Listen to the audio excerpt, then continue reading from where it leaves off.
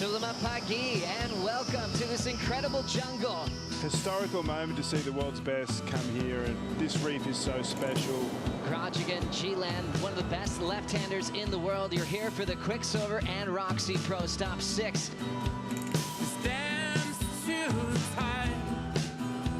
It's holding the weight of my own. There's that smooth style forehand or backhand. It's better because while you wait too much. Great read there for Hennessy. Today, and while you wait, I'm cutting all my ties. Grabs the rail, tucks into the tube, finding a way through this one, and she gets the exit. It's the same. Tatiana tucking in, wow, finds some cover. I had and I own mine. And she just picked this ride beautifully. Be fine. Better because what you wait too much. Slamming on the brakes, pulling into the cylinder. Ethan Ewing gets the exit. Cutting all my ties. As we see Jadson Andre snap under the lip, he'll pull in under the hood. Andre loving the start, racetrack section, he will fly through it. Jordy Smith, big rooftop float, he comes down with it. Jack Robinson pulls in under the hood, one of the best tube riders in the world.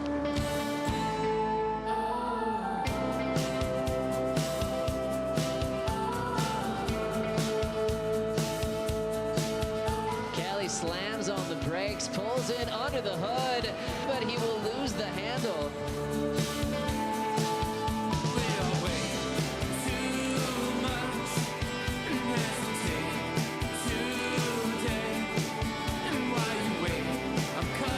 We see Rio, nice hit in the pocket there.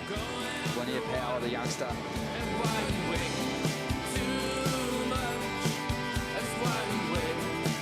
Beatalo, beautiful grab rope down carb, setting up the lip, he crushes it in the pocket. Beautiful start for Colapinto. Big snap again.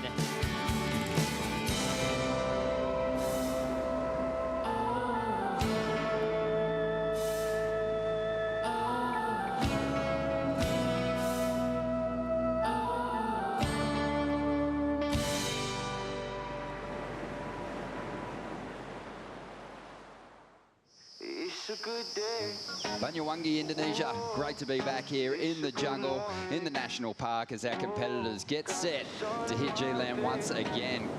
We're going to have this women's elimination round in the water, and then we have the expression session. I'm finally breathing, I feel the fresh air. Joanna Faye, she's found a bit of a corner here. Nice little swoop off the top. Nice and crisp, and the second. If life is a beach, I'll see you out there. Whoa, sending my clothes, you know I don't care. Sending plenty of spray off the rail. Life's great, nothing gets better than this. All the best things keep happening. Whole building started to shake then. It's Sally Fitzgibbons, jams it vertically. It's a good day. Whoa, it's a good morning. World number 4, Isabella Nichols. Got the sun in my face. Whoa, it's a beautiful moment. So I think I'll dive right in. It's a perfect. Lakey Peterson from Santa Barbara, California, float to start. Deeper off the bottom, crushes a big section. Gabriel Medina's got an answer. Nice open wall, second turn. She's got that solid jam, vertical climb, and she stays on her feet. My car is hit my favorite place. It's a good day. It'll be the Quiksilver Icons of Surf expression session. Steph Gilmore, got the Jerry Lopez in your hot little hands. Oh, it looks like Kaya. Sam Egan. Yes, Sam Egan.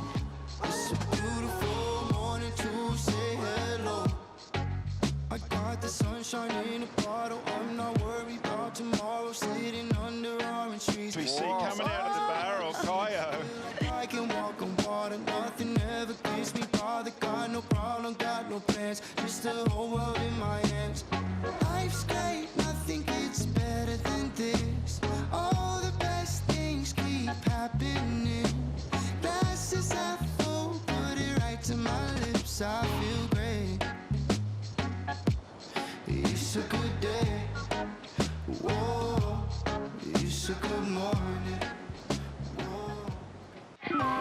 morning once again from the southeast tip of Java, live from the jungle here at the Quiksilver Pro G-Land. Now Toledo up. Watch the technique here. See how he kicks the tail out. Kanoa Garashi tracking down the line. Big backside, full rotation. Big hack there for O'Leary. Sun is shining, so let's go out to play. Kelly connecting with a pretty decent wall here. Only 15 seconds to go now as Pupo loads up after a 4.84. That is going to be enough. We've been waiting on the sidelines for too long. We're sailing off into the sunset. We're making hay while the sun shines. Jansen only chasing a 4.55. It's a beautiful day today, so lazy in the sunshine. I have to give my hats off to the Brazilian Storm. They are just going mad. The support they give each other is so great to see.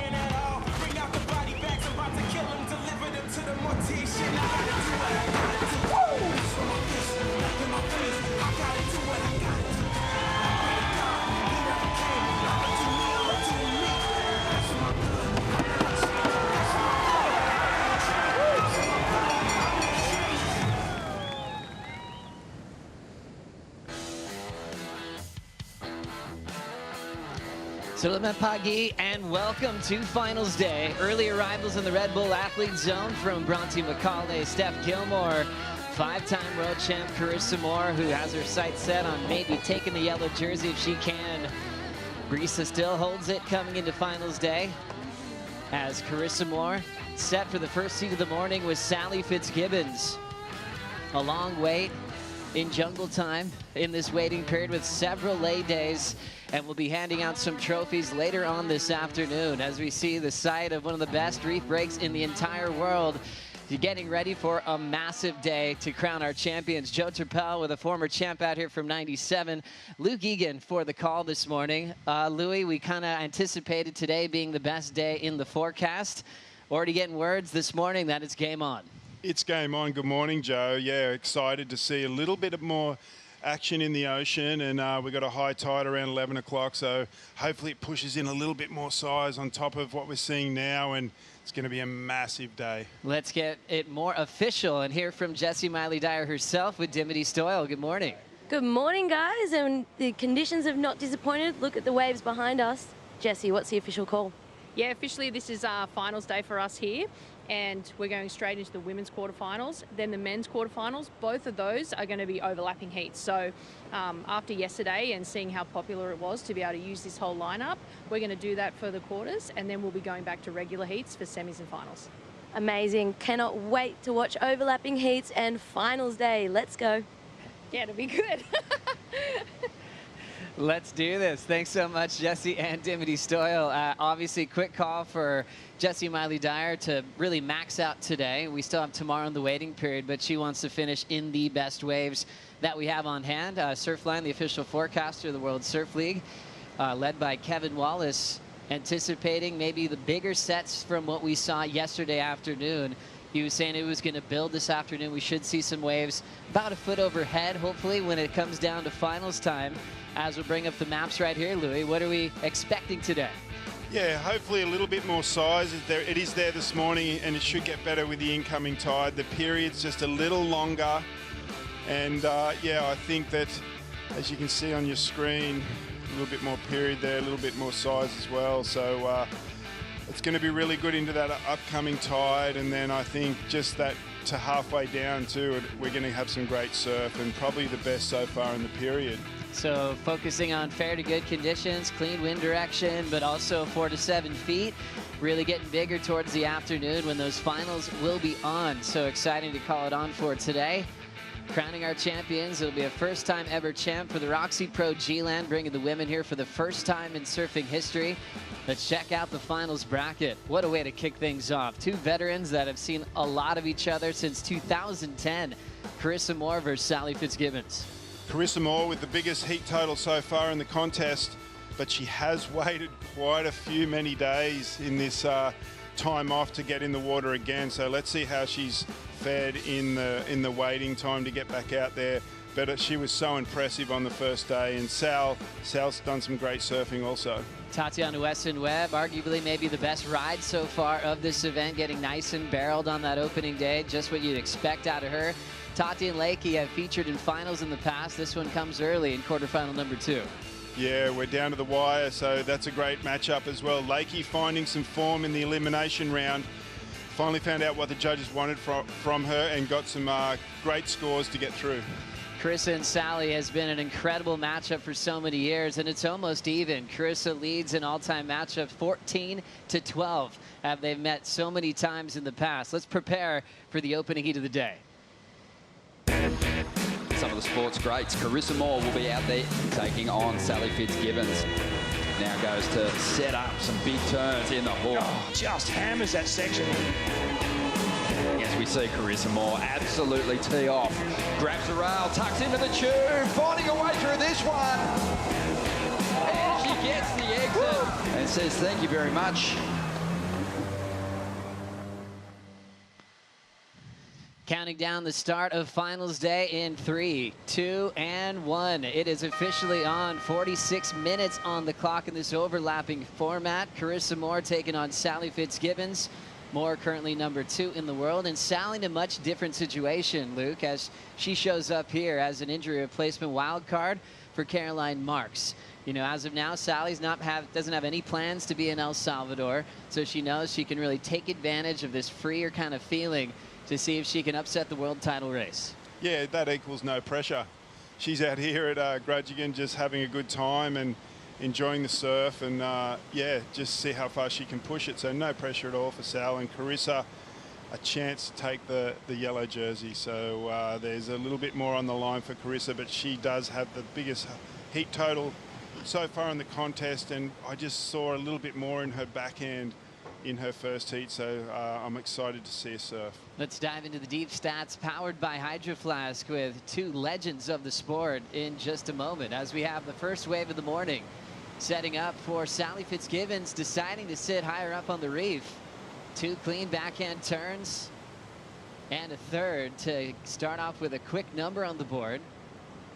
Sally loves a running left. She's been effective in so many different events, taking wins using her backhand attack, more famously in big conditions at Cloudbreak in Fiji, where she was able to go back-to-back with those titles, and no one will ever forget the time that she had to wear the helmet. She'd actually duct tape her ears shut because she burst her eardrum in the second round in a heat against Mahina Maeda. Against doctor's orders, she kept on surfing, ended up taking that #1 title on the podium that year. What a performance. Never say never, and just keep going as hard as she can, and she has watched the event closely yesterday, and pardon me, busy is what got you through yesterday, and that's what Sally did right there. Got a good start. So the story with the deep stats powered by Hydro Flask, it's Carissa Moore just with a slight edge over Fitzgibbons. It's almost even over all these years. 14-12. Sally did win their last matchup, which was a final in 2019 in Brazil. Sally actually won their first meeting back in 2010 at Bells. They've featured in 8 finals over all these years, and they're actually even 4 apiece. You know, it's interesting, you know, you look at Carissa with 5 world titles, an Olympic gold medal, but as far as these heats are concerned, Carissa versus Sal, I feel like we still need to decide who's got the jump on each other these days. Isn't that awesome? And it must be a grudge match for both of them. You know, you're familiar with someone in the water, so yeah, you really want to win those ones and try and get ahead. One of my favorite finals with these two was at Honolulu Bay, Maui. Carissa had a 19.5 combined total. Sally was in a 17+ combined total. They were trading barrels in perfect waves this time. It's all about the battle of the backhand attack. Fitzgibbon starting with an early score of a 4.33 to start, but always a nice buzz in the air, even first thing in the morning when it's finals day. Dimity, I think you found the trophies. Where are you standing now? I'm in the Red Bull athlete zone, and this is what the surfers are fighting for. Look at this. Who can channel their inner tiger today? We've got the Javanese tiger, Javanese leopard, native animals to this area. Absolutely beautiful. Dimity, it's so cool when there's a trophy as good as this one, especially when it's going to be handed out for the first time for the women. I remember that feeling when Steph won at J Bay, when the women got to return to that wave. How special will it be for the ROXY Pro champion to get the first tiger? It's going to be absolutely iconic, and I just wish that Lisa Anderson was here to hand it over. Unfortunately, she can't be here this year, but she'll be back next year. Oh, guaranteed. Thank you, Dim, as we watch Sally moving down the line. Snap to start, clean float. Backhand wrap in these glassy conditions this morning. Nice vertical through the lip. There's the flow and form from Sally Fitzgibbons, looking inspired this morning. Already backing up the 4.33. In fact, that'll probably be her best number. The early stages of quarterfinal number 1. Yes, Sal really wanting to put the pressure on early. It's very obvious she's gone out with the strategy of being super busy, and you're right, Joe, looking super sharp, just linking those turns so nicely and super crisp out of the lip.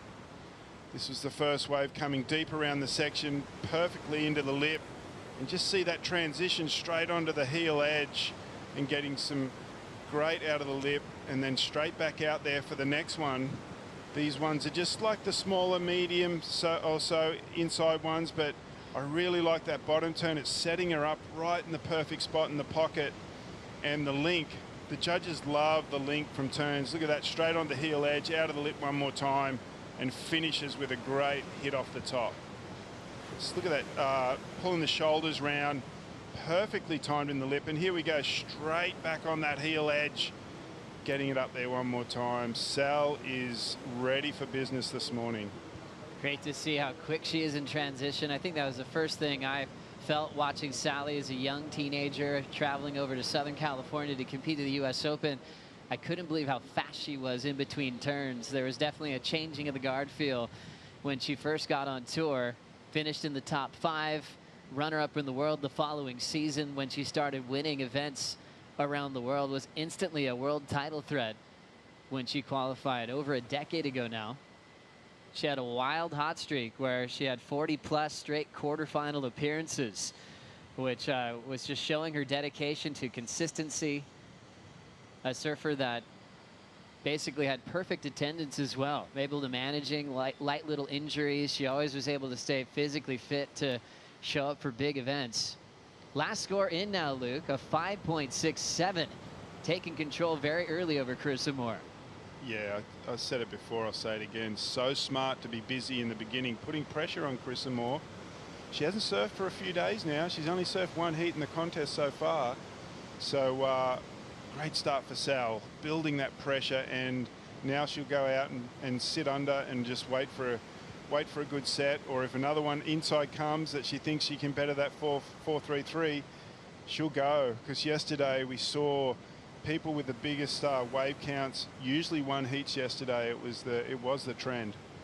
So interesting, taking that formula at G-Land. Sometimes you wanted to wait for a bomb that would never come. There were some tough heats to watch. Jake Marshall came in just devastated, felt like he didn't even get a chance to surf. Had a game plan, dropped anchor, and the wave never came. Yeah, I felt like Jack Robinson really had a piece in that too. He kind of sat him out in the end and sat close to him, put the pressure on, where Jake should have been on the inside, just trying to get some wave count and some opportunity.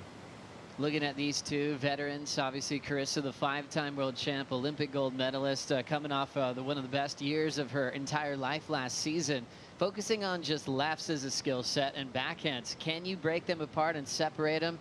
Does anyone have an edge in waves like this with these two? Well, yeah, Carissa looks so good on the first day. She's been working with Chris Gallagher, the finalist from '97. And I really have seen a change in her backhand. It looks like she's using the upper body a little bit more and her timing. And as she comes out of the turn on the first day of the event, she would come a lot lower. She'd stand a little bit more centered and a lot lower. So if the ball comes loose, you're stable and you can finish the turn. So I've seen some improvement in Carissa Moore's backhand while she's been in G-Land. And but you do need a wave to display that, and she hasn't had one yet. Coaches have different roles sometimes, and why surfers call them up to jump into their corner. Gally is famous to work on technique. He's done that for so many years. He's so passionate about it. Gal just loves technique work, and Carissa always wanting to get better. You know, iconic surfer in the world, and she's still just desperate to make her performances better, and I can see that in her backhand here in G-Land this year. Tatiana Weston-Webb prepares for Lakey Peterson in quarter two. That's going to come up very quickly. They'll step into the mobile Red Bull athlete zone. Good? Yeah, well, we're good. Yep, no problem. Lakey's going to hang on tight to that Channel Island surfboard. Tati on the Sharp Eye program, bringing their backups out to the channel as well, just in case they need it. Lakey's got an incredible backhand attack. Even though she comes from that Rincon region in Santa Barbara, there's a lot of little beach break lefts that she can hunt down. As she's been enjoying her time here. Both Lakey and Tati came here for a few days before the waiting period started. Saw the size that G-Land provided. I think still Tati is the all-star from that free surf session on all reports and all the footage that we got to watch when we arrived, Luke. Absolutely charging on that little swell that was before the, well, not little swell, a big swell before the contest period started, and definitely a standout. And in her first heat, just did some great surfing, and one of only two goofy foots that was in this draw from the start and still in here at the quarterfinals as we see wave number one. Carissa Moore, currently number 2 in the world, attacking this section right off the lip. Looked nice and casual with some control. Finally gets her first wave out of the way. She's been enjoying her time with her husband, Luke. Even taking the trucks down these dirt roads in the jungle to far off waves, a couple of miles down the coast, just to kind of separate yourself from all the activity and intensity from your competition. How'd you like this start, Luke? Yeah, smart by Carissa, just getting up to her feet and settling the nerves a little bit. Couple of nice turns there, but the wave didn't cooperate for a third turn, so it's going to be a small score, but she is on the board. How does that feel, Luke, when Sally's had 2 better waves quickly, established a lead, and you finally get going and it's basically a throwaway? How does Carissa adjust now? Well, sometimes, especially with such a huge playing field here like at G-Land, see a wave, Sal having a look but doesn't go, she looks a little deep. It's just to get up and get going, and you want to maybe change your spot on the reef and just sit somewhere different, as we see that exactly happening with her getting a nice wave down the point. Clean carve to start for Carissa Moore. The 5-time world champ belts it off the lip. Nice solid reaction to the end of the wave, but she'll lose the finish. You can see the surface of the water change as it gets really shallow towards the tail end of that ride, and she had to let go that final turn. There's a wave that Connor O'Leary poked on yesterday, and all reports were saying that he actually saw the reef coming towards him, coming off that final section. What do you think here? Yeah, great bottom turn, slash out of the lip, up into the lip one more time. I like that turn out of the lip too, and then this one should be a bit disappointed with herself. Carissa just not timing it right with Sal getting another one up the point. So Sally often loves to stay active, likes to keep her energy solid on improving her scoreline, understands the game so incredibly well. And she's been effective so many times against Carissa. She's already building a solid heat total so far. Sal slashes out of the lip, comes around. That bottom turn is on point this morning, getting it straight up into the lip exactly where she wants to be, and finishes this one off. I feel like there's a good chance she might better that 4.33 she's holding for a second score. And Carissa on her last wave of 4.83, so she's starting to build. We've got a heat on our hands. We mentioned equipment with these surfers. Sally Fitzgibbons kind of on a different program than Carissa Moore. Carissa's basically been riding Matt Biola surfboards her entire career, where you look at Sally just recently changing things up again, going to Glen Pangs. We've seen her on JS's in the past, Firewires before that, as she always is looking at the entire year on changing things up a bit. Board Sally's riding right now looks fresh and looks like she picked a great surfboard for these smaller conditions this morning. Yeah, probably so many years on the tour, a board change can just give you more enthusiasm. It's a new feel. There's new exploration to do with a new shaper. It can lift stuff, and I definitely see that in Sally right now. And the new board looks fantastic. Carissa Moore was a part of the Quiksilver's Iconic for a Reason expression session, and she got to win the Simon Anderson thruster model. And first thing she said, she's like, man, I don't ride any other surfboards besides Matt's, and how much fun she had, especially riding basically a piece of surfing history. Yeah, and she surfed it so well, so it just shows the Simon Anderson 81 model is just as good as the new boards now. Like she absolutely ripped on it. So Carissa Moore is still with an opportunity to get back in yellow, which she always tells us is her favorite color. Right behind Breeza Hennessy. Hennessy has Bronte McCullough in quarterfinal number 3. So an example of how close this is, say Carissa wins this heat and Breeza goes down in quarter 3, we'd see that yellow jersey change. Obviously Breeza's leading the charge, so she can take care of it herself and stay in yellow heading to El Salvador. Really fun just seeing a fresh face wearing yellow for the first time in her career. You have to remember what happened last year to Breeza in the shortened season. She fell off the championship tour, re-qualified through the Challenger Series courtesy of a big win in France, and now finds herself enjoying her best results of her young career. Just a perfect example of maybe a low point in her career, just giving her the courage and the drive to improve and be a better competitor, straight up into the yellow jersey. And I've been watching her performances, and she's been so calm and taking on all the decisions so easily. That's why she's up there in number 1 at the moment. Looking at 30 minutes and 30 seconds on the clock. Sally still leads priority with Carissa Moore, chasing a 6.44. As we look at the Oakberry surf conditions report, really focusing on the tides here, Luke. The low tide was early this morning at 5:14 a.m. It's 8:50 in the morning now, and the high tide will be at 11:17. How do you expect that to change the flow of the pace of the waves today? I'm thinking we'll get a really good little push here up to that 11:17 high.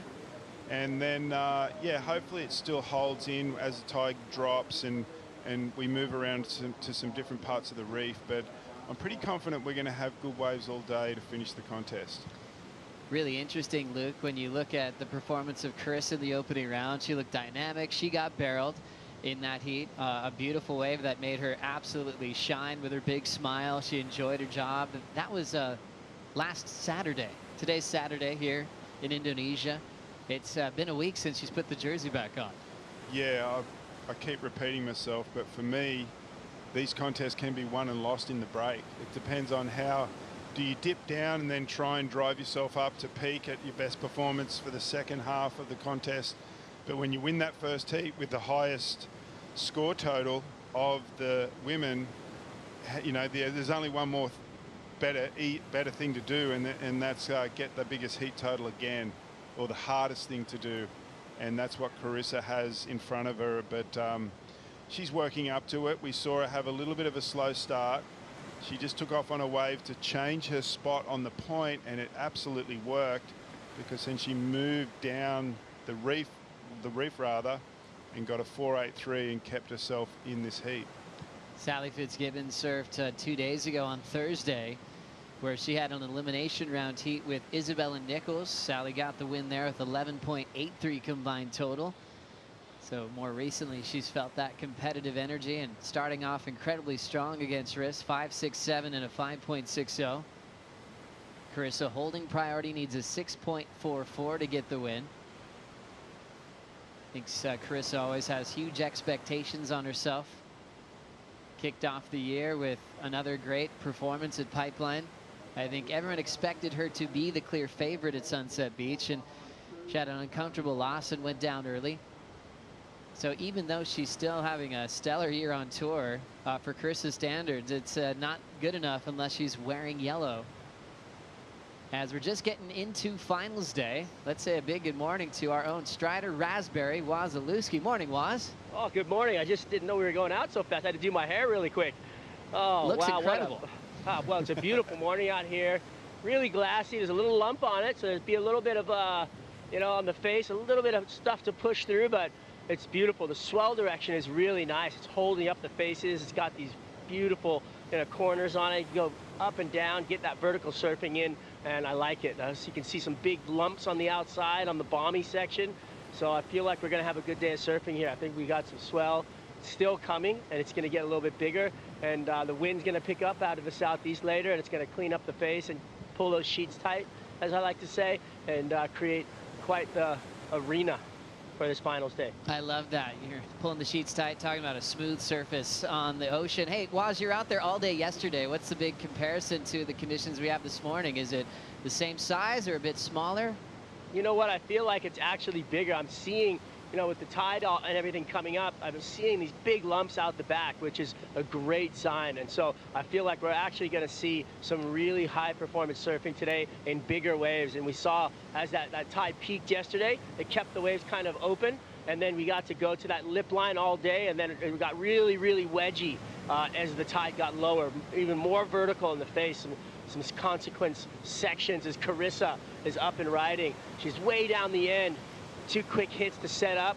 Another bango off the top on the backhand. Boom, follows it up with a quick one to finish strong. Love it, Waz. Thanks so much. And what a great series of turns for Carissa Moore. Finding a nice little inside wedge further down the reef. Looking to ditch her 2.83. Needs a 6.44 to take the lead off Sal. Sally Fitzgibbons' best wave of 5.67. Let's take another look. You expecting a lead change here, Luke? This is more like what we expect from Carissa. Some great bottom turns to beautiful timing out of the lip. I love that little pivot turn to finish off. So she's starting to find her game, and yeah, that's going to be her best score yet. Is it a day that you want to be a goofy footer or be on your backhand? We'll find out in a moment. Nice backhand snap from Sally, but she'll stumble in transition. So her last 2 attempts to put up another big score are incomplete maneuvers. And it feels like Carissa Moore's heading the other way, building her score line. Still with 25 minutes to go. I feel like Sal then just thought she'd push a little harder on the bottom turn. Was looking up towards the lip and just caught a little bump on her front heel edge and went down. So this heat still wide open for Carissa Moore and Sally Fitzgibbons. They will be the priority heat as Lakey and Tati are preparing, already in the water for quarterfinal number 2. Exciting times here at the ROXY Pro G-Land here on finals day. We'll be right back after this. The ROXY Pro G-Land is brought to you by ROXY, official apparel partner of the ROXY Pro G-Land. By Expedia, the official travel booking partner of the World Surf League. And by Oakberry, fuel yourself with the official acai of the World Surf League Australasia.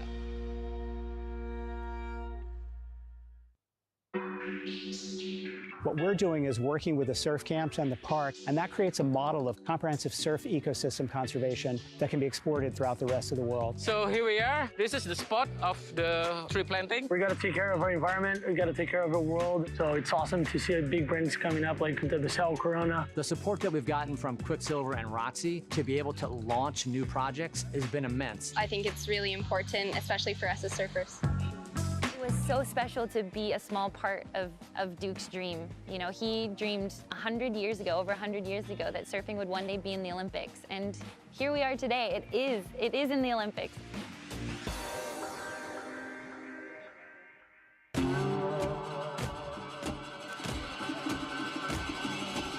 Small boat, island, perfect waves, millions of monkeys everywhere.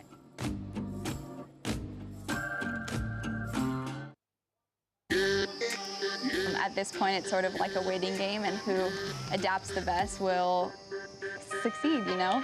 Tatiana tucking in. Wow, find some cover. And she just picked this ride beautifully. Lakey Peterson from Santa Barbara, California, at the bottom, crushes a big section. I mean, it's a beautiful place. Yeah, it's nice to get things going again.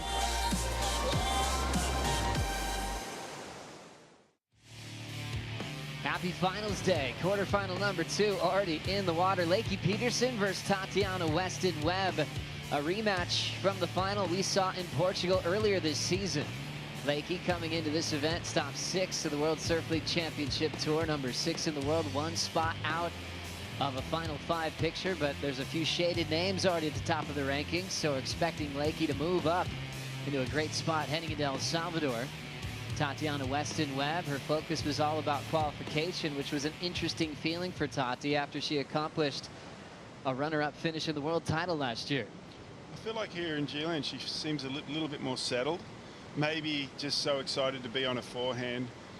Just epic performance in the first round, so excited to see her surf. I think that cut was very distracting, not just for newcomers of the tour and rookies, it was also for surfers like Tati, trying to make sure she was going to get past that midseason cut. 2 explosive turns to kick things off for Weston-Webb. And we catch up to the finish of Lakey Peterson. And it looks like they've found a section of money trees to get a start, even being the non-priority heat. This is Sally Fitzgibbons. First turn under the lip. Nice off the bottom, throwing some water off the top. Clean wall, still moving for her.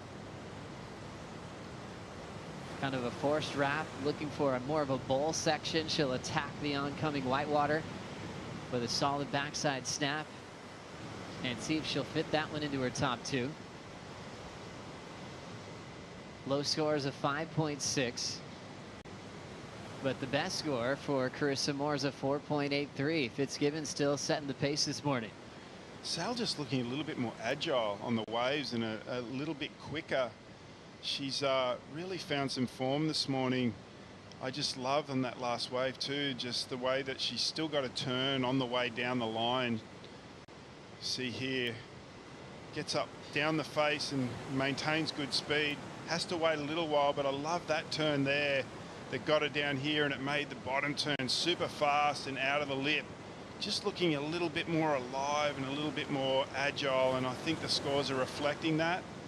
And she's getting the finish as well. Sal really wants this, and here we go. Tatiana, she's got some spark going too. That turn there was absolutely amazing, just so crisp out of the lip. Hope that's a sign of things to come from Tatiana. I think Tatiana looked at this event coming on the calendar a couple of years ago when it was announced as a event returning to the championship tour. She couldn't wait to get here and to travel here for the first time after her free surf session. She couldn't believe it wasn't picked as a travel destination for her earlier in her career. Lakey has got the lip on her heels throughout this drive, but now crushing a couple of backside moves. The Californian whips it quickly through the lip. And she fades out. So looking inspired with an incredible backhand attack. Lakey Peterson's been on tour for a long time, going back to 2012, winning the US Open. Tati's won that event as well. But Peterson really put herself as a world title threat back in 2018 and 2019. Recovering from the injury last year. Enjoying her surfing. Finding the joy in it is something I've really been taking note of from Lakey this year. On that wave, you just saw it get better every turn, just feeling the conditions out this morning. Tati also, both perfect warm-up waves for these girls' heats. Both just a couple of turns, just as we see Was getting out of the way of that set. But yeah, what a heat this is going to be. Both girls just getting a fantastic start. Tati up and out. And waves predicted to get a bit better through the afternoon as well. On that draining low tide, we should see some bigger open walls as well as we enter the finals. Rolling into this one with a lot of open face. Carissa Moore picking off a solid set wave. Clean backhand wrap for Moore. The Hawaiian has so much time for that backhand wrap. Straight up vertical and aggressive combination. Her best wave so far, still has room to move. Nice clean snap. Here comes the finish way down the reef. Great timing for Carissa Moore to pick off the biggest wave we've seen so far this morning. Chasing down to 7.11 for the lead. Great positioning on the reef to read where that wave was coming as we see Sal up the point. She's going to need an answer. Will this wall grow for her down the reef? Two real clean backside carves. It's going to be a closeout section early for Sal. And hits it shut. So great form there. It's like you think about which wave would you rather have, Luke? One with like that long stretched out view on it all the way down the reef, or a closeout section coming for you. We saw some great single maneuver options yesterday. We saw some great two-turn combos with some size. You know, Sally's end section didn't look real hollow when she hit it. But obviously Carissa taking advantage of a beautiful wave on that last exchange. Every surfer, men or women, will be watching this score of Carissa very closely because it was the biggest wave of the day. It did go a little bit flat in the middle. She flies down the line. Little check fade into a great bottom turn, slash out of the top. This is the section. It's another beautiful turn out of the top and then goes vertical into that section. A little flatter through here, but definitely going to be right up there with the best wave of the heat. And yeah, this is going to be, everyone's going to be looking at this score to see what the difference is of surfing those little inside tight waves or waiting for the big set. Look at that power just driving through the lip, coming down, and that puts her in the perfect position for one of the steepest sections on this wave, and just smashes the lip up into the air. What great surfing. I'm loving the upper body movement of Carissa here in G-Land. It seems like she has been doing some technical work, and it is showing. She's just got some really nice spark out of the top, and the timing every time she goes to the lip is perfection. Sal, tail skipped out a little bit on the first bottom turn, regains and just gets a nice little hit on the inside. So yeah, this is a pretty important heat that's going to set everything for the rest of the day. Last score in for Carissa Moore, a 7.5 straight to first. Now with 15 minutes on the clock. Wave previous for Sally Fitzgibbons, a 6.27. So she's still building. That's Sally's best wave so far with one more to lock in. And the non-priority heat getting started. Tati's little two-turn combination, 4.83. Majority of those points really on the finish. And Lakey's last score yet to factor in. Sally's last in now. Doesn't change anything. A 4.9. It's a throwaway. So now it's all about Carissa with a well-timed lead change. Best number of the heat, a 7.5. As she's fighting for the yellow jersey with Breeza Hennessy. Obviously being in second, she's in a must-win situation to catch up to Breeza and be in one round ahead of Breeza when it's all said and done. As we get back into live action, tap to start, Sally steps off. Sal's still looking for those tight little inside waves, needing a 607.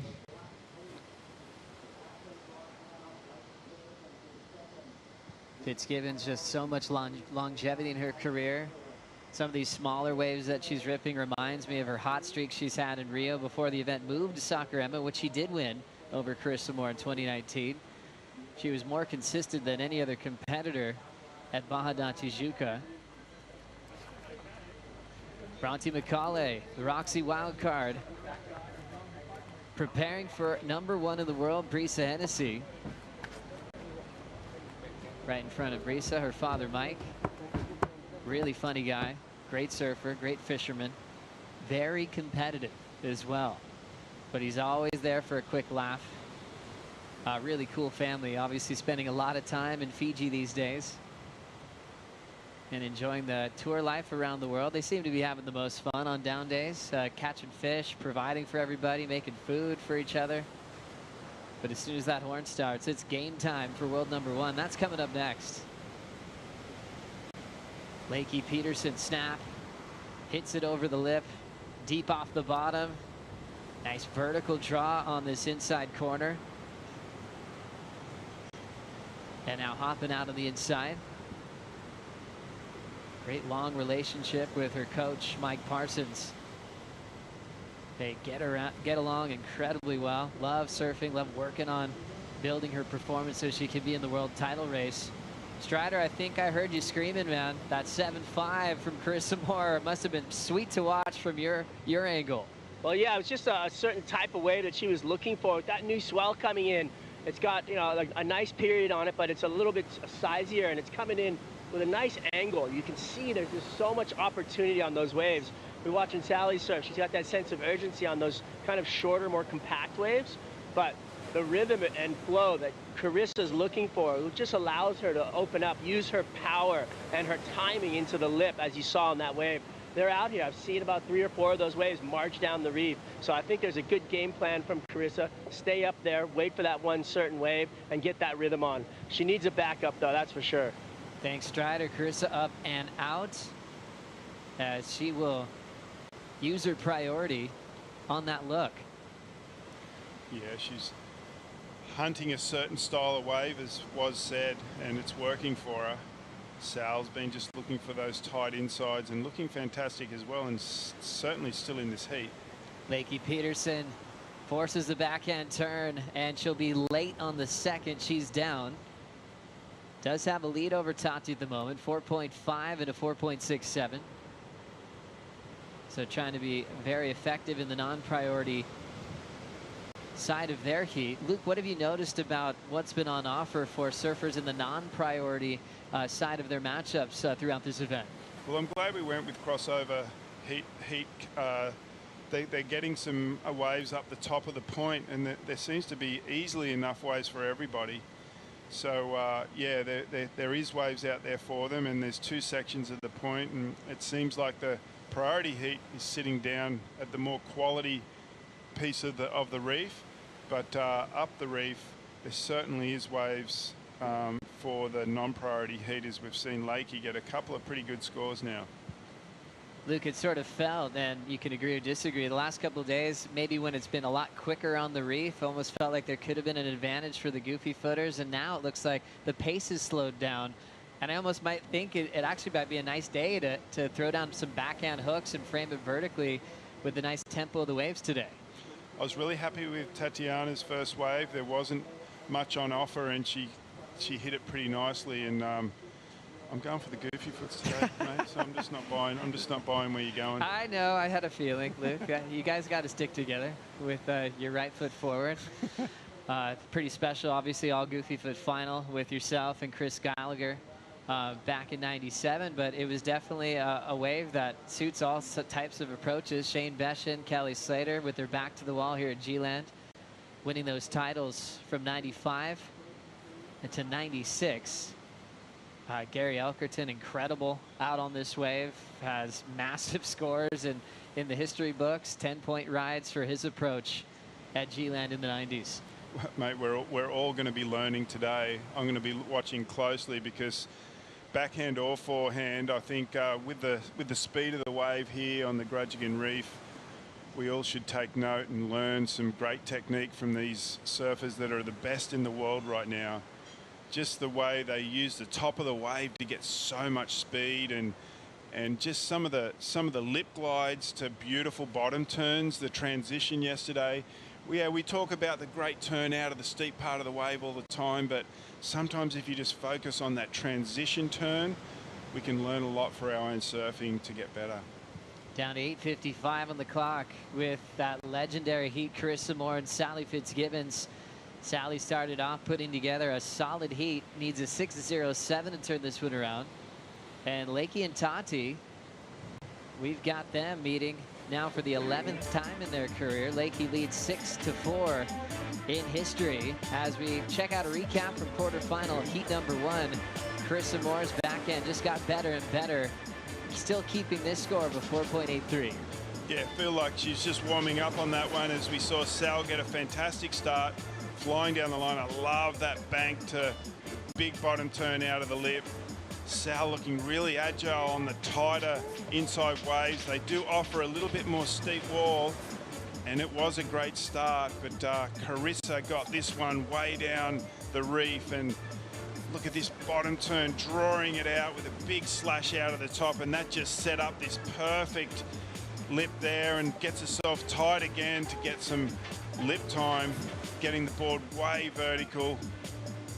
Carissa just knew at some point in this heat she had to get one of those bigger waves to get a bigger score, and that she did. Carissa Moore is so dedicated to her craft, obviously always searching for excellence. That's why she chose the jersey number 10, because she's always going for 10-point rides. Here's Sally getting busy to start. Backhand wrap. She's got the lip showing up. She'll drill it. Nice control there for Sal. Had a nice hollow end section to work with, as she's hoping for a 6.07 for the lead.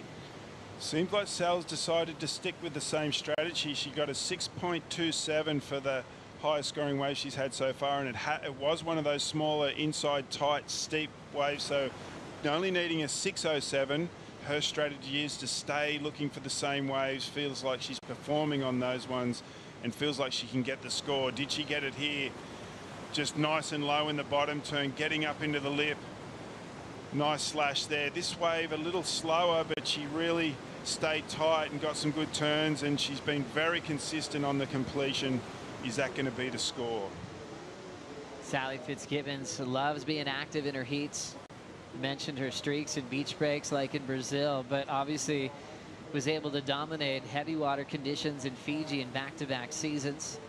And even when this event was in a different part of Indonesia, in Bali, Keramas, I feel like she got maybe the best barrel of the contest a couple of years back, and then stayed when everyone kind of took off and just worked on air reverses. There was a session at Keramas after the event finished where she must have tried over 30 and just wasn't getting out. Was landing awkwardly, sometimes on her fins, and get back up until she was pulling them off, and that was just really cool to watch that dedication in motion.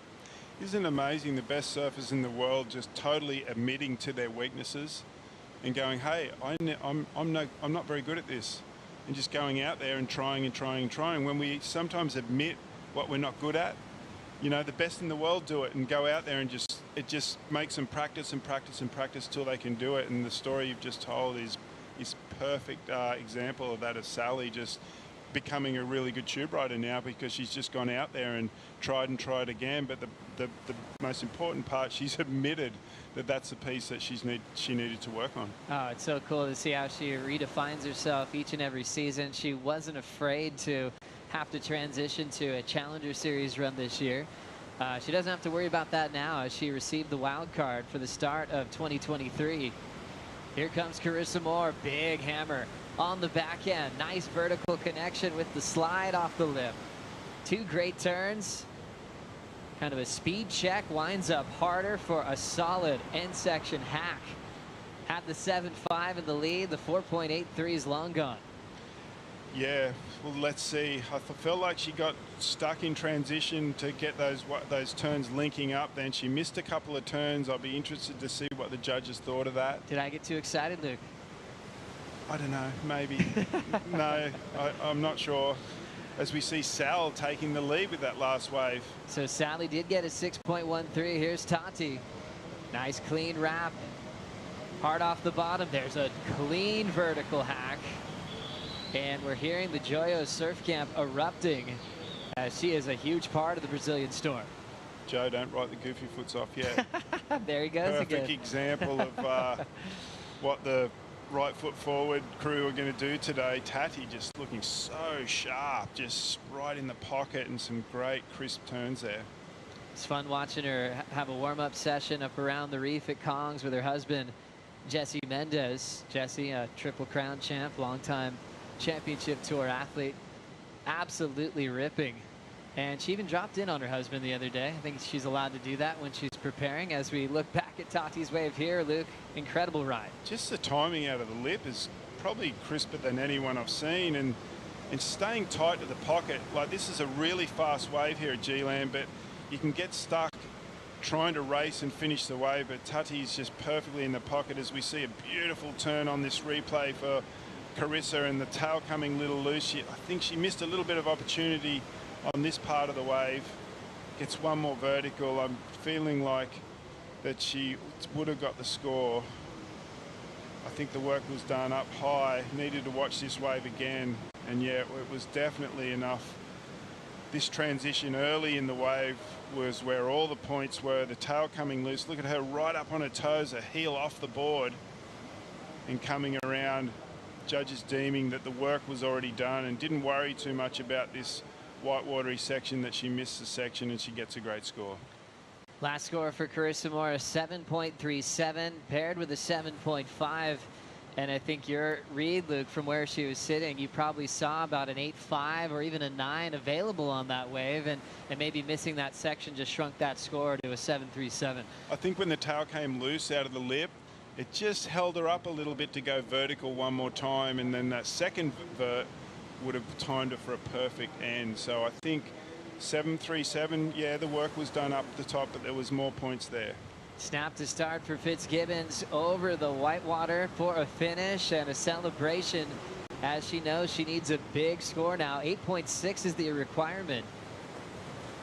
Few lead changes in this battle. Sally starting off with first. Things changed when Carissa felt the 7.5, but Sally got the lead back with her 6.27. Her 6.13 was her last, as we look at this wave one more time. 90 seconds to go. Where was the mistake made? Is it Sal just sitting in the same spot, riding the same sort of waves? Should she have gone down onto the part of the reef that Carissa's been getting that bit bigger open face and tried to match her on those waves? But the surfing's amazing, but I'm feeling like maybe the wrong decision to sit riding the same waves, as she needs a big score now. Remember, this is finals day, so it's coming down to our champion. The ROXY OMG Land Award is thrown out for emotion, for commitment. It could be a wipeout. It's been fun to follow that. Tati knows what it's like to win that award from her barrel that she rode on opening day. Snap off the top as Tati runs down the line. And her back foot will slip off. But the wave that we loved before from Tati came in at a 7.33. So she's got some space now over Lakey Peterson. Lakey chasing a 7.49. Carissa and Sally down to 25 seconds. This is going to be tough for Sal. Carissa with priority. Right on top of her. She should be able to shut this one down, Luke. Yeah, Sal bettering a score, but not quite getting the score she needs. I feel like the decision should have been made to go and sit down with Carissa, and maybe that last wave of Carissa's could have been Sal's if she changed the strategy. So I think that's where that heat's been won by Carissa. Carissa Moore is into the semifinals here at the ROXY Pro G-Land, and Sally is eliminated right here in the quarters of the first heat of finals day. When we come back, Breeza Hennessy and Bronte McCauley get started.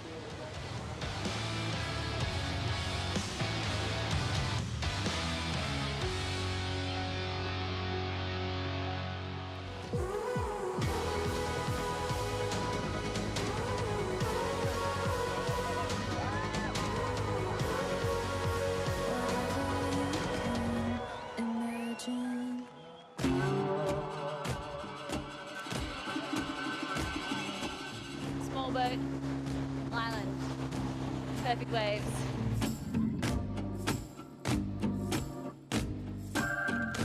Millions of monkeys everywhere.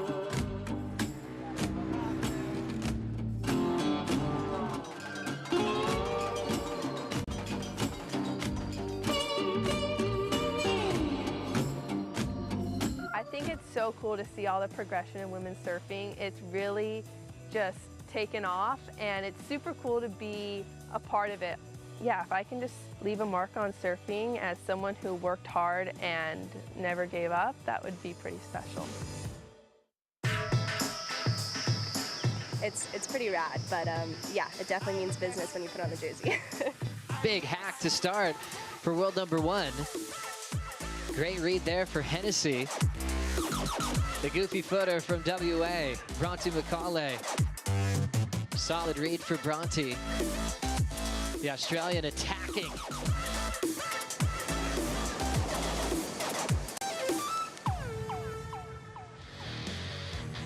It's finals day here in East Java as we have live action. The goofy foot from West Oz, Bronte McCauley with an aggressive start coming down with the lip on a nice meaty section to put up the first number against world number one, Breeza Hennessy. Bronte McCauley, not just a wild card, really, when you think about all of her experience on the championship tour. We now see Lakey chasing some open face as she's now the priority heat with Tatiana. And just trims the float, has to step off. Still searching for a number to get the lead off Weston-Webb. So the priority heat, Tatiana, Lakey get right of way over this heat that just started. Breeza Hennessy versus Bronte McCauley. Who is the favorite in this heat, Luke? Well, Bronte showing what she's coming to grudging to do on that last wave, on her first scoring wave. Looked very, very crisp and determined to get some good scores, but she's up against number one, Breeza, which I've been so impressed with her performances. So it's going to be a fantastic heat. Here's the replay coming from deep. Bronte, great bottom turn, perfectly out of the lip, realizing the wave was going to race off on her, so she just settled into two-turn combination. Nice carve out of the top, tons of spray flying through the air, realizing the wave's going to run off on her, gets herself up on the lip and just lip glides perfectly for a great completion. ROXY OMG Land Goddess Award will be going down today on finals day. And that's when you have had the best performance, emotional performance, most committed. That's all going to happen today and be announced this afternoon. Bronte McCauley, the ROXY Pro G-Land wildcard. Such a talented athlete. I feel like she kind of broke the internet when she started dropping highlight reels up the coast in Western Australia. How dedicated she was to charge, not just charge, but ride the barrel incredibly well. Oh, she's such a good tube rider, just like Dad. Dad's a good tube rider too. Dave, no slouch in the barrel, but Bronte a 7.83 just goes to show you don't need to ride this wave from way up the top of the reef to the end to get a big score. That wasn't a very long wave, but that first turn coming around the section, massive carve out of the top and staying really calm, and just what a completion with the lip glide. And that's that wild card feeling that she has now. Like we know, she's been on tour full time in the past. However, I remember when she got the call up originally, she was an injury replacement wild card, and she had great results early when she sort of felt like she had nothing to lose. So she had a nice little pace with warming up to the tour. And now you can see there, she's feeling absolutely free. Big way to start to put pressure on world number one. And this is a big heat for the yellow jersey. Carissa's already made it to the semifinals. If Breeza can't come back in this one, we'll see that yellow jersey change when we head to El Salvador.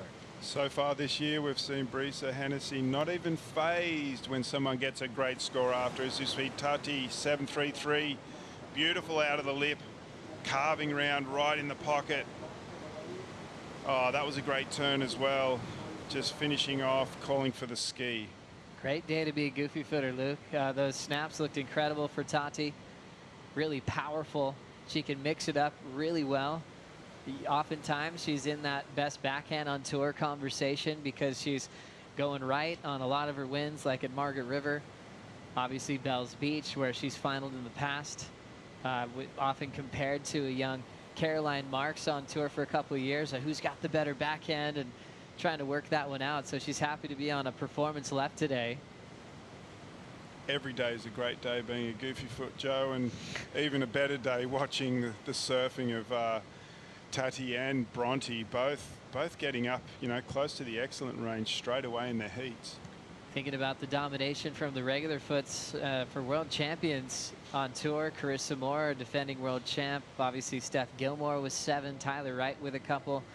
But you go back to Chelsea Hedges or Chelsea Georgeson, one of the best goofy foots to ever do it. I was really stoked to see her a part of the expression session over at Snapper Rocks at the start of the Challenger Series. Absolutely ripping. One of the best goofy foots of all time. Absolutely. And isn't it great when a surfer just breaks boundaries and then just shows the path for the younger generation that it's possible, and then it just snowballs. Everyone starts getting better and it starts happening, and we get these amazing performances. You know, we're always trying to compare eras. A lot of sports try to say, well, who's the GOAT of this area, this era? It's pretty hard to do. Board changes have happened.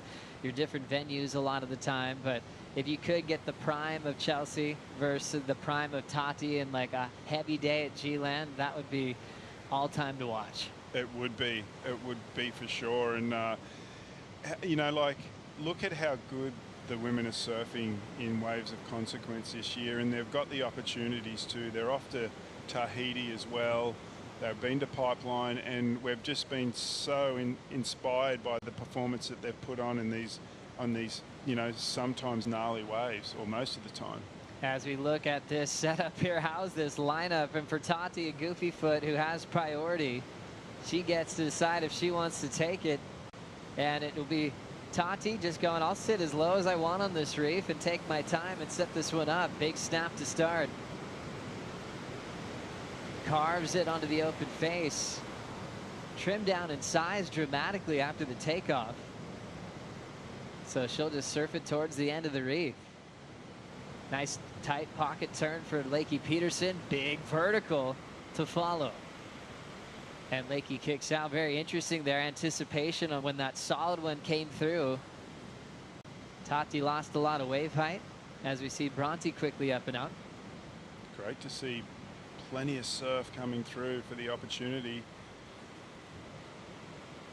And this exchange continues. World #1 Breeza Hennessy on her opening ride of finals day. Patient for the first move. Weightless on the float. Too deep for a follow-up. But getting that warm-up out of the way. She's obviously picked for a favorite at this event, being #1 in the world, but also for all of her experience in big lefts. She had a movie release last season, and she took off on some wild waves at Cloudbreak. When the world shut down, she might have been one of the luckiest surfers in the world to be stranded on an island called Namotu. Wow, I thought I had a good, but definitely not as good as Breeza. As we see the replay, wow, out of the lip. Tati getting the fins loose and then just coming around with a beautiful arcing cutback, and once more finishing this wave off down the end and getting out. She's looking in such good form as we see Lakey deep bottom turn with a slash out of the top, loving this vertical hit and getting off that one to get back out the back. But Lakey surfing really well, but she's come up against a really in-form Tatiana Weston-Webb. Strider Wazalewski, great combination for Lakey Peterson, but she's trying to catch up to Tati at the moment. Well, Tati, you know, got off to a really good start. She looked really strong. She's obviously super confident, and I think that's just a headspace thing. And really sticking into her turns, just basically, you know, really knowing where the board's at under her feet. But that wave of Lakey, the way that she came off the bottom of that second turn, and the wave just allowed her to go straight up vertical and just blow the tail out. I mean, that was some precision surfing, really tight, powerful, technical surfing. And it was just such a pleasure to watch that from the channel right here. It was one of the best turns I saw, I feel like, all morning. Tons of spray off the top. Strider, that was a really good timed wave. But what was the difference on Tati's wave? We had so much anticipation from where we were sitting, but it dropped dramatically in wave height after she took off. Well, the wave had a lot of energy up the point, but we'll get to some live action right here. It looks like Lakey's coming around the corner. She got priority when she kicked out. Big hit off the top, going for the two-turn combo right here. Wow, fins out the back. She ride out of that? She certainly did. Wow, that was some great surfing right there. She knowingly kicked out of her wave quicker so that she could get that priority. And that might have been the difference in the heat right there. That was amazing and great technical and really great strategy by Lakey Peterson. You know, you were asking me about Tati's wave. That wave steamed down the reef. As you saw, there was other surfers on that wave, but Tati had the priority on the inside. It just backed way off. It was finished with all of its roll, so to speak. But look at this.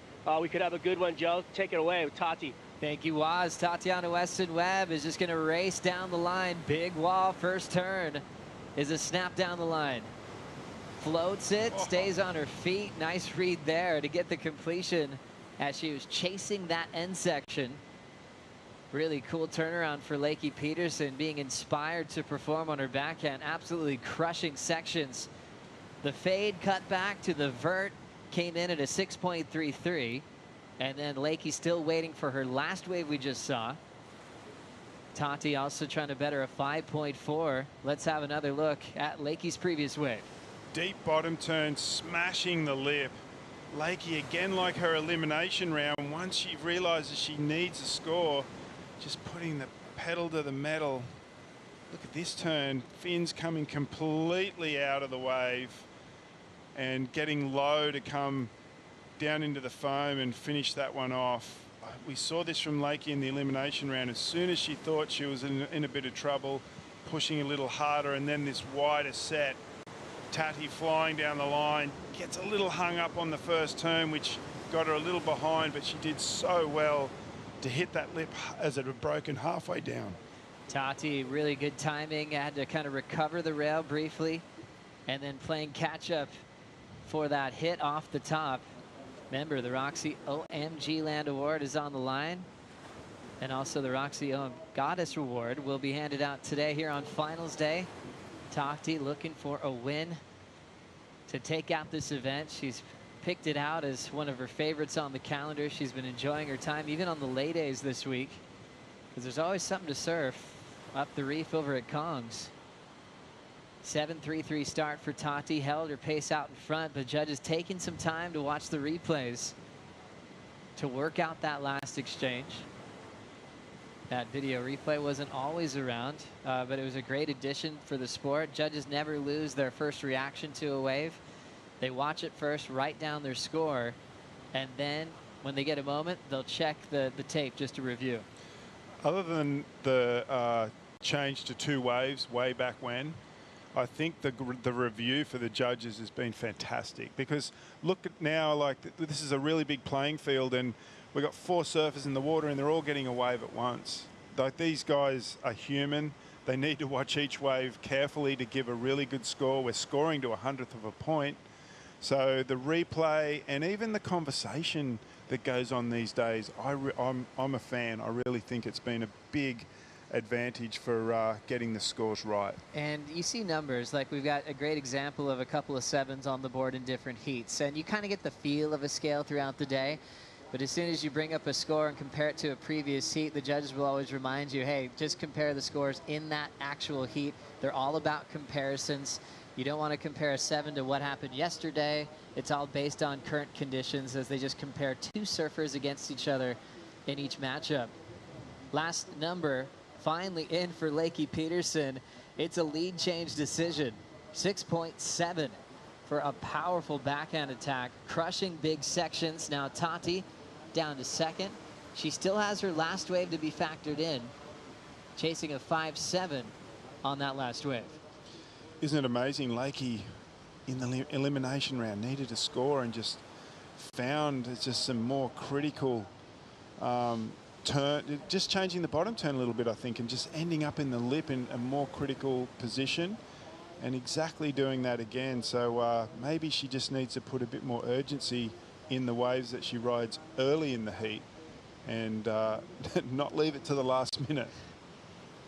Quarterfinal number 4 features one of the best to ever do it. Steph Gilmore with the coach Tommy Witz. noises I never thought Starkey would get on that. Classic storytelling from Tommy Whitaker, a great competitor through his time on the championship tour. Joanna Faye, incredible backhand, has won her a lot of money in her career. That was a crazy heat to watch at lower trestles last season at the Rip Curl WSL Finals. We get another taste of it coming up next. Smart coaching there by Tommy. It's great to get your athlete like in a laughing, fun mood. Just gets them into a positive, you know, feeling about their heat. So yeah, just talking story there. But yeah, we're closing down this heat. It's getting pretty close. Lakey just so impressed under pressure, just being able to get back in the lead.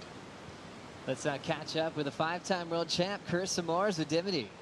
Carissa, you've had to wait almost a week for this moment. How do you keep your froth levels high and stay in the zone?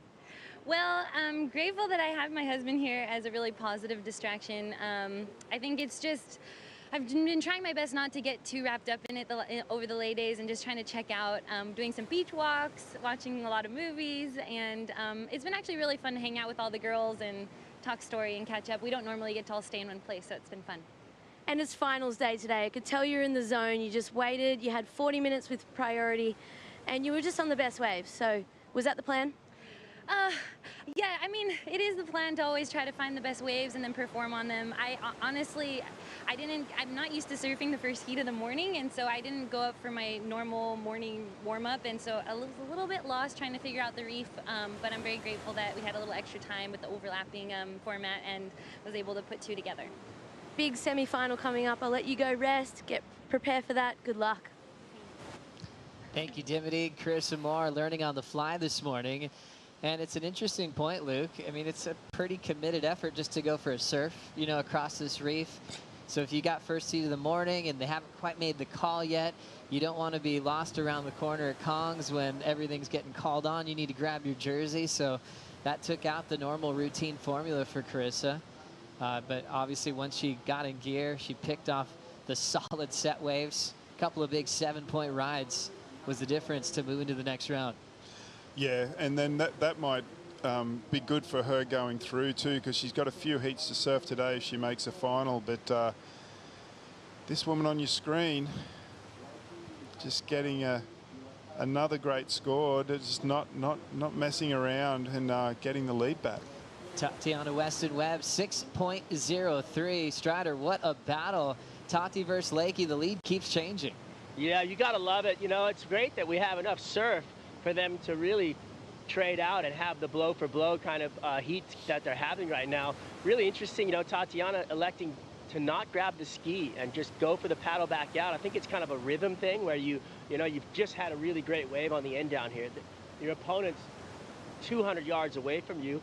Why not just stay in your own zone, have your own heat, and have your own little playing field, basically, all to yourself. So Tatiana electing to just hope for one of those nice wide ones to swing in, as we've seen.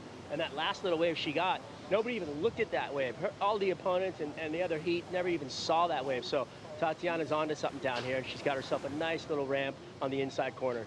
Strider, do you feel like there's one part of the reef that's the most consistent right now? Well, we'll hold that thought because we've got the yellow jersey coming off the car. Breeza belts it off the lip and then quickly into a backhand climb. Will she ride out? Little out of control there, but she'll settle down for the completion. Determination to stay on that one. Breeza Hennessy, some good turns up the point. She's been a little slow. She needs to get a move on. And that wave is going to get her a little bit closer to Bronte McCauley. And the battle for yellow continues. Breeza needs to make this heat if she wants a chance to still be #1 in the world heading into El Salvador. Let's take another look, Luke. Beautiful bottom turn. Great slash out of the top. Sets her up for a bit of lip.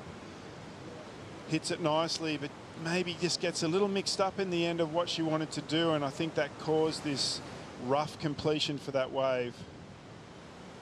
So Breeza's been playing catch-up ever since Bronte opened up with a 7.83, and McCauley knows it's just about your top 2 waves, and she's still on the non-priority side of the heat, so she's been very effective with that opening strike. But now pressure on the priority heat, 2:25 to go. Lakey Peterson chasing a 6.67. She knew she had a big opportunity to move up the rankings coming into this event, number 6 in the world. And knowing that there are some shaded names in front of her on the leaderboard. Needing just a bit more, 6.67. As they have had quite a seesaw battle. Tati and Lakey with a lot of history. Lakey leads at 6-4 in all-time one-on-one heats with these two. Completely different types of approaches when it comes to performing on the top stage. Yeah, I think looking at that heat, Bronte needs to just get another backup wave. She's got priority. As we saw yesterday, sitting was not the strategy that was generally winning heats. But we see some beautiful lines coming out the back, Joe. What a gorgeous Indian Ocean that we have here right in front of us on this incredible reef. Today put as the best day in our forecast for this waiting period, and should be improving just slightly throughout the afternoon. There's been so much opportunity. I mean, just looking at Tatiana, she's already caught 10 waves in her matchup, as we had a couple of heats that were a bit wave starved yesterday. Great to see all this opportunity coming through our lineup. 55 seconds to go. Grabbing this wave is Lakey Peterson. Driving off the bottom. Big vertical to start. Needing a 6.67. Snaps it in the pocket. And that section's going to delay this final turn. She's late to it. And she can't hang on. So she'll settle for a 2-turn combo. Could potentially be her last chance to fight for the lead against Tatiana. Yeah, unfortunately that wave racing off on Lakey. Desperate for one more turn. The first 2 turns were pretty nice. And looking for a 6.67 as we see the world number 1 just in and out. Breeza going up and down. And 10 seconds remaining. Tati with priority is looking to shut this one down, as we'll see the last look at Lakey's final ride here, Luke. Flying down the line, beautiful bottom turn, smashes it out of the lip, comes around, another smash out of the lip. It just gets a little caught there. The wave hits her, which makes her a little late for that last turn and incomplete. Feel like she really needed that final section to really show the judges that she had enough for a lead change, since he's turned in 2 complete rides before that were in that same range of what she needed to move on. It's going to come up short. Lakey out of the contest in the quarterfinals, and Tatiana Weston-Webb will move on for a matchup with Carissa Moore. Hit the ROXY Pro G-Land. Action continues on finals day. We'll bring in Ronnie Blakey and Richie Lovett for the call. The ROXY Pro G-Land is brought to you by ROXY, official apparel partner of the ROXY Pro G-Land. By Expedia, the official travel booking partner of the World Surf League. And by Oakberry, fuel yourself with the official acai of the World Surf League Australasia. Hi, I'm Courtney Calmogg. I'm from Santa Ana, California. Being a surfer from Santa Ana, I grew up only surfing on the weekends. A lot of people don't realize that. I went to school Monday through Friday. I was a weekend warrior.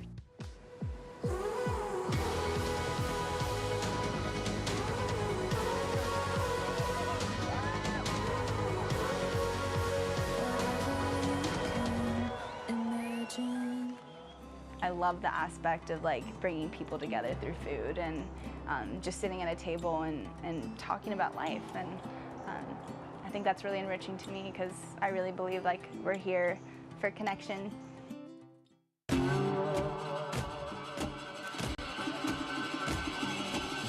Small boat, island, perfect waves, millions of monkeys everywhere.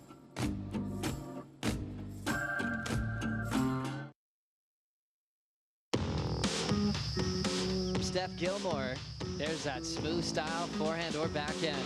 It's just the coolest. I'm so happy we're here. It's just a dream wave. I do go a little cuckoo right now. Joanna Faye, she's found a bit of a corner here. Nice little swoop off the top. Nice and crisp, and the second.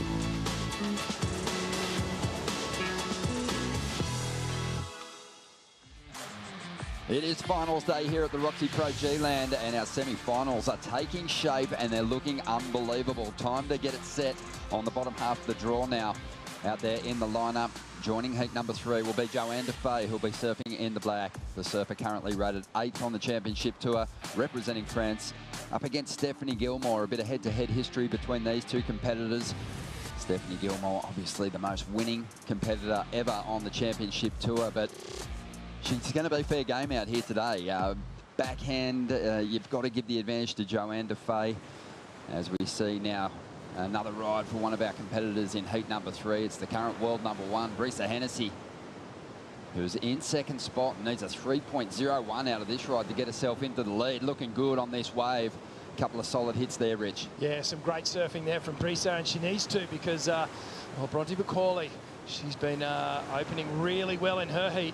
And this is Joanna Faye getting things underway against her matchup with Stephanie Gilmore. This is shaping up to be an incredible heat here. And, well, Joanne is just so strong on the backhand. Grounded from that Reunion Island area. Beautiful left-hand reef break of St. Lou is where she honed her skills. And it's really coming into play here. Very similar conditions, warm water, reef break. And, well, Joanne's looking good. Yeah, great to be here with you, Rich. A competitor of years gone by who had a couple of opportunities here at G-Land to compete in the Quiksilver Pro. And it's going to be a lot of fun just seeing who comes out on top today on both the men's and women's side. Of course, moving straight into the quarterfinals for the Quiksilver Pro G-Land after the completion of quarterfinal number 4. But, you know, a big opportunity here for Bronte McCauley. Coming into the ROXY Pro G-Land, only 2 surfers that hadn't had a CT win in the draw. Gabriel Medina, who has made a final, and Bronte, obviously, who's yet to make a CT final, so still chasing that first win. And we just don't know how many more opportunities she's going to get through the back half of this season. So this is a key one for her. Yeah, she really does need to make this count. And you know what? She's sort of surfing pressure-free, really, when you think about it. There's not really the pressure of qualification or points on the board. This is all about just the prestige of winning the heat. So maybe that's what she needs to free herself up, and certainly starting strong in the heat. But as Luke was saying before we switched out, you know, she needs that backup score. And yesterday we saw so many of our surfers get caught out a bit, who they were sitting a bit long. They were waiting for something that never really eventuated. But the ocean is delivering a lot more today, so I'm sure with 17 minutes to go, we are going to see Bronte McCauley put a decent backup on the board. Talk to me a little bit about this revamped version of Bronte, because obviously she lost her place on the CT last year, finished in 11th position. You've got to be in that top 10. But the break, it just sort of seemed to give her the opportunity to free her surfing up, to really work on things, and her free surfing clips that she was dropping were amazing. Yeah, they were. And, you know, some clips from up the northern part of Western Australia. Some great long left-hand reef breaks up there as well. But then, you know, also in the area around Margaret River, just so many different waves to really hone the skills. Bronte, certainly in my opinion anyway, is one of the strongest goofy footers on the tour, especially when there is a bit of juice in the ocean. She has that big, deep, powerful bottom turn, very confident when the waves get overhead and above. So I do like her chances here. She semi-finaled at Margaret River. She needed to get the victory there to get above the cut line. So she gave it a really good run. But yeah, she's just competing now with an extra bit of grit, some tenacity there. So it's not just the surfing outside of competition that's been revamped. Her whole competitive approach just looks a lot sturdier these days. Yeah, I think it's a number of things. I think it's one, just she's building confidence as she gets more time on the tour and being around it. You get more comfortable around the bigger names, and you start going, well, you know what I mean? I'm not actually going to get fazed by them anymore. I'm going to really compete with them, and I actually want to take them down instead of being a little bit starstruck. I know for me, when I first came on the tour and I was looking at, you know, Kelly and Oki and Sonny and all these competitors that I'd watched in videos growing up as a kid, and I wanted to be them, and then all of a sudden I was competing against them, and I had to try and block that out because it can be a really intimidating thing. So the point being that I think Bronte's starting to settle into the tour a bit better, and the other thing too is when it's taken away from you, and you get that that sort of reality check, and you go, hang on, do I really want this? And it maybe burns that fire inside you a little bit more. So you know, I dare say she'll be back on the tour, and you know, we'll see her really stamp her authority. Well, like Bronte McCauley, Sally Fitzgibbons getting the call up to compete here, and had some great performances, but out of the event, she's with Dimity. I'm here in the Red Bull Athlete Zone. I've got Sally Fitzgibbons, really tough loss against Carissa. Both of you were just toe for toe, good waves for each of you, but wave selection came down to it in the end. Oh, that's why I wake up in the morning, Dimmy. Those heats get me out of bed. It's pretty much why I go through my routine every single day to come up against the best. And I felt like I had a good momentum in the first half of the heat, and with these overlapping, they're just so long, and I knew it'd come down to trying to hunt down that bigger one. It was just unfortunate. She was at the right time, right place in Preo, and your heart sinks a little, but I fought all the way to the end. You definitely did. And what's plans from now? It's so exciting to have you in the event as a replacement. What's plans next? Oh, I definitely wanted to go all the way today for the Tiger Trophy, and that's the thing, every event that I enter, no matter what, wild card or not, I just here and show off, and it's such a good opportunity to test myself. And so the first one I'm going to miss is El Salvador, the first one in 14 years, which I think that'll be the hardest one. I'm always going to be on call till the end of the year, but really start gearing up for next year for pipe and see if I can really elevate my surfing, you know, prior to 2023 campaign. Well, can't wait to watch you. If you all that time on your hands, work on your surfing, it's going to be exciting. Thank you, Sal. Thanks for all the love back home. I can feel it every wave. Thanks, guys. I miss you. Love you.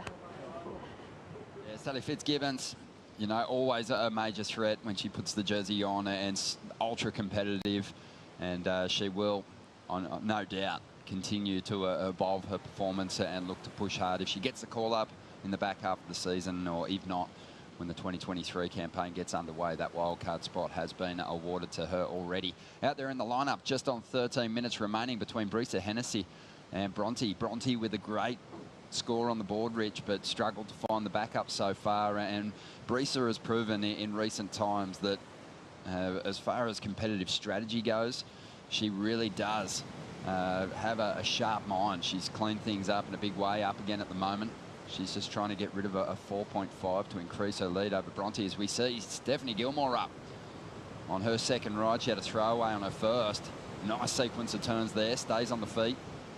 So she'll get back in this heat with Joanna Faye. Yeah, well, that's a good opener there for Steph, a real significant score. I think she may even match Joanna Faye on her 6.5, which is also a good start to the heat. See a little tiny log in the lineup there.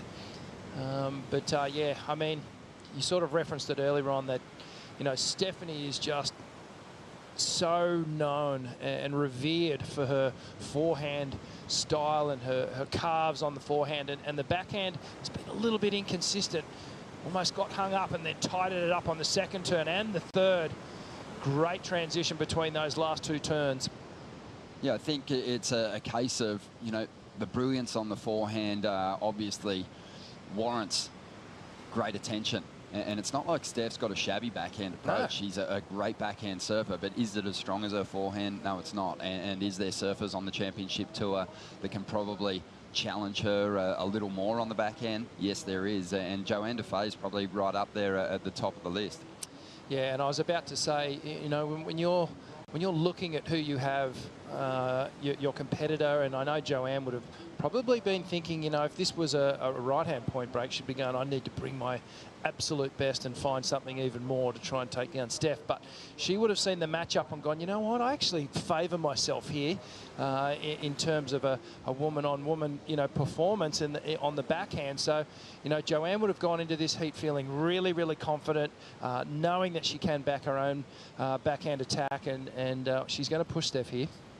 Strider Stephanie Gilmore started off with a heat win in the opening round to earn her place here in the in this heat. So she has shown that she can get the jump on one, even two competitors out there.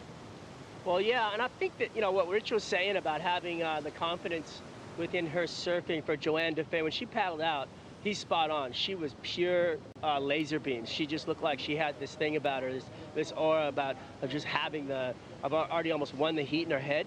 I'd like to just get in on Stephanie's backhand and what happened on that wave. She actually hit the lip and kind of got thrown off a little bit and then went right back in and went straight up into the lip twice. So it was really nice to see Stephanie kind of on the back foot and then just to regain composure and then to bang out those other 2 turns in succession. So to me, it's anybody's game in this heat now, because I've seen both of them surfing, and then, you know, to see Stephanie just kind of really re-engage herself like that, that means she's confident at the moment.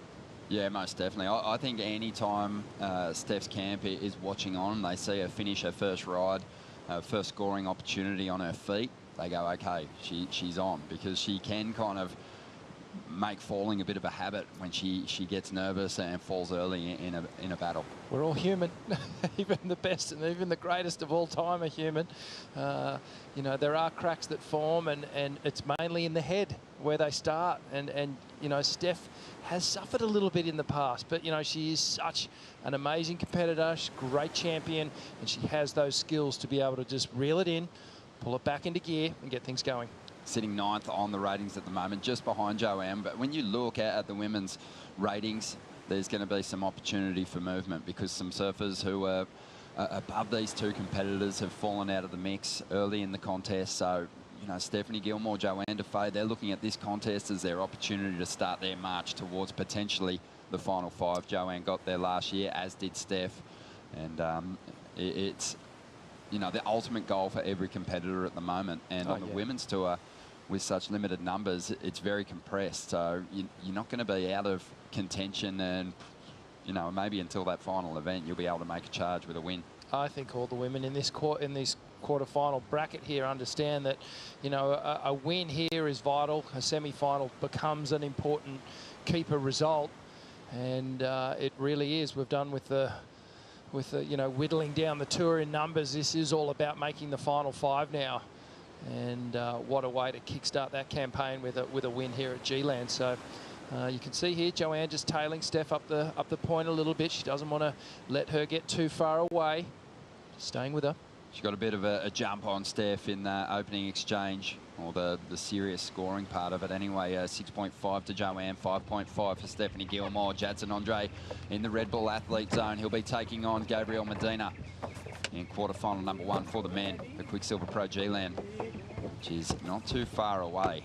And these guys are obviously very much in the zone. Look at Medina. He's psyched, got the headphones on. Not too much conversation going on between the boys there, and that's actually, you know, a little bit unnerving to see both of them riding down in the Red Bull truck there, going down to the jet skis to get them back into the lineup. But you know, I never really liked to be around my competitor when I was getting ready for a heat. Preferred to just be in my own space. So all these guys almost forced to share some space here. But you can see they're not really talking. They're not engaging with each other. Gabrielle coming off the strongest heat scorer of that round of 16 for the men. And as far as the winners in that round go, Jadson Andre won with the lowest heat score of that round of 16. He's going to have to ramp things up. He did a couple of great airs against John Florence, so, you know, be feeling confident, and it's going to be a great battle for a place in the semi-finals between those 2. But right now, let's see what's unfolding here for Bronte. She's waited a long time for this backup number, Rich. Would the nerves be starting to build now? Yep, no doubt about it. You're starting to really watch the clock. Perhaps you're either listening to the beach announcers, or in this case, the scaffolding announcers. But most of the competitors do wear a watch. They'll hit the timer once the heat starts, so that you've always got a read on just how much time you've got left. And once it does get down to that 6 minutes and you're needing to score, it starts to put a bit of pressure on, because you start to go, hang on, I've got 1 shot here, maybe 2, if there's a number of sets here, but that's pressure building. I guess too, you know, for Bronte, she's got a lot of faith here in what the ocean's going to serve up, because it's been relatively consistent through the opening heats of the quarterfinals today. So she's backing that something special is going to come her way. As we dive into the heat recap, let's get another look at the incredible opening wave here for Bronte. 7.83 for this one. Yeah, well, this stood up tall on the reef out the back, and Bronte just two-heat combination that was just so crisp. And, well, this is Breeza, and she's really started to build some good surfing, some good foundation to this heat. A little bit late to the party on that one, but manages to get to the finish. And this one here, she starts to open up down the line, gets some good backhand turns done, and very consistent on the backhand. Tags that final hit there. I love that one, how she really drifted the fins out, and gets a little bit more work done before pulling out of that one. Yeah, down to 5 minutes now. Bronte, she's going to have to keep her nerve. So I'm going to say at this point, Ron, that she really is probably only going to get one more shot at it. Well, she's got a massive advantage, almost massive spread between Breeza Hennessey's best rider and Bronte McCauley. So she just needs to hold her nerve, and she can really push a great number up, a huge requirement for Breeza going into the final stages of their exchange. The crazy thing is that she only needs a 2, and as a competitor you start going, should I just take off on anything? Should I just take off on a small insider and just do one little hit and get my 2, or do I keep counting down the clock and wait for that one wave where I'm really going to shut this heat down? So it's your mind starts to play tricks on you, and it starts to ask yourself the question.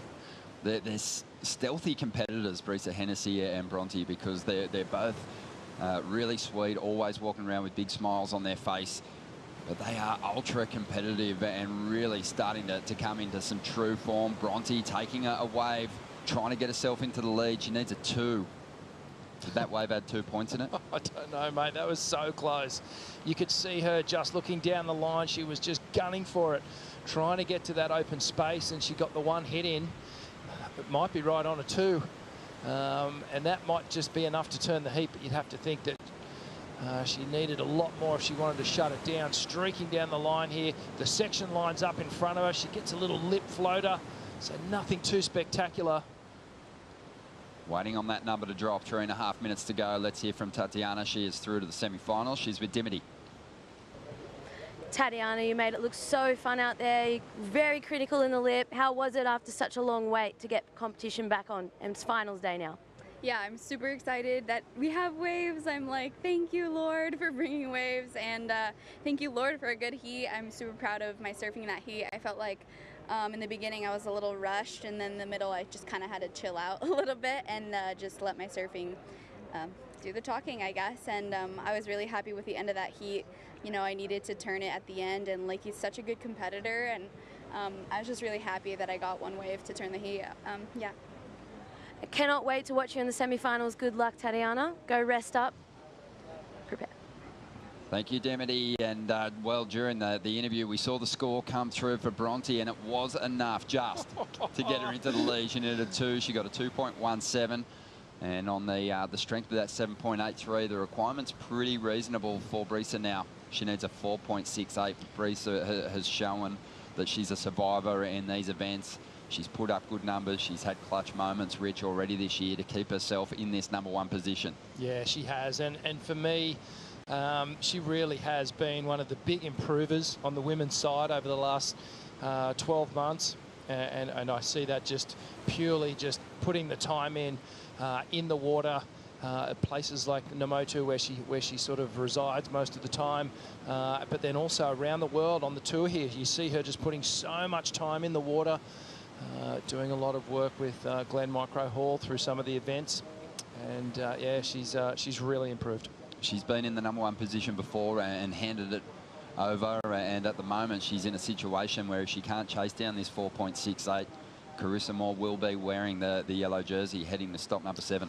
Yeah, look, I don't think that's going to be in the forefront of her mind at the moment. It's all about just trying to find a way for that 4.68. But what I did want to touch on is just how Bronte would be feeling right now. She'd be pretty angry, the fact that she'd be happy that she got the 2.17, but she'd be really, really angry with herself that she didn't actually find a wave, and she's wasted so much time in this heat without putting a good number on the board. Should she be scrambling at the moment just to get anything at this point now? 100%. She should be just looking for anything that's going to put more points on the board and just make that requirement bigger, especially with a minute to go. She should be hunting anything right now. Well, there isn't really a whole lot to hunt at this stage. It looks pretty quiet out there. 50 seconds to go. And Bronte McCauley just desperate to get herself a shot into the semi-finals for just the 4th time in her career. Both these surfers chasing their 4th semi-final. Breeza's just been that competitor that's gone on to get into the final once in those 3 previous efforts to get herself a victory this year. Yeah, 100%. It's been really consistent. And it looks like Bronte might be having a little look at this one high up in the reef. So if she can put a couple more points on the board here, she'll make it even difficult for Breeza. Well, nice hook to get started. Can she get up there again? She does. So she combos up the 2 turns. There is only 10 seconds to go here, and likely that's going to increase the requirement. But will Breeza even get a shot at a wave? The current world number 1 in danger of losing that yellow jersey here as the heat comes to a close. And Bronte is into the semi-finals for just the 4th time in her career. Wow, that was a really sort of stressful end to that heat for both our competitors. Breeza doing some really good surfing and putting some numbers on the board, but Bronte, that 7-point ride, that was a great way to open up, but she did enough in the end. Well, Breeza's certainly going to still be well situated at the top end of the rankings, but it will be Carissa Moore who will likely be hanging on to that number 1 position as we head to the next stop. But Bronte's going to charge on through to the semis. We're going to complete quarterfinal number 4 right after the break. You're watching the ROXY Pro G-Land.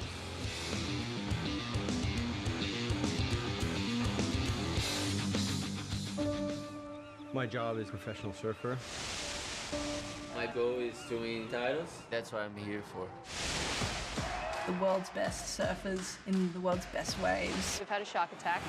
Whoa. It's the most intense surfing scenario you can imagine. I have to step up my game now and not make any mistakes. Oh my God.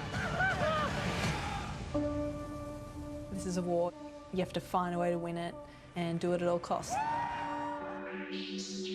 What we're doing is working with the surf camps and the park, and that creates a model of comprehensive surf ecosystem conservation that can be exported throughout the rest of the world. So here we are. This is the spot of the tree planting. We got to take care of our environment. We got to take care of the world. So it's awesome to see big brands coming up like the WSL Corona. The support that we've gotten from Quiksilver and ROXY to be able to launch new projects has been immense. I think it's really important, especially for us as surfers.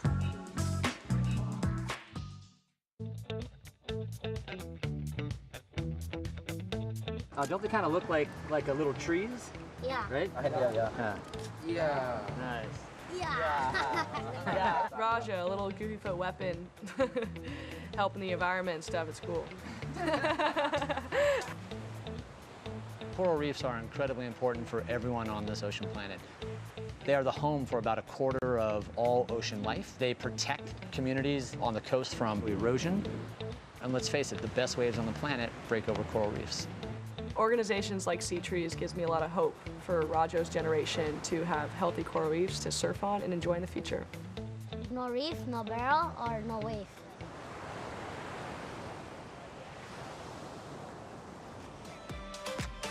By teaming up with Sea Trees, ROXY are helping to reverse the effects of climate change by restoring damaged coral reef ecosystems here in Indonesia and Bali in particular. Visit seatrees.org to learn more and get set for the completion of quarterfinal number 4. 3 surfers already through to the semi-finals. Who will join Bronte McCauley in that second semi-final clash? Joanna Faye up against Stephanie Gilmore at the moment. Joanne holding a slight edge. A really close exchange between these two on their second rides. And during the break, Joanne tapped into this one.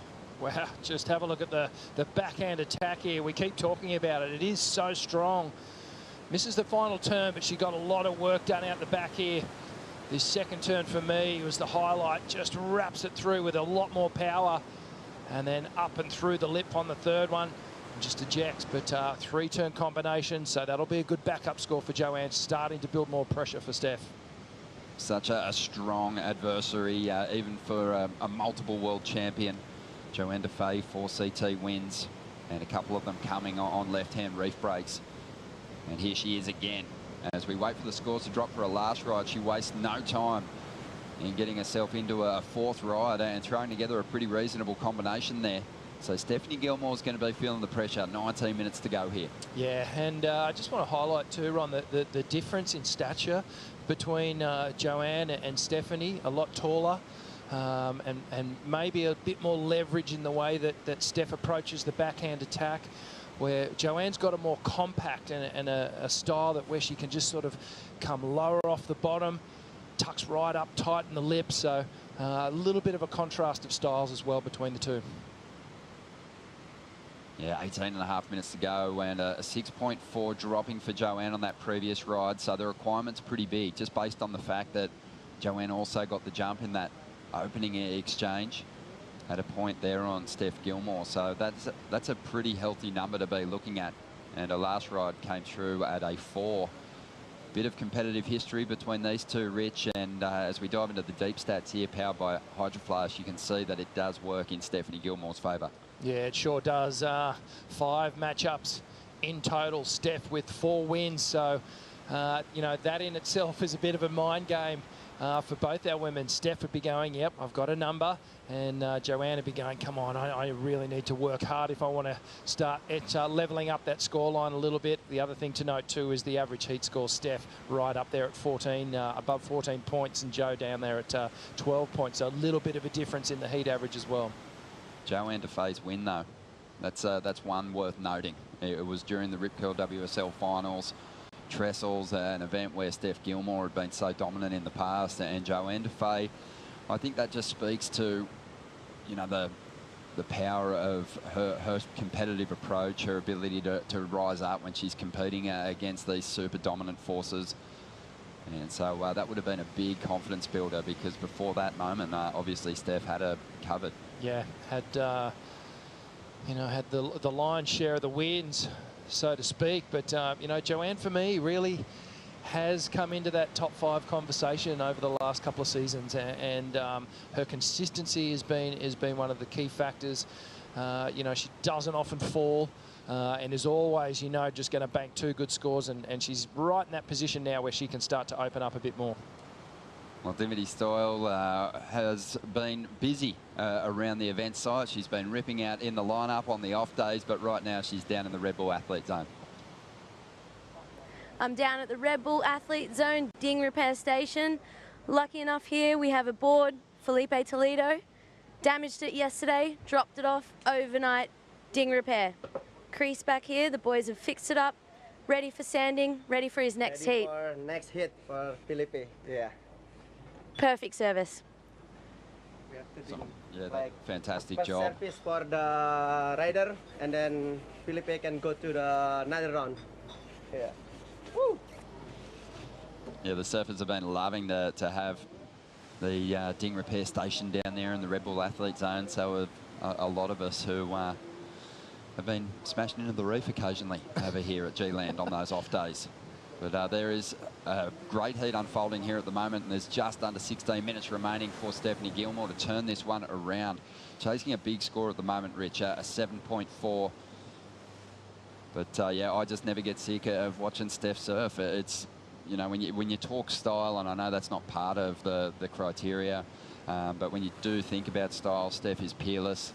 You know, it's just something that she has over the field. And you know, just chatting to Ross Williams back in the day, he used to say, you know what, there is an element of the criteria that kind of speaks to style, and that is flow.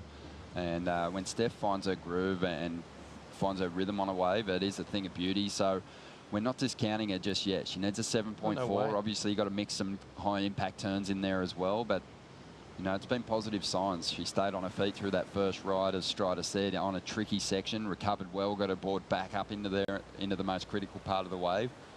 And as much as we speak to the advantage of Joanna Faye coming up against Steph on the backhand, Gilmore's been in this situation more than any other competitor on the championship tour. Yeah, and it's that sort of, it's those sort of repetition at such a high level that Steph just delivers each and every time. And you know, it's not like we're sort of discounting her backhand attack, because it is great, you know, and you saw on that first wave the signs are there. She looks ready to go, and she does have that sort of taller frame, and she does have the ability to really carve it and snap it hard off the top there. And I just think she's waiting patiently for this next set. As you can see, a little indicator starting to arrive here up at the Kong section, so perhaps we will see some more action soon. Just under 14 minutes to go And just to give you an idea of how vast this lineup is, Rich, just take us on a cruise from one of the camps, say Joyo's, where we're staying at the moment, to the top of Kongs, where you enter the keyhole there. And there isn't really much of a keyhole, to be honest. You're sort of paddling out a shallow reef the whole time, but it's quite a journey. Yeah, it is. You know, it's probably a 15-minute walk to the top of the track there, and there is a track that sort of runs all the way past the various camps and comes out just behind the top of the point there at the middle of your screen, and then you can make your way out at high tide. You can basically paddle from shore on the higher tide, but at low tide it's a solid walk all the way out to the edge of the reef, and that's when you really do need the booties on your feet to come in. And when you're exiting the reef as well, it's a pretty long walk. A lot of sea urchins out towards the break.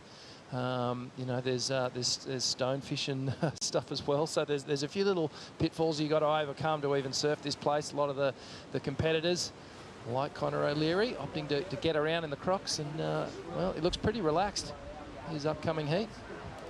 He sure does. Just over 12.5 minutes to go here in the quarterfinals for the ROXY Pro G-Land. Then it's into quarterfinal number 1 for the Quiksilver Pro G-Land, with Gabriel Medina taking on Jadson Andre. One thing I've been loving here is the endemic wildlife in this region. Incredible, over 450 bird species here on Java, so you know, you're always seeing plenty of beauty. And we saw the first day we were here one of those Javan peafowls, or a peacock, and just such incredible colours against that jungle backdrop. Oh, it's been incredible. You know, you can walk down in the camp here, and you'll pass a couple of deer, and you'll see a heap of monkeys, and there'll be squirrels running up and down the trees, and birds everywhere. I mean, look, we're in the jungle. We're on the edge of the jungle here, so we do get visitors.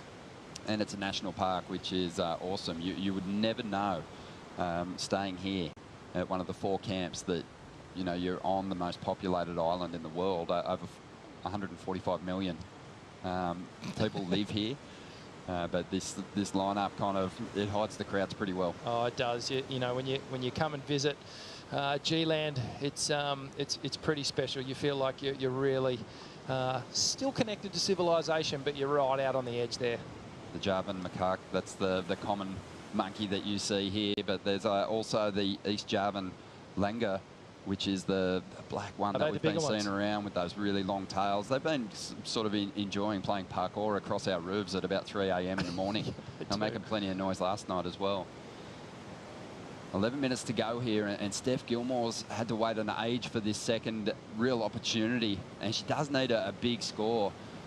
So at some point, you know, Steph's going to want to chip away at this requirement. You'd think she still has time to probably bank 2 great scores, but the more time that winds down here, the more likely it is that she'll need that near excellent number. Yeah, and we talked about it in the last heat. The pressure builds with each minute that passes and you're not riding a wave. You start to just have that conversation with yourself, and you try and stay calm. That's the key thing here, but just noticing a real drop in the wind as well. It looks really oily out there at the moment, and the other thing too is we're getting closer to a higher tide, so maybe just things slowing up a bit here. But you can see Joanne, she's trying to keep the pressure on here. If she could put even more pressure on Steph here by dropping a 7 or an 8 even, it would really start to rattle the world champ. Well, Joanne just keeping so busy and just hunting on the inside for opportunities now, trying to get rid of a 6.4 on this ride. Nice hook. Just keeps that down the line flow. Plenty of speed. She throws it up again, but just mistimes the section and goes down. Just under 10 minutes remaining here, and Stephanie Gilmore gets her chance at going after that 7.4. This wave's going to race away, though, and she's going to kick out. Oh, tough one. I think she'll still retain priority. But Steph, a bit frustrating not finding the one that she needed. These sets just stretching way down the point here. Possibly a corner of them further down. And this is these are decisions that you've got to make in the heat. You've got to either commit right up high on the reef, or perhaps take a chance a little bit further down for those bigger sets that stretch down the line. Let's see what happens here. Nice flow to start things off with Joanne. Belts that first section. And we'll switch speed down to Steph, and you can just see it ran off, so she opts to hit the eject button. Yeah, just under 9 minutes remaining now. And as you can see, Joanne on the back of the ski, she's going to head back out there, holding on to this lead. And, you know, it is kind of starting to feel like Steph's opportunity to turn this one is kind of getting to that vital point, just based on how sort of slow the frequency of the sets is at the moment. Yeah, it's been a little inconsistent, this one. And, you know, like yesterday, we saw the surfers that stayed really busy in the heats. Looks like Joe might be going for a... Oh, no, it's just the ski taking the wide berth back out, trying to avoid any of the wake, messing up the lineup. Yeah, when you think about the championship tour wins for these two competitors, hard to recall a win that Steph had on the backhand, but for Joanna Faye, you don't have to go too far back in the history of the championship tour, and the completion of the Margaret River event at Uluwatu is where she broke through on the backhand, and she just looks so strong in this event and actually snatched this one from Tatiana in the final stages. Yeah, well, Tatiana was probably the favourite coming into this on a forehand, but Joanne, you can see here with some beautiful backhand serving. And as I was talking about before, you can just see how low she gets on these bottom turns, draws it out and then squares up off the top. And great down the line motion. Critical surfing there. It was right then that she knew she'd done enough. Yeah, amazing. What a result. It was her third championship tour win. Since then, she's taken out the event at the Surf Ranch, and I think you know, we know that she's got a strong forehand as well, but it was the backhand that really gave her the edge over the other competitors over there in California. So yeah, she is a dynamite surfer on the backhand. Yeah, absolutely. I always preferred my backhand as well. I always felt stronger on the backhand. Oh, no. No. It was just hard out there. I think we were all just expecting to get heaps of waves. I thought it was going to turn on. Yeah, so was I. And like that way? I know. We're like, down the line? what's happening? Because there were so many waves to hit before. Yeah. Surf that one way. Oh, no. It was like, Breeza's just killing me. Yeah. Awesome. Love it. So good to watch. Well, two of the nicest surfers on the Women's Championship Tour, and they're all nice, but extremely affable characters, Breeza Hennessy and Bronte, and just congratulating each other on the result. Obviously, the Hennessy's quick to get in there and say well done, and I think you know, Bronte's the only surfer left in the mix who hasn't had a CT victory, so this is potentially going to be a big day for her. It's an exciting prospect, and I'm sure she's got that in the back of her mind, thinking, wouldn't it be weird if I actually got the win as a wildcard entrant rather than a regular on the tour? But that would really do a lot for her confidence, and we can see Steph now just waiting patiently, almost at the 5-minute mark. Pressure is building. I guess the other thing that's going to be working against Steph is in these final 5.5 minutes, Joanna Faye has an opportunity to improve that 6.4, which is going to take the requirement up into the excellent range. As Steph just weighs up her options on the outside, doesn't take this one. Let's hear from Bronte now. She's with Loranova. Bronte, wow. You got that 7.83 in the first 2 minutes and waited about 35 minutes to get a 2-point ride. Was that the most nervous moments of your life?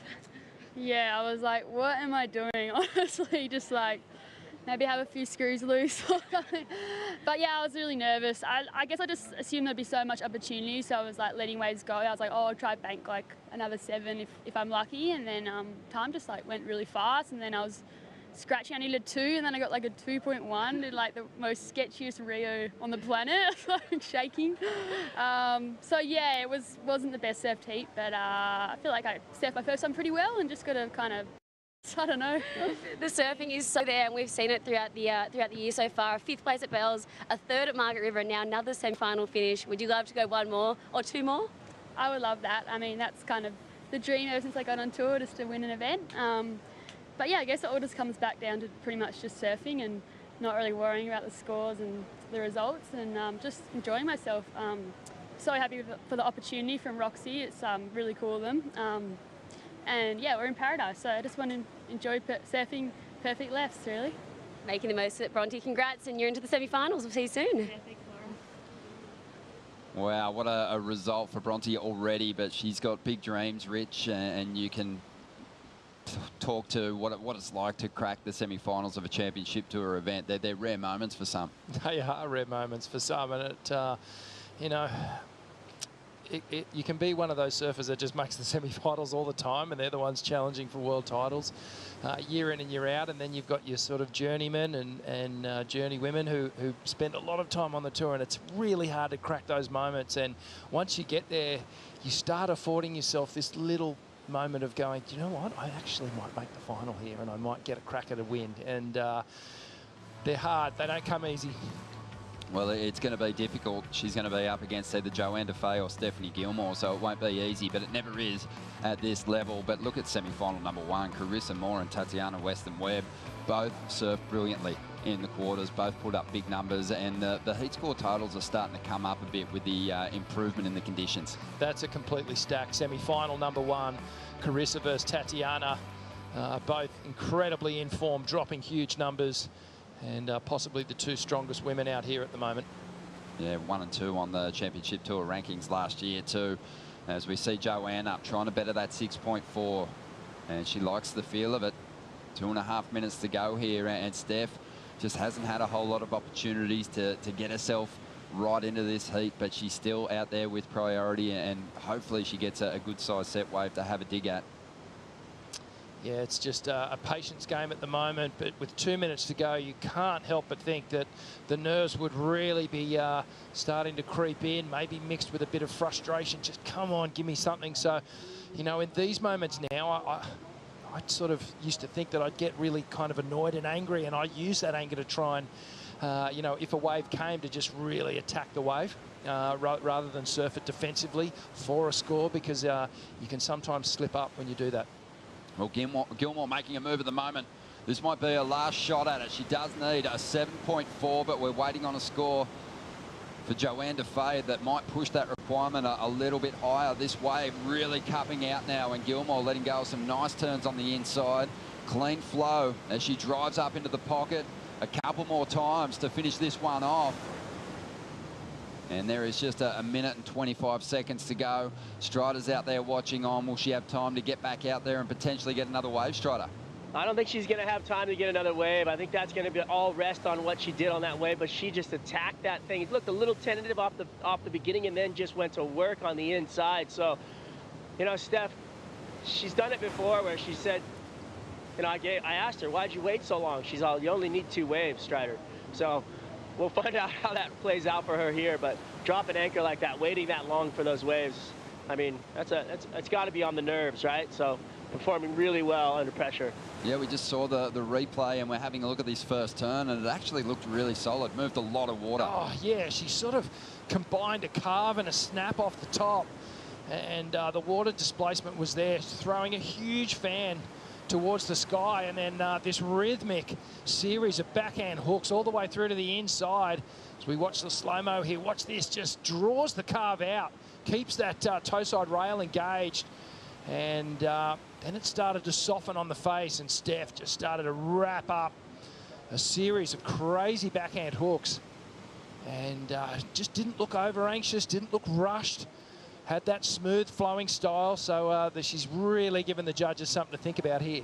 Yeah, it's going to be interesting. I think there'll be comparisons made here to the 6.5 from Joanna Faye. It was definitely a strong opening section, really clean walled. The quarterfinal has come to an end, and we are waiting on the numbers to drop. It looks like Joanna Faye, Rich, didn't improve on her heat score total, so the requirement for Stephanie Gilmore out of that last ride is going to be the 7.4.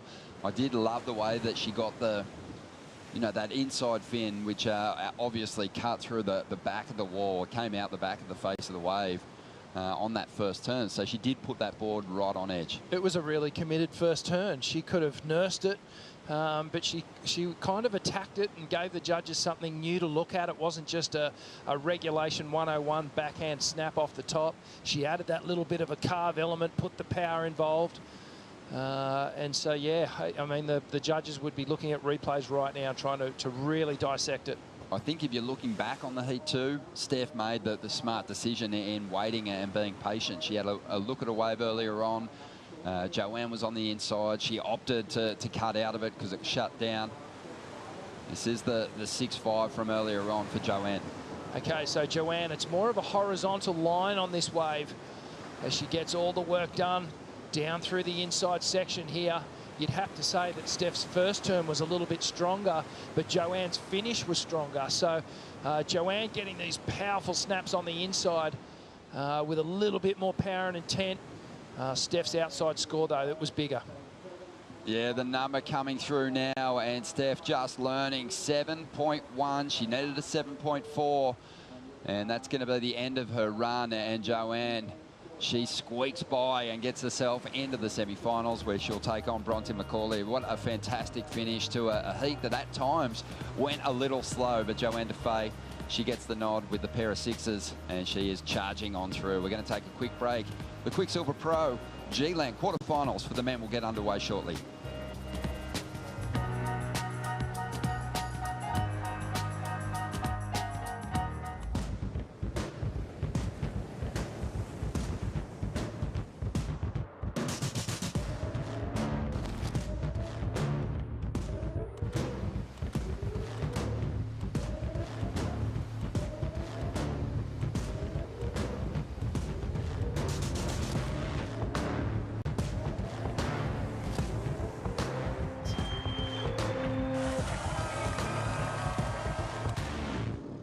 Competitive surfing has given me almost every best attribute I have. You gotta go out and have these crazy experiences, and for me it was competing on the highest level for 12 years. She has come back reinvigorated and really sharp. We're surfers, we never retire. You don't retire. Like, you're gonna surf till you're dead.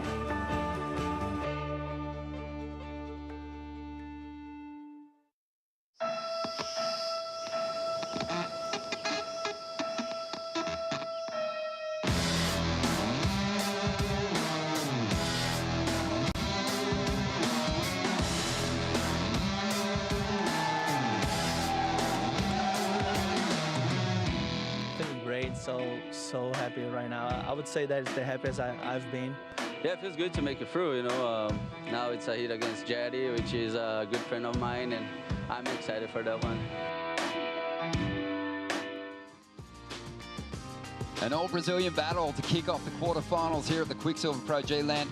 And Jadson Andre taking on Gabriel Medina. But when you look down the quarterfinal bracket there, it's just amazing, fantastic matchups across the board. Ronnie Blakey here with Richie Lovett, who competed here in 96 and 97. Rich, it's got to be good to be watching finals day unfold once again. Oh, it's amazing, mate. I'm absolutely fizzing, really enjoying calling the action with you and just being back here at G-Land and really appreciating what both the men and women are doing out here. They've sort of rewritten the script in terms of what can be done on the walls here at G-Land.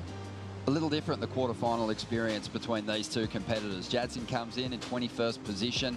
He's out there in the red jersey. Gabriel Medina, we know he missed those first 5 events, and I believe they're the only events he's ever missed as a championship tour competitor, but he hasn't lost anything in the last round, the round of 16. He had the highest heat score total, but he's got a big charge. He's got to make up the ratings if he wants to get into the final 5 and challenge for a world title this year at the Rip Curl WSL Finals. Looks like we've got set waves approaching, and on the outside, Jadson Andre looks to line one up.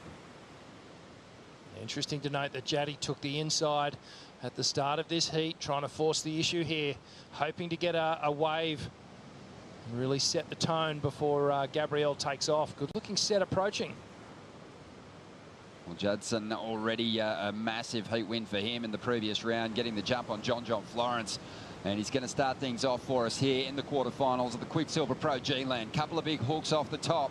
Nice series of turns on the outside. This wave shaping up nicely down the line as well as he climbs the roof. Big float in good form as he's made his run through to this point in the competition and finishes with a nice little layback jam on the inside. Yeah, that was a great wave for Jaddy to start things off. And I can see it going maybe around that 6-point mark, Ron. I think the judges will show a little bit of restraint. And here goes Gabs. Medina looking for an answer now. Big wall stands up, goes to that grab rail carve. Beautiful stuff to get things going.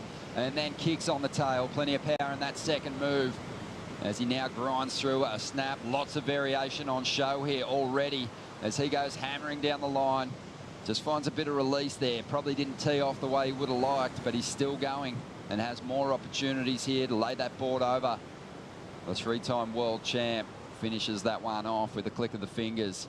And we're just a few minutes into this one, a couple of minutes in, and we've already seen a couple of big numbers drop for these competitors. Mate, I've got a huge smile on my face because I just love the start of this heat. And the surfing, that it's nice to see Gabriel back in a jersey and surfing at this level. Let's break down what happened here with Jaddy. A great looking wall, and he got really busy, didn't he? Just that was a beautiful turn. Kind of a critical carve under the lip. Nice wrapping turn here.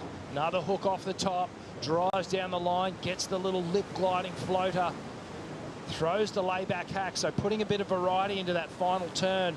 But great vision here from the water angle. You can see this wave standing up.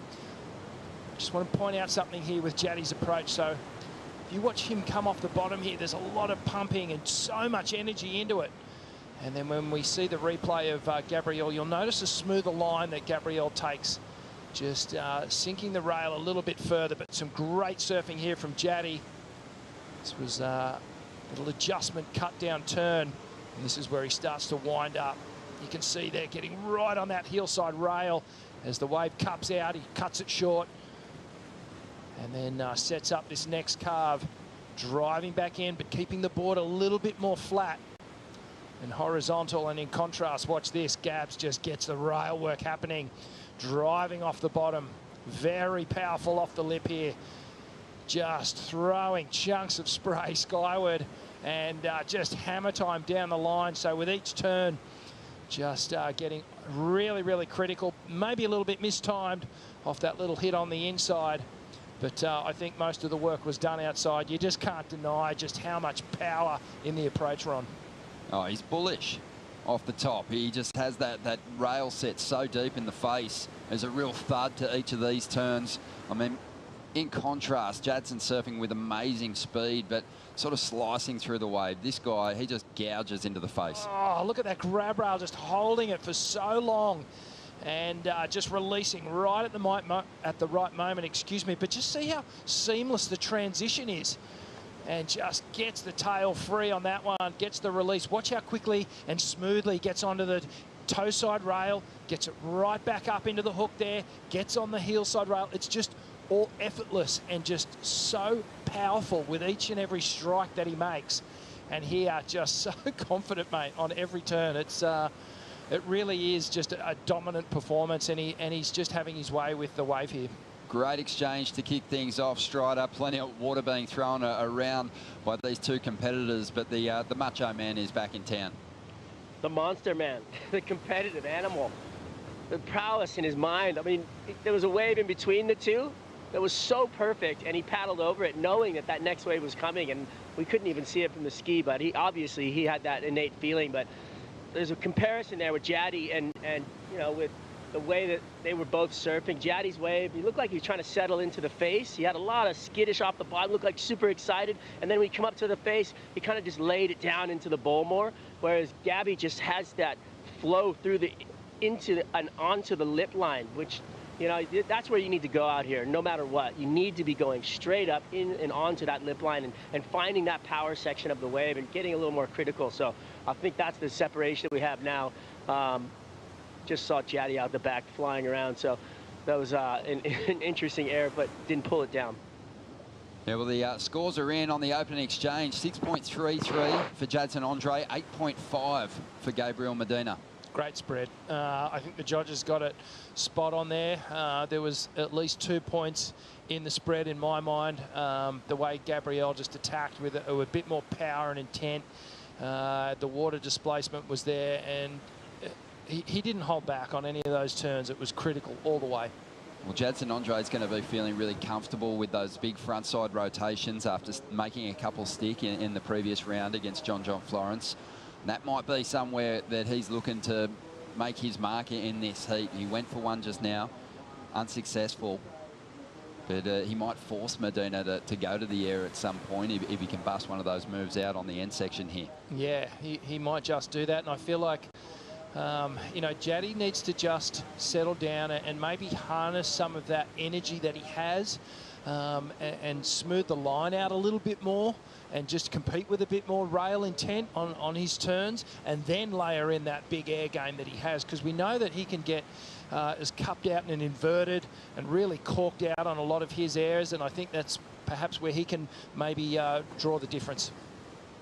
Well, still 38 minutes to enjoy these two Brazilian powerhouse goofy footers go at it here at G-Land, but we're going to have a chat now to Breeza Hennessy, who's just relinquished that yellow jersey to Carissa Moore. She's with Laura.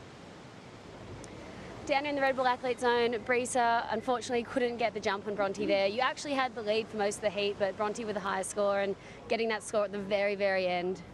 Yeah, I knew it's going to be a super tough battle with Bronte. I think her front hand is absolutely amazing, especially coming from WA, and her pulling into some insane barrels, I think, during 2020. And yeah, I knew it was going to be a challenge, but yeah, it definitely got a little slow at the end there. I wish we had a little more back-to-back moments, but no, I'm still happy. You've been here for quite a while. You actually came here for that big swell before the event. How's your time been here, and what have you taken away from this event? Yeah, I've been here for quite a long time. I'm like, how many Nazi Grings have I had? And gatos, I've lost track. But I've actually enjoyed this time here. I feel like even though there's some hardships and times where you're sweating all the time and you're getting attacked by monkeys, I think you take away a lot about living more simply and kind of slowing down and kind of being more present with Mother Nature. I think that without sometimes Wi-Fi and everything, it's good that you get to just, play card games, connect with the people around you, connect with my parents, and it reminds me of my time in Costa Rica a lot. So I've actually really enjoyed my time here. And unfortunately, Carissa has snatched that yellow jersey off your back, but will you be back in El Salvador trying to rip it back again? 100%. I'm coming for you, Carissa. No, we've been having a great time together too. It's we've been sharing dinners almost every day, and yeah, really just talking about life. And yeah, I think it's always a good battle because we know what the task is at hand out in the water, but on land, it's just a really great group of girls. So yeah, I'm stoked. But yeah, I want the yellow jersey back for sure. Breeza Hennessy on the hunt in El Salvador. Congratulations. Thanks. Yeah, Breeza, I love what she's bringing to the championship tour this year and getting herself at the top end and really sort of upsetting that kind of traditional order at the top end of the rankings, and she'll continue to push hard over there in El Salvador as well. There's just under 36 minutes remaining, but the open exchange between Jadson Andre and Gabriel Medina was a beauty. In particular, Rich, that first turn from the three-time world champ. Yeah, it was just one of those classic carves, but a couple of things that I just wanted to highlight on Gabriel's approach here is if we pause it right here, so Gabriel has a couple of options. He can go straight up into the lip, go high and do the big tail throw, but instead he's eyeing off this spot right here and he's just going, I am going to do the biggest carving hook you've ever seen. So if we roll tape, and just watch as Gabriel gets the hand on the rail here. Now, a couple of things. If you just hold it there, so there's stability in just that grab, and he's going to hold that rail for as long as he can, and that just gives him that, it's almost like a little power accelerator that he holds onto his rail, keeps it there, helps him keep that heel-side rail engaged the whole time. Now he gets the release.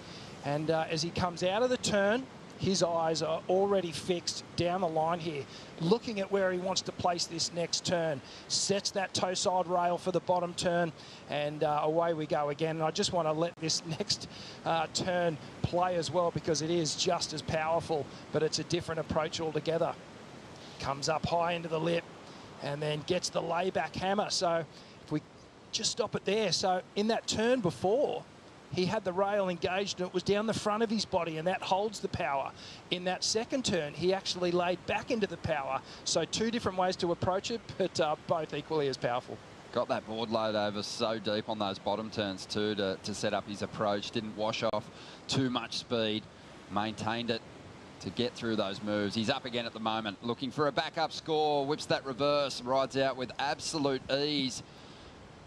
This guy is on, and it's, you know, a typical story on finals day. If Gabriel Medina is there, he always seems to pace himself beautifully on finals day while pushing hard you know that he's still got other levels he can get to.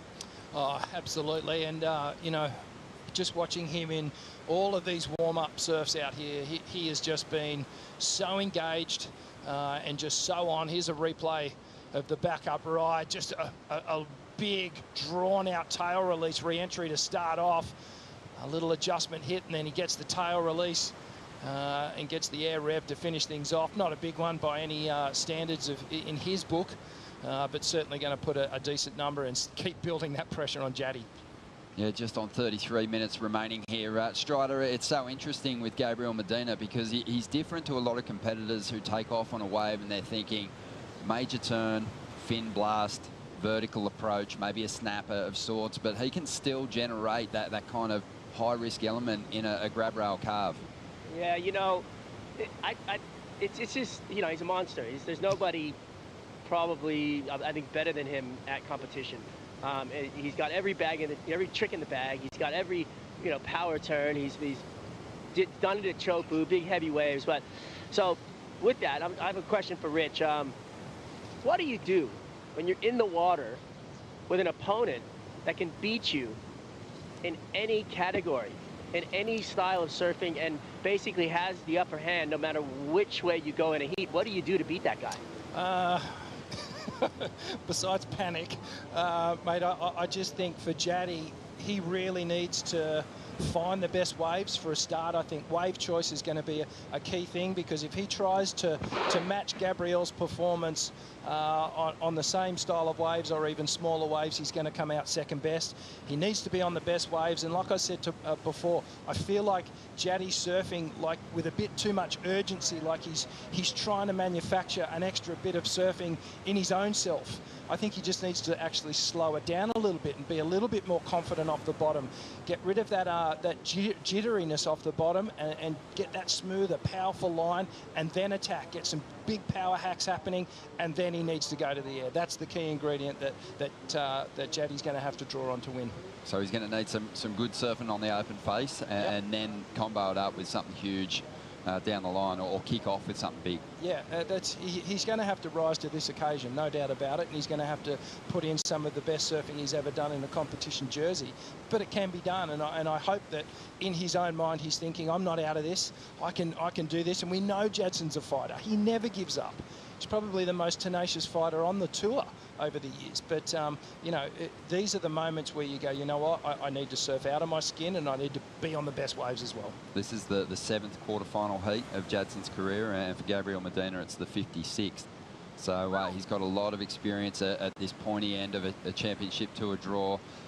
And I just think his ability to do his best surfing in the jersey is what continues to just blow everyone away and make him such a tough customer to overcome. Here he goes again. So he had a 5.93 on his last ride. This wave standing up nicely. Ooh. He's going to throw it away on the first turn, though. A mistake there, a rare mistake from Gabriel Medina. And you could see when he took off, well, here's Jaddy on a great-looking wave. He has to make this opportunity count. Big wall standing up. Nice carve to get started. Draws up into the bowl, but has to get going away as this way... Again, as this wave starts to stretch out, loading up, pulling into the barrel. Can he find his way through? He can't. He got lost in there somewhere, but that was shaping up to be an incredible ride. He had the speed, he had the line. Looked like there was a few bumps there, and Medina's going to swoop on this wave down the line. A couple of sections, already a bit of foam on the face, lining up something big to finish. And he's going to stick that end section hit. And not sure it'll better the 5.93. It'll probably be pretty close. But Jadson Andre lost an opportunity there to bank a big number and create a point of difference with a tube ride. Yeah, I was about to say, you know, we haven't seen many barrel rides really in the event, and that's what we all came here to see. And it's great to see that Jaddy even had the option there. But that would have been the other way to do it. Is you know, a nice long critical barrel ride, which really the judges haven't been able to gorge out on yet. So mate, he must have been way back. But look at this. This is one of the biggest waves of the whole event that we've seen. And Jaddy, you could see there it was just a little bit flat on the turn. And down the line, he just started to set this thing up. He could see it there. Backdoors the section. Travel time still going. And then it just ended up cupping out beneath him. And, well, this was Gabby out the back. Just again digging into that power, that layback hack that he's got. And another one gets a bit more tail release on here, just pushing it out. Gets control. A really difficult wave to ride with all that foam on the face, but Gabriel just appears that it's not even there. He's riding it like it is a smooth, beautiful green wall, and a very strong finish. The opening combination of that wave was unbelievable. A lot of power again. You know, you see Medina off the top and you see so much impact in those really high-scoring manoeuvres, but the subtleties when you slow it down and just how close he surfs to the pocket, even going back to the front side grab rail carve on the 8.5. When he came out of that turn, he actually rode over the white water, so he keeps those turns so close to the bowl and just knows exactly when to push hard on those fins again and when just to coast on that rail to keep that speed. It's awesome to watch. Just want to touch on the equipment too, Ron. Just it appears that Jadson is on an epoxy board at the moment. Gabriel, I was checking out his boards. He's on a traditional polyurethane board, and his boards are a bit bigger and a bit chunkier. They've got a bit more volume in them compared to some of the other competitors. There's a lot of edge that goes almost halfway up the board, which is not really typical of a high-performance shortboard. The edge is normally about a third of the way up from the tail. Gabriel's edge on that extends all the way up, and I think that's helping him really just hold that line a little bit better on the open face.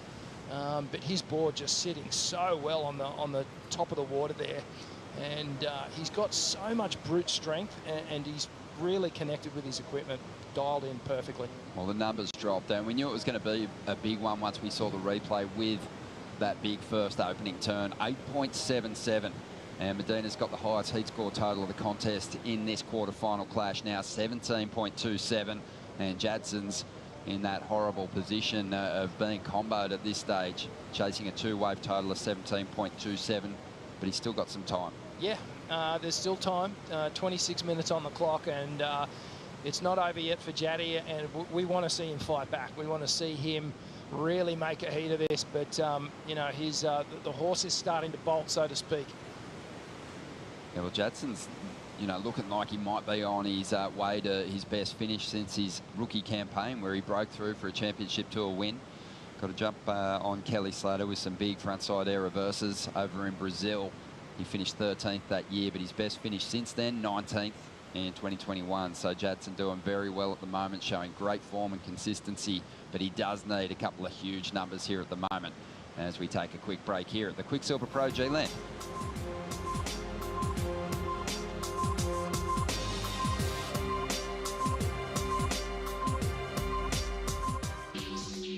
What we're doing is working with the surf camps and the park, and that creates a model of comprehensive surf ecosystem conservation that can be exported throughout the rest of the world. So here we are. This is the spot of the tree planting. We got to take care of our environment. We got to take care of the world. So it's awesome to see big brands coming up like the WSL Corona. The support that we've gotten from Quiksilver and ROXY to be able to launch new projects has been immense. I think it's really important, especially for us as surfers.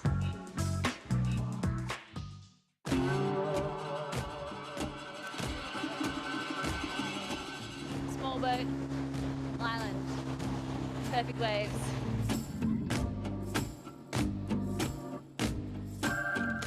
Millions of monkeys everywhere.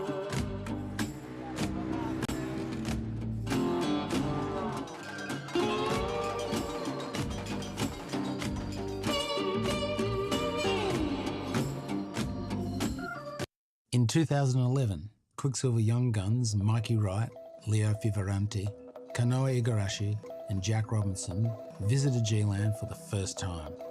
Most of them were born in 1997, the same year 14 perfect 10s were scored at the Quiksilver Pro. Coincidentally, the boys were 14 years old during this trip. Jack and Kanoa are coming back to G-Land this year to compete, both hoping to claim the win and the iconic Tiger Trophy. Here we are at G-Land, Grajigan in Indonesia, and waves are pumping. Boards are frothing, and I don't have my boards, so I'm the last one. It's pretty awesome. Yeah, I'm just watching some sick 6-foot trophy barrels offshore. And just sitting here. It's been great. Good fun. In G-Land, not even surfing. One of the best waves in the world.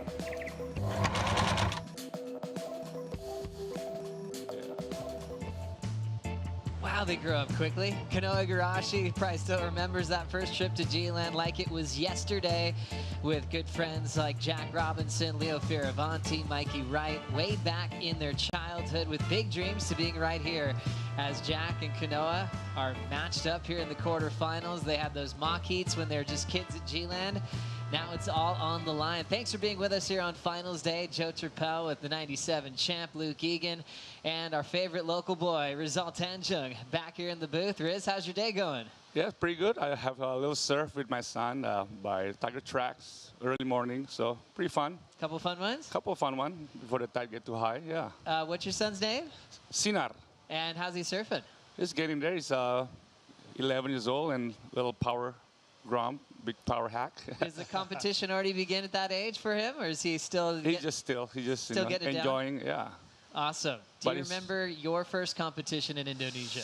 Yep, I remember that. I was maybe 12. Only they have back then. It was only once a year we have a surf comp. How's that? Where was it? In Kudu Beach. And how'd you do? Not so good.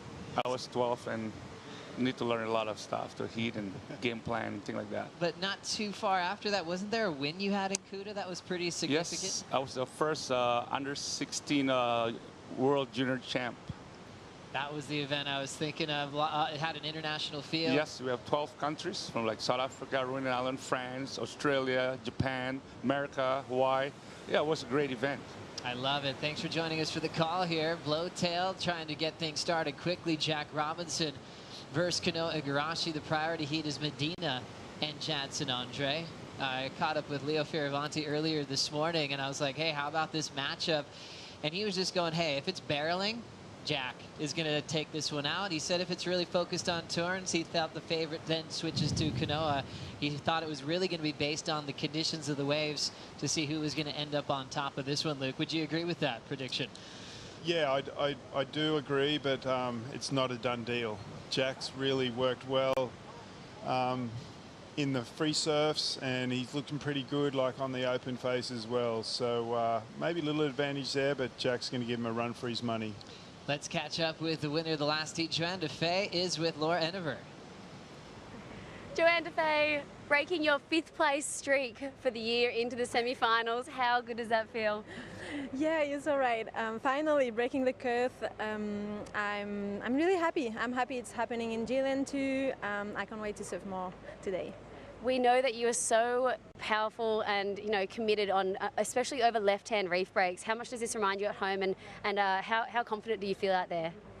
Yeah, exactly. I mean, it does bring a lot of memory about good performance in the contest and also home. So it's a good combination. I just hope I can keep that on the next heat and then go 2 more heats.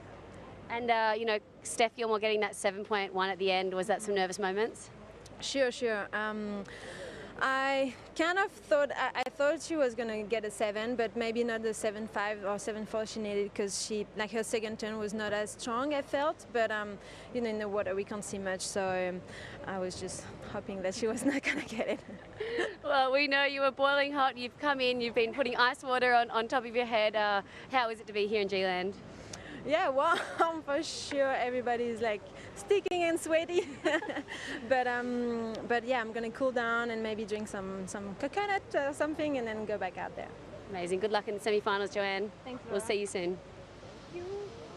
Thank you, Laura. Joanna Faye definitely expected to do really well on her backhand, famous for wins in Fiji. She won at Uluwatu, which was the Margaret River continuation.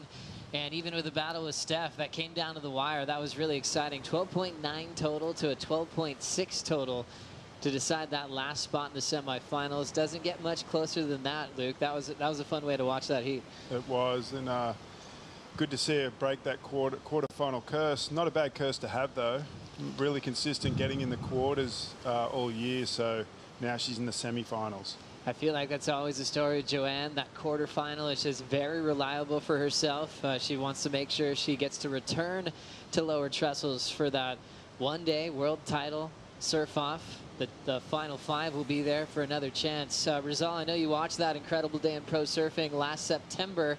How did you like the entertainment that day? Yes, I just show all this top 5 surfers in the world at Trussels. They're doing really high performance surfing and really, really good for the kids. See how the level of surfing is amazing.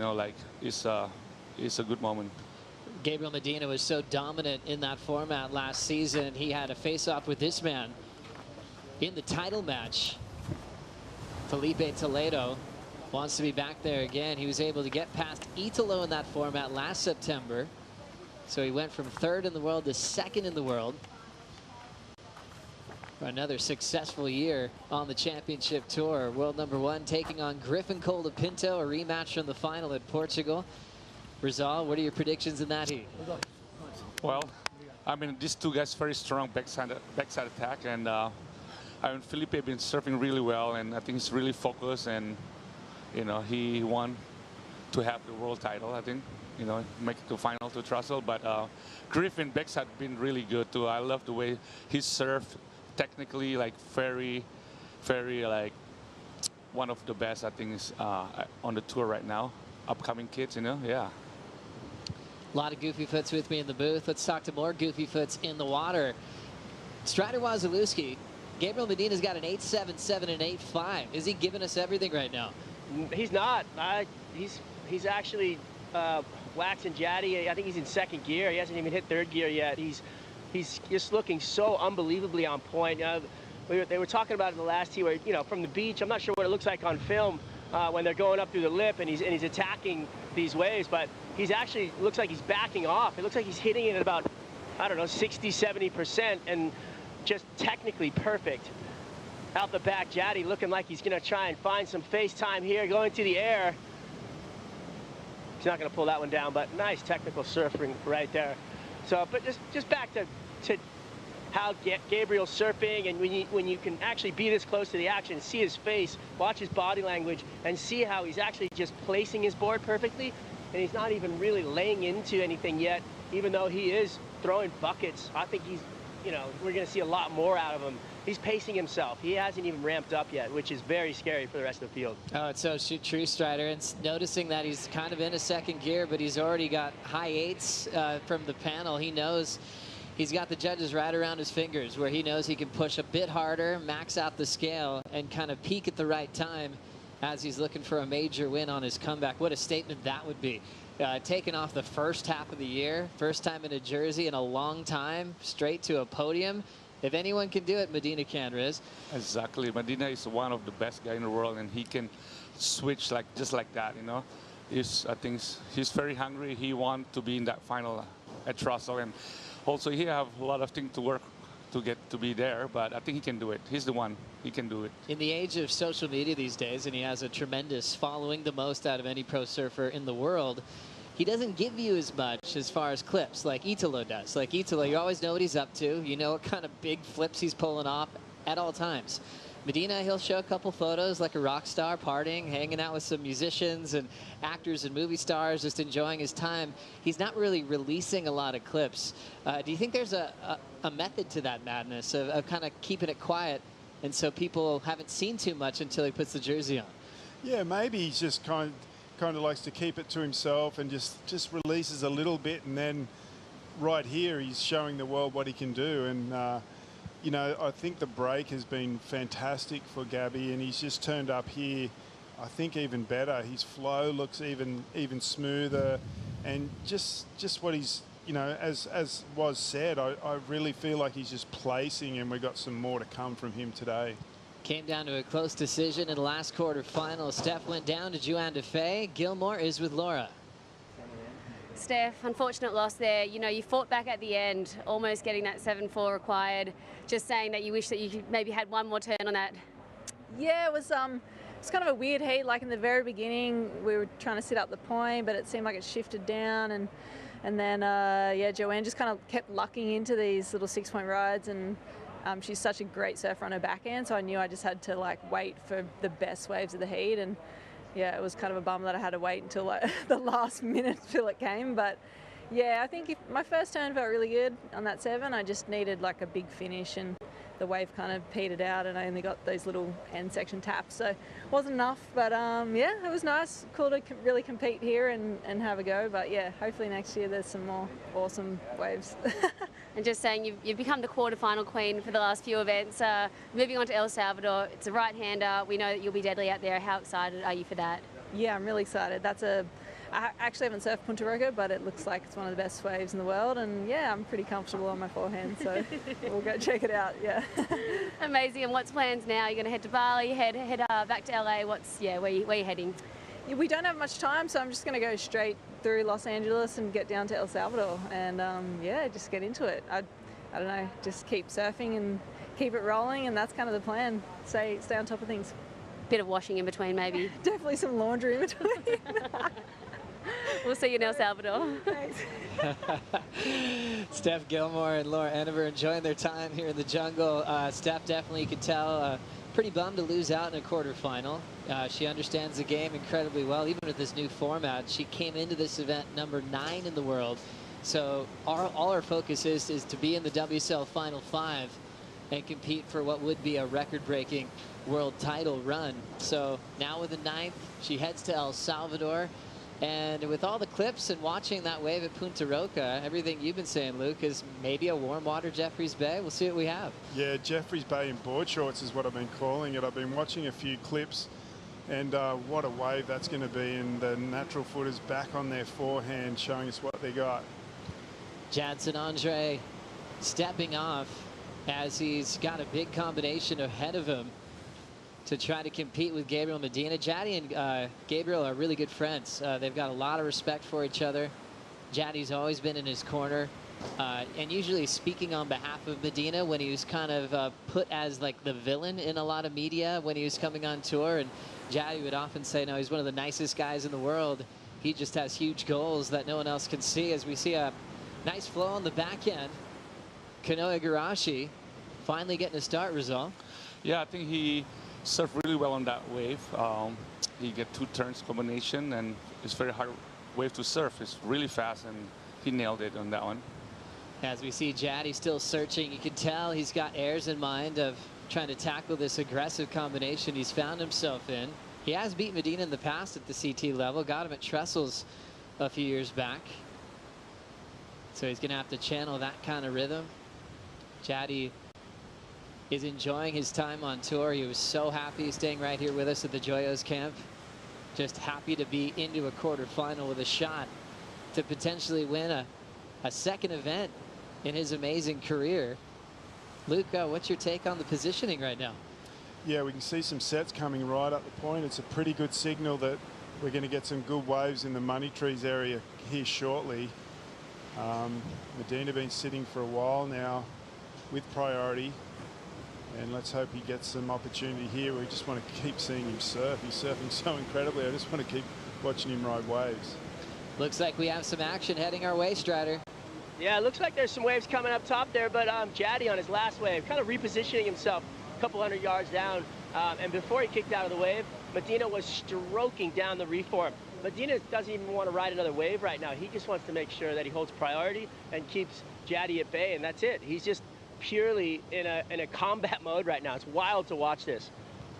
Such a great read of strategy as Gabriel Medina, as he's just going to hunt down Jadson Andre. We'll enjoy the turns from Kanoa Igarashi for a moment as he ends up falling on the last. Usually so reliable with maneuver choice. Now it's Jack Robinson's turn. The man from Western Australia stays on his feet. Nice clean finishing move off the top there. As that non-priority heat is just getting started.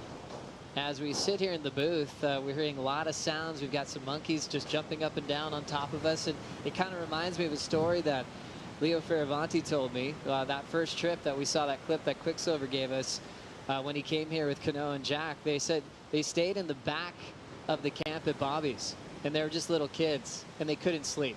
All they heard were monkeys jumping on the roof. They saw snakes earlier. There's all these animals around him.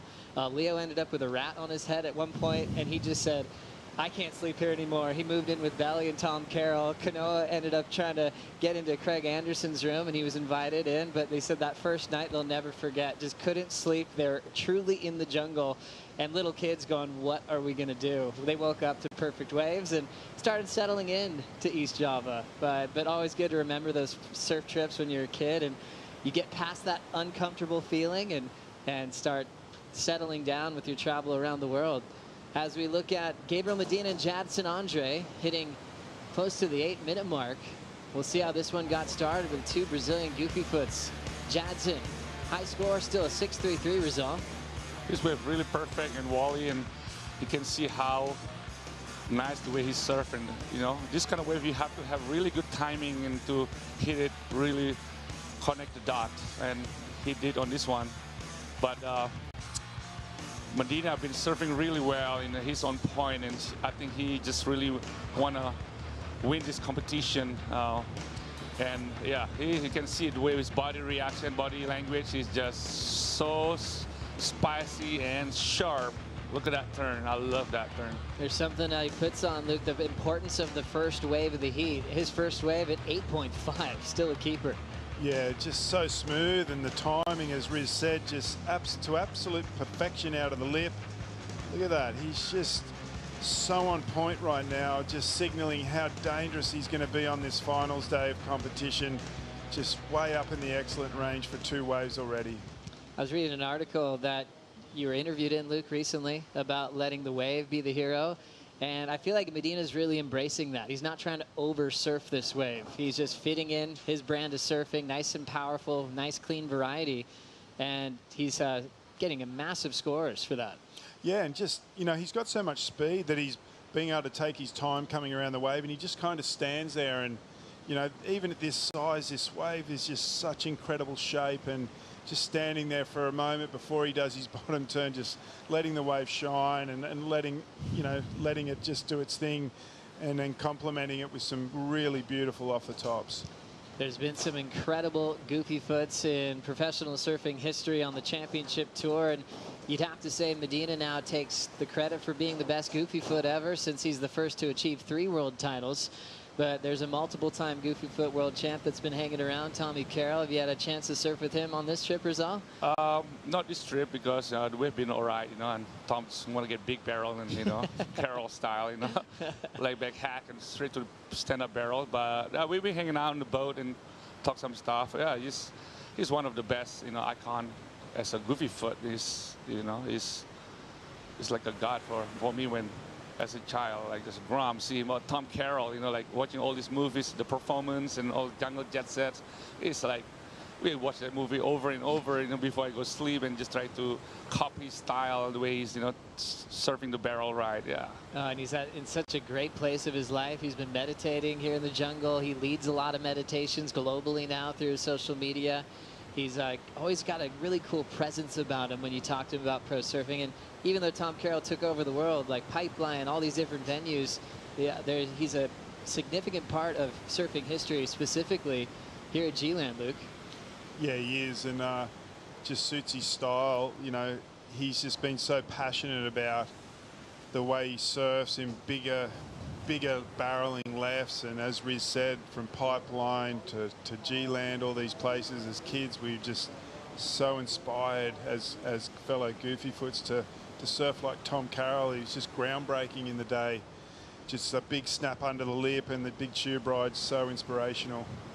Coming off a first backhand turn, looking real clean is Kanoa Igarashi.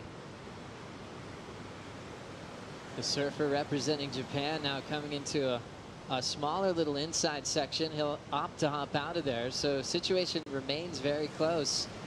Igarashi and Jack both in the 4 range, low score in the 2 range. As what a great reminder, Igarashi's breakthrough championship tour win in 2019. The Corona Bali protected champ, and a pretty exciting final over Jeremy Flores. I almost felt like it could have gone either way at the end. Jeremy was ripping in that heat, but it was Kanoa's day to take out that first CT event on that really quick right-hander, a wave that you've spent a lot of time on, Rizal. Yeah, I love surfing karamas, especially in the backside.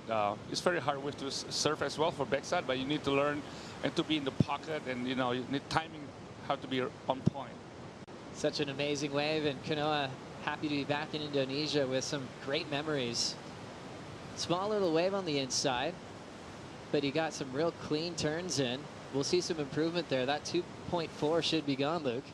Yeah, smaller wave, but he surfed it really well, and just trying to keep the wave count up and maybe change his spot on the reef. But, you know, both these guys got a 4 each and a 2 each, so it's anyone's at this point. I think the high tide is right now completely full. Is that maybe why we're seeing it slow down a little bit, Riz? For sure, the high tide make the wave kind of mellow out and less. But I think later on, when dropping tide, I'm going to some big swell coming, you know, some actions. I think it'll be one of the best days we have since here in G-Land. Pretty exciting. Here comes Jaddy, still comboed, but going for an aggressive tail high reverse. Andre laying low for the completion, and he will ride away. There's the celebration downstairs here at the Joyos camp. Big thanks to all the camps hosting everybody in such an incredible way. Nothing like the Indonesian hospitality. Jaddy kind of mimicking the tattoo he has on his leg with that big framed out tail high reverse. Pulls this one off, Luke. What happened here? Flies round, and he comes off his board a little bit, so he did so well to get a completion there, and see him put his hand on the tail of the board to lift himself up and make sure he gets completion. Look at the feet come off there. Front foot well off the board, and then comes and lands, projects out nicely, so he lands on the lip and the wave helping him get completion. But this there, he's put his back hand on the board and helped him get back to his feet. That was pretty cool. Will it get him out of the combination situation? Well, you follow these heats with Medina starting from scratch here at event number 6 of the year. His whole goal is to compete for a 4th world title. We know he has his hands full. He's got to basically win multiple events in a short space. From G-Land, El Salvador, heading to Brazil, you know, back to Jeffreys Bay and Tahiti. And when you look at that stretch of events, he's the most consistent in Tahiti. When you look at the last handful of years, multiple finals and wins. He has won in J-Bay now. For some reason, Brazil, he hasn't won in a country where he gets the most attention. That might be a huge factor there. And then going to new territory in El Salvador again. So it's interesting to look at his chances, because even quarterfinals aren't going to cut it, as he's in a must-win situation, Luke. Yeah, it's like he has to win today to make it, to keep that dream alive, and he's on point. It could easily happen today, but yeah, and as you said, that's an interesting stat. He's never won in Brazil, and I'm sure this year he'll be trying to fix that one up. Yeah, very interesting. Obviously, his goal is to be in at least 5th place when it comes September. So he'll be called up for that world title event. Here comes Jaddy, 30 seconds. Might as well throw it on something huge. Big tail whip, tail drops. He's incomplete. And it looks like he's going to be running out of time. Great performance for Jadson Andre. He's got so much time in his career. He's in the 30-plus club now, Rizal, but he's got a lot of great surfing ahead of him. For sure, for sure. You can see the way he's surfing getting improved as well, you know, since last couple of years. And I think he's more driven and more hungry than ever, I think. Yeah. Gabriel Medina, 8.77 and an 8.5. A very convincing win over his good friend Jadson Andre. A long time just in the off season to prepare for this event. And he's already into the semifinals here at the Quiksilver Pro G-Land. Still some work to do to win the event. Semis and finals will be today, this afternoon. We're going to take a quick break. Quarterfinal action continues. We'll be right back. The Quiksilver Pro G-Land is brought to you by Quiksilver, official apparel partner of the Quiksilver Pro G-Land. By Corona, this is living. By Oakley, official eyewear of the World Surf League. And by Hydro Flask. Every adventure starts with 2 simple words. Let's go. I just want to leave my mark on tour as, I guess it's just more so to inspire kids who weren't as talented when they're younger. You know, I was in the same position as them, and if I can get there, they can. What we're doing is working with the surf camps and the park, and that creates a model of comprehensive surf ecosystem conservation that can be exported throughout the rest of the world. So here we are. This is the spot of the tree planting. We got to take care of our environment. We got to take care of the world. So it's awesome to see big brands coming up like the WSL Corona. The support that we've gotten from Quiksilver and ROXY to be able to launch new projects has been immense. I think it's really important, especially for us as surfers. Yeah, you want to win the titles and stuff, but you know, I really look forward to the performances, having some good battles of guys and bouncing off each other. Then you're putting on a show for everybody, and then that leads to the event wins or the titles, whatever it be. Then that comes after that. Surfing, I think it's one of the hardest sports to be a world champ. You've got that pressure, nerves, rivalries, all the expectation. Felipe has always put on like this really positive, forward-facing attitude, but he's obviously had a lot on his shoulders. It's really tricky to quiet those nerves and overcome that challenge.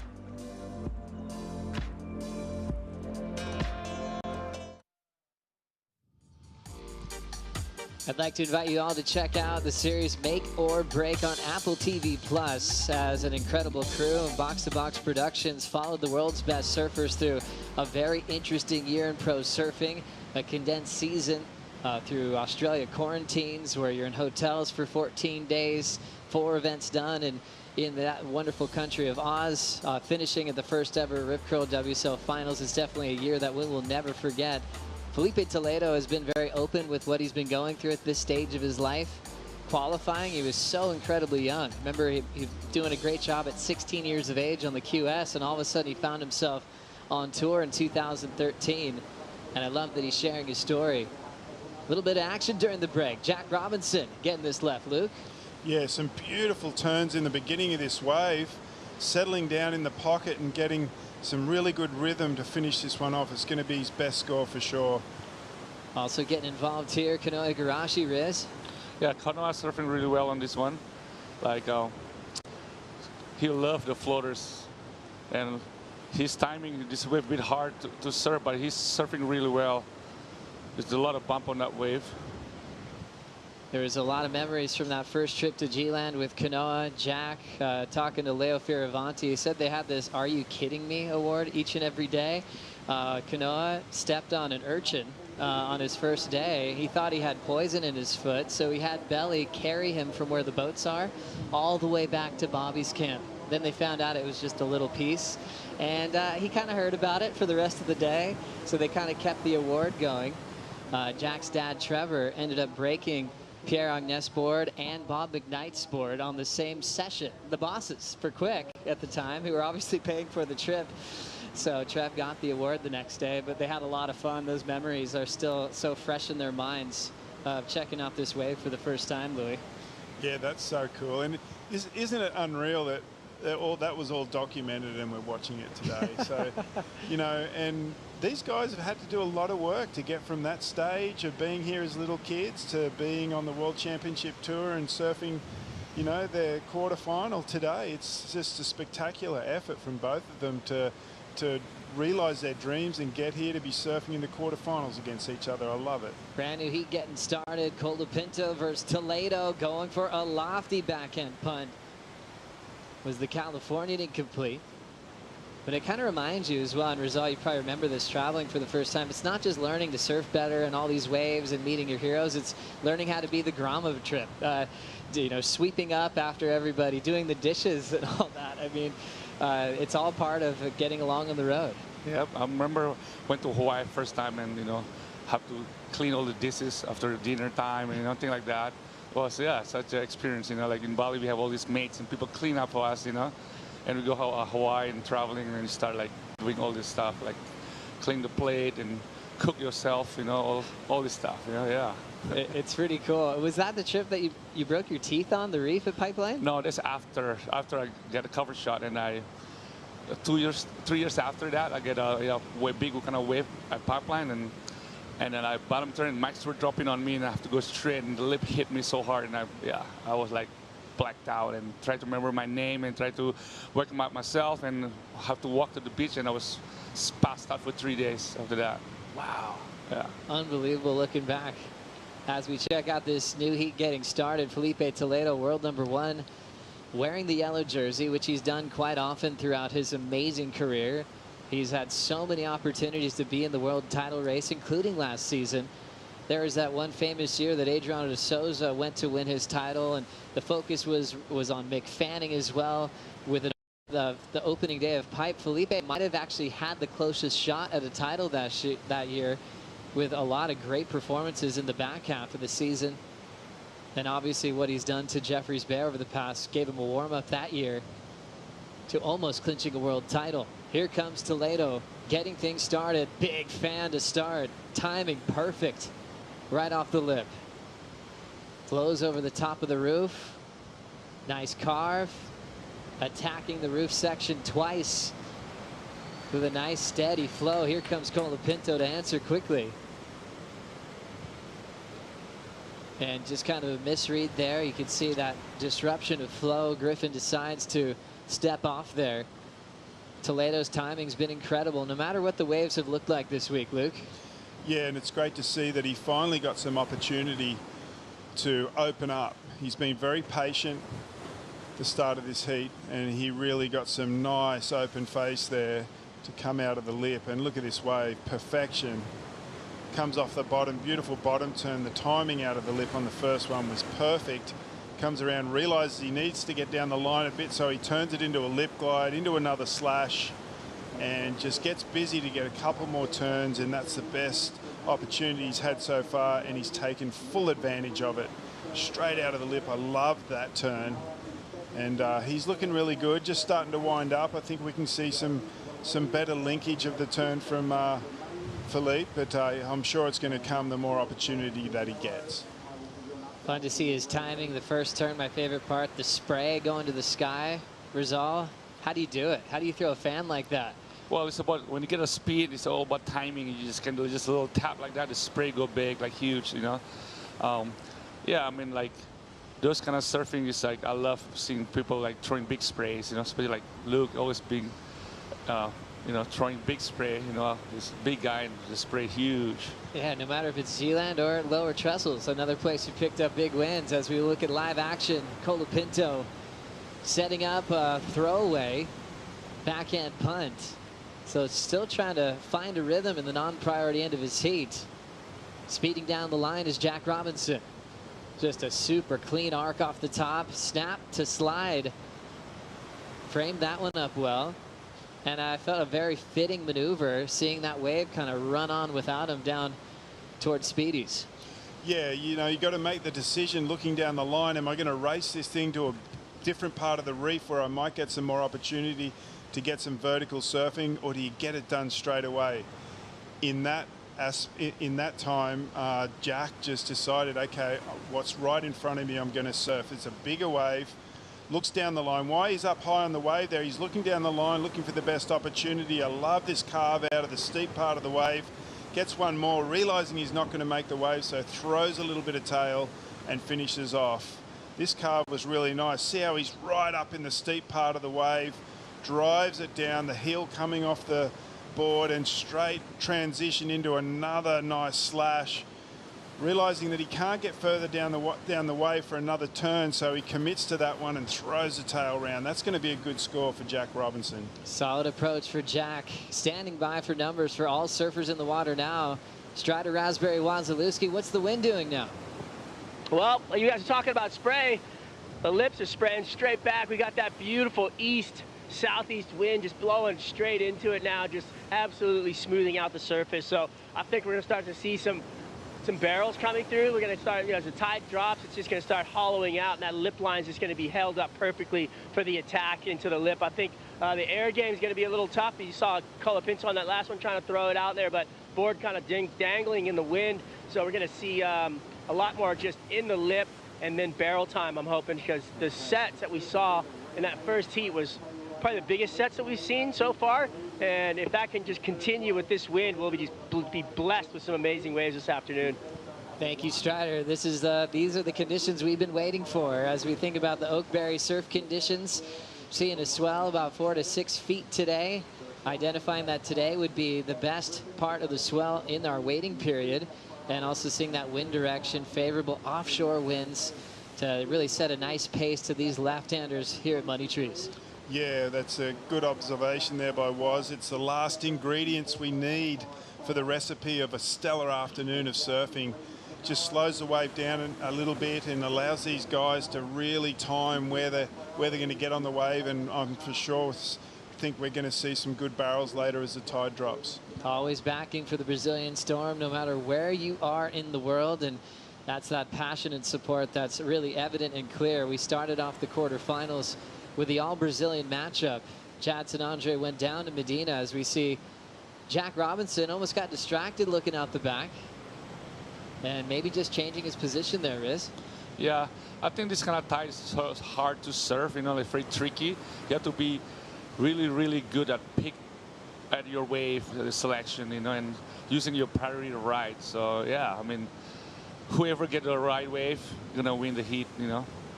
Let's catch up with Medina, hanging out with Laura.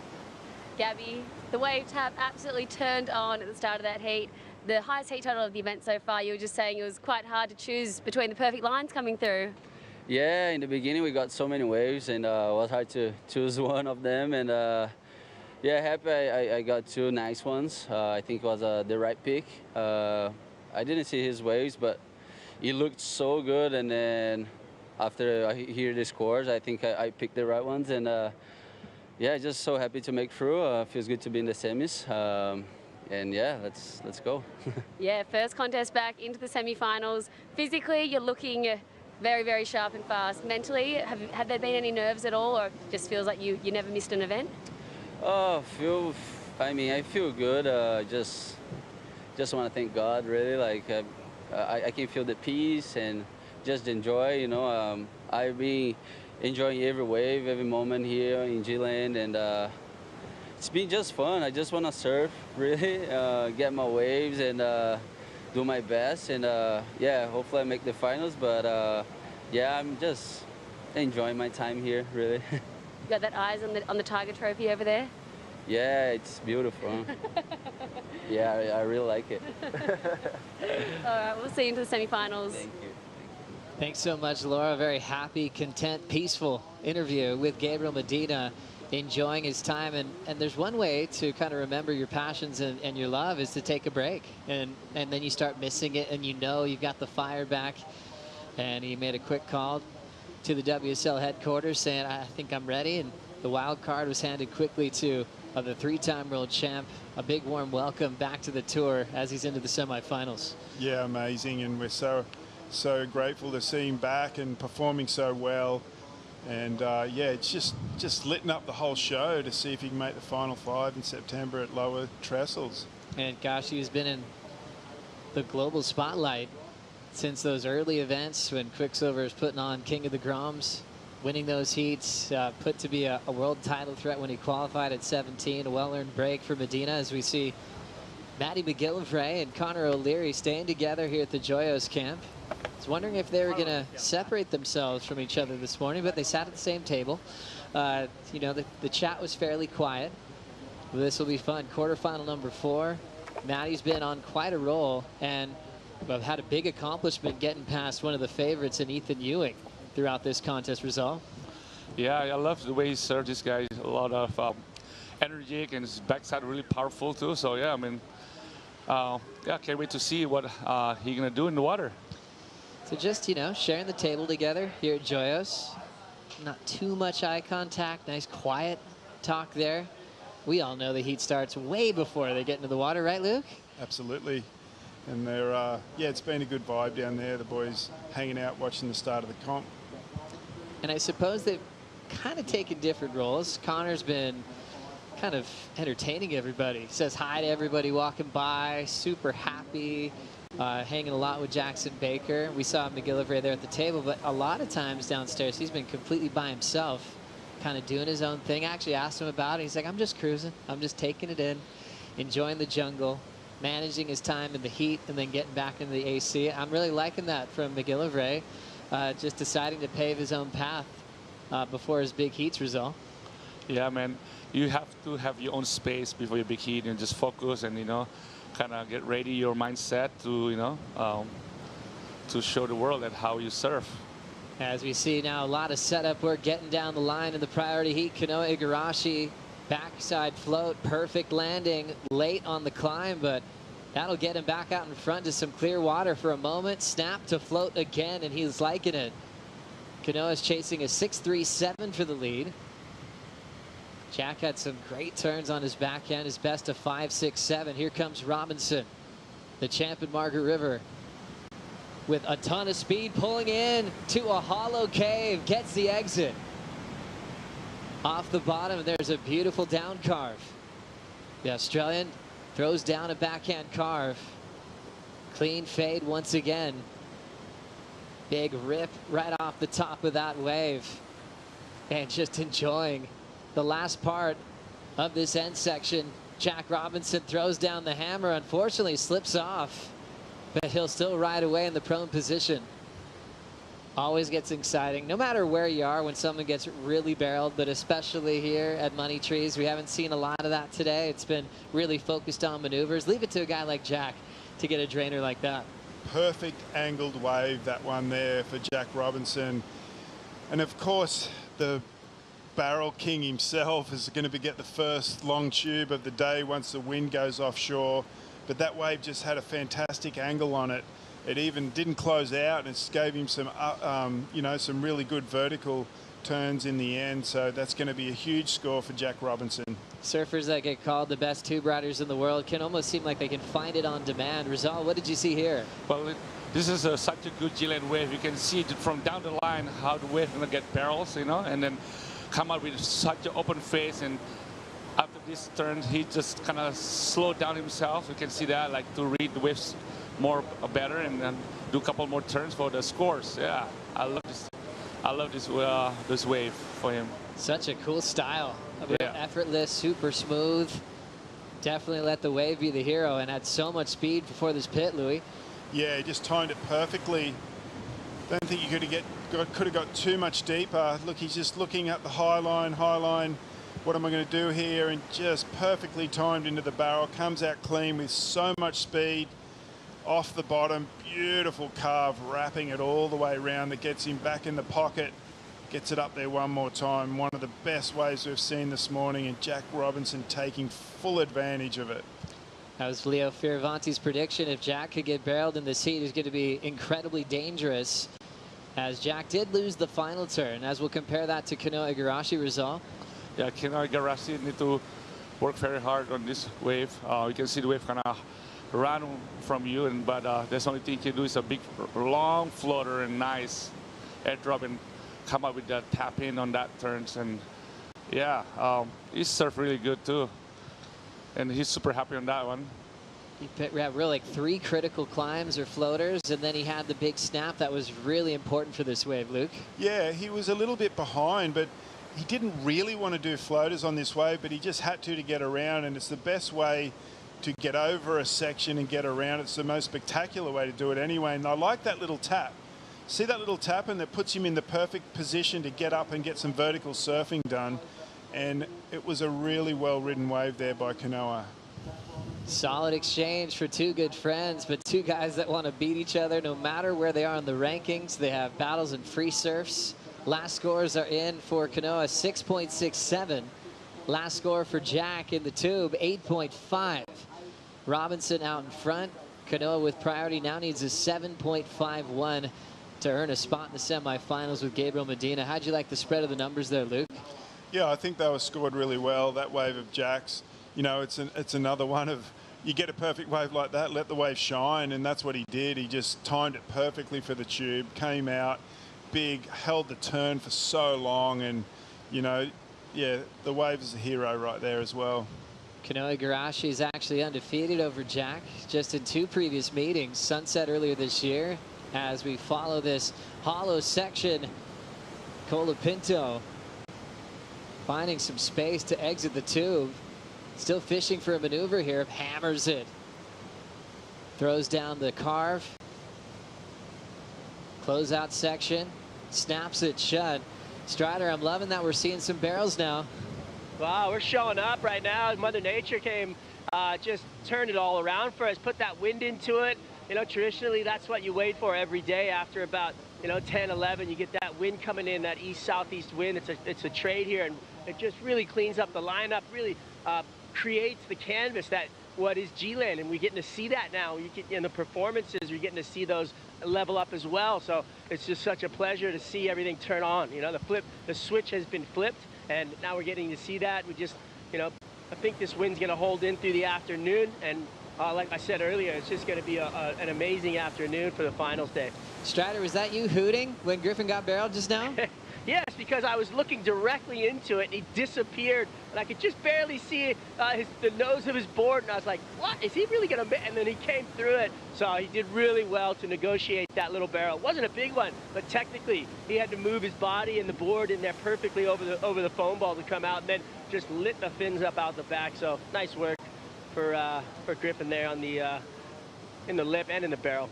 Thanks so much, Strider, and then got really active with his backhand whips. He had a really cool backhand wave on opening day. It just slowed down for him, and he went to town. Got about 9 turns all the way across it, but how good did that feel for Griffin to get barreled along the way? Griffin 7.67 is now the high score of the heat with Felipe Toledo. Now just needs a 3.63. They only had one previous meeting. That was the final earlier this year in Portugal, so got another chance, this time early as a quarterfinal here at G-Land. Definitely the most magical conditions. It's interesting, Rizal, we came here and everyone's telling us it's a dry season. Don't worry, you can kind of sleep in. Everything will go offshore. We've had rain, thunderstorms. It's been keeping us honest this week. Yeah, it's been wild weather we have, you know. It's just poor the timing, you know, the wave was kind of firing before the event. You know, we got one of the biggest swell this year, and then when the contest started, just, you know, just all downhill, the weather raining, storm, but yeah, but today we have lucky, we have our last day of the day, and you know, the wave getting better and offshore and sunny. Yeah, we loving it. Perfect conditions that we've been waiting for here on finals day. World number 1 Toledo snap to slide off the lip, attacks the oncoming section, trying to ditch one of his 5s here. He'll get a little tangled up on the end, but still rides away as he's still leading the heat over Griffin Colapinto in quarterfinal number 3. Last heat from the Young Guns was won by Jack Robinson, and Robinson moves on to another big semifinal performance this year. We'll be right back.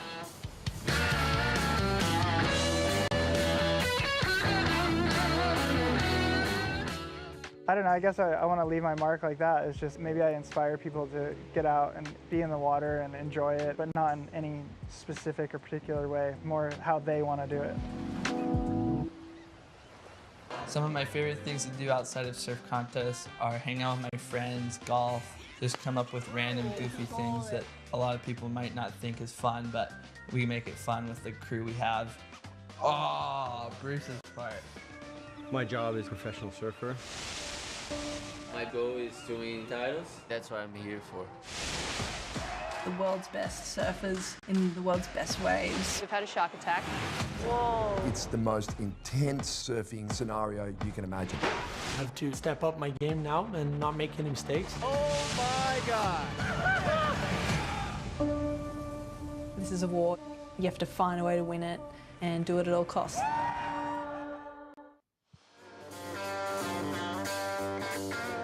Griffin Colapinto experienced his first win of his career earlier this season in Portugal. The conditions on finals day were clean, a lot smaller than it had been during the week, and I felt like a lot of people on the sand were going, okay, Felipe Toledo territory with waves this size, but Griffin dug deep and beat one of the best guys who is known as the high-performance king on tour. Yeah, it was amazing to see Griff get his first win there, and you know, taking down Felipe in the style of waves that he's performing the best in this year. And yeah, it's great to see Griff's been, you know, the potential's been there for a long time, and now he's living up to it, and it's spectacular. Just some great surfing, and even here at G-Land, just that backhand is just so smooth and so critical. Broke the California drought that had been going on since Bobby Martinez won an event back in 2009. So Griffin was proud to get one for California and also put himself in a great position to be in the WSL Final 5. Since then, he's dropped down a bit to number 10 in the world as It's a great time to introduce a brand new heat. Look at the rankings for these guys. We've got some guys kind of lower on the scene on the rankings, really making up some ground with this performance. McGillivray from Jeffreys Bay, South Africa, taking on Connor O'Leary, the goofy foot from Cronulla, who also represents Japan. He's got an Australian flag on one side of his jersey. He's got the Japanese flag on the other side to represent his mother, a longtime competitive surfer from Japan. A powerful act quickly for Felipe Toledo. Result. I love the first turn. It's very fast and snappy, and then combo with the last turn is. That board looks really good. I think he just swapped boards before he ride a whiteboard, and now he's turned to using this blackboard, and looks really good. Yeah, good read, Rizal. Yeah, you've got an option with your caddy in the water there. So Felipe taking a chance to find some different equipment, and it definitely responded incredibly well on that last wave. Just an early start. McGillivray up and down. McGillivray got on tour last season, spent a long time away from home, just living event to an event. So there's a lot of fatigue there that he had to manage, a lot of tough losses that he had to deal with. Showed up at the start of the year as a wild card and made it count to get past the midseason rotation. Let's get caught up on the last couple of rides here from Felipe Toledo. Speeding down the line here, Luke. Yeah, look at the ease of the speed on this board. I think it might be one of the dark arts boards that we've seen him ride so often. And maybe the wind change got Felipe thinking, I better change boards. This board works good when it's smooth. Yeah, but look at the ease of the speed, just flying down the line, looking down to see what's going on. Bang out of the lip, comes around, and this turn here, smashing the lip up into the sky. So cool to see these waves back to back. We'll slow this turn down. Rizal, what'd you think? Man, I love that tail spinners like that, and then come out clean and hitting this section so good, like bam. That's gonna be a good score. Yeah, I've been riding this kind of board, the carbon board too. That I love the way it feels and how, you know, like kind of give it a little stiffness too. Yeah, and you can see on that Felipe's wave, you can see how the board is very like snappy and is very sharp. So that board change makes sense to you? Good choice there? I think so, yes. And he know that. He want to bring back the, you know, the good board under his feet. So I guess specifically, yeah, Sharp Eye surfboards with the Dark Arts technology, which has been very effective for Felipe the last couple of seasons on tour. Racetrack section, Connor O'Leary ends up having to kick out.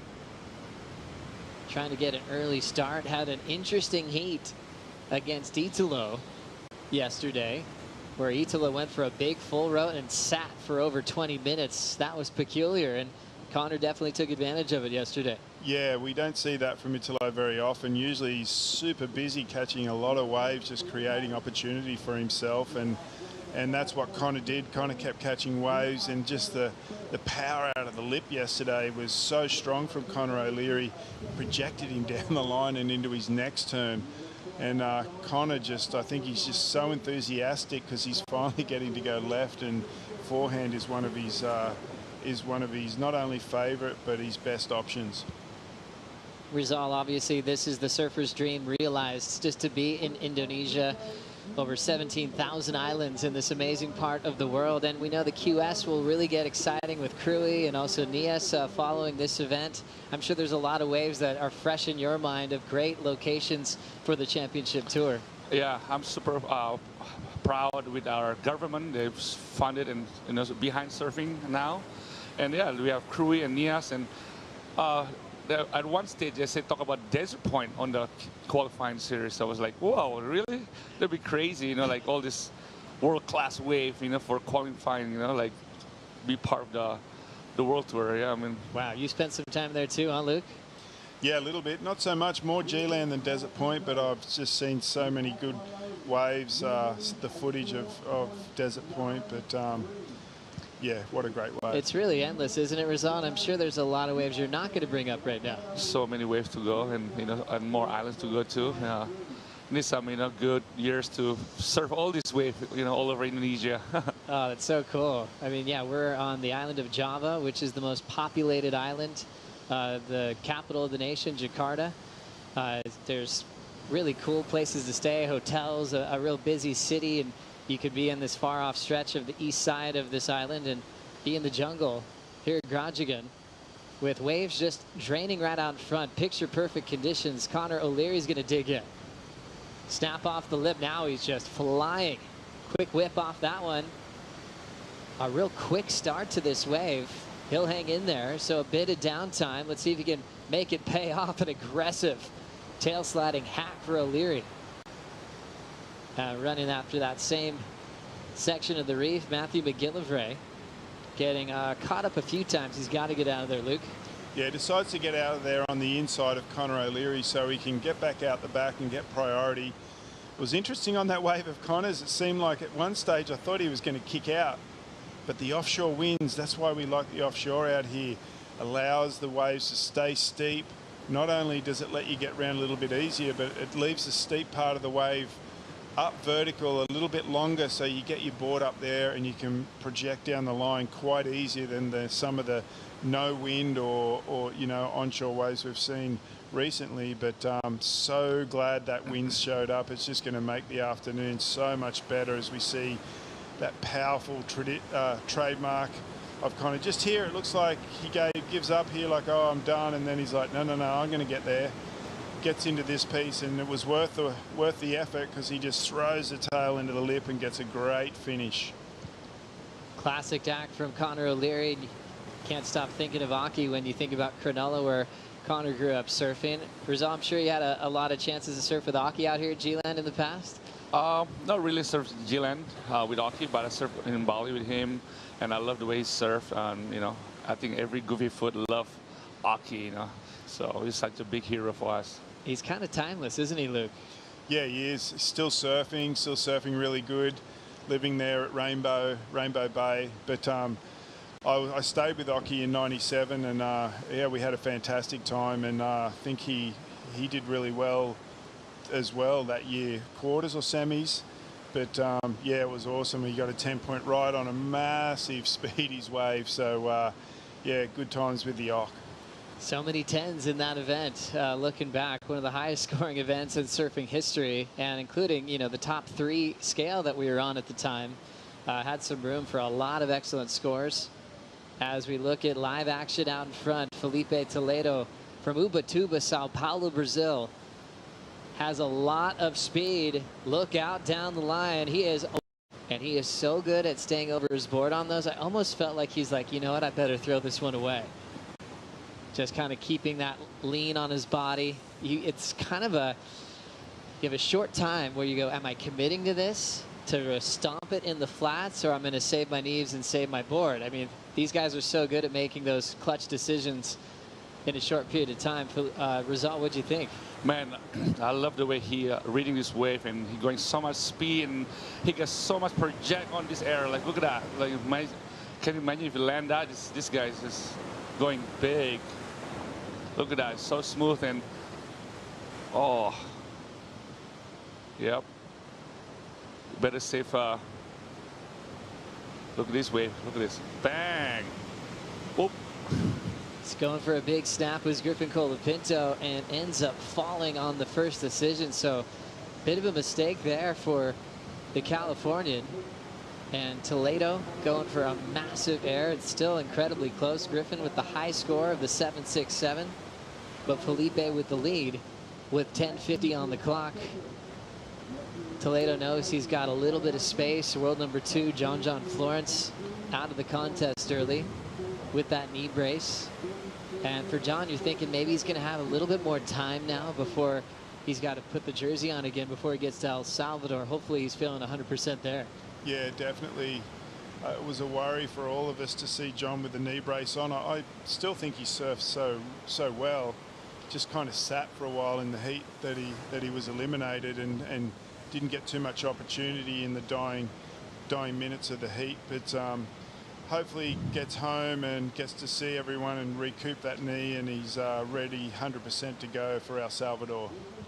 Griffin on the back of the Red Bull ski. Now with 10 minutes on the clock, still searching for a backup score. He's carrying a 1.17 as his low score after 7 waves ridden, which is keeping us guessing here. First place moves on to the semifinals. First semifinal will have Jack Robinson and Gabriel Medina in the water later on today. Robinson already with a position in that WSL Final 5. Is surfing in his best year to date, only in his second lap against the best surfers in the world. Yeah, for sure. So stoked to see Jack Robinson doing so well. It's just, there was so much anticipation on this guy's career over the years, and he's just learned how to deal with it, learned how to just be himself, focus on what he wants to get out of the sport, what makes him happy and what he really enjoys, and as soon as he started doing that, it just started clicking. And I'm so stoked for Jack. He's an incredible surfer, and now he's getting the success he deserves. Jack Robinson moved up to number 3 in the world after that win at his home court at Margaret River. So moved up 10 spots on the rankings, 10,000 points on the line for those victories. Number 4 in the world out of the contest, Ethan Ewing went down to McGillivray. Number 5 in the world out, Italo lost to Connor O'Leary yesterday. And we just saw Kanoa go down, who is 1 spot out of the WSL Final 5. So things adjusting a bit here at stop number 6 of the Quiksilver Pro G-Land.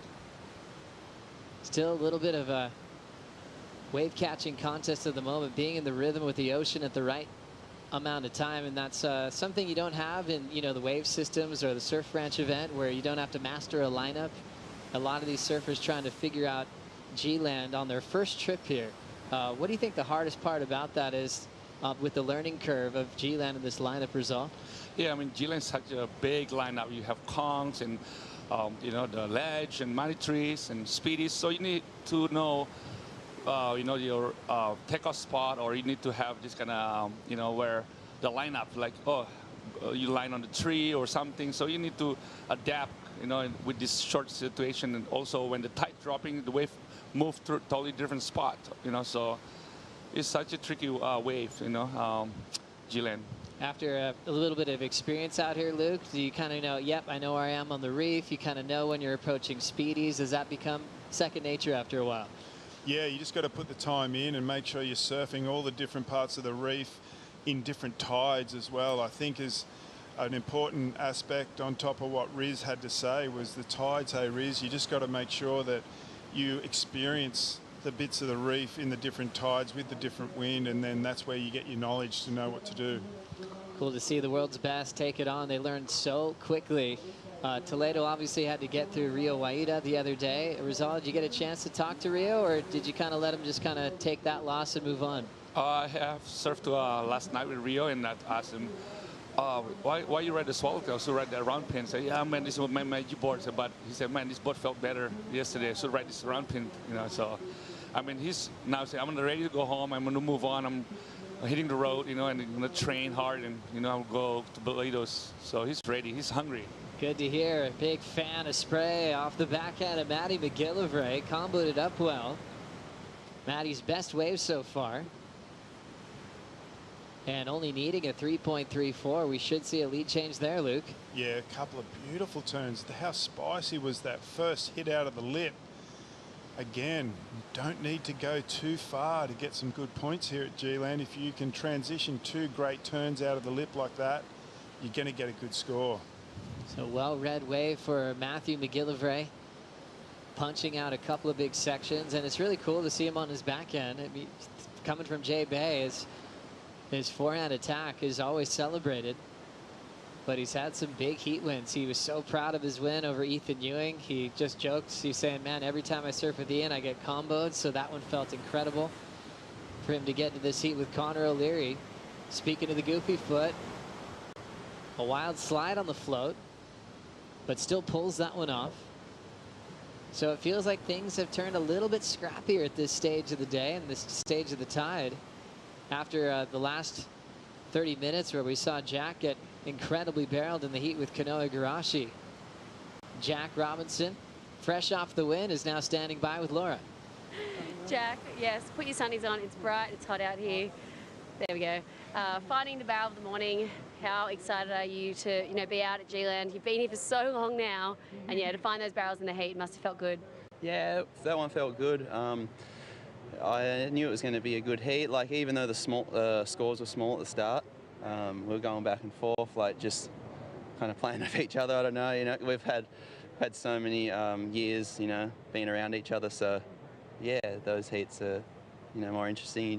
You kind of watching what the other guy's doing a lot more. Kanoa was super good. So, yeah, just happy to get that one done and find that last one. It was a good wave.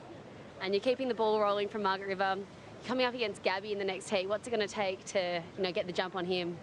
I'm just doing my thing, one turn, one thing at a time right now. I knew we were on a collision from the start, even this event. We're going to go against each other, so it's going to happen all year, and just one by one. And you're staying cool, calm, and collected. Always just staying nice and in the moment. That's the plan for the next heat? Yeah, just go surf. I mean, hopefully the waves get a bit better, and yeah, just keep pushing, push harder, and try and find the waves. That's all you can do right now. I think if you're on the sets and on the good ones, yeah, that can work. So it's good. Back to a bit of aircon between your next heat? Yeah, possibly, huh? All right, I'll let you cool down, get hydrated. We'll see you in the semi-finals. I'll stay here. We'll keep my eyes on it. Yeah, it's pretty far away. So the nice balance of Jack Robinson's Zen voice, balanced with a bit of laughter. I think he's learned how to control that space. In Mexico, he wouldn't let anybody in. He was on the road to qualify. He had his head down. He was very quiet. Now he's kind of, I think, learning how to find that switch where he can turn it straight on. Yeah, and like if we had had this post-interview, say 4 years ago, Jack would have been jumping out of his skin going, yeah, I got Gabriel Medina now, I'm going to try my hardest, I'm going to do this. But he's like, yeah, Gabby next, and that's the difference, He's just within himself, and he's calm, and he's just out there to enjoy the moment, it is so fun when you're on a roll and you're getting good results, and Jack's out there just having a ball. So cool to see Jack in this space. He's currently #2 in the world now on the live rankings. As we go to the heat recap, Felipe Toledo in the yellow jersey for a good reason. Has his best score still at a 6.77 as he leads over Griffin Colapinto result. Yeah, Felipe surfed really good on that one and sharp, and yeah, he picked the right wave, and very, very tricky wave today for to get a good one, because the tide is still kind of high and very wonky. But all these guys make everything look so easy, and Griffin surfed so good as well. Yeah, can't wait. See Griffin get that barrel too, 7.67. So that's still the best wave of the heat so far, Luke. Yeah, well, be the judge at home. Which board looks better, the 4-fin Dark Arts or the round pin? I think it's a round pin. It could be a swallow, but or the just PU normal board. What one do you like? I like the way that he changed with the tide and the winds, and he's just getting so much speed. This is live action. Quick one there for Felipe Toledo, who had priority over Griffin. He's just playing catch-up with those floats. Still nothing super major yet. Till now, big vertical hack. Sweeping into the open face again. Nice little fading carve. The man who sort of assumed the position as the captain of the Brazilian Storm, as he will look back and see O'Leary go to town, who's in the other heat with Maddie McGillivray. But some nice happy motions for Toledo, feeling it on that last one. I'm really enjoying that Shark by surfboard with the Dark Arts technology. It's responding well to the lip. He looks incredibly dynamic. And of course he would make it to the open face. Felipe's the fastest surfer in the world, right, Riz? Yeah, exactly. I love the way he's throwing that last wave, and he looks really pissed off, and he just want to, win this heat. Look at that. He don't even avoid it yet. He just want to pedal. So much energy and passion. And I feel like we talk about energy. We talk about the fastest athletes on tour. We mentioned Italo, obviously Medina in that mix. When you focus on the Brazilians, Jaddy's so incredibly quick. I think what separates Felipe from that conversation is he's got the most flow of that pack. He harnesses speed with that right amount of finesse when he performs, Luke. Yeah, for sure. And the dying seconds of this heat, Griffin needing a 4.93. Toledo just showing us he wants to make those semi-finals. He wants to keep keep that yellow jersey, and he's going to get a pretty good score to probably make it even harder for Griff as the dying seconds roll out. We're going to shut this one down. Griffin Colapinto will be knocked out here in the quarterfinals and start preparing for El Salvador. And world number one just gets more deadly as he's moving on into the semifinals, where he'll take on the winner of quarter number 4, Matty McGillivray and Connor O'Leary. Really up to Felipe and Jack Robinson to decide who will be wearing yellow into the next event on tour. More action to come here at the Quiksilver Pro G-Land. We'll bring in Ronnie Blakey and Richie Lovett for the call.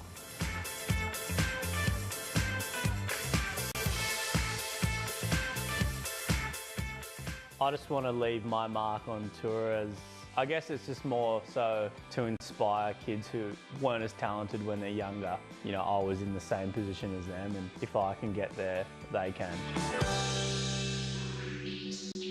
What we're doing is working with the surf camps and the park, and that creates a model of comprehensive surf ecosystem conservation that can be exported throughout the rest of the world. So here we are. This is the spot of the tree planting. We got to take care of our environment. We got to take care of our world. So it's awesome to see big brands coming up like the WSL Corona. The support that we've gotten from Quiksilver and ROXY to be able to launch new projects has been immense. I think it's really important, especially for us as surfers.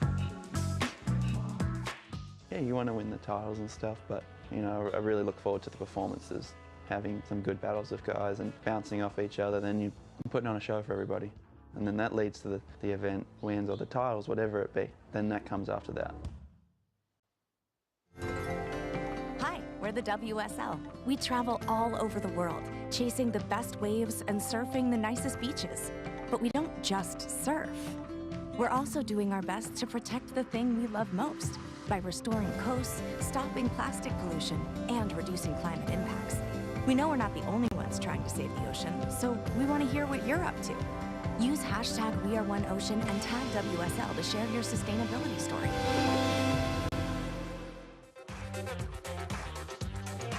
It is quarterfinals time here at the Quiksilver Pro G-Land, and the completion of quarterfinal number 4 will help set our semi-finals. Matthew McGillivray and Connor O'Leary battling it out for that last position. And Connor had this one prior to the break, and it came through at a 5.6, Rich. Yeah, some good surfing here from Connor O'Leary on the forehand. The big layback hack to finish off. Dreamy little conditions at the moment with that offshore wind. And Connor, well, I called it early on in the event, Ryan. I thought he was going to be one to watch, and he was going to go deep in this event, already into the quarterfinals and staring down the barrel. The semi-final position here if you can overcome Matty McGillivray, who has been on fire. Yeah, looking sharp. Back-to-back final series for Matty McGillivray. But Connor O'Leary into the quarterfinals for the first time since his rookie year, 2017. And his last quarterfinal appearance was a successful one there in Fiji. He ended up making the final, finished second to Matt Wilkinson there. He had 2 quarters showings that year, also in his very first event at Snapper Rock. So he's clawed his way back onto the championship tour and waited a long time for this opportunity. Matty McGillivray also surfing in just his third quarterfinal heat as well. So these two guys are the last surfers remaining in the event that haven't had that breakthrough championship tour victory just yet. A lot of experience in that top half of the draw. What a great matchup it's going to be between Gabriel Medina and Jack Robinson. And then Felipe Toledo waiting to see who he'll face in the semis. Yeah, it's looking like a stacked semi-final bracket at the moment, and what an opportunity for one of these guys down here, Matty and Connor, to come up against one of those real world title threats and potentially make the final there. But yeah, great afternoon of surfing coming your way, and the surf's turning on. Really seeing the motivation from the competitors now, Strider, as we get closer to the finals, and Toledo fired up at the end of that last quarterfinal clash. Yeah, he had some words. He was spitting fire. Yeah, it looks like we're gonna have an exchange right here. It looks like Matty McGillivray, he's gonna be up and riding on this one. Backhand attack, big swoop into the lip line. He's gonna come off unstuck there. We'll take a look and see if Connor's gonna be on this next one. Looks like he is. Yeah, lining this one up. O'Leary gets an opportunity here. Had a 5.6 on his last ride, and with Matty falling, Connor can really put a good score up and take the a dominant lead heading into the back half of this quarterfinal clash. Couple of big turns, nice combination there to finish this one off. Surfing with a lot of spark at the moment, but you look at his heat score totals on his run through to this point, and it's time to turn those sparks into fire, and yeah, it feels like he might just be warming now. Yeah, he's got to light it right up. It's quarterfinals time. You're not going to get through on conservative surfing, but that last wave, tricky one to ride. Really stretched out sections, and he had to do a bit of work to get there. I think he surfed the wave well for what was on offer. Strider, yeah, Felipe Toledo just pretty fired up after that last clash. Well, even though Felipe won the heat, the passion that he showed after he got through to the inside here, he was basically yelling and screaming, and it was basically, he looked over at me, and he just goes, you know, I had to work unbelievably hard to get over a 5, and he felt like he was being underscored, so he was voicing his opinion, and he's screaming it out loud, and he's letting it go, and the passion that comes out of these guys, you know, in these moments is just amazing, because, you know, these guys are obviously, you know, he wants a world title this year, and he wants to know what he needs to do, and he felt like he was underscored, so he's letting it out, and even though he won the heat, he still wants more. He wants to understand the judging and know what's going on, so I love the passion out of these guys. Great insights there. Rich, what were your thoughts on the numbers for Toledo? You know, I thought it was, the judges are just being a little bit careful with the scale, I think. So maybe could have been a little bit undercooked on some of them. You know, Felipe obviously feeling like they weren't really appreciating some of the speed and the commitment to the carve and the rail.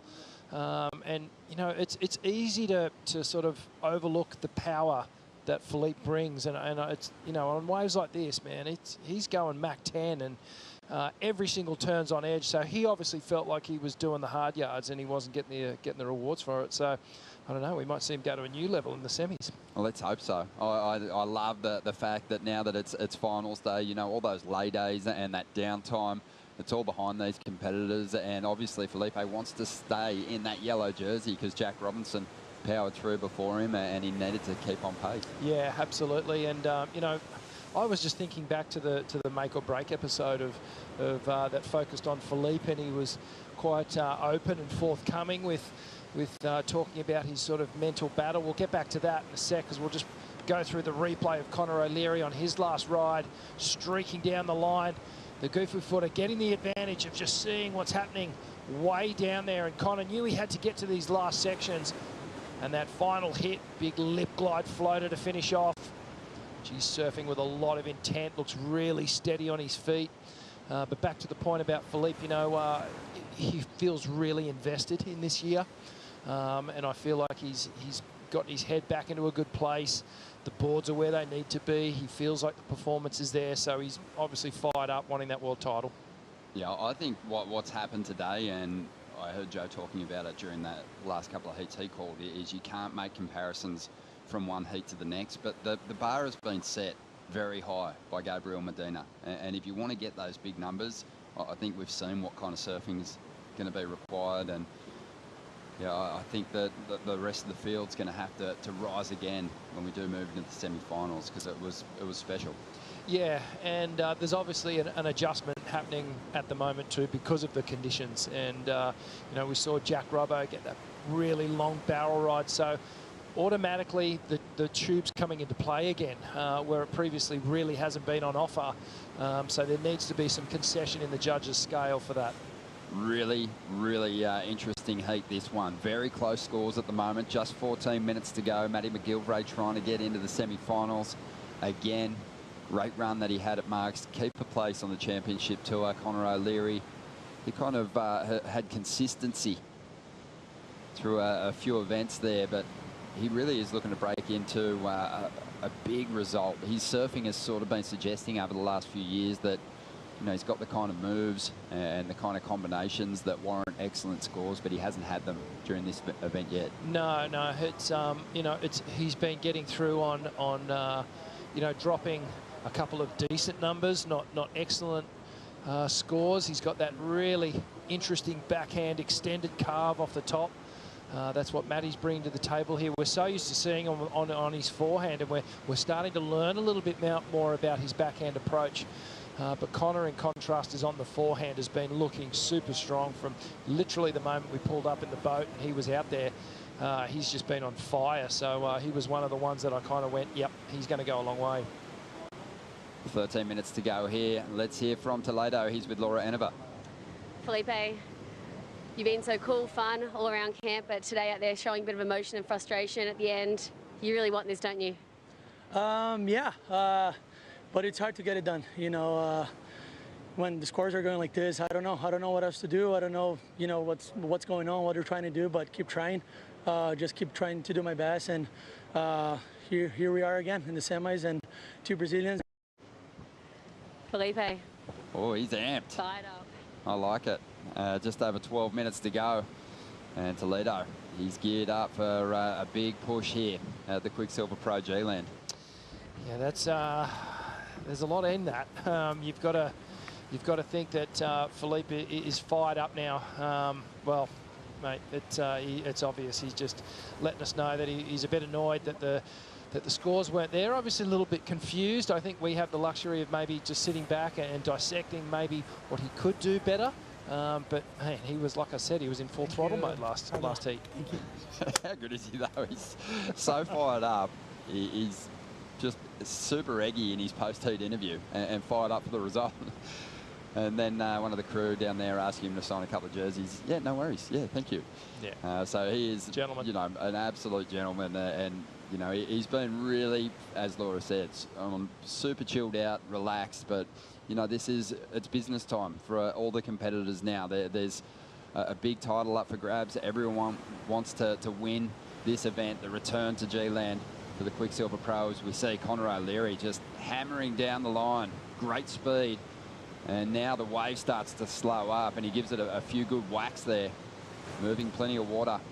So his previous ride only came through at a 4.33, and that just meant that Matthew McGilvray really needed nothing to get himself into the lead here. So an important ride for the Australian, and we'll see how the South African responds.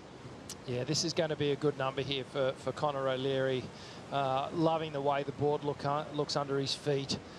Just looks totally connected, confident, and very sure-footed. Let's watch the replay here. Great down the line action there.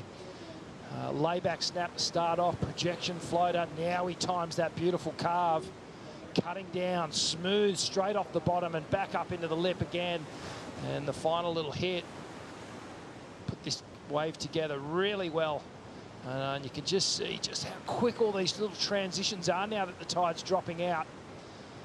Just love the rail extension on that third turn, how he held it just a little bit longer. Straight back on the toe side rail on the bottom turn. Yeah, he's been experimenting with boards too in recent times, hasn't he? Yeah, he has. I believe he's on a Mayhem in this heat, and they've been working for him really well throughout the entirety of the week. But yeah, I mean, that's all part of it. You've got to go through the motions. Sometimes try different shapers. See if your personality of surfing fits with their rockers and different curves that they have. So it's you know, it's always interesting, and you know, I think as a pro surfer, it'd be silly not to try other shapers boards, even if you know you don't go anywhere, but just as a bit of a sense check, just to make sure you're on the right track. 9.5 minutes to go here, and Matty McGilvray is going to be chasing a pretty decent number when this score drops for Conor O'Leary. One of Conor's better numbers of the contest so far, 7.17, and McGilvray is after a 7.77 to now get in front. But Matty's been really solid this year, such a humble, reserved character, and so quiet during this event window, in contrast to Conor O'Leary, who's been basically leading the jungle parties on the off days. He has, actually. He's been a bit of a Pied Piper, actually, bringing all the, you know, the tribes together, hanging out with a lot of the Americans, and of course they've, you know, adopted Matty as well, and he's been caught in the rip a couple of times, a little bit more reserved for sure, but yeah, Conor, it talks to his new attitude though. Thinking about when he first came on tour, you could sense the pressure that was building in him, and I think it was restricting his surfing a little bit. And since he dropped off and then came back and was really dominant on that Challenger Series and got part of that whole Australian crew, he's really started to connect, and also got a sticker on his board, which helps.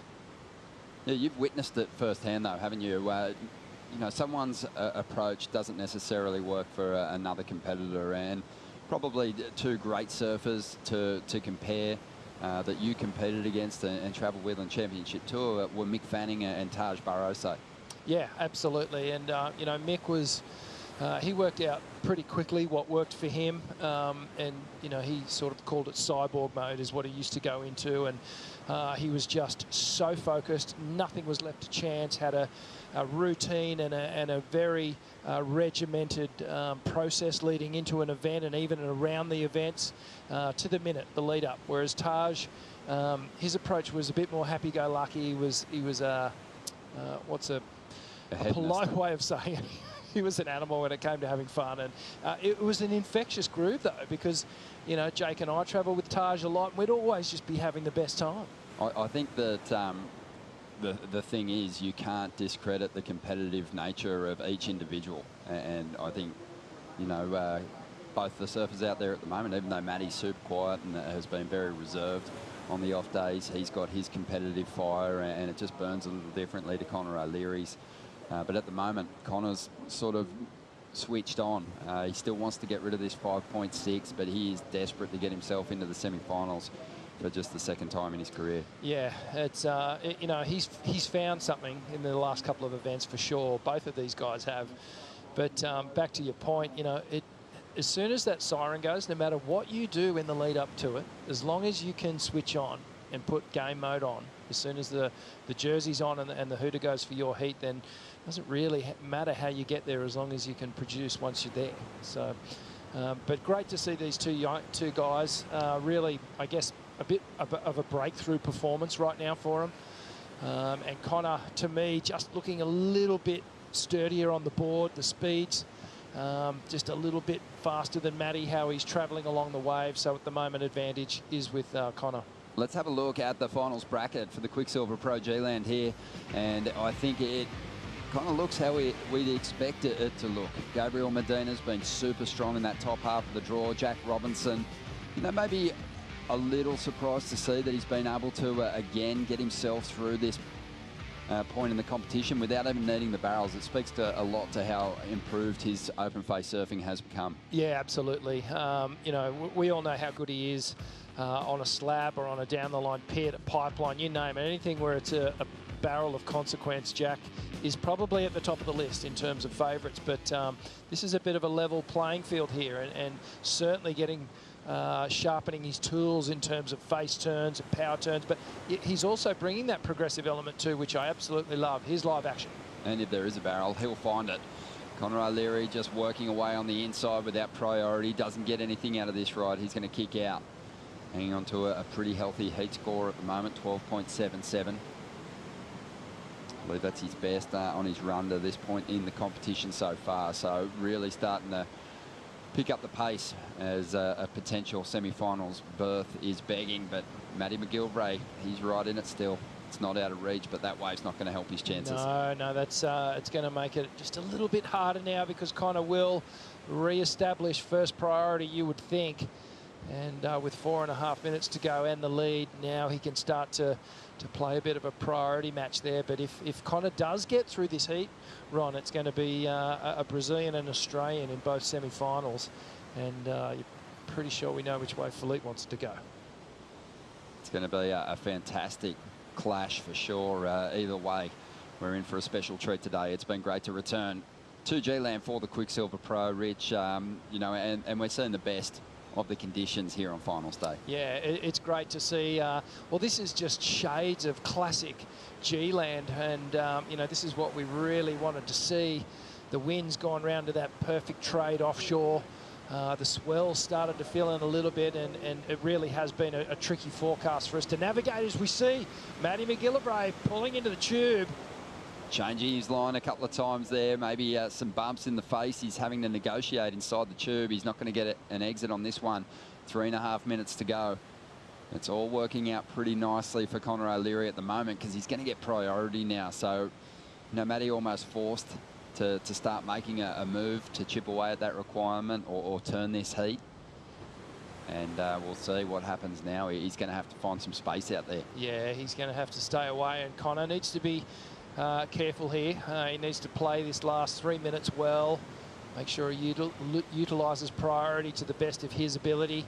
You can see he's up the point now. I'd be sort of making, which he is now, he's starting to come down the point so that Matty doesn't jag one of those little, you know, stretched out ones down the reef. Well, one of the, you know, the trademarks of Matty's performances so far this week have been big end section hits and the ability to stay on his feet. So he doesn't need a whole lot of room to turn in a couple of pretty reasonable numbers. In fact, he won through out of the elimination round with a pair of sixes and then really started to lift and find some form as he moved through the round of 16. So he's a guy that is very sure-footed on high-impact sections, and he's proven it at a couple of different locations. Yeah, exactly. A little bit trickier to finish off with conditions the way they are now in the offshores. It's a steeper, more barreling, it's a crispier lip that you need to hit. So timing needs to just be perfectly on point to get those final hits done.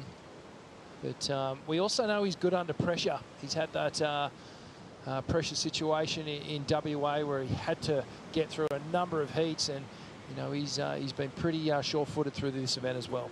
And Matty also really wanted that opportunity to compete in the Championship Tour jersey at home at Jeffreys Bay. He was emotional when he referenced it, and the poor guy, he's been on the road obviously chasing this dream and hasn't had a whole lot of time because of COVID to get back home. In fact, in the last year has only spent a month at home, and prior to that only had a month at home. So 2 months in 2 years is a long time to be away. Oh, that's crazy. And that just shows you the determination and the commitment to the career and the commitment to the tour and his craft and his, you know, like you said, he's one of the most kind of mellow and happy, accommodating guys that you'll ever meet. He's always up for a chat, and he's always up to improve too, you know, and I've had some great conversations with him, just sort of quizzing me about equipment and boards and hardware and things like that.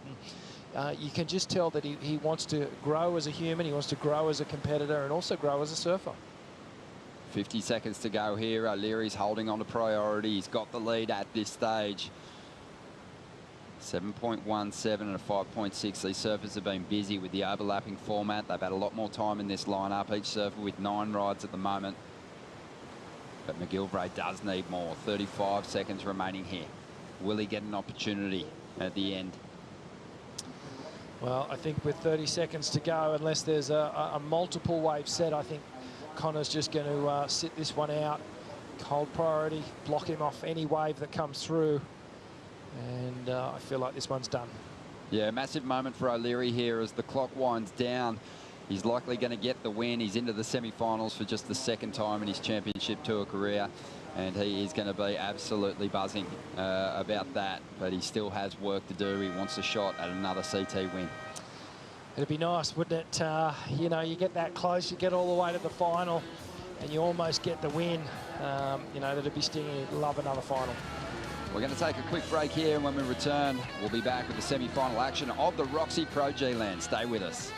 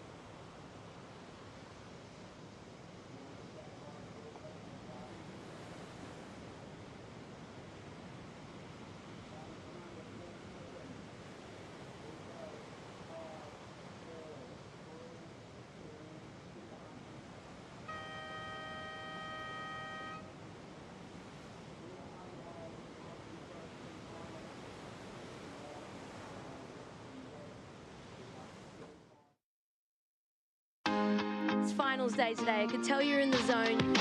Here comes Carissa Moore, big hammer.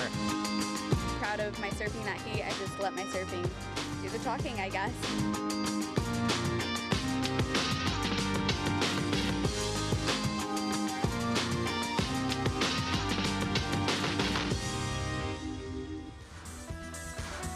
Welcome back to the show. This is the ROXY Pro G-Land, and we've got semi-final action getting underway now between last year's world champion Carissa Moore and the runner-up to the world title in 2021, Tatiana Weston-Webb, battling it out in the semi-finals. And you love this matchup because they're so evenly matched.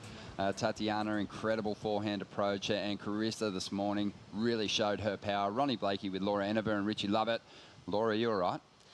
I don't know. Getting tangled up with the wildlife here. Yes, I actually was trotting back here to the host set and stood on a snake. It jumped up at me and we had a bit of a, acrobatic tangle, but like no contact with with the teeth.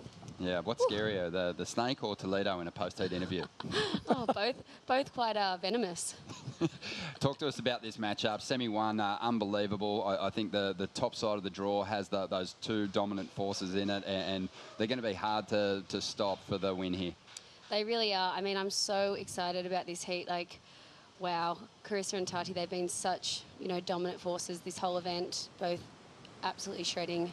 And you were on tour with both these surfers, really even matchups. It's amazing just how many wins Tatiana has wrestled away from Carissa in the past. It's 6-8 in favour of Carissa, but I think one of the big ones was that first win in the best of 3 series at the Rip Curl WSL Finals. Tatiana actually took the first victory, and then Carissa was able to claw her way back. But that just shows how cool she is under pressure.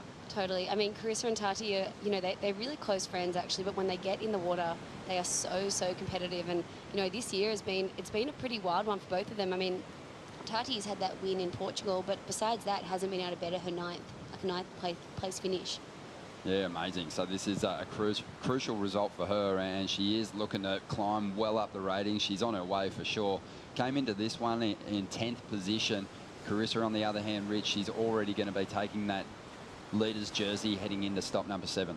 Yeah, and she wears it well, and looks good on her, the yellow, so she'll be happy to be back in that jersey. But, it's actually weird to see that 10 next to Tatiana's name. You feel like she should be way up higher on the rankings, and you feel like she is going to really start making a move, and she will do it with this result. Well, semi-1 getting underway with Carissa taking the first ride, and it's a big turn to get started. Huge combination there. That's going to feel good. Didn't really have a wave that kind of tapered off, but got the work done on the outside, and that should be a pretty healthy start to the heat. Yeah, I think it will be. I mean, seeing both of the girls around the contest site just before, Tati is, in the zone. She loves this wave. She saw, a couple of the boys get barreled before, and yeah, look, Carissa is exactly the same. She had a bit more time off, but look at this, nice and tight in the pocket, throwing spray straight back up in the pocket. When I think about Carissa Moore, Rich, and even Stephanie Gilmore as well, when I think about offshore conditions, I just see their chances improving, just how clean their rail surfing is. Yeah, I was sort of getting excited about just the bottom turn that Carissa went in on that first hit, just so deep. She trimmed, she highlined for the first part of that wave, and then her timing was impeccable. Dropped down, got onto the hillside rail, and just got all this power and drive off the bottom, and and then she just connected with the lip so perfectly, throwing a ton of spray. And yeah, you're right. When conditions do smoothen out like this, she can really work that rail, possibly better than anyone on the women's tour. Well, both these surfers lean into the competitive knowledge of a couple of championship tour competitors that competed here at the Quiksilver Pro G-Land through the 90s. Ross Williams for Tatiana Weston-Webb. Chris Gallagher's actually here at the moment. He was runner-up to Luke Egan in 97, and he's been working with Carissa over the course of the event so far, and it looks like that combination's working pretty well. It really is, and even just seeing these girls out there surfing over the week, they've seen so many different faces of G-Land so far. Both of them were here for that big swell at the start of the event, and I think it's shown that they're really dissecting the reef, and working with Gally and Ross obviously really paying off here. Well, Carissa up on her second ride. She had a 6 to kick things off. And she plants a float on the end of this backup ride. And it should be a reasonable number as well. Yeah, not a bad backup score. I don't think it'll go as high as her first, but I like the strategy of getting 2 numbers on the board. Just that in itself is starting to just shift a little bit of pressure. But here we go. Here's a replay of Tatiana. Gets up high, but just that barrel just a little pinchy. But that's what's going to be her weapon out here. Yeah, Tati saw, you know, Jack Robinson getting barreled and a few of the other boys, and her eyes were just lighting up. You know, she loves just getting tubed. She loves trying to get, I think we're just going to see her going for something like that. I know, who doesn't? But as we've seen, I feel like Tati, you know, when she does get in perfect waves like this, sometimes, you know, she can wait too you know, much for a big perfect wave. But yeah, I think we're going to see her go for the tube. Yeah, well, you think about these two competitors and their performances so far in the contest and on the opening day of competition, both finding barrels out there, and you know they were kind of rare on the opening day of competition. So, you know, on the backhand, Carissa's got what it takes if she finds a barreling wave, and Tatiana, she's already proven that she's got a real focus for the tubes out there at the moment. Yeah, for sure, and conditions absolutely mint at the moment in terms of the wind, the tide. It's all starting to just fall into place. We just need a few of those beautiful sets to arrive, and I think we're going to see just a banging heat. Talking to Tom Carroll though, Rich, this is a dangerous wave to really go hunting the tube on. Generally, your best approach is to just surf it for what it is in front of you, and if you get that opportunity to get tubed, then set it up. But if you hunt it too hard, you might find yourself kind of getting down the line without doing a whole lot of work on the open face. Well, Tom knows better than anyone. Live action with Tati now. Driving up into the pocket, nice hit to get started.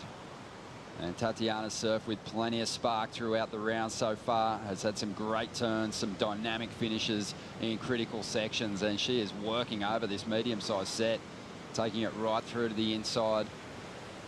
And that is better for the surfer representing Brazil, and she had a 1 on her first wave, and she's going to get herself right back in it. Carissa opened with a 6, has since backed it up with a 4.33. A big heat for Tati, because she's got to make some ground up to get herself back into that final 5 picture. For sure. Yeah, she really does, and I think, you know, after Margaret River, she was pretty disappointed. You know, yeah, like you were saying, dropping back down to 10th position. I think she went down 4 places. But yeah, look at her here, showing so much pizzazz this year. She's just coming back year after year, you know, doing these sort of turns, throwing her tail, getting more and more progressive, and yeah, just showing the judges something else. Loving that release element there on those second and third turn, just pushing the tail out, sliding the fins a little bit, just keeping it interesting for the judges. All the competitors on the tour look to evolve. Tatiana Weston-Webb, you know, she came onto the CT, started getting pretty decent results straight away. 7th place in her rookie campaign. She's got to 4th position a couple of times last year, getting to that 2nd position. And, you know, with the help of Ross Williams, I think she started to evolve her surfing again. She's always had that really competitive nature, and that just sort of seemed to come natural for her. But strategically, she's been smarter. The surfing's gotten a lot better as well. Yeah, if I'm to look at the technique, I feel like it's a bit more balanced now, and that's possibly something that Ross has potentially worked on. She was a little bit more front-footed in my mind a year or 2 ago, and I feel like the stance is balanced out, and that's you can see it translating into some really nice surfing. It's added to her repertoire. It really has, and I think what she's been working on the most is her forehand surfing, where, as we see Felipe coming in looking a bit happier than our interview, but he is fired up. He wasn't happy with the judges, the scores that he was getting, especially on that 5.8 or the 5.7. He really thought it should have gone higher, and he should have had more distance between him and Griff. They've really been a gang though all week, haven't they? The Brazilians have been eating together, screaming together, playing together, doing everything together, and they've been very, very vocal through the week.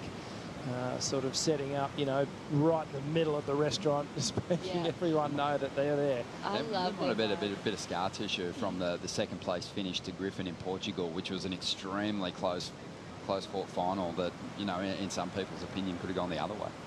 Totally. That was such an intense final, but yeah, back to the Brazilians, like their vibe is just, you know, they've had the vibes all week long. Like whether they're down watching the sunset, just out in the surf, you know, all of them have just been having a hell time. Oh, opening ceremony, they really threw themselves into it. They did, and they dominated the dance floor in that little afternoon boogie that we had. Yeah, they took over the DJing from Dimity, and yeah, there was some absolutely some bangers getting thrown down. So out there at the moment, we've got Tatiana Weston-Webb up against Carissa Moore, and she's just dropped a 5, so she's got herself right back in this, Tatiana, and she needs a 5.34 to get herself ahead of the 5-time world champion. Who, you know, you talk about the evolution in Tatiana's surfing. What about Carissa Moore? You know, I remember when Fiji came on the schedule the first year, she looked a little reluctant to attack the pocket of the wave. She wasn't really getting barreled or didn't seem to have the technique for it. And she just works so hard to improve that, and now she's a major contender anytime she's on the back end. 100%. I love that about Carissa. You know, she's always been vocal about being hesitant when the waves are bigger or gnarly, or especially, you know, big backside barrels, and whether it was, you know, cloud break, pipe, anywhere in the world where she's chopu, she has put in the time. She would go back to cloud break in, you know, in between the time off and go do strike missions, take a coach or a mentor and just get over there and put herself in like really scary situations for her to just break down, you know, just break down that about her surfing and really start to understand these things that she wants to keep excelling at. Yeah, Mitchell Ross is kind of the constant go-to coach for Carissa. I'm sure they've been talking to throughout the events. He's a great friend of hers as well, but she always kind of leans into local knowledge and calls up people at different venues to just get that extra little edge of any advantage that she can find, really, Rich. Yeah, she really is an astute surfer who wants to learn and who wants to really get everything she can out of her own ability. And I was just thinking about your comment just quickly. You're either born with that innate knowledge and bravado that you can take on big waves and you've just not, you don't have any fear. But if you don't have that and you actually do, those people do have a screw loose. But if you don't have that natural ability, then the only way to overcome it is to go and do it repetitively and get to know the breaks and get more comfortable with it. Get lipped in the head a couple of times until you actually make it. Well, it's proving like it's going to be a big day for the Brazilian surfers, but also a big day for the West Aussie crew. Probably about 200. Say the towers here. It's like those like trophies out here. So like looking at it, I was probably 200 meters deeper. Okay. Yeah. It's like the waves best waves are down there. Always deeper than the tower, but like not too far up. Yeah. I swear once you start seeing the tower, like too much of the wall in there, you're like too deep for that. Good peak. Huh? Good peak. Okay, right. Yeah. Good luck. Get in the next one. Discussing lineups. Discussing barrel hunting, I think. We've seen Bronte get so tubed up in northern WA, and I think, you know, after seeing that little discussion, that could have been where was the spot for that tube you got? Well, that's going to be a massive edge that she could potentially take over Joanna Faye, who's really relied on turns so far on a run through the contest to get to this position. But it's going to be a great semi-final clash on the bottom side of the draw following this exchange. But 21 minutes to go. Carissa Moore still hanging on to the leader at this point. And as you can see, we've got a beautiful day over here, and it's been awesome just checking out the national park and being on the edge of the jungle and seeing all the animals around the place, tapping into the local coffee. And I think it was during the Dutch that brought the coffee here, and then obviously the Javanese people started farming it, and then everyone now refers to coffee as Java because they did such a good job of it. And Rich, you're right into the coffee luwak, which also originated in this area. Oh, mate, I'm not a coffee drinker, so... I thought you were. No, I've never. Have you tried coffee luwak, though? No, I haven't. Do I need to try that? Yeah, well, yeah, Laura, you tell us a little bit more about it. Well, he doesn't drink coffee because he knows it comes from cat poop. It does. Seriously? The coffee luwak, yeah, it's a delicacy over here, and yeah, there's very tasty. A little Asian palm civet that eats the coffee beans, and they're semi-digested, and then they're brewed up and made into coffee. Wow. Okay, well, I'll be staying away from that. I'll stick to my chai lattes. They make it. There's actually a little coffee shop up in Bunyawangi Copy Luwak. Check it out. Just under 20 minutes to go here. Conor O'Leary breaking into the semi-finals for just the second time in his CT career. He's down with Dimity. Conor O'Leary, you're on fire. First semi-finals breakthrough since 2017 in Fiji, but we're not done yet, are we? It's not done yet. Yeah, it was fun. It was a bit slow, but I think as the tide drops, it should be fun, and to be able to have an extra 35 minutes again to go out there and surf good lefts is, yeah, it's a bonus. Amazing. And, you know, you're the fun guy on land. You're actually matched up against Felipe Toledo, the second most fun guy on land. What's it going to take to get the win? Yeah, yeah, it's been great, you know, being able to stay in the same place as Felipe and, you know, have dinners and breakfast and, you know, beers and all that with him. So, yeah, to be able to have a heat with him will be really cool.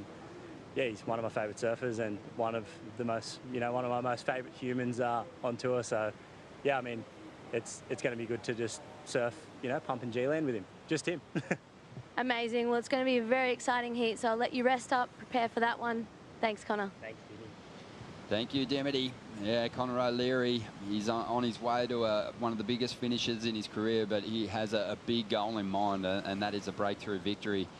But he's got a few very difficult customers that he's going to have to overcome. The top side of the draw, heavily stacked. He's up against Felipe. He's got to really zone in on the job, and there are the boys. Do you think he's ready to go? Rawr. I was thinking about it. I said this morning to Felipe, I was like, if you take the win here, you're going to have to get a tiger tattoo on there somewhere. He's got the lion on his chest from J-Bay, the tiger. He's running out of skin. Maybe a Mike Tyson-like thing might be up on the face. Up on the neck, perhaps. He might need his own plane home. He's already got a new Terry Fitz single fin to take home, but yeah, Tiger Trophy. He might have some oversized luggage for sure. He might get inspiration from Jake Patterson, who had the tiger tattoo on his arm. He did. Still does, I think. Yep. Just under 18 minutes to go here, and we're waiting to see if Tatiana Weston-Webb can battle her way back into the lead. 17.5 minutes. You know, this is that nerve-wracking situation for the competitors. Laura, you've been there so many times yourself. Carissa Moore, she's in that position, but it's not like a huge lead that she's built, so there's probably nerves for both competitors. 100%. I think, you know, look at the difference in positioning right now. Tati and Carissa, you know, they're not sticking close together. Carissa's obviously going to try jag something down the end of the reef, but you know, it's kind of like, yeah, it's going to be all strategy right here. It's going to be intense. There's still 17 minutes to go here. We're going to take a quick break. You're watching the semi-finals of the ROXY Pro G-Land.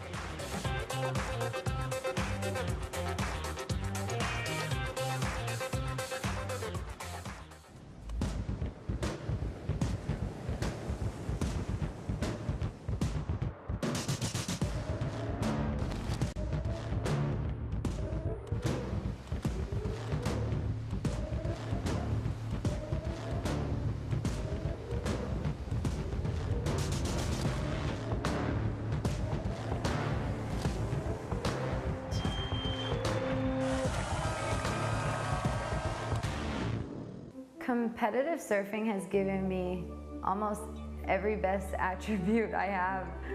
You gotta go out and have these crazy experiences, and for me it was competing on the highest level for 12 years.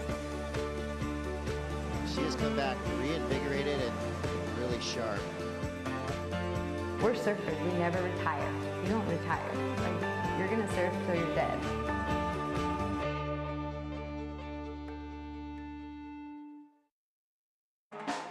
The ROXY Pro G-Land is brought to you by ROXY, official apparel partner of the ROXY Pro G-Land. By Expedia, the official travel booking partner of the World Surf League. And by Oakberry, fuel yourself with the official acai of the World Surf League Australasia. This is the ROXY Pro G-Land. Carissa Moore holding the lead at the moment over Tatiana Weston-Webb. And Carissa just such a force when she gets to this end of a championship tour event. 24 CT victories, 42 finals she surfed in. And at the moment, she could potentially be on her way to another finals appearance, because she has just dropped a 7.5. And now Tatiana Weston-Webb, she needs an 8.5. And we'll get a look at the replay of that ride in just a moment. But man, when you think about the final five, you know, you always put Carissa Moore right in that picture, because when you think about her CT career, this is her 12th year on the CT. She's only finished outside the top 5 once, always in the top 3, and most of the time world champion. Well, actually pretty interesting, because this year she's in number 2, but she's had no win. She hasn't had a breakthrough in this year. And I was just looking back through her results over the past 5 years, and she's been in the top 5 every year, but most of the years it's rare to see her take a win in the first half of the season. She always comes firing back at the end. Something clicks into gear, and she'll take most of her wins in the back half of the season. So, you know, she's always so consistent, but yeah, she's due. Yeah, she is, you know, a force. It's funny, isn't it? Because she has made finals this year, but you still, with Carissa, sort of say to yourself, well, she hasn't had a win this year. She's having a bit of a shocker, but here she is now in the number 1 position again. And, yeah, I mean, I just don't see in this world any chance, Rich, that she's not there at the end of the year competing in the Rip Curl WSL Finals. No, it just seems like it's bound to happen. As we look at the replay here, this is a 7.5 on the score. Great backhand surf, and gee, she really put some aggression into that final snap. And just so strong. You know, each turn is undeniable with power, and the judges can't help throw scores at that. Yeah, it just says a lot about where she's at the moment too, because this is not an easy heat for Carissa. When you look at those head-to-head stats between these two competitors, really evenly matched, and there's a lot of competitors in the field that don't have the same kind of success against Carissa that Tati does. Totally, and that would totally be playing into Carissa's mind. And, you know, Tati, everyone knows she's so dangerous here. Everyone knows she's such a go-getter over these reef breaks, and this year, Tati has shown that on her forehand, she's taken the win at Portugal, going left. We're so used to seeing her going on big right-handers and doing those big critical turns, but she's actually had more success on her forehand this year, which is pretty amazing. I reckon, just to add to that, Tati's probably one of the only women on the tour that doesn't get rattled by Carissa in a heat. She's like, no, I got this. And whereas, you know, she's a pretty dominant force, Carissa, and she can rattle most cages before they put the jersey on. I feel like Tati could be a bit rattled now, because she's actually moved down towards where Carissa was. Carissa just got that 7.5 under Tati's priority, so that's going to be a bit of a that's going to hurt a little bit for her. I think Carissa might have had priority in that situation, was sitting down the reef. Yeah, but I think she did. I think she maybe went up top to ask some questions of that priority, though, and see if she couldn't get herself one of those fast-running waves. Here she goes, though, with 12 minutes to go. Tatiana whips through that first turn, has to get going now. This wave's starting to stretch out, and she hammers the section, but unsuccessfully. So 12 minutes to go, and Carissa in a really strong position now out there with priority, holding onto the lead, and that wave, it won't help Tatiana's campaign here at all. No, it won't help it one bit.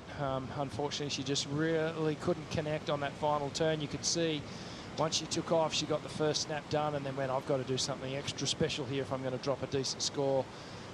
And I like the turn, I like the choice of turn, but just unfortunately caught an edge. You see here, it's a beautiful wrap, great technique, upper body torque, and then the lower body following here gets reset for this final turn.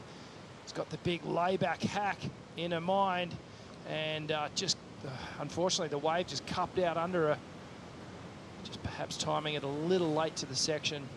We've been seeing her throw down those huge laybacks, you know, all year on her Instagram, on her, you know, the videos she's been dropping. She's been really trying to, you know, up her surfing and go more critical, go more explosive and progressive. So she'll be probably pretty bummed that she couldn't pull that off. Just under 11 minutes remaining here. And yeah, I just have really enjoyed watching Tatiana warm from, you know, event challenger to world title contender in the past couple of years. And like you said, you know, it's a good observation. She isn't a competitor that's going to get rattled by those world champions. She's right in the fight here. And even though she's chasing an 8.5, I think that Tatiana has the self-belief. I think she really deep down believes that she can turn this heat still with a single ride. Yeah, absolutely. I think she'd be going, yeah, I can do it in a single ride, but it wouldn't be counting out that if she needs to do it in 2, because there is every chance that Carissa may extend her lead if she can get rid of that 6. But here we go. Oh. Thinking about the tube, lining it up, but that one just stretching out, and she couldn't get into it. Let's quickly check in with Maddie McGillivray, he's with Dimity Stoyle. Matt McGillivray, tough way to lose against one of your best mates, Connor. I know you guys have been hanging out and vibing all week, in and out of the water. Must be hard. I mean, there's worse ways to lose. I'm stoked Connor made it through, and at least one of us was going to go minimum of a semi-final. So, like, we're stoked to be surfing against each other, and we're talking out in the water, and yeah, no, I'm frothing to see him go through. I wish I could have selected better waves in that heat. There were so many quick ones, and I kept going on the ones which were just too quick, and then you needed those right angled sets. But it's more experience, and I'm looking forward to moving on to El Salvador. And quarterfinal finish, it's got to feel good to build momentum. What's the plans between now and El Salvador? Just go back to Bali for 2 days and then start the big trek over. It's a lot of flying to get to El Salvador from here, so it's going to take a couple of days. And yeah, then got to get over some jet lag once we arrive. But I think the waves have been cooking. I've been watching the ISA World Games going on with the South African junior team happening right now. So it's good to see some waves that side, and hopefully we score for the next event. Well, enjoy your travels. Can't wait to watch you there. Thanks, Matt. Yeah, another solid result for Matty. He's going to be making a climb up the ratings, that's for sure. 8.5 minutes to go here. And yeah, it is going to be awesome to see what unfolds and see what the ratings look like after this venue, because there was a lot of people at the top end who fell out of the mix early in the Quiksilver Pro. Similar stories unfolding on the ROXY Pro front. And yeah, I think a whole different group of names are going to be in the conversation heading in the top 7 when we start thinking about that final 5. Yeah, well, Connor and Matthew came in at 19 and 18, and Matty jumped up 13 spots in Margaret River. So imagine he's just continuing to climb up. He's got the ladder and he's going high. Yeah, he's jumping up the rungs really quickly. Just on 7 minutes and 45 seconds to go here. A couple of slower moments in this heat, but Maddie McGillivray touched on something, Rich, which I want to ask you about in the earlier rounds, where it was obviously a little more difficult and there was some of that crosswind on the wave. You know, you took basically any opportunity you could get to get even 2 turns done on a ride. Today, it's a little cleaner, and getting your wave selection wrong can really hurt you if you leave your rival out there to connect with a wave that stretches out forever and offers those multiple sections. Yeah, it's the good ones are even more obvious when the sets come through today, and you're looking for a specific type of wave that has a certain amount of taper. The ones that are really stretched out and horizontal are going to be super quick and not really slow up enough to let you do those turns and set up the barrel like you need to. So there is a particular sort of wave, and the offshore, the groomed wind that we have now makes it more obvious when they do come.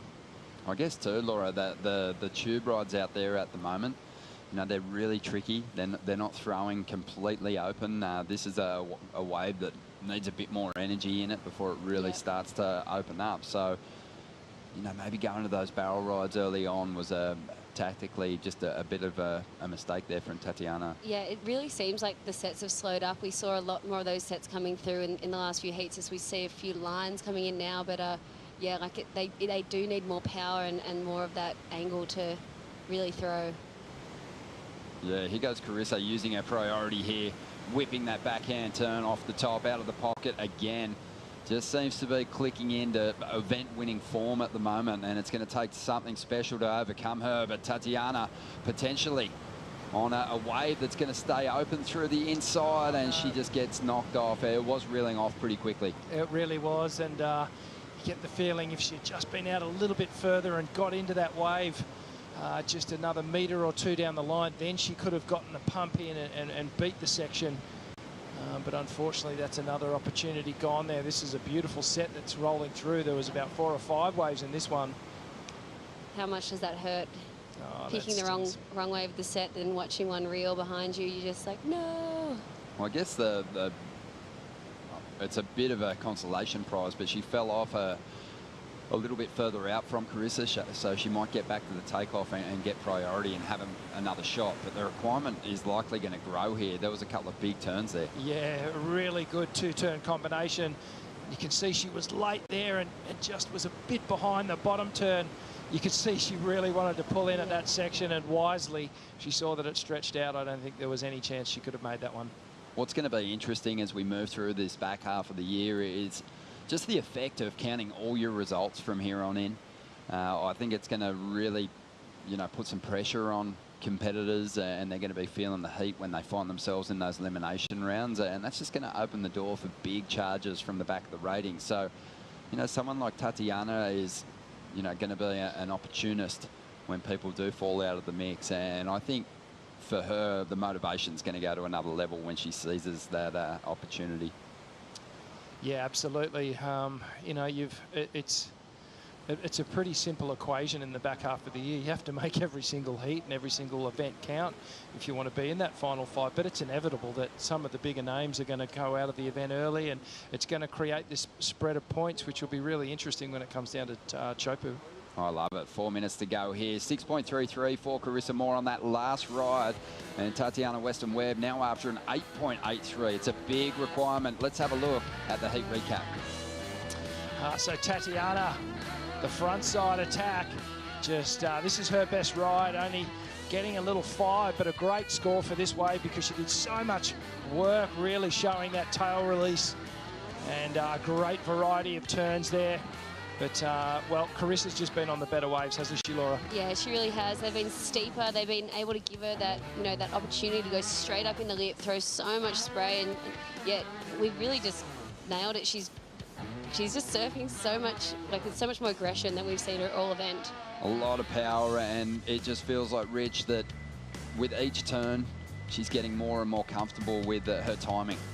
Yeah, she is. She's starting to settle into it, and her timing's looking fantastic, actually, and just how powerful she's looking off the bottom and off the top, and that's pretty dangerous signs on final day.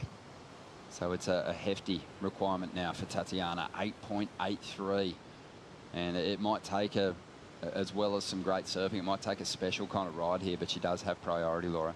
Yeah, she does. 2.5 minutes, anything can happen, and hopefully we can just see some of those lines start to march through at Kongs. And I'm wondering if it's like a low tide thing, if right now it's just slowed up a tiny bit, but we're really not seeing the sets that we've seen in the back half of those men's quarters.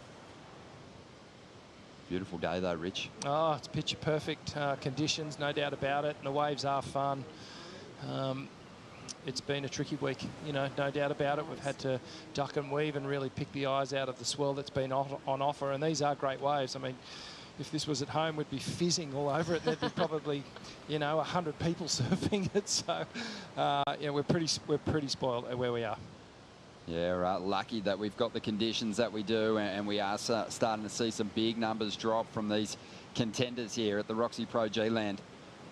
And a big crowd in the lineup. A big crowd considering we're in the middle of nowhere. Yeah. And ready to watch this thing play out, but it's going to be difficult for Tatiana now. She's got to really just put her hands together and pray for one of those bigger set waves, because, you know, she may need to find the barrel, because you think about Carissa's rides and just, you know, how well she surfed them. It's going to take something exceptional. Yeah, it'll take one of those waves that she got in the early round, where she did get that barrel and got some beautiful, nice hooks on the front side. So it really does come down to the ocean. She looks like she's surfing great, and she's switched on and ready to go. But in this one, it has really just been the rhythm of the ocean, and this heat has gone towards Carissa at the moment. Yeah, Tati's surfing in her quarterfinal was just absolutely incredible. She was so fast, so precise in the pocket, just throwing so much spray. So I think it's a bummer she hasn't been able to, you know, unload on those big, committed, fast turns that we're used to seeing her do. 45 seconds to go. There is some sets rolling in at the moment, and Tatiana might just get the shot she needs here in the final stages. Big score required, 8.83. Carissa might just get herself into another wave as well. But let's see if this one hits the reef the way that Tatiana needs it to. As you can see, it's a fast one, reeling off before shutting down there. I don't know if there's anything else on the outside here, Rich. No, I think that might be it. This one just went down to the bottom end of the reef, unfortunately, and the lady's sitting quite up high. And with this one counting down, it is going to be Carissa Moore moving through. Tatiana Weston-Webb gives it her all, but falls short. Left chasing an 8.83, but Carissa Moore goes on the lookout for event win number 25 here at the ROXY Pro G-Land. She is into the final as we gear up to introduce semi-final number 2. What a heat it's going to be. Bronte McCauley, she is going to take on Joanna Faye, but there are the results for semi-final number 1. Stay with us. In a moment, Joe Tappel and Luke Egan will step in with Laura for the call.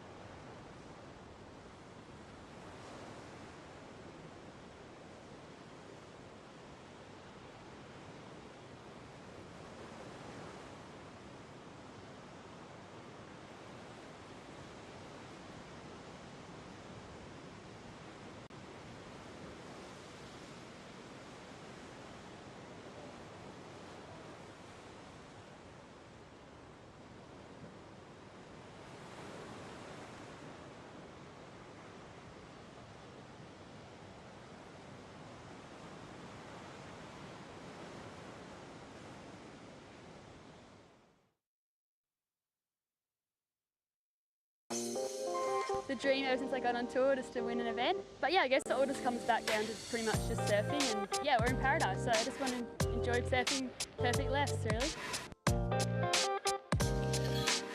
Year into the semi-finals, how good does that feel? Yeah, it's all right. Finally breaking the curve. I'm really happy. I'm happy it's happening in G-Land too. I can't wait to surf more.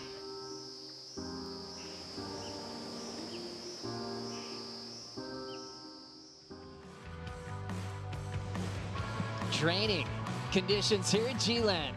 4 finals day, semi-final number 2. Just getting started as the goofy foot takes charge. Bronte McCauley driving off the bottom, clean top turn. Drives again into a beautiful bottom turn. Nice wrap, nice flow and tempo. Third turn right on the money. Jams a beautiful arc right in the pocket. And I'll set up work for Bronte, almost getting bucked off the back of the wave. That'll be the end of a beautiful ride and a dream start against Joanna Faye. All fighting for a spot here in the final of the ROXY Pro G-Land. Who will be our first champion of this event? Carissa Moore is in the final already, and she'll be joined by either Bronte or Joanna Faye. Joe Tappel in the booth with Laura Enever, who charges. Stellar year on the championship tour. It's been just a joy traveling with you in the last couple of years, Laura. You've seen a lot of Bronte and Joanna Faye. They both want it so badly to join Carissa Moore in the final. How about that start for Bronte? Straight out of the gates, getting that wave. I was just going to say we have to put Snake Dodger in my resume now. I'm so glad you're okay. I think being Australian, you're pretty prepared for moments like that. Not from Sydney, but yeah, this wave from Bronte, oh my, wow. What a way to start. I was just saying at the end of that last heat, you know, there wasn't many of these big sets, but Bronte just straight into this bomb of the last, you know, half an hour, 45 minutes, and just absolutely shredded it. You know, we've seen her on her Instagram and the videos she's been posting, just absolutely shredding on her forehand in a lot of incredible waves over in WA. And yeah, look, she looks right at home here in G-Land. It's making our goofy footer in the booth kind of shake in his chair, seeing perfection like this. Luke, how is she doing this? 7.83, same start that she had in the quarterfinals. Just looking so at home in these conditions, staying super tight, and the flow is doing really good, and yeah, you couldn't ask for a better start than that. Look at this turn out of the lip, perfect timing, just holding that rail, generating more speed so that she can just come off the bottom with heaps of power and just carve it up out of the lip one more time. What a sensational start, a 7.83 there for Bronte McCauley. Bronte was in such a fine rhythm with this wave. That top turn is so reliable. Started off with a lot of size and then just slowly trimmed down, but that wave selection was perfect. Still had a beautiful wall, didn't try to rush anything. And she'll already put pressure on Joanna Faye with that incredible start. This is what Faye did on her opening ride, Laura. Yeah, Joanne, we know she can go to the tube. She's got an incredible backside barrel stance, and she knows how to ride barrels. So unfortunately that one a bit too fast, but yeah, I've got a smile ear to ear. I can't believe that wave Bronte just got into then, and poor Tatiana, that was the wave that she was dreaming of, waiting for that whole last heat, and unfortunately that's the way the ocean goes, and Bronte in the rhythm right now. So still a Goofy Foot standing with Bronte McCauley. The Goofy Foots proved that they were in love with this wave as soon as they set their sights on it. Tati leaves with a semi-final result, and the winner of this heat will move on to the final. If Bronte can get into the final, it would be a first chance for her to win a CT event. That sounds familiar to G-Land for Luke Egan. Yes, it does. Had my first win here at G-Land in '97, and Bronte's well on the way to doing the same with a start like that. It's good to see one of the Goofy Footers still left in the competition, and there's a chance for the final. I was just learning that Dave McCauley finished third in the world a couple times, Masters champ, legend. Was actually shadowing the judges way back when, and was almost setting himself up to become a head judge. Got to the end of the season, for a guy like Dave watching perfect waves all day, and he's sort of going, I think I'm gonna have second thoughts. And he just kind of changed his career, but he is so amazing at judging, obviously, for his daughter, giving all the insight to her, and she's been looking really comfortable lately, kind of traveling on her own with her boyfriend and trusting her instincts in the last couple of events here. Watching Joanna Faye now get started. Big, powerful backside hack. Bottom drops out. DeFay throws down another massive backhand turn. Luke, what'd you think? Yeah, that was pretty nice. Again, there's been some good scores, not traveling from the top to the bottom of the reef. Couple of nice swoops on a pretty sizey wave. That offshore is just making the conditions perfect this afternoon. Now Bronte McCauley setting up wave number 2. Big, quick jam, but a big section is going to slow her down and keep her to one turn. Joanna Faye gets picked up on the Red Bull ski, incomplete on the backhand tube attempt. But with plenty of time, we are slowing things down a bit, one heat at a time from here on out. Started off the quarters with the overlapping format. Laura, it's interesting. You've competed in events where it's been pumping like this. I always think of Fiji and your 10-point ride. Can you forget you're in a jersey when the waves are this perfect?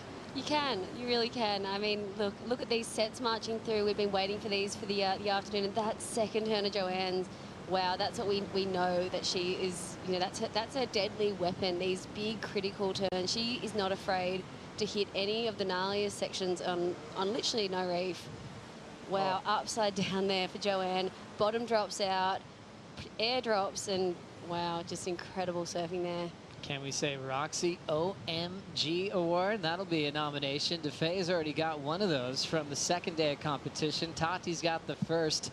It is finals day, so we'll have the overall ROXY OMG Land Goddess Award being given out. Last of Bronte McCauley. Luke, what happened here?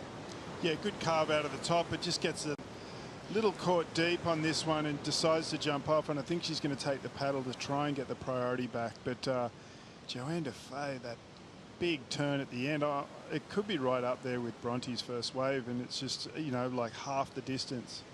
What a fun show for Bronte McCauley to feature on her forehand. She's got a running left at home in WA that she surfs all the time. There's all these cool stories you hear about her father, kind of having all the girls out there and getting them into sets, pushing them into bombs at lefties and WA, and then he'd hold them back and say, okay, everyone else get a couple in. And obviously Dave, one of the kindest humans you'll ever meet, it just had a nice little rotation, and then all the WA locals were cheering on Bronte to what's still a great career, I feel like, in the making for big results to come. She's only improved with her time on tour. Those free surfs when all the contests disappeared in that 2020 season, she really turned into one of the great tube riders in the world. She did. She was way up north in WA, just locking into some of the throatiest, gnarliest barrels, and yeah, just she charges, and yeah, a big hi to Dave and Lorraine at home, like, and yeah, the whole fam. So they must be very proud watching Bronte into the semis here. 2 semis in a row, one at Margie's, one here. Incredible. Well, Dimity Stoyle likes to make people dance. Maybe she'll do that for Carissa Moore right now. Dim, what do you got? Carissa Moore, you're looking unstoppable out there. You've just moved into the yellow Jeep leader jersey position for El Salvador. Does that give you a little bit of extra fire moving into the final? I mean, that's super cool. Yellow is my favorite color. But it's crazy. Just everyone, it's like all the points are super close this year. So I'm excited to wear the yellow jersey, but I know I got a lot of work to do to keep it. And I'm just psyched. It seems to be flowing here. And the conditions are absolutely turning on. It's pumping out there now. Does that just make it even more exciting to go surf this final in good waves? Absolutely. I mean, I guess good things come to those who wait, and it is turning on. The offshores are going, and it's at a beautiful size. It feels like actually the swell's like picking up. I don't know what's happening, but it's a pretty magical afternoon. Beautiful Indonesian energy. Can't wait to watch that final. Good luck, Carissa. Thank you, Dimity. Carissa Moore happy, couldn't stop smiling. Maybe not quite dance moves, but she knows it's a big year. She does love yellow. Back to #1 in the world, and that's been a fun battle to follow that she's had with Breeza Hennessy in the last few events. Carissa still looking for her first win of this season. Finaled at Pipeline, always impressive there. Also runner-up at Bells Beach to Tyler Wright. She is more than ready to win an event this season. Third time lucky, third final time lucky maybe for her, but you know, she's going to have a tough final with one of these girls, Joanne or Bronte. It's, look, 7-3-3 in for Joanne. Judges loving that critical surfing. So I mean, these girls have been throwing down excellent scores all day. So yeah, whoever's in the final, it's going to be an absolute blinder. It's interesting what makes people kind of move and get excited. Laura, I think for you, you thrive off a crowd. You're really social. You like to have a good time, but you won your junior title in front of your friends and family. You won down the road in Manly, kind of like a second home for yourself in front of a huge crowd, thriving off that. But then the difference of doing what Bronte and Joanne's doing right now, it's almost silent out there just between the two of them. It really is. You know, there's there's a few boats in the channel there, but I mean, the lineup is so far away from even the competition site. You're getting on a truck to get on a little boat to get out to the lineup, and you are really in isolation and just surfing. But also, like, you wouldn't be able to see anyone waving on the beach trying to give you any pointers or, you know, try to point or whistle for sets. Like, you're really out there just competing on your own, doing your thing and just feeling the ocean. It's a pretty incredible thing. Luke, you had your wins in a lot of remote locations like Fiji, like G-Land, but also winning at events like Lower Trestles where the cobblestones were filled with human beings. They obviously play a big factor every time a set pops up on the horizon. Yeah, for sure. I think the audience on the crowd just on the shore just make it does give it a little extra. Sometimes you got to block it out because it's too loud and you got to focus on what you're doing, but there's nothing better than finishing a wave and hearing the crowd roar from the shore. It's one of the best feelings of being a professional surfer. Yeah, I can't wait to get back to Brazil and that big crowd there. It's one of my favorite crowds in the world. It's just loud and so much energy, and yeah, it's going to be one hell of an event. We've been talking about the different champions event-wise on the men's side. Similar theme of what's been happening on the women's side as well in a title race. Obviously, first, the energy that was around the midseason cut. But obviously, we keep all those points for what we started off the season with to work out the WSL Final 5. Different winners, and from a wild card victory for Moana Jones-Wong, Breeza getting her first taste of victory at Sunset Beach. There's a real refreshing feel to the tour this year, Laura. There is such a refreshing feel to the tour. You know, just seeing those rookies come in at the start of the year and do some, as we say, hold that thought. Look at this bomb for Bronte. Take it away, Joe. Absolute perfection here at Money Trees, and packing the first section. She will be ultra deep, and the rest will just drain down this reef so incredibly. Unfortunately for Bronte, it was just packing a closeout. That thing had a lot of pace to it. Unfortunately, she couldn't get spit out of the tube this time, Luke. Yes, probably a little bit too far up the reef for that one, but we saw it barrel on that next section, so if she had been down the reef a little bit further, it might have been a long tube ride, and you can see her paddling that way now, acknowledging that that wave was a little wider and probably changing position. Now setting up this one a little bit further down the reef. Bronte's got enough in her to be into the open face. Clean carve Rips into another wrapping cutback. Set up work. Here's the closeout finish. McCauley looks inspired. As we know, she had the same start as her quarter, 7.83, but she sat for quite some time. I feel like she's switching gears, not trying to sit too long and put a lot of attempts on the board.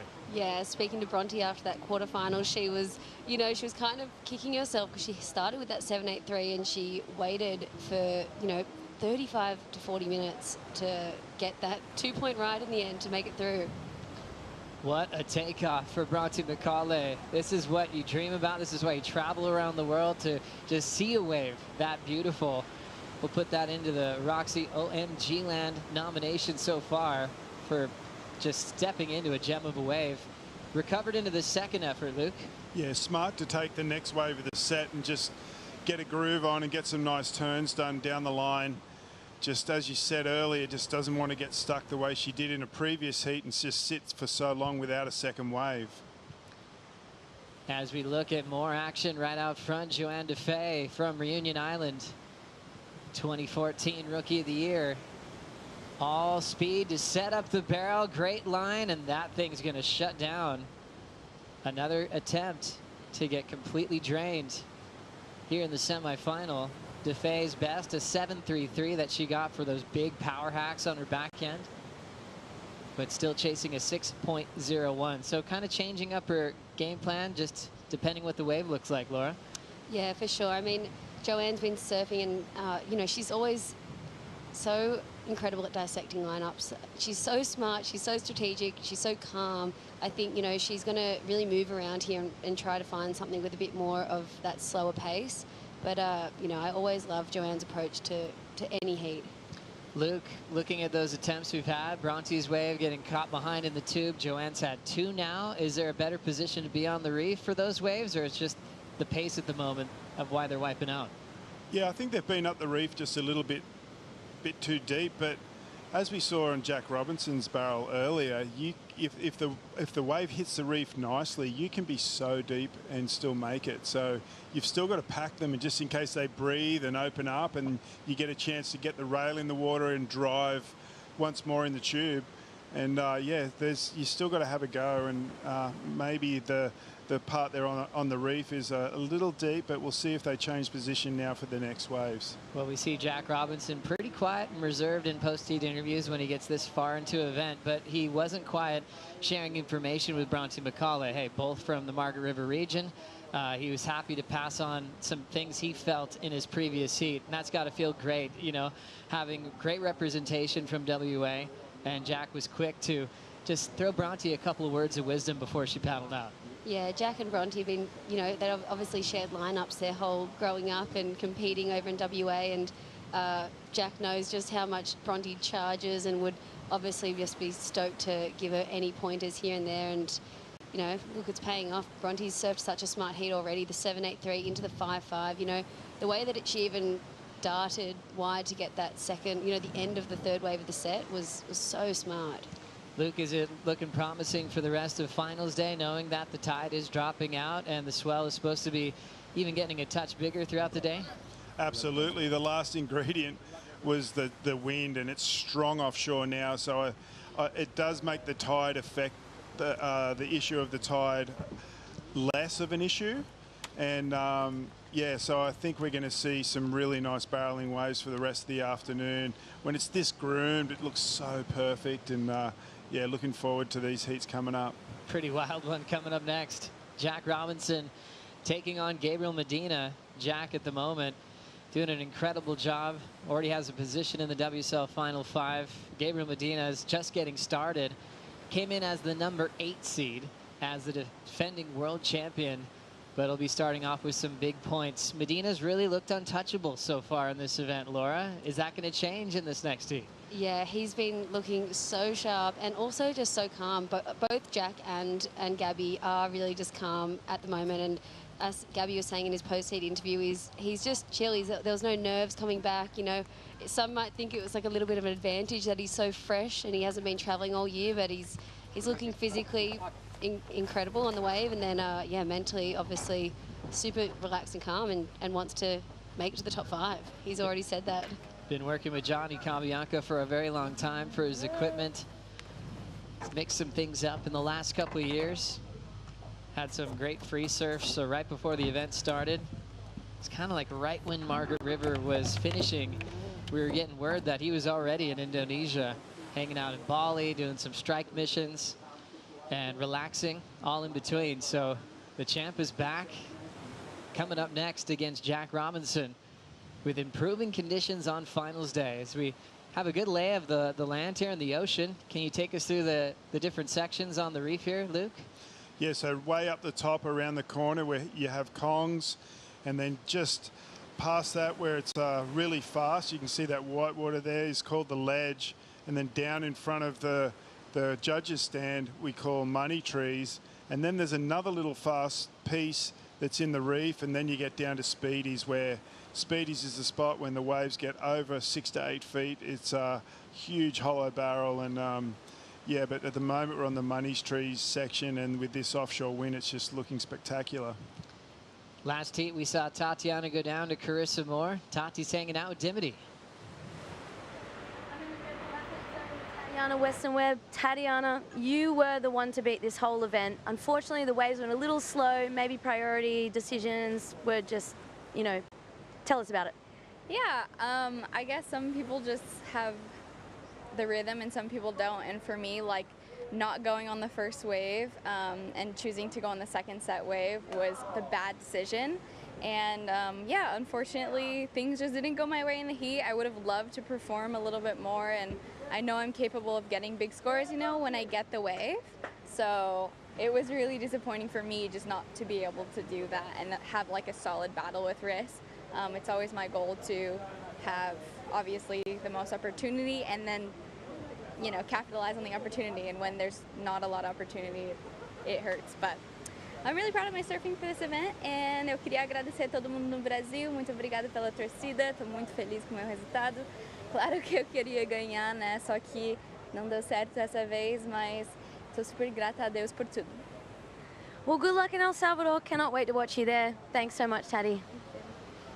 What an absolute weapon. Tatiana Weston-Webb has big goals, came very close to a world title last year. It was actually, I feel like, one turn away from changing the whole script of last season. I was losing it re-watching that all go down on make or break in the final episode, and I loved seeing the insights from Tati. You know, it was so emotional when she lost. She really believed that she could have taken that from and clinched that from or stolen it from Carissa. But you know, incredible episode there. If you haven't watched it, go watch the whole season and yeah, get to the final ep. It's pretty incredible.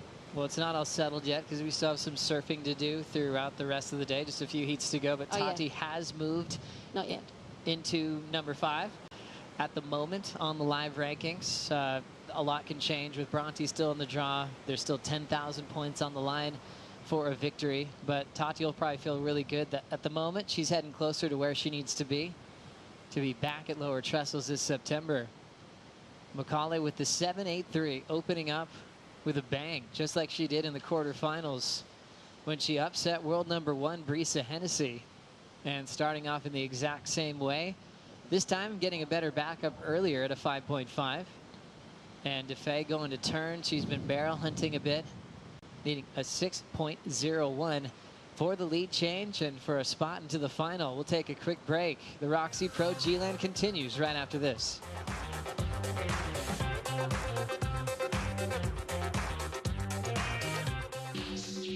What we're doing is working with the surf camps and the park, and that creates a model of comprehensive surf ecosystem conservation that can be exported throughout the rest of the world. So here we are. This is the spot of the tree planting. We got to take care of our environment. We got to take care of the world. So it's awesome to see big brands coming up like the WSL Corona. The support that we've gotten from Quiksilver and ROXY to be able to launch new projects has been immense. I think it's really important, especially for us as surfers.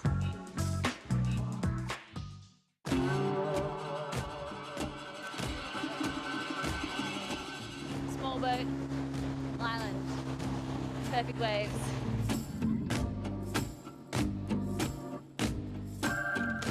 Millions of monkeys everywhere.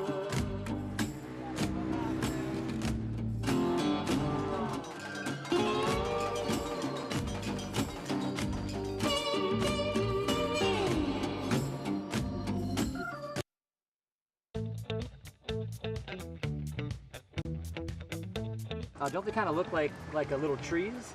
Yeah. Right? Yeah. Nice. Yeah. Raja, a little goofy foot weapon, helping the environment and stuff. It's cool. Coral reefs are incredibly important for everyone on this ocean planet. They are the home for about a quarter of all ocean life. They protect communities on the coast from erosion. And let's face it, the best waves on the planet break over coral reefs. Organizations like Sea Trees gives me a lot of hope for Rajo's generation to have healthy coral reefs to surf on and enjoy in the future. No reef, no barrel, or no wave.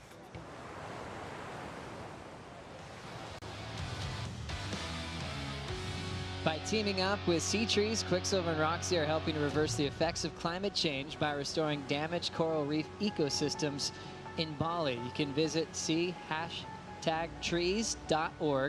to learn more. Not hashtag, but see#trees.org. And you can find out more information. Quiksilver and ROXY giving back. Love that they've teamed up together to reverse the effects of climate change.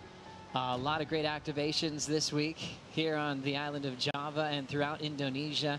We love seeing Bronte and Joanne always giving back no matter where they're traveling around the world. And kind of just thinking about it, Laura, this event had maybe more anticipation than any other on the calendar. Focusing now on the back half of the year, we're officially arrived past the cut. What event are you looking forward to more than any other event outside of this one for the world's best to compete on? Well, that's really hard to pick, Joey. There's just what a lineup. We've got El Sal, Rio, J-Bay, or Chopes. I mean, I'm so excited to go watch, you know, the women especially go charge Tahiti, but you know, and J-Bay. I've never been to J-Bay before, so I'm super excited for that. And Rio, just gonna pour some acai on my head. Can't wait. You were on the tour just feels like yesterday, and there's been a lot of incredible changes. So how does that make you feel with equal pay, equal events for men and women from start to finish for the first time ever?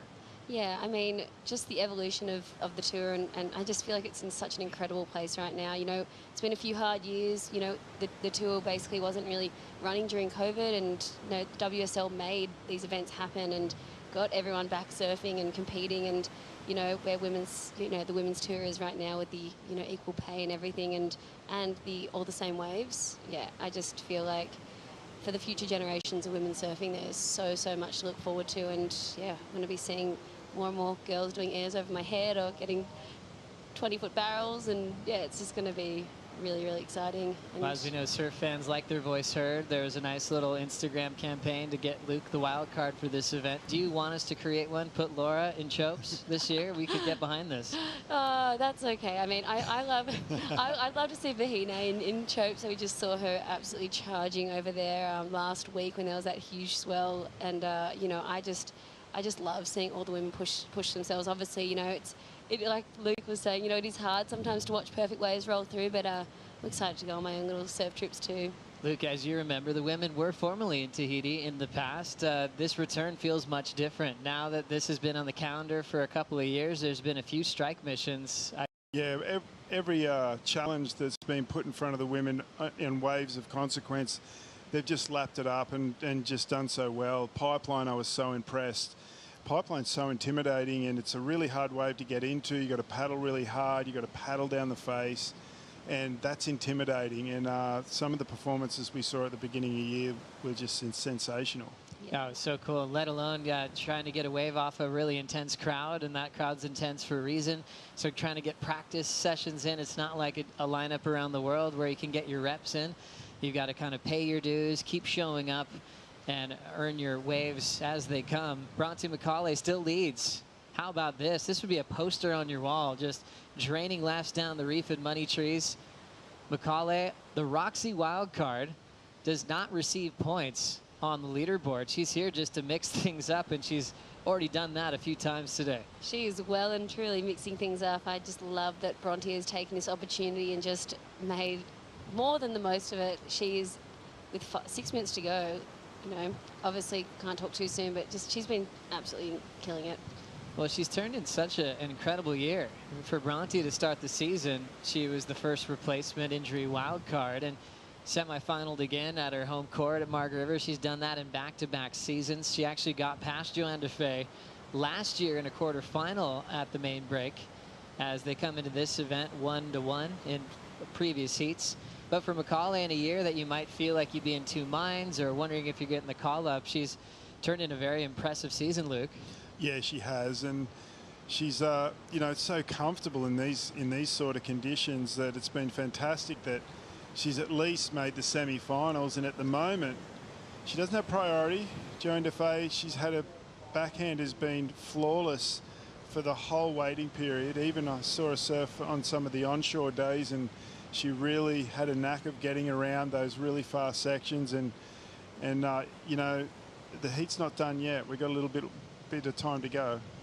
Yeah, 6-point ride is very, very easily attainable for someone like Joanne. You know, she's been the one to beat. When I looked at the, you know, at the group of girls in the event, I looked at Joanne and just went, I've seen her throw down so many excellent scores on backside, big lefts. So looks like there might be a paddle right now.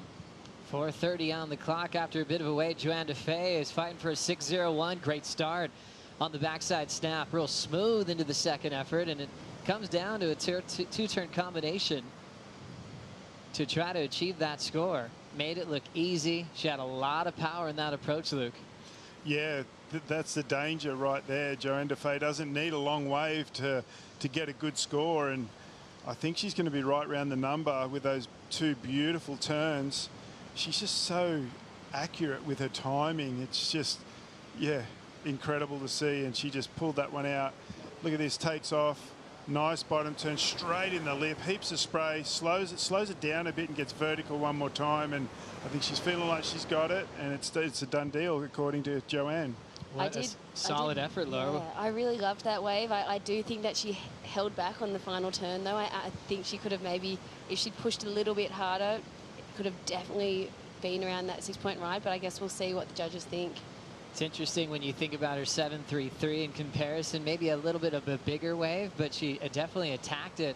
I think in your mind, you're thinking of the waves Bronte is catching, long, stretched out gems at G-Land to get your score, but there's been a lot of two-turn combos that have been really worthy this week. Yeah, there has, and that was another one right there. So we're going to all wait for this score. At least Bronte's got priority now, so if another set comes, she does get another opportunity. But Joanne really trying to listen now for the scores to see if she's got it. It's going to be right near the number. Yeah, you are so right there, Luke. You're saying, you know, Bronte's waves, we've seen her all event get, you know, at least 5 sort of turns down the line, and Joanne really has stuck to that, her guns in going a wave that, as we see, she's just got the score. 6.33 for Joanna Faye. Two-turn combination enough to force the lead change on the ROXY Pro G-Land wildcard. Macaulay with priority needs a 5.83, so she's right in the mix. 2:15 on the clock, though. We've seen some lulls stretch out for quite some time. We'll see how the outcome will happen here in the second semifinal. That's how the judges reacted to the power of the backhand of Joanna Faye. Yeah, Joe, you and I have been having this discussion all day about being a natural footer or a goofy footer, so I'll have to say that shorter piece of the wave and getting 2 turns done like this one of Joanne off the bottom, bang, and then coming around taking her time, that kind of score into the excellent range or the mid-score range is a lot easier to do as a natural footer. I'll give you that today. That's it. All right? I'm going to take it and run with it. Good breakdown. But yeah, as a backhander yourself on this wave, Laura, sometimes that backhand read is so reliable. You're not really too confused on what kind of maneuver you're doing. If you can go straight up and down, you can kind of do it with your eyes closed at times. For sure. I mean, that's the thing we've seen, you know, Tati and the girls on big rights just be able to get a wave that's shorter and steeper and be able to do really critical in the pocket surfing and you know, throw a lot of spray, and that's what we've seen Joanne do. That just looks easy for her to get that 6.33. She's so, yeah, like you were saying, accurate and powerful, and just places her board in the most perfect critical points of the wave. So I mean, incredible fight back, comeback there for Joanne to just get that wave. 50 seconds to go, she's turned the heat. Joanna Faye's learned so much in her career on tour, qualifying in 2014. She had that story of putting it up to one last year on the QS in 2013. If she didn't make it, she was going to move on from this dream of being a pro surfer. It all came together. Jeremy Flores was so proud of her, called her up and said, hey, I'm going to help you financially in this lap around the world. It's plane flights, accommodations, because she had lost her main sponsor backing at the time. That's all changed. Her board's completely covered with stickers for a good reason. She turned in her best year to date last season at the Rip Curl WSL Finals. Just seeing her switch into gear and know how to turn a heat in a short period of time, that was very impressive as she just took the win off Bronte McCauley to now join Carissa Moore in the final of the first ever ROXY Pro G-Land. Wow, that is incredible. Joanne and Carissa, what a heat. They're going to be just going, it's going to be amazing. Can't wait. I think this has been a final at Cloudbreak in the past with Carissa and Joanna Faye. This is going to be incredibly special, this time here in Java. Up next, semifinal number 1 with Medina and Jack Robinson.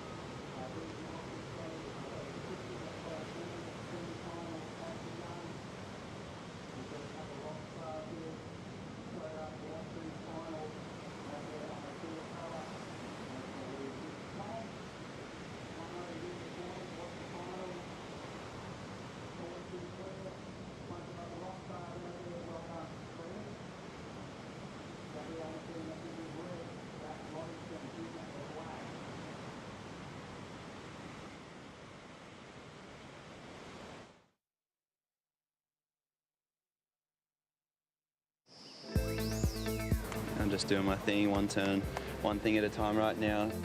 Just so happy to make through. Feels good to be in the semis.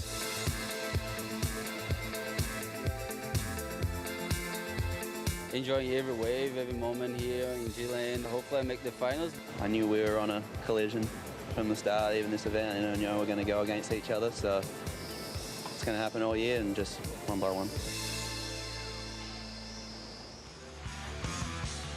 Gabriel Medina versus Jack Robinson. You get those kind of heats when you come to the jungle to compete here at Groningen. Unbelievable surfers going head-to-head now for the second time in their career at the championship tour level. A while back, we finished off the Margaret River event at Uluwatu, and that was a classic showdown with these two. Jack was a wild card back then, but Medina got the victory about 4 years ago. Already getting started is Medina during the break, Luke. Yeah, beautiful float to get around that section. Just got the speed with ease, and then, yeah, sick. Grabs a rail and falls down the face and manages to maintain. Look at this. Does he go for the rail just at the end bit when he feels that he's going to fall down that little part of the wave and gets the completion? What can this man not do at the moment? Not sure. Guy is so dangerous with heat strategy. He can think on his feet, change his game plan immediately. Almost feels like he's not ever playing victim to a strategy. He can just kind of move and change and trust his instincts at all times. And one thing that he proved as a rookie on tour a long time ago now, that he could go to waves for the first time and figure them out, like right away.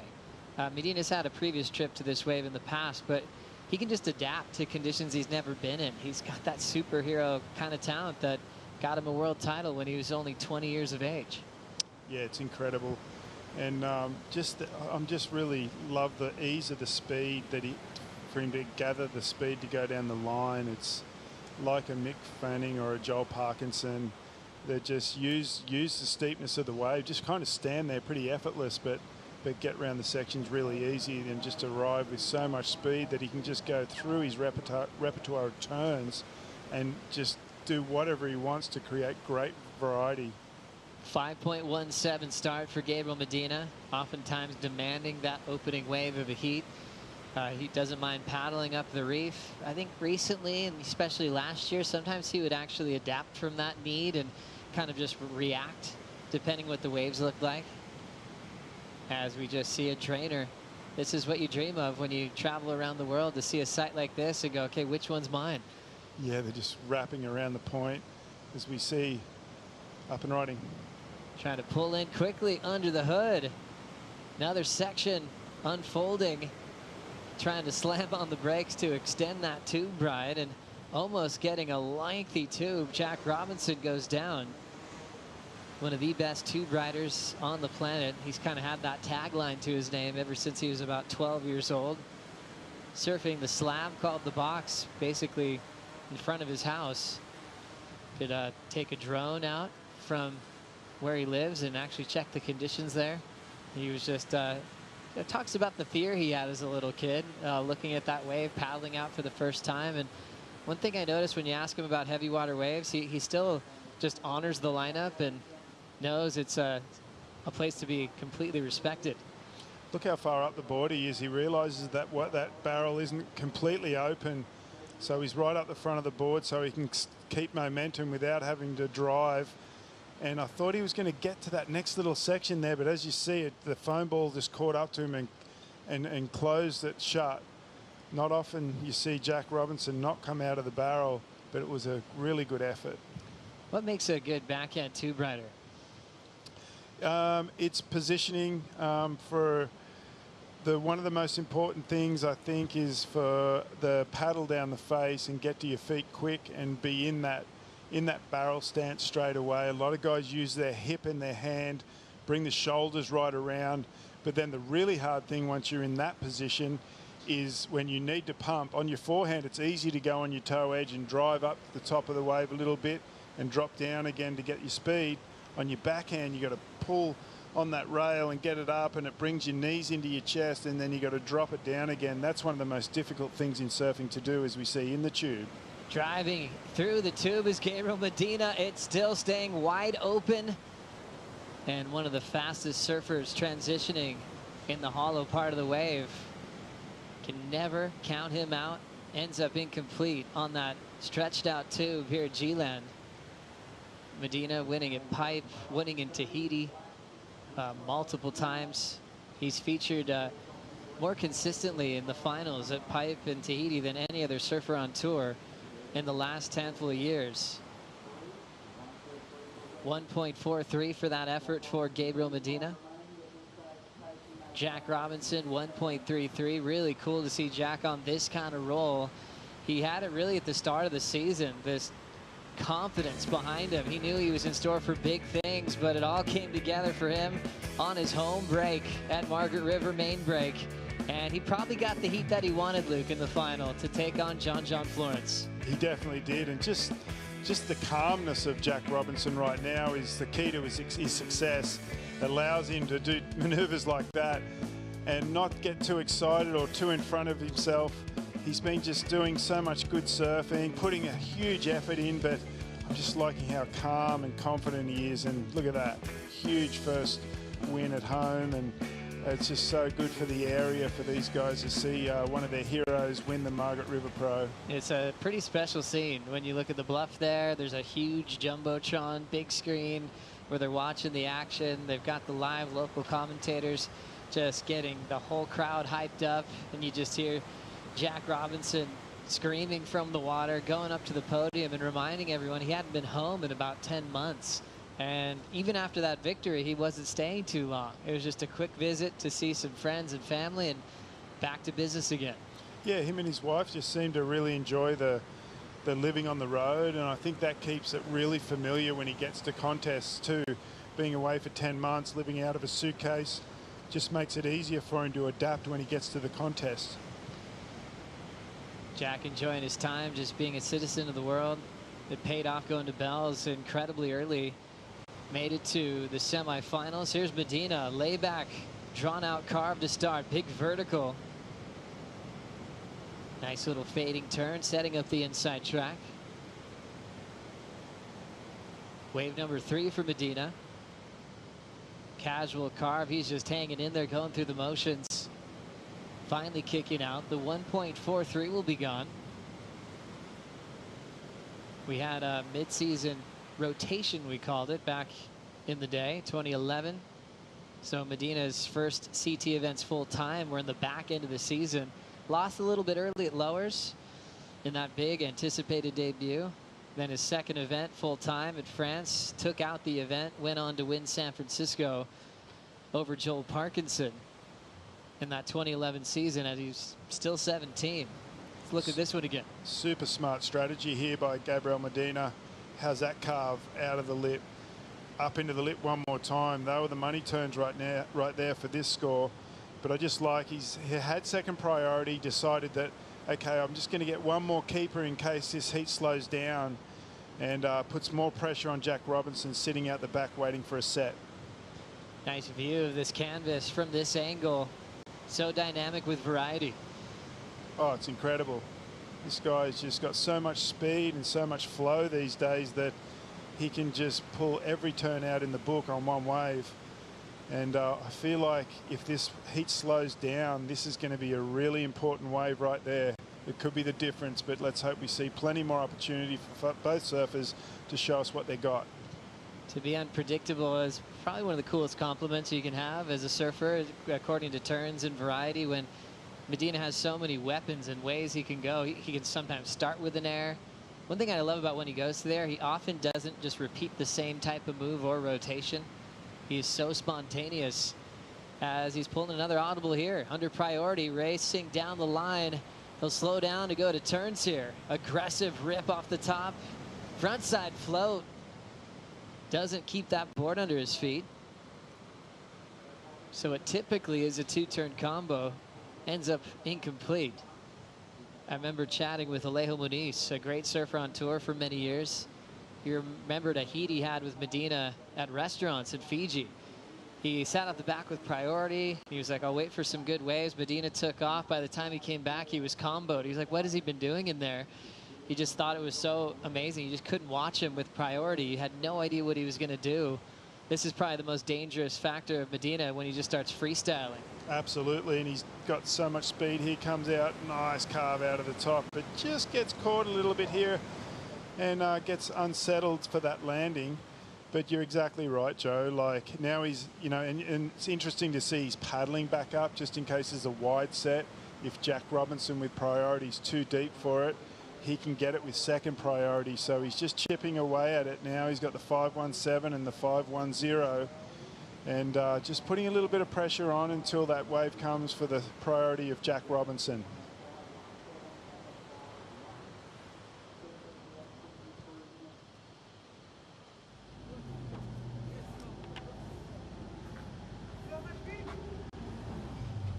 Too late, brother.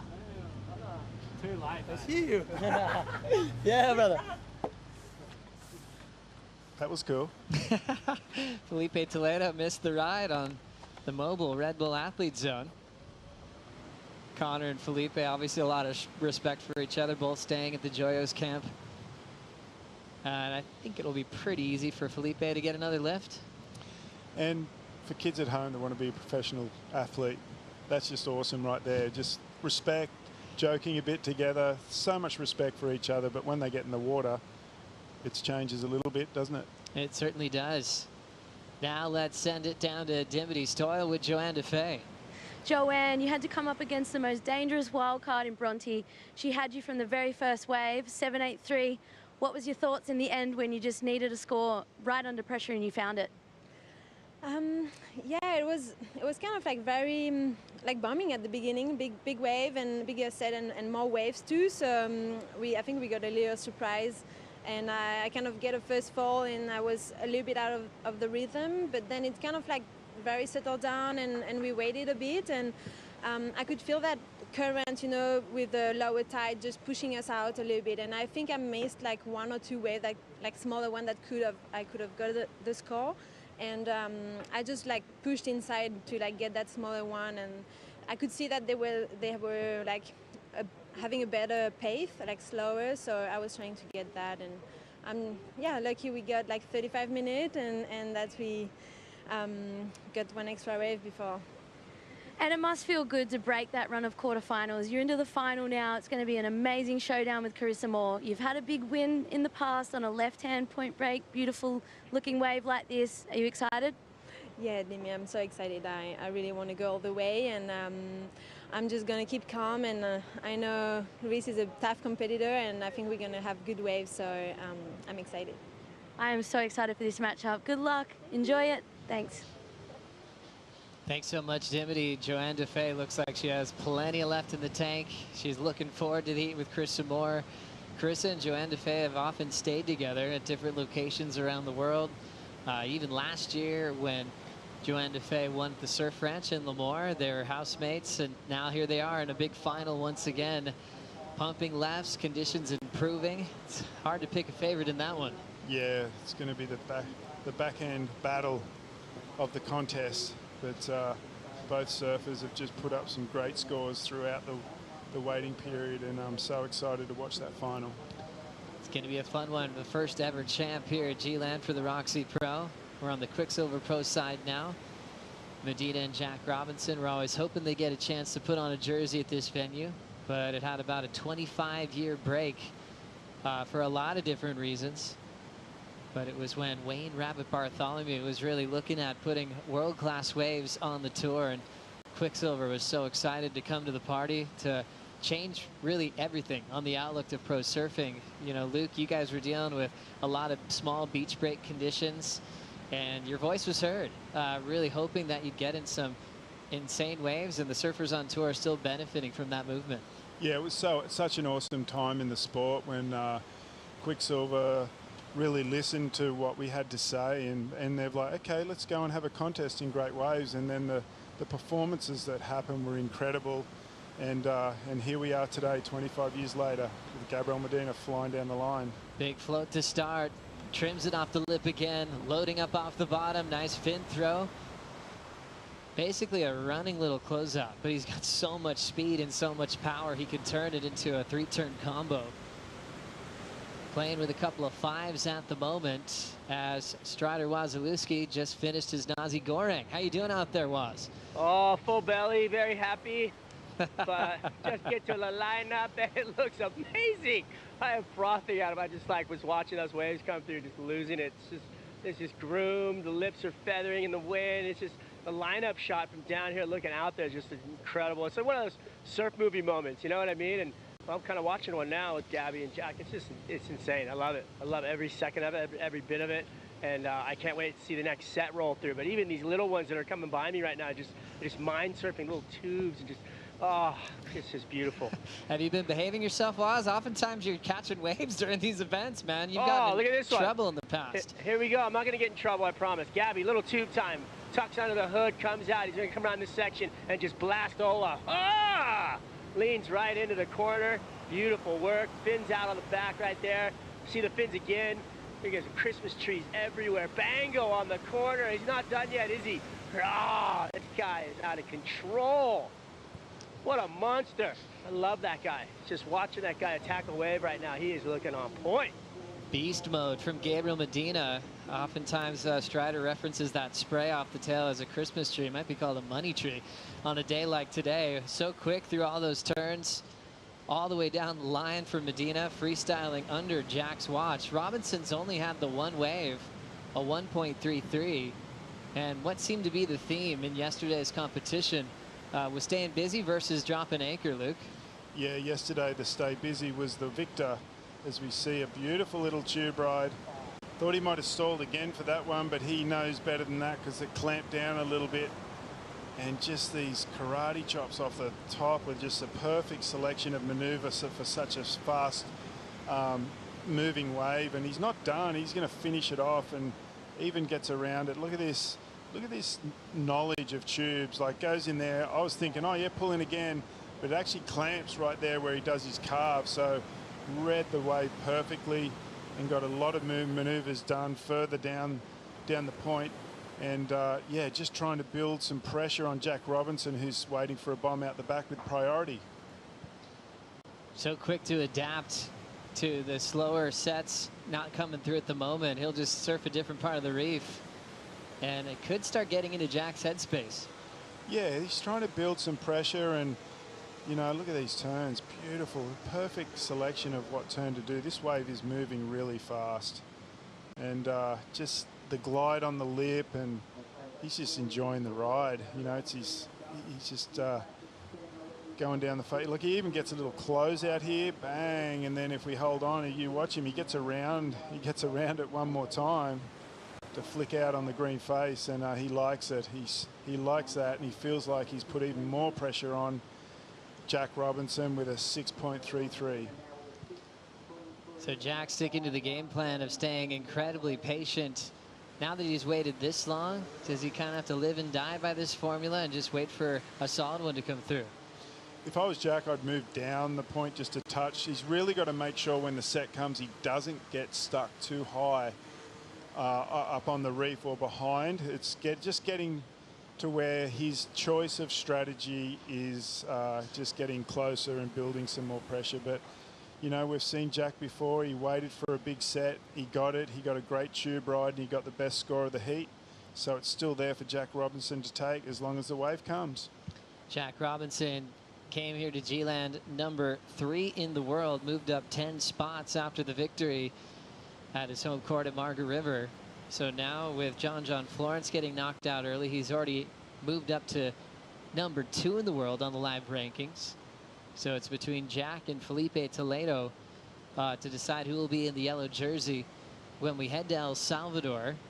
For Jack, he's got to make the final at this stage and actually win the contest, and Felipe would then have to lose to Conor O'Leary for that dream to be realized for Robinson to hold that number 1 position on the leaderboard. So a few scenarios there to work out in the last few heats of the day. Yeah, see Jack sitting there with his head down and trying to stay calm in this pressure situation. Still got a bit over 14 minutes to go, so he's got plenty of time. He's in the combination position, but he's sitting there with priority, and that means the next best wave is his. Medina might have a lot of records in pro surfing history over Jack Robinson, but one thing Jack has on Medina is that he surfed in a CT event at 13 at Keramas in Indonesia when it was pumping. Little Jack, he was tiny back then, had a heat with Kelly, but that's how much talent this kid had from WA that sponsors and the tour were ready to see his championship tour debut, whether he wanted it or not. And he showed up and he looked ready, just a little kid taking on the world. Yeah, that's amazing. And yeah, I'm so stoked Jack is found success, found the formula for him to be happy, and then that's equaled into good results. And he's just been surfing out of his skin, and it's been so good to see him. You know, he's already got 2 CT wins. You know, as soon as he won Mexico, it was like he goes, okay, I got the formula, and he grabbed hold of it, and he just made sure that he believed that formula would work again, and then he did it at home in front of his home crowd. 13:30 on the clock to decide our first finalist here at the Quiksilver Pro G-Land. Gabriel Medina still leading. Last wave, a 6.33. Looking to better a 5.17 here. Already with some speed. Just projection snap. Absolutely flying down the line. Coming hard around the corner off the bottom. Another speed check. Going for a big punt. Going for the full rotation.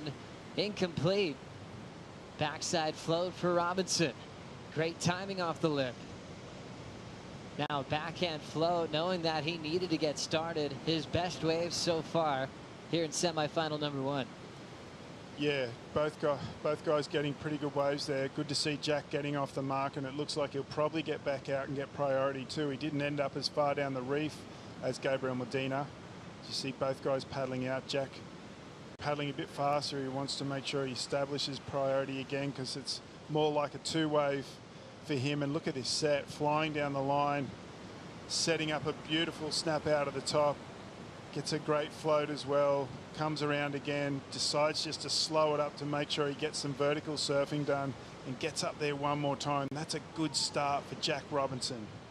You can see the kick out for Jack too, just pumping himself up for the remaining 12 minutes of this battle that he has going on with a 3-time defending world champ in Gabriel Medina.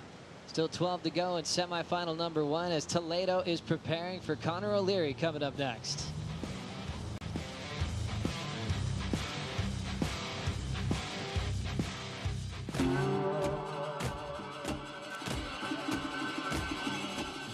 Small boat, island, perfect waves.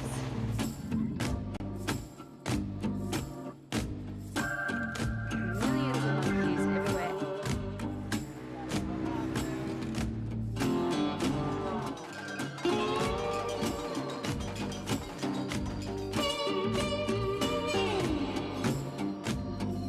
My job is professional surfer. My goal is to win titles. That's what I'm here for. The world's best surfers in the world's best waves. We've had a shark attack. Whoa. It's the most intense surfing scenario you can imagine. I have to step up my game now and not make any mistakes. Oh my God! This is a war. You have to find a way to win it and do it at all costs.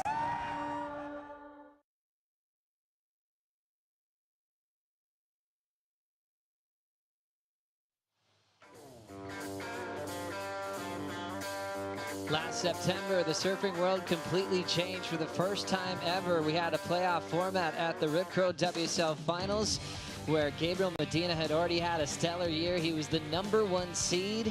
It was between him and Felipe Toledo to decide a world champion. Ended up being Gabriel's day. He even did a crazy Flintstone flip on the way to his 3rd world title. It's so amazing. Most people go right to win heats in lower trestles, but Gabriel Medina decides when he's going to go for a world title, lower trestles, he goes left. What a great day for Medina. A wave that you've won on before, Luke, as a standard championship tour event. You know how crowded it can get there in Southern California. I've never felt that kind of electricity in any single day that I've felt in pro surfing. It was magic. It's amazing just to bring it down to one day for the world title. So now Gabby's won in all different styles. He's won world titles at Pipeline. He's won world titles in the one-day format at lower trestles. And now he wants to win a world title coming from having a holiday for the first half of the year. And he's mixing it up. It's crazy, and it's interesting how change can be uncomfortable, kind of like this year with the cut and the drama behind that. And that's kind of what was going on last year. And it was fair. We were welcoming those conversations and different ideas about a one-day championship title because it had never been done before. So it's all predictions at that moment. And I think, you know, all the surfers obviously agree to these format changes. For the first time, it started getting nervous for Medina and even Carissa more was after Mexico was complete, going, hang on, we've dominated this year. Can we lose our title now? And that just made that last day of last season so incredible because that emotion was real. All that hard work for the year could have been lost on that one final day. And it's interesting what he's done this year and had the first half of the year off. I know Mark Richards, in I think his 3rd or 4th world title, decided he wasn't going to do all the contests and have some time at home, and managed by Hawaii, he was in front and he got a world title. So here we go. Can it be done again? Gabriel Medina just setting up a lot of speed. He chased a section that didn't help him out for a punt on his previous wave. Ended up incomplete. As we now see Jack Robinson up and out. So down to 8-10. Both surfers fishing a little bit for some energy out here at Money Trees. Getting a bit closer to Toledo and Conor O'Leary on their matchup coming up in the 2nd semifinal. Jack Robinson's 2nd wave in at a 6.07. So when Medina started racing down the line, Jack got the one behind it, went to turns, kicked out with a lot of confidence, and he's almost matched Medina with that 6.07. Now needs a 5.44. At this point of this heat, you'd have to say next best wave wins. Jack Robinson needing a 5.44 and Gabriel with the lead, but Jack's sitting there with the priority, which steams him any wave he wants, and he's a little bit further up the point too. So for my experience, I think he's on the better part of the reef right now if the set comes. It seems like it's really working out for the backhanders today. Just thinking about Joanna Faye getting past Bronte McCauley went down to a simple 2-turn combination recipe to beat McCauley, who was getting these really long, multiple turn waves. And Medina, same thing, 6-3-3, rapid fire surfing at the end part of the reef, where Jack simplified it, just a few turns in a tight space, almost matching him. Interesting on that comparison. Yeah, you've got to give that to the natural footers. It's a bit easier to get the points in a short space of time, but I've really enjoyed the down-the-line surfing of Gabriel Medina. So smooth and fast, and that layback snap and that grab rail carve that he's been doing. Oh my goodness, some of the best I've ever seen. Well, what a great performance here at the ROXY Pro G-Land for the ROXY wildcard. Bronte McCauley is with Dimity. I'm in the Red Bull athlete zone with Bronte, the most dangerous wildcard. You pushed the whole way. You've been on fire the whole event. Semi-final finish. How do you feel? Yeah, thanks, Timmy. Yeah, I guess I'm a bit disappointed, like, not to make the final, and I guess it came down to the last few minutes, and she got the score right at the end. So definitely stings, but at the same time, it's beautiful out there. We had non-stop waves and it was pumping, and just to get this opportunity to compete in G-Land just makes me want to get back on tour and just try to do it again next year, because it's, out there it was really, the waves were just so dreamy. And you've been on such a roll since Bell's quarterfinal, then on to a semi-final and another semi-final finish. We've got a feeling you're going to be back on tour in no time. What's your plans next? Yeah, I guess I'll just hit up the Challenger Series with you and everyone, all the crew, and guess I'm going to Bolito in a few weeks, and just try to go home and regroup and start again, start from scratch. Back on the fun tour. You'll be back here in no time. Thank you so much, Bronte.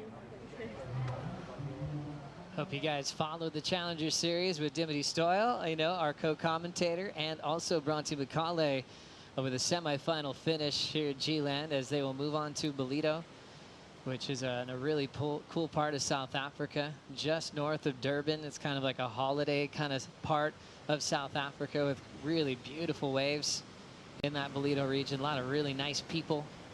Looking forward to watch the Challenger Series continue. Great start to the year, snapper to Manly. Bronte's definitely going to be a favorite at any event on the Challenger Series. She's going to carry that championship tour vibe into the Challenger Series locker room. Yeah, that's a great result for her. As she said, she was a little disappointed not to make the final, but to come in as a wild card and push all the way to the semi-finals, it's a fantastic result and performance. Interesting times here in semi-final number 1. Jack Robinson with priority needs a 5.44. We saw Medina scrambling a bit in this heat. He's caught 8 waves compared to 3 for Jack. But Jack's still in a great spot. With priority, he can pick whichever wave he wants to try to earn his spot in the final. Felipe Toledo, Connor O'Leary coming up in the second semifinal, with the yellow jersey still yet to be decided who will be wearing it heading into El Salvador, which will be new territory for the championship tour. And it's fun to have a couple of events back to back where it's a clean slate, going to new parts of the world. Kind of really fits in with being a surfer. You're always looking for travel, surfing new waves, and even with competition, Medina and Jack Robinson will be starting from scratch once again. Yeah, it's so fantastic to see surf culture clash with surf competition. It's just unreal. We've got it all here at G-Land.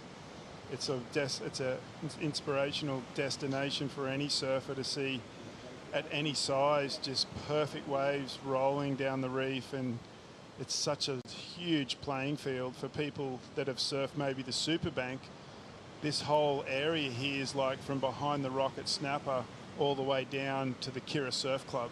It's about the same size. We see Gabby just having another look on the inside. He's sniffing around on some of those smaller waves. Feels like he could better that 517 on a smaller inside wave to make it harder for Jack Robinson once the wave comes with his priority. Gabriel Medina has thrown some big airs in the free surfs. A lot of just straight airs with no rotation. As Jack Robinson's pulled the trigger, big hammer to start on the first section.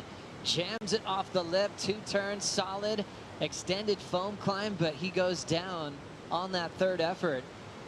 First two sections he hit with authority, but needed a 5.44 to get the lead. 2 minutes to go. Feel like he needed to land that late foam. Just feel like he needed to land that to get the score, but it was looking good. Those first two turns, you never know. The judges might have thought the job was already done. We've seen some big scores going down. Let's look at the replay. It's looking open face, straight up into the lip, slashing it around. Gets a second one in the lip as well. If he had have made that, I'm saying it. I just really feel like it. He's gone right up into the lip. This is where the natural footers have had the advantage today. They didn't really need the longer waves. Those two turns were pretty good. I'm going to be really interested in this score. If he had have made that last turn, he could have had the lead. It almost feels like staying on your feet is so important when it's coming down to the wire in a big moment. Jack Robinson needing a 5.44. Scores coming in, and it is under a 4.9 for that two-turn combo, falling on the finish. So definitely leaving some points out there. 1 minute to go, and now he doesn't have priority. Medina's probably feeling pretty solid right about now. Yeah, and Jacoby just thinking of some scenarios going through his mind right now. Should he have pulled the second turn a little shorter so he could have arrived while that was green open face and just crack it nicely for the closeout? I feel like that wave had the opportunity to get the score then, so a little left on the table there for Jack Robinson with 30 seconds to go. Jack always loves his deep breathing. He always puts himself with a fighting shot, even with 25 seconds to go. He's very calm in this approach. He didn't change his game plan according to what Medina's famous for. We'll see what happens on this effort. Gabriel Medina will take it with priority. Coming off the lip to start. Another beautiful float into the flats. Perfect transition. Open face hook. Right on the money. And now we'll get to this inside hack there with some water flying, and Medina will flex his way into the channel. How's this screamer for Jack Robinson? Up in time. An absolute belt under the lip into the pit. Robinson makes it. Backside roundhouse cutback. Driving off this section. Rock and roll float, and he will point to the tower on the reef. What a way to finish semifinal number one. Wow. When we nearly called it a heat, Jack Robinson gets up before the siren and just gets some incredible maneuvers done with a tube ride.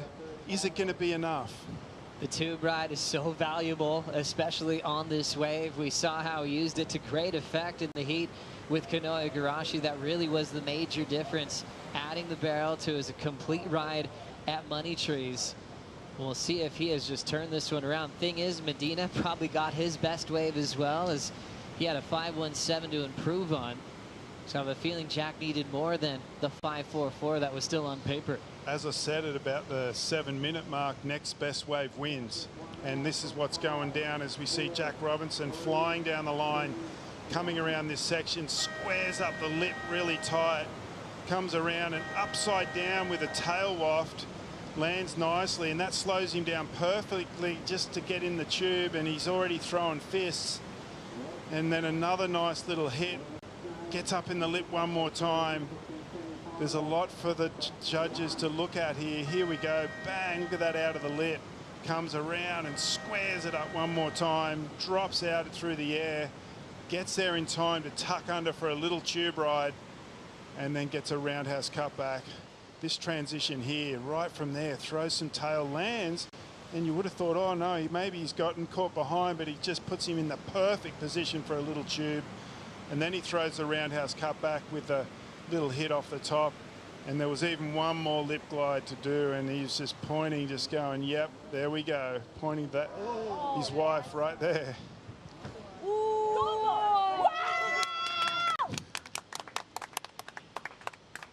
His wife just loving that last exchange. So he was left needing a 7.26. This wave here, Luke, came in at a 7 for Medina. Yeah, so Medina getting his best wave on the inside on the first. Took this with priority, and we're waiting for scores. Jack Robinson needing a 7.26. He gets it. A 7.83 on the final exchange to take out Gabriel Medina. to move on to the final, and it looks like he hasn't even got the message yet until now. Oh. Celebration for Jack Robinson almost reminded me of his buzzer beater against Italo at Bells Beach, where he was incredibly focused, still giving himself a shot with some time on the clock. Robinson, back-to-back final appearances here on the championship tour, as he will be joined in the final by the winner of the next heat. Felipe Toledo takes on Connor O'Leary. We'll bring in Ronnie Blakey and Richie Lovett for the call.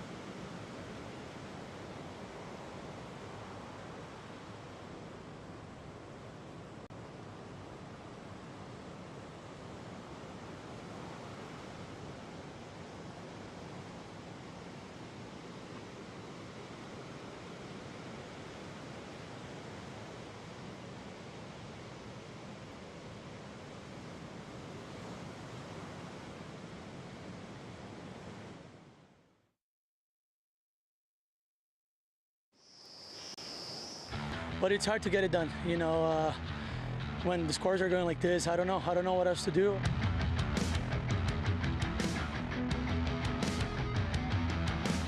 It's not done yet. To have a heat with him will be really cool. It's going to be good to just surf, you know, pump in G-Land with him.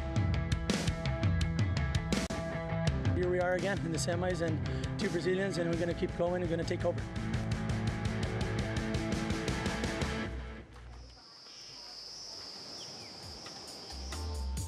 A fired up Felipe Toledo there, taking on Connor O'Leary in the second semi-final, and the winner of this one will be surfing against Jack Robinson, who just won in an incredible showdown with Gabriel Medina and is into his second consecutive final. What a run for the surfer from Western Australia. Ronnie Blakey with Richie Lovett. Richie, your thoughts on this clash and just your thoughts in general after that last exchange? Mate, still just trying to settle ourselves after the finish of that last heat. To be honest with you, I thought Gabriel was going to go all the way to the final, just on the form that he's shown through the early rounds and in the free surfs. But Jack Robbo, he just stood up to it and just went, nah, not going to have any piece of that. And just some amazing surfing.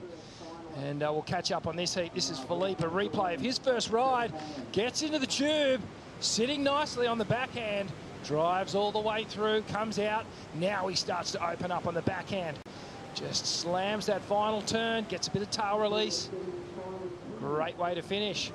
This is his second ride, so staying really busy in this semi-final and stretching out the first turn, driving down the line, tricky foamy section, and an incredible turn to finish off. So, wow, Felipe up and running in this one on the backhand. He was all fired up after the quarter-final, and you can see he's just bottled that aggression and really just went, come on, let's do this thing to Connor O'Leary.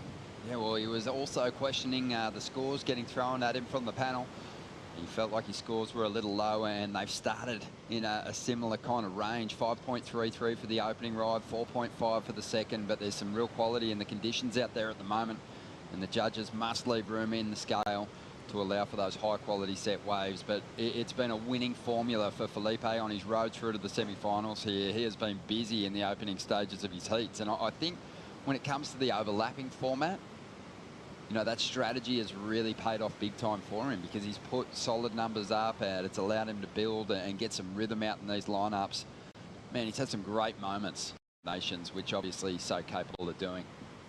Yeah, he is for sure. And just the fact that we saw him tuck into that little barrel then, it looks like he's starting to open up even more and tap into these perfect conditions here at G-Land. And we are hoping to get some bigger sets through the afternoon. And if we do, oh man, some of those barrels are going to be crispy clean. Well, so good to have your company here on finals day at the Quiksilver Pro G-Land. We've got an amazing final set for the women too. That's going to get underway in the ROXY Pro G-Land right after this second semi-final for the men. Carissa Moore up against Joanna Faye. What a fight that's going to be for the crown. Yeah, that's going to be unreal. The two natural footers, two of the strongest women on their backhand out here at G-Land all through the week. Carissa's just been looking so powerful and strong off the top, but the precision of Joanna Faye, it's already taken her all the way to the final, so that's a great matchup. But yeah, there's a little bit of work to get the second finalist here on the men's side. Yeah, this is going to be a lot of fun to watch. You think about these two competitors and the weapons that they have. Toledo obviously on the backhand and just so much firepower, so much explosive, you know, kinetic energy that he carries through his rides. And then Conor O'Leary, only into his second semi-final of his championship tour career. You got to go way back to Fiji 2017, his rookie year. That was the last time he was in this position to have a go at a final. So, you know, he doesn't want to miss this opportunity, but he has kicked this heat off with a couple of throwaway scores. Yeah, nothing on the board of any substance just yet, but Conor knows what he has to do here. You know, he's been pretty cool, pretty calm and collected all week long, and he really has, over the last 12 months, I think, worked on the intensity of his manoeuvres. The ones that he is doing, they're bigger, they're crisper, they're executed with a lot more power than we've seen in the past. So I think this is going to be a great match. Hopefully we see these guys go toe-to-toe and get some really good exchanges. Strider loving the show from out there in the water, and mate, that was a great way to finish off that first semi-final. And Jack Robinson, he's just continuing to, you know, refuse to be discounted in these big heats. Well, I think he just has faith in you know, what's the process of what's happening. And when that situation came and Gabby had to make a decision, do I take this wave or is there another one behind it? I think he might have known there was another wave behind it, but, you know, who knew it was going to be a better wave with more opportunity and a better barrel on it. It was one of those things where you have to make that split-second decision, and Mother Nature kind of making it for him, I guess. You know, I mean, look at how good the waves are. They're just perfect. Every wave looks like it's got a perfect texture on it. O'Leary flying down the line, beautiful line, bang, right straight through the lip. He's in a huge, oh! That looked, looked dangerous. Well, his board snapped through the turn, so hit the weak point there, but that was huge. We were seeing the replay of Jack Robinson's last ride that got him through to the final, and then Conor O'Leary quickly tapped into a set on the outside, Rich, and threw everything at that final move, and threw half his board away as well. It's, well, not the way you want to start a semi-final. Like you can see Conor, he's sort of just, I think he's stuck in between being annoyed and being a bit amused about what's happened. But, you know, we can't stress it enough. These boards are, they're finely tuned. They're so light, and perhaps there may have been a little crease in this one prior to hitting that lip, but that is a real leverage point between the 2 feet there. I've done that multiple times, actually. And, you know, there's so much torque between the two legs, so much power between the two legs, and that little spot between the fins there, you know, there's a lot of pressure on that part of the surfboard. And well, Conor here is just doing the quick switch onto his backup board, which I think is a DHD. I think it was the Mayhem that he may have snapped just then. So, you know, he's been surfing great on both these boards, though. He has. Toledo on the outside. This is wave number 3 for the Brazilian, who is on a mission here. And he wants to keep that #1 position. Obviously, Jack Robinson getting into the final means that this is a crucial heat for Felipe to hang on to the yellow jersey. If he gets through, it's going to be an all-time battle, but this is big. He's so focused on getting the big win here, as we see the replay now. Comes tight off the bottom, slams it off the top. The redirect after he came off that first top turn was just lightning fast. And Felipe able to fit in 3 manoeuvres in the space of where he should probably only be doing 2, but just the speed of this man, he's able to get more work done. Yeah, just so charged up. always. In the jersey, also when he's free surfing, he just gives it everything. He's so fun to watch for that reason. Only knows one way, and that is just to go as fast as possible and to attack every opportunity that stands up in front of him. Conor O'Leary has a shame that that board buckled. He was on his way to a score that would have got him right back in this heat. But right now, he's still got work to do. As Jack Robinson makes his return to the red ball athlete zone. And he is just so casual in these moments, really just zeroing in on the job at hand, and that is taking out the Quiksilver Pro G-Land. Yeah, you can tell that he's thinking to himself, That was crazy, huh? Job's not done yet. There's one more heat to go, and his eyes will be firmly placed on that Tiger Trophy, which he's probably about to walk past in a couple of seconds here. But a great performance, great comeback from Jack. Yeah, boys. Yeah, really similar situation to what we had at Margaret River. As much as, you know, Jack had the advantage of being the hometown guy, John Florence had made that event his own. And, you know, I think we had to almost basically stop the trophy getting the guy writing John's name on the trophy, just because Jack just refused to let that title slip. He was so strong in that final. And, you know, now that he's had 2 CT victories, he's worked out that formula for closing big heats down and winning big events, and you know, he's going to be super charged up heading into the final.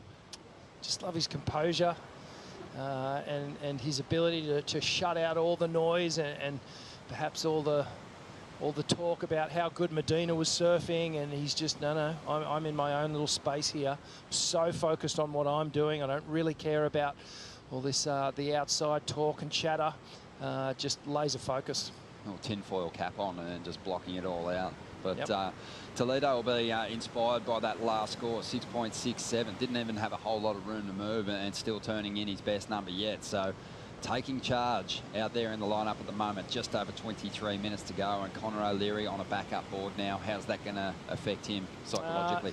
There's a little bit of an adjustment, but these guys are so finely tuned, and Conor would have had a bunch of surfs already on this backup board, so he'll know them both really well, and I doubt it'll be any problem to make the shift. Interesting, though, to be jumping onto your backup, and it's a different shaper. Obviously, typically these guys get a quiver of boards from one shaper, and there isn't really too much difference in the equipment, but you know, obviously 2 different shapers, you're going to have different characteristics to those boards. 100%. They're both going to feel a little bit different. And, you know, each shaper has their own curve or curves that they work with.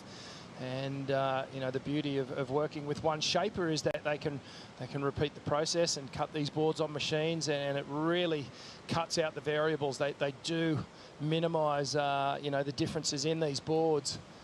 But, you know, Conor is going to have to make a little adjustment here, but I dare say it'll be swift. Well, Felipe is holding an edge over Conor O'Leary in their head-to-head matchups. 2 previous battles, both going the way of the Brazilian, as we see Conor on this backup board for the first time. Nice slice to get started. Wants through another carve, wants to change up that approach to the pocket and get steeper on the face. Get some more vertical hits in down the line, as he has to negotiate a bit of foam on the face, again going to the calves. And this wave needs something dynamic down the line here as he starts to load up that speed again. He'll be aware of that as he hammers the end section there, gets the fins free for a moment, and this one coming to a close on the inside, but kind of forced to repeat that same carving turn through the opening stages there. Yeah, it's, you know, not to be critical of the way he's surfing, because he is performing exceptionally well here. But the turns were a little bit more horizontal, and unfortunately, as a goofy footer, that tends to happen on the front side. You go to the big wrapping carve, great looking wave as it stood up out the back. This opening carve there, so much power, I loved it. That was sort of the highlight moment for me.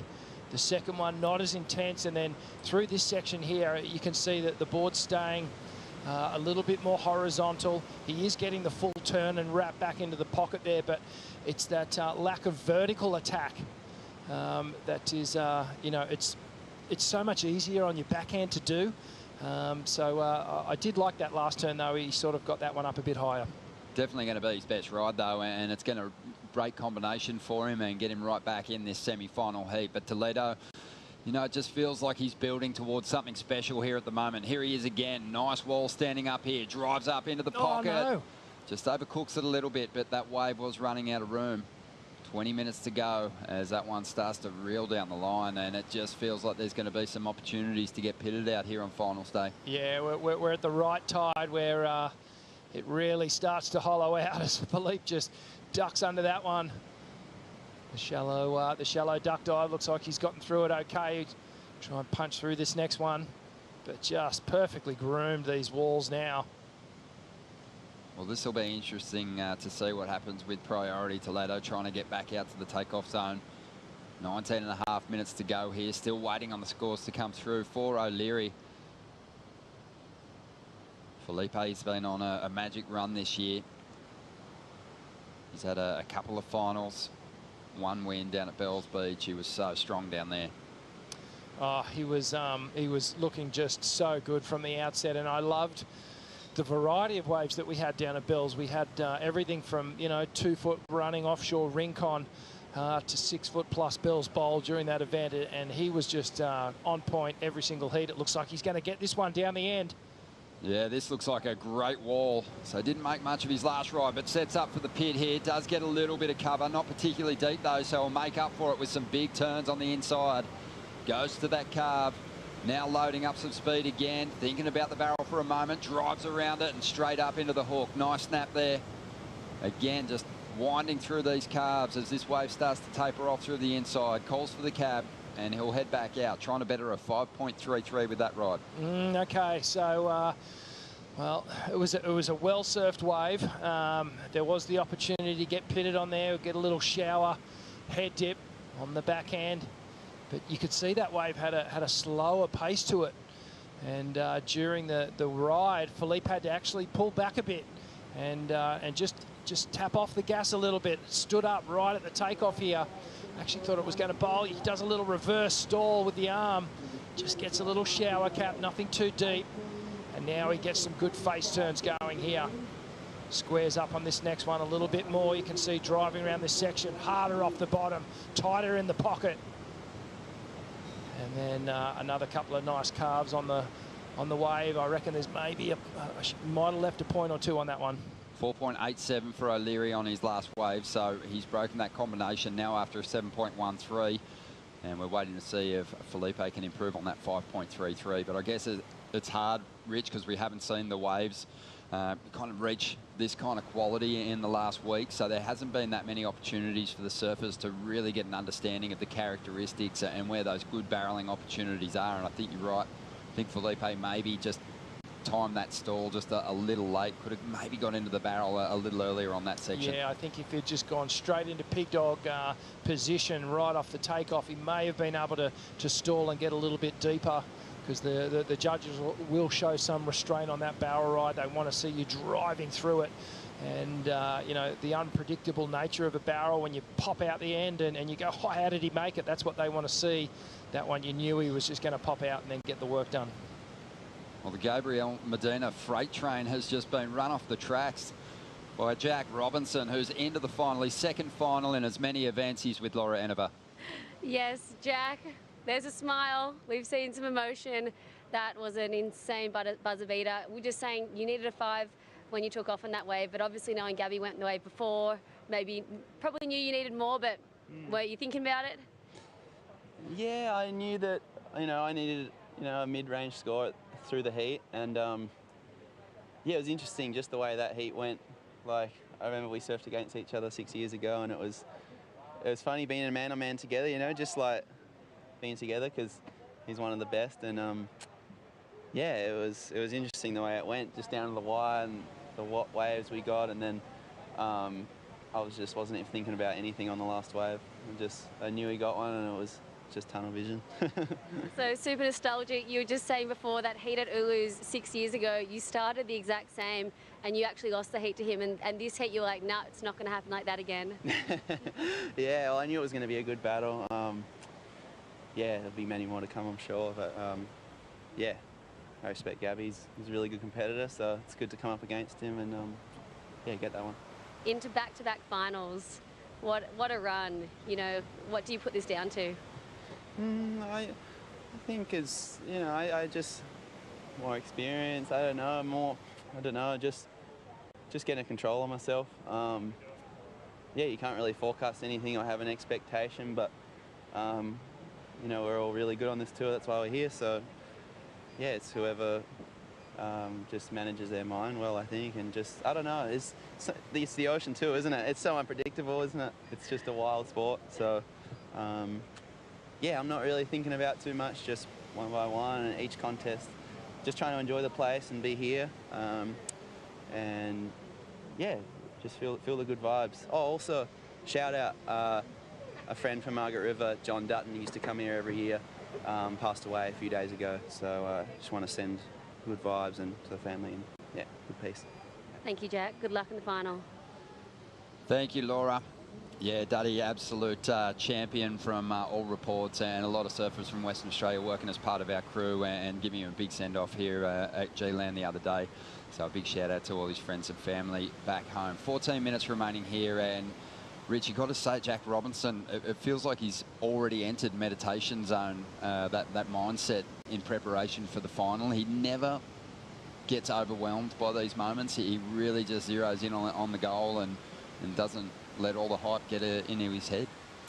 There's a sort of nonchalant type of, you know, atmosphere around him, isn't there? Where he's just feels like he's going about the motion. He's not getting caught up in the fact that he has just made the final and has beaten possibly the biggest threat in the event. He's just zoned in and just feeling the vibes of the place. And I was almost thinking kind of a bit Oki-esque in the way he was going about that interview then. I actually think it's intensity. It's just quiet intensity, and it's sort of interesting, but he's not ever celebrating those moments. He had a grin that he almost couldn't contain as he made his way to the Red Bull athlete zone, because he knows just how big a triumph that is, overcoming Medina when he's coming back into this event. But yeah, he is going to be hard to stop. But out there at the moment, Toledo's proving difficult to slow down as well. 13 minutes to go, and Connor O'Leary is after a 7.13 here in the semis of the Quiksilver Pro G-Land.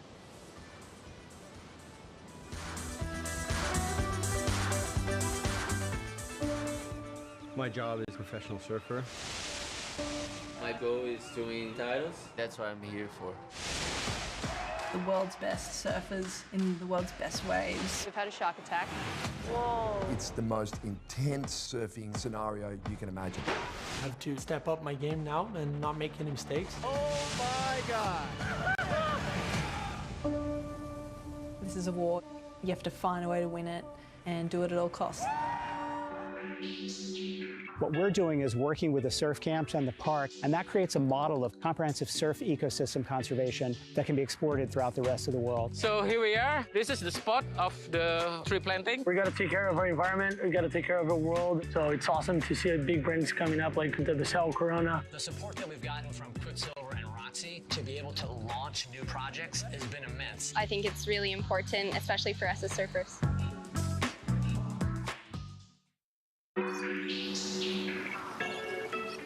When it rains or whenever the plastic flows down the river, these barriers stop the plastic from going over. The crew from Sungai Watch go and they collect the plastic and they recycle the plastic. We Are One Ocean is a WSL initiative to inspire the global surf community to protect and conserve our one ocean. At Sungai Watch, we're on a mission to stop plastic from going into the ocean by installing these very simple barriers in as many rivers as possible. It's simple and it brings a lot of results. It's super exciting for me to work with brands like Corona that are committed to our environmental impact. Plastic pollution is forever spreading, so we need to clean our rivers if we want to clean an ocean. We got to take care of our environment. We got to take care of our world. So it's awesome to see big brands coming up like the WSL Corona, because if everybody does a little bit, it's gonna be big.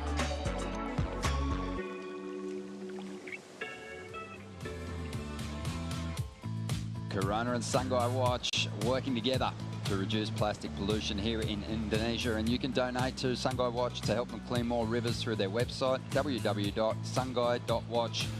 And yeah, it's amazing to think that 80% of ocean plastics originate from those river sources, so really important that we clean them up. But right now out in the lineup, trying to clean things up himself is Connor O'Leary. Had a fall earlier on and broke a board. He's on his backup equipment. He's since had a 4.87. And it's lucky for him that Toledo hasn't been able to put up even better numbers. He's had a few shots at improving his situation, but just hasn't been able to convert. Yeah, by Philippe's standards, you would have to think that this scoreline, while it's respectable, it's not what we'd expect to see from Toledo, especially in a semi-final. You know, it's normally 8s and above that we're used to seeing from Philippe. So perhaps an opening here for Connor. 10 minutes on the clock. He needs to start getting a good score, though. Well, you've got to only think back to, you know, just over 10 minutes ago when Jack Robinson got the jump on Gabriel Medina, and he was chasing more than that requirement, a 7.13. So, you know, it's definitely not a safe lead at this stage, and Felipe will be definitely aware of that. But man, he just continues to blow our minds, Rich. We've touched on it a little bit throughout the calls that we've had of Toledo's heats. He's already established himself as one of the all-time greats. Just the way he performs, he lifts the level of all the other competitors on the championship tour. But you know, he really wants that world title. He got so close last year.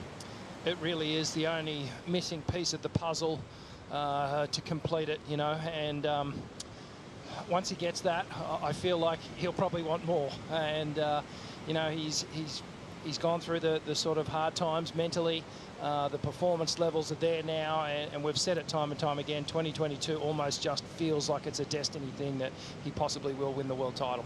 Yeah, I think that there's, you know, critics too that believe that he's got some work to do in those waves of consequence, but the performances are getting better. And I think that just with his talent level, you know, he's capable of still fetching big results. What it's all about now for Felipe is getting himself into that final 5, and the surfing that he's been doing this year suggests that, you know, that is highly likely. Yeah, 100%. Well, you know, you could also say the same about some of the, you know, the guys on tour who are really renowned in the bigger, heavy stuff. Perhaps they need to sharpen their act a little bit in the small wave stuff, and Philippe's got it over them. So it's sort of a two-way conversation there. And mate, he's working hard. You know he is, and he's working on the big wave stuff, and it's really, really close to being there. That is a fantastic point that you bring up. Just under 8 minutes to go. And Connor O'Leary, Strider, it's not unusual to see someone go to a backup, but when they're switching shapers in that board exchange, it is a little unique.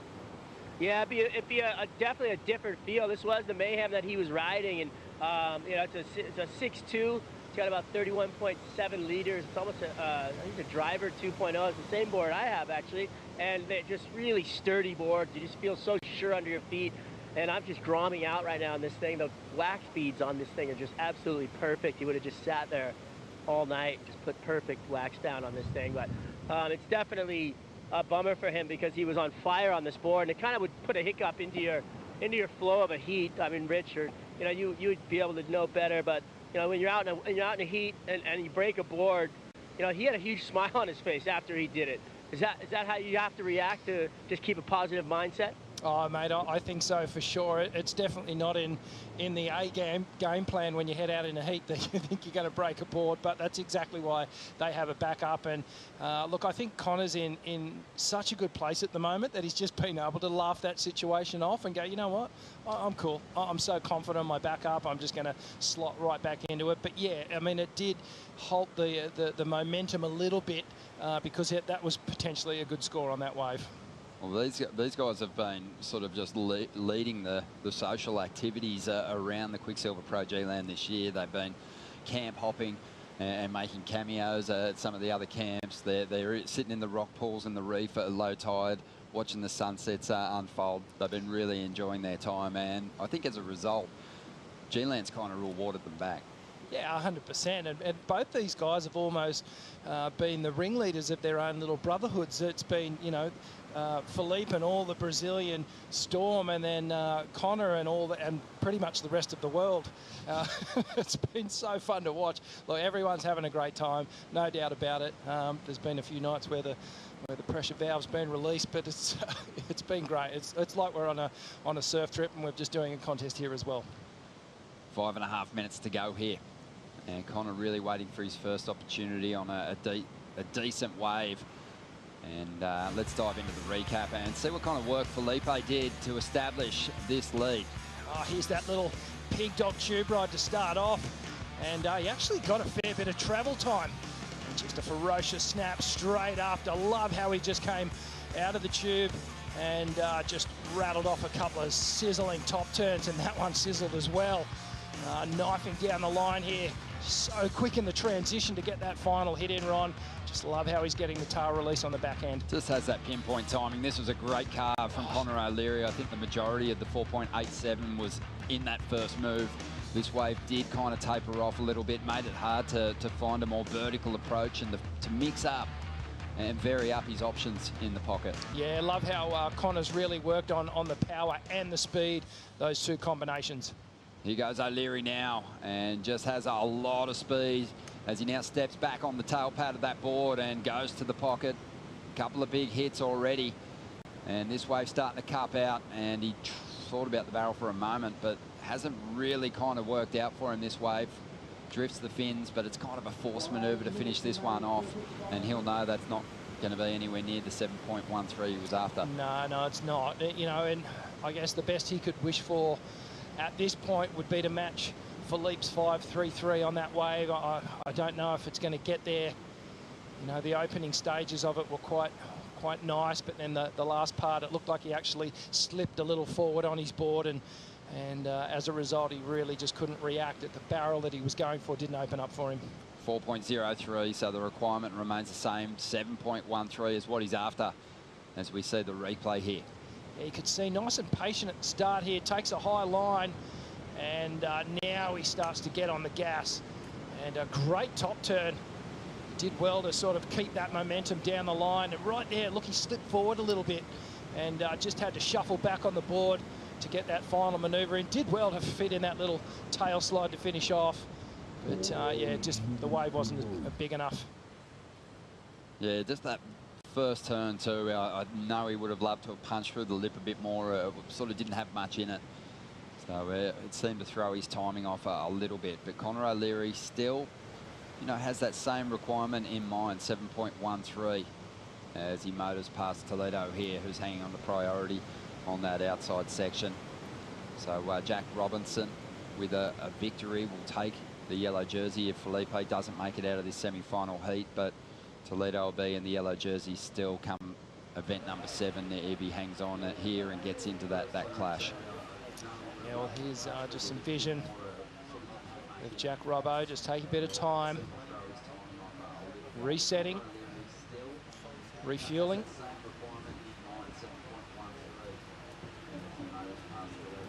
Rehydrating, and yeah, that's just what we've come to expect from Jack. You know, he just switches off and finds a quiet place to get in the zone. 2 minutes to go, and don't forget that the ROXY Pro G-Land final is around the corner. Carissa Moore taking on Joanna Faye. Yeah, that's going to be a great final. Two of the informed women, and well, it certainly is warm out here. And you were just saying rehydrating. It's amazing how much perspiration you actually lose even in the water out here. In these conditions, the water's like a bath, and the outside air temperature would be in excess of 35 degrees. Humidity probably close to about 100%. And the second you step outside the air conditioning, it doesn't take much to get a sweat going.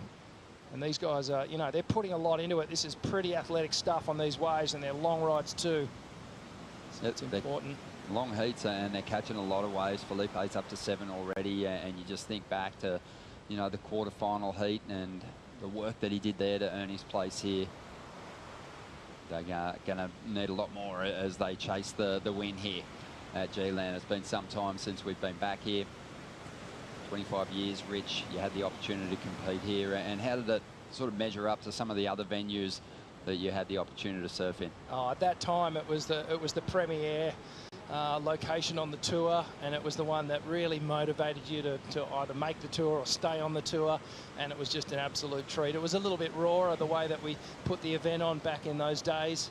You know, we didn't have the live broadcast, we didn't even really have live scores at that point in time. It was like we were just doing our own little event here, and then yeah, it was pretty special. 35 seconds to go, and everyone wants the win here at the Quiksilver Pro G-Land as Toledo Takes this ride from Connor O'Leary, and he's going to go down, and on the outside there's something standing up. And Connor is going to be in position for this one. Is he not? No. Just felt like he was a little bit deep there. 15 seconds. Maybe something there on the outside, but this was a good-looking wave down the line. He's still after a 7.13. The clock is ticking down. And have a look at this thing, reeling off, and he's going to get to his feet in time. So the Australian has the opportunity here to potentially turn this heat in the final stages. Couple of big turns to get started.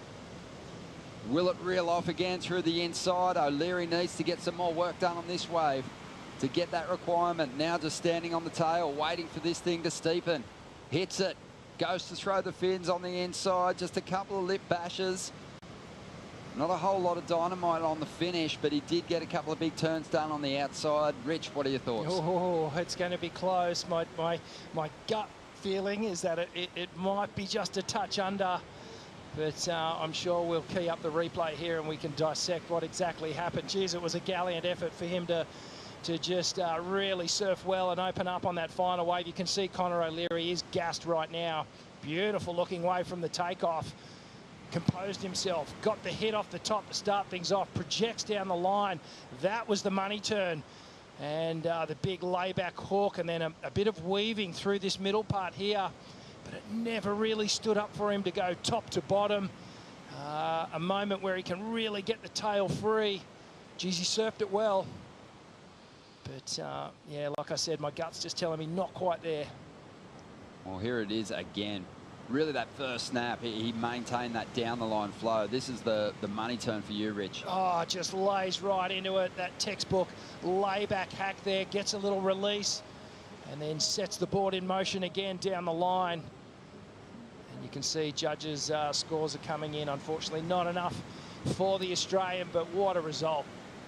Amazing result for Connor, semi-final finish. He's going to go charging up the rankings, but Felipe Toledo, he will be hanging onto that yellow jersey heading into the next stop, but he's still got one more heat to surf. It's the final of the Quiksilver Pro G-Land. He'll be up against Jack Robinson. Stick around. We've got the ROXY Pro G-Land final coming up next.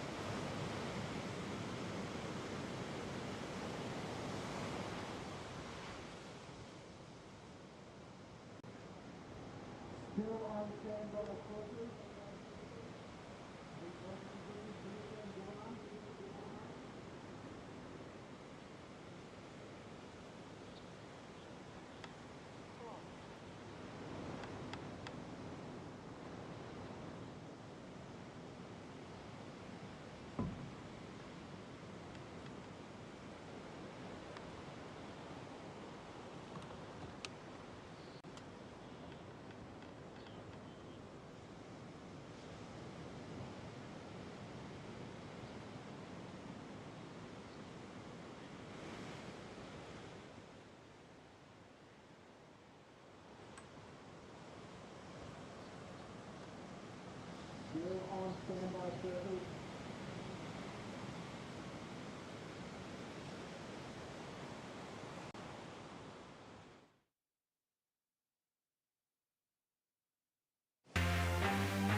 It's like all the points are super close this year.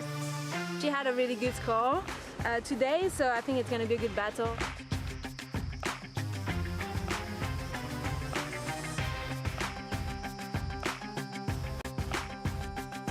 I'm just psyched it seems to be flowing here.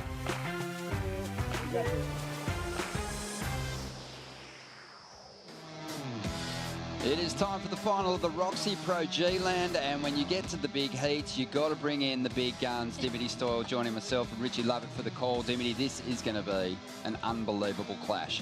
Oh, I'm so excited. It's an absolute honour to be sitting in this chair for this final. It's going to be great. What are your thoughts? Who do you think's going to get it? If I'm just going to say, Carissa's been in amazing form and she's looked unbeatable, been on the best waves, but Joanne's going to be tough to beat. Yeah, Joanna's had these big combos, Rich, that have really saved her on this run through to the final. Amazing ability to throw it up there on the more critical end sections and still stay on her feet. Yeah, it's that compact style off the bottom that allows her to get maybe a little tighter in the pocket, whereas Carissa Moore's been really like powering off the top, carving off the top. So a little bit of a contrast in styles here. And for the sake of the argument, if you're going Carissa, I'll go Jojo. Perfect. It's going to be huge. Joanna Faye chasing her 5th championship tour win, and Carissa Moore, no big deal. Event win number 25 if she breaks through for the win here. And Carissa, we know she's going to be wearing that yellow jersey again, heading into stop number 7. But this is going to be fantastic. And we waited until some sets showed up before we kicked off this final clash, and what a battle it's going to be. Plenty of history between these two competitors, and it's interesting when you look at the head-to-head matchups. We'll get to that in a moment, but right now we're going to see who's got that inside position as these first setways stand up on the reef. And how lucky have we been with the conditions, Rich? It has been a tricky window to navigate with some, you know, irregular wind patterns and some cross-shore breezes to deal with, but today, a bit more of that typical G-land look to it. Yeah, when we got up this morning and the sun was shining, it was a great sign, because that typically means that we are going to get those offshore trade winds in the afternoon. You know, there is a bit of swell on the charts for Monday, but it's still just unpredictable. So we thought, let's throw our hand in it and let's get it done today, because this is going to be the peak of the swell, and we're seeing these beautiful lines come in.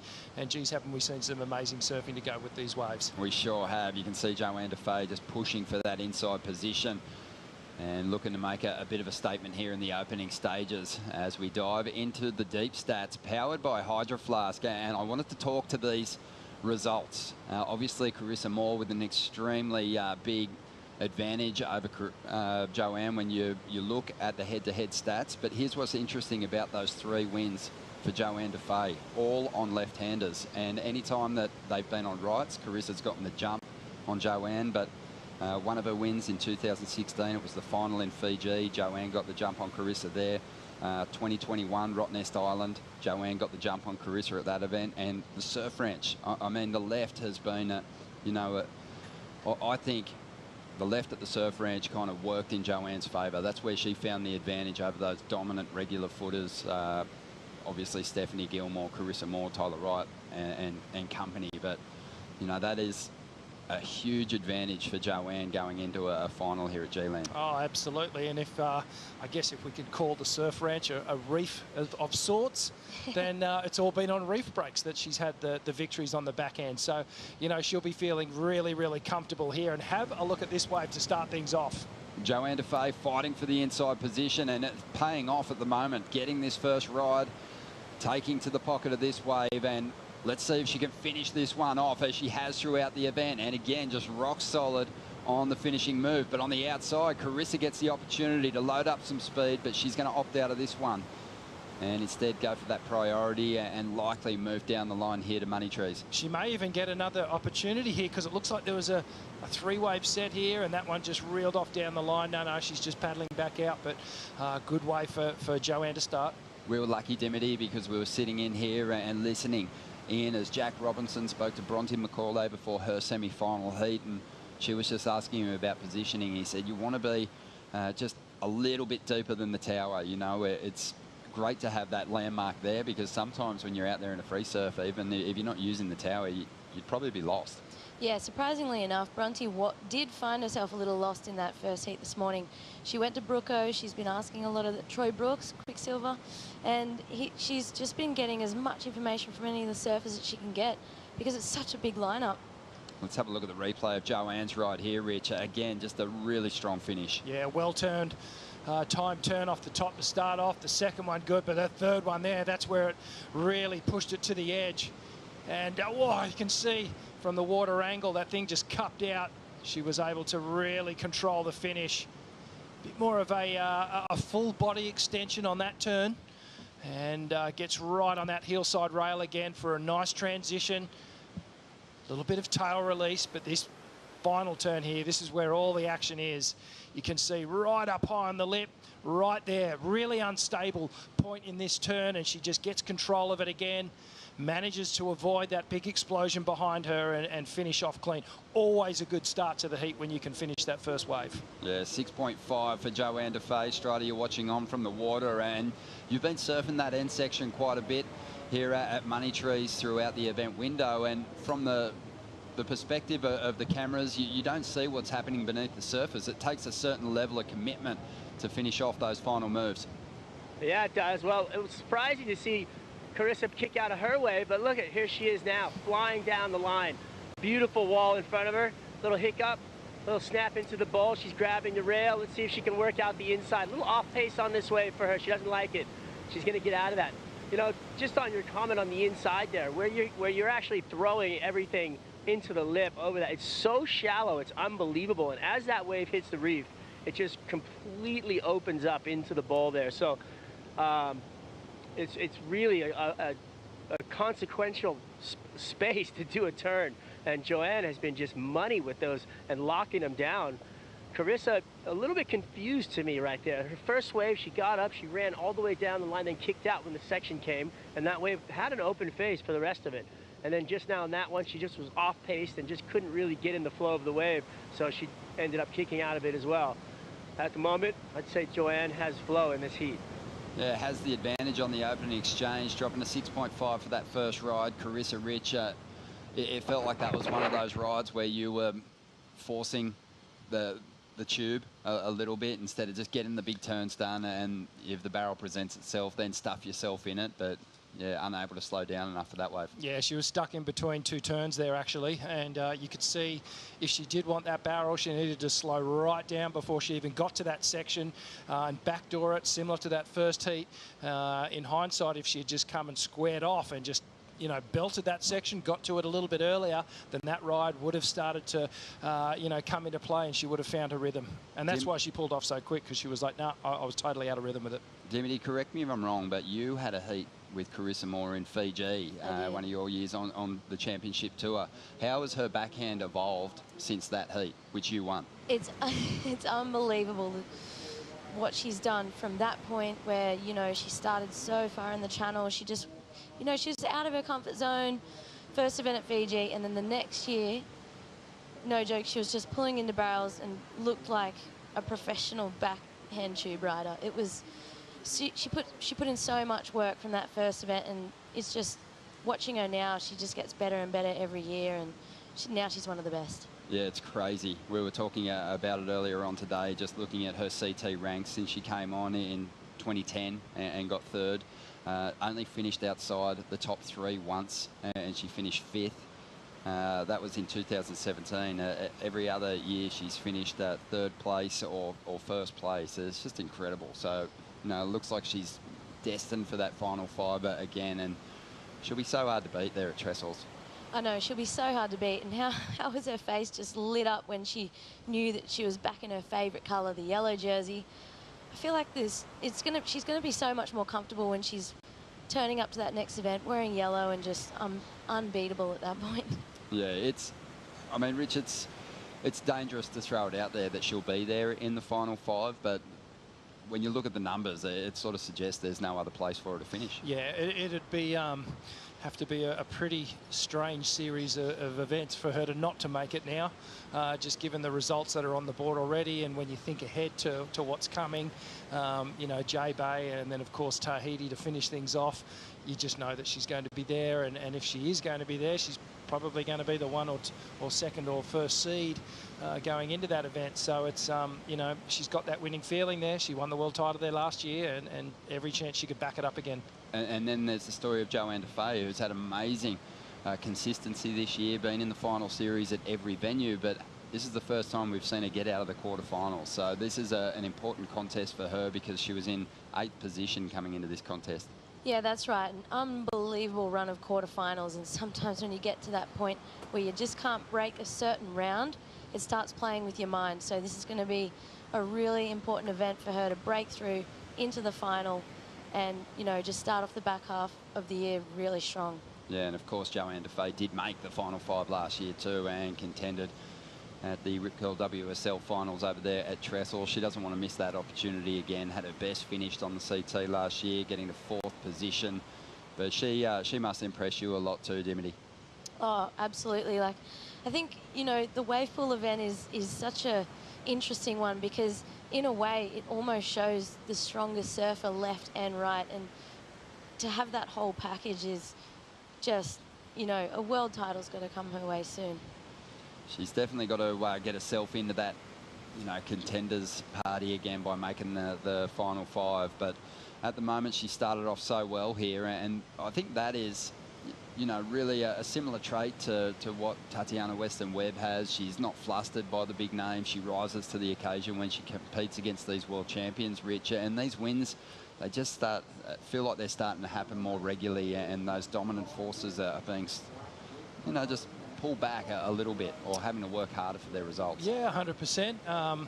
I'd also add that, you know, she probably looked at what Breeza Hennessey's done and getting a little turn in the yellow jersey as well, and going, well, you know, I can do that as well, and I'm matching up to that. So she's really found that confidence, and when you match that confidence with an elevated performance, and you feel like that your surfing is just getting better and it's going upwards, that's when really things start to click, and I feel like that's the kind of groove where Joanne's at the moment. Yeah, I guess for Joanne, you know, the results have always been coming her way. She's had those 4 championship tour wins, and in addition to that, her surfing continues to evolve. So there's a lot of surfers on the CT, you say, wow, they're one of the best surfers on the CT, but they're not getting the results. So I like the way Joanne's going about things. I just like what you said there about her performance level, and Dimity, you'd probably know this as well. She's gotten better over the last 12 months, and if I was her coach, I'd be going, hey, look, you're so consistent, you're super reliable when it comes to putting a heat together, you make smart decisions, what more do we need to do? And it's working on those little 10% extra on the turn, pushing the tail out, and just getting those little bits of fin release and those dynamic moments in a heat, and I think that's what makes the difference. Yeah, her performance has just gotten stronger and stronger every year, and what you said before, like seeing Breeza have a turn in the yellow jersey, I think that what that does mentally is it just opens up some doors, which maybe she's thinking, oh, I can't imagine myself in yellow, and then seeing someone who, you know, Joanne's had wins already, and she's just thinking, well, why not me? So now I think it's a really good start for her. Yeah, I think maybe one of the things that is difficult for Joanne is she started off with that great backhand growing up in Reunion Island, and the other competitors went, well, she's going to be hard to beat. I need to step things up. And now you've got Carissa surfing at another level. So, you know, Joanne's surfing has gotten stronger. There's been an evolution in the backhand surfing of some of those title campaigners as well. So you just have to keep pushing yourself to improve each and every year. There's an evolution that happens naturally year in and year out on both sides of the tour, men and women. And if you're not on that train that's evolving, if you're not looking constantly at your performance and going, what can I do and how can I make it better, then you'll be left behind on the platform. And I think, you know, Joanne's one of those ladies that has gone, okay, I need to work on a couple of things, and she's done it. And she's tidied up her act a little bit. So, yeah, I mean, the progression curve is really steep at the moment, it feels like, and especially on the women's side. They're really tapping into something, and we saw that last year. Carissa taking to the air in the Newcastle event, getting that air reverse in a heat situation, and it's these things that are happening in front of us, and that's why this sport is so damn exciting to watch. Yeah. This is the final of the ROXY Pro G-Land, and we've got 2 very worthy campaigners here at the moment. A little surprised to see that Carissa Moore hasn't got a decent number on the board just yet. She's had 3 waves. Joanna Faye just the one, a 6.5. And it looks like something's maybe standing up on the outside here at this stage, and having a good look at it is Carissa, but she's going to opt out of this one. Joanne's got the priority, so she's sort of in control out there at the moment. Oh, just mind surfing that that wave as it reeled off through the inside. I'm sure Strider is too. Here we go, Joanne. So let's see what Joanne can do with this one. Wave number 2, lining it up, sizing up her options, and goes to the turn to get started, and opts not to hit the end section on this one. So giving priority over to Carissa Moore there, and really isn't going to bank too much of a score.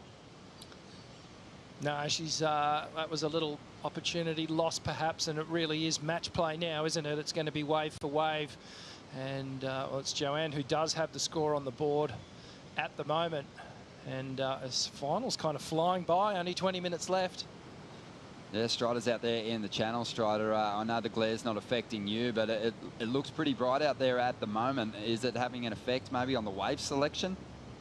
I don't think so. I think it's more or less just the tidal thing. I think that when you're looking at these waves that you've been looking at all day, like every wave looks like it's going to line up and just kind of back off for you. And all these waves right now are standing up on that outside corner, and then they're coming through this section here, and then they're really going fast along this inside, and it's just picking up and cupping out really, really quick. And I think what's going to have to happen here is that they're just going to either wait for that really south one that you know, kind of comes down the reef, or those waves that they're catching, they're just going to attack the lip line immediately and then actually execute a really heavy section on the inside where it's just cupping out and going square over that dry reef. And I think is going to win this final, because right now, you know, we saw Joanna a little off kilter on that one. We saw Carissa off kilter on her wave. So I think it's just actually working out the kink of the wave at the moment with the tide dropping and the new faces happening. And, you know, it's just, there's so many different looks to this wave out here and the way that the wave actually approaches the reef. So I think we're going to have to see a big, huge closeout hammer on the inside to take this thing home. Is there anything further down the line, anything that's sort of getting past the judges' tower and reeling off? There's not, you know, there's waves down there, but they're just moving way too fast across the reef. They're in the best possible section to ride these waves. And even in these heats and in that last heat, it was just, you know, 5 or 6 great waves that would roll through unridden. And it was a shame. It was really hard to watch just to see these perfect waves reeling down the reef. But they'll come again and they'll be on them, and we'll get to see them execute. Well, here we go on the outside. It looks like Joanna Faye making her move. And this is wave number 3, already has the lead, but is trying to get rid of a 2.3. She's already done it on this wave. And there's a nice combination. Again, a solid finish, riding high on that wave, setting the fins free for a moment. 18.5 minutes to go, and expecting another solid score for the surfer representing France. Wow, that was a huge blow. Under priority 2, if I'm not wrong. And that is going to shake the confidence of Carissa, because that was a really nice combo. Carissa's looked so solid on a road through to this point. The final of the ROXY Pro G-Land. Let's see if she can regather some momentum here. Looking to set up the inside and hits it, hangs on for the finish here. And when you look at Carissa's run through to the final, she's been the top scorer in every round so far. Kicked off with a very hefty heat score in the opening round, 17.16, 14.87 in the quarters, and a 13.83 is the highest combined heat score total in the semis. So she's had something special, but Joanna Faye is really putting the pressure on with a couple of big end section turns. Yeah, you know, I was actually very interested to watch this final, and let's watch the replay of this, because this was very nice. Yeah, Joanne just starts well. I love how she got the work done really quickly. 2 rapid fire snaps, and then the third one. Just as Strider was saying, they're going to have to commit to that final section, and that's exactly what Joanne did here. And there's that nice compact bottom turn. She sets it up, drives up the face, and gets to the finish. And a little claim as well, because she knew that she'd done the nice work on that one. And this is Carissa. She had to streak down the line. Now she resets and gets a bit of a carve off the top here, and then hits it vertical. But Joanne's wave definitely a lot better, getting 3 strong turns in a row. Despite the vertical nature of that final turn, I do think that Joanne's going to get a bigger score. I loved that finish. And what I was going to say before was just this matchup was going to be so exciting, because Joanne's been doing those moves this whole event, but Carissa's found herself in the best rhythm, I've thought, with the sets and the best waves and putting up those high numbers. Yeah, well, Joanne's kind of stolen a bit of that rhythm. Her wave selection's been just a bit better than Carissa's so far, but it'll be interesting to see where that exchange goes. Carissa, her highest scoring rider, a 4.83 now. Joanna Faye has another number on the way here. But some strong finishing turns for both surfers there, but a cleaner combination for Joanne start to finish. Yeah, the connection of those 3 turns, and every single one she built into. The first 2 were really crisp, and then the third one was bigger, and I think the judges are going to appreciate it. Well, it's a 7.5 for DeFay. And she's now got a very healthy heat score total. And Carissa Moore's got work to do. She needs a big number. She's still got time at this point, Dimity, to chase it down in 2 rides. We're going to talk more about that in a moment. You're watching the in the lead.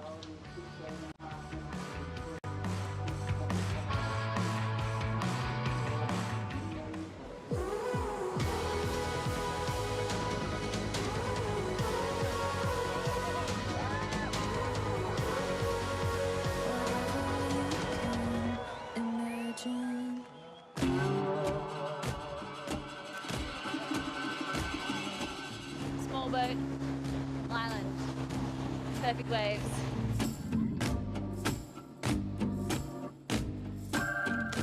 Millions of monkeys everywhere.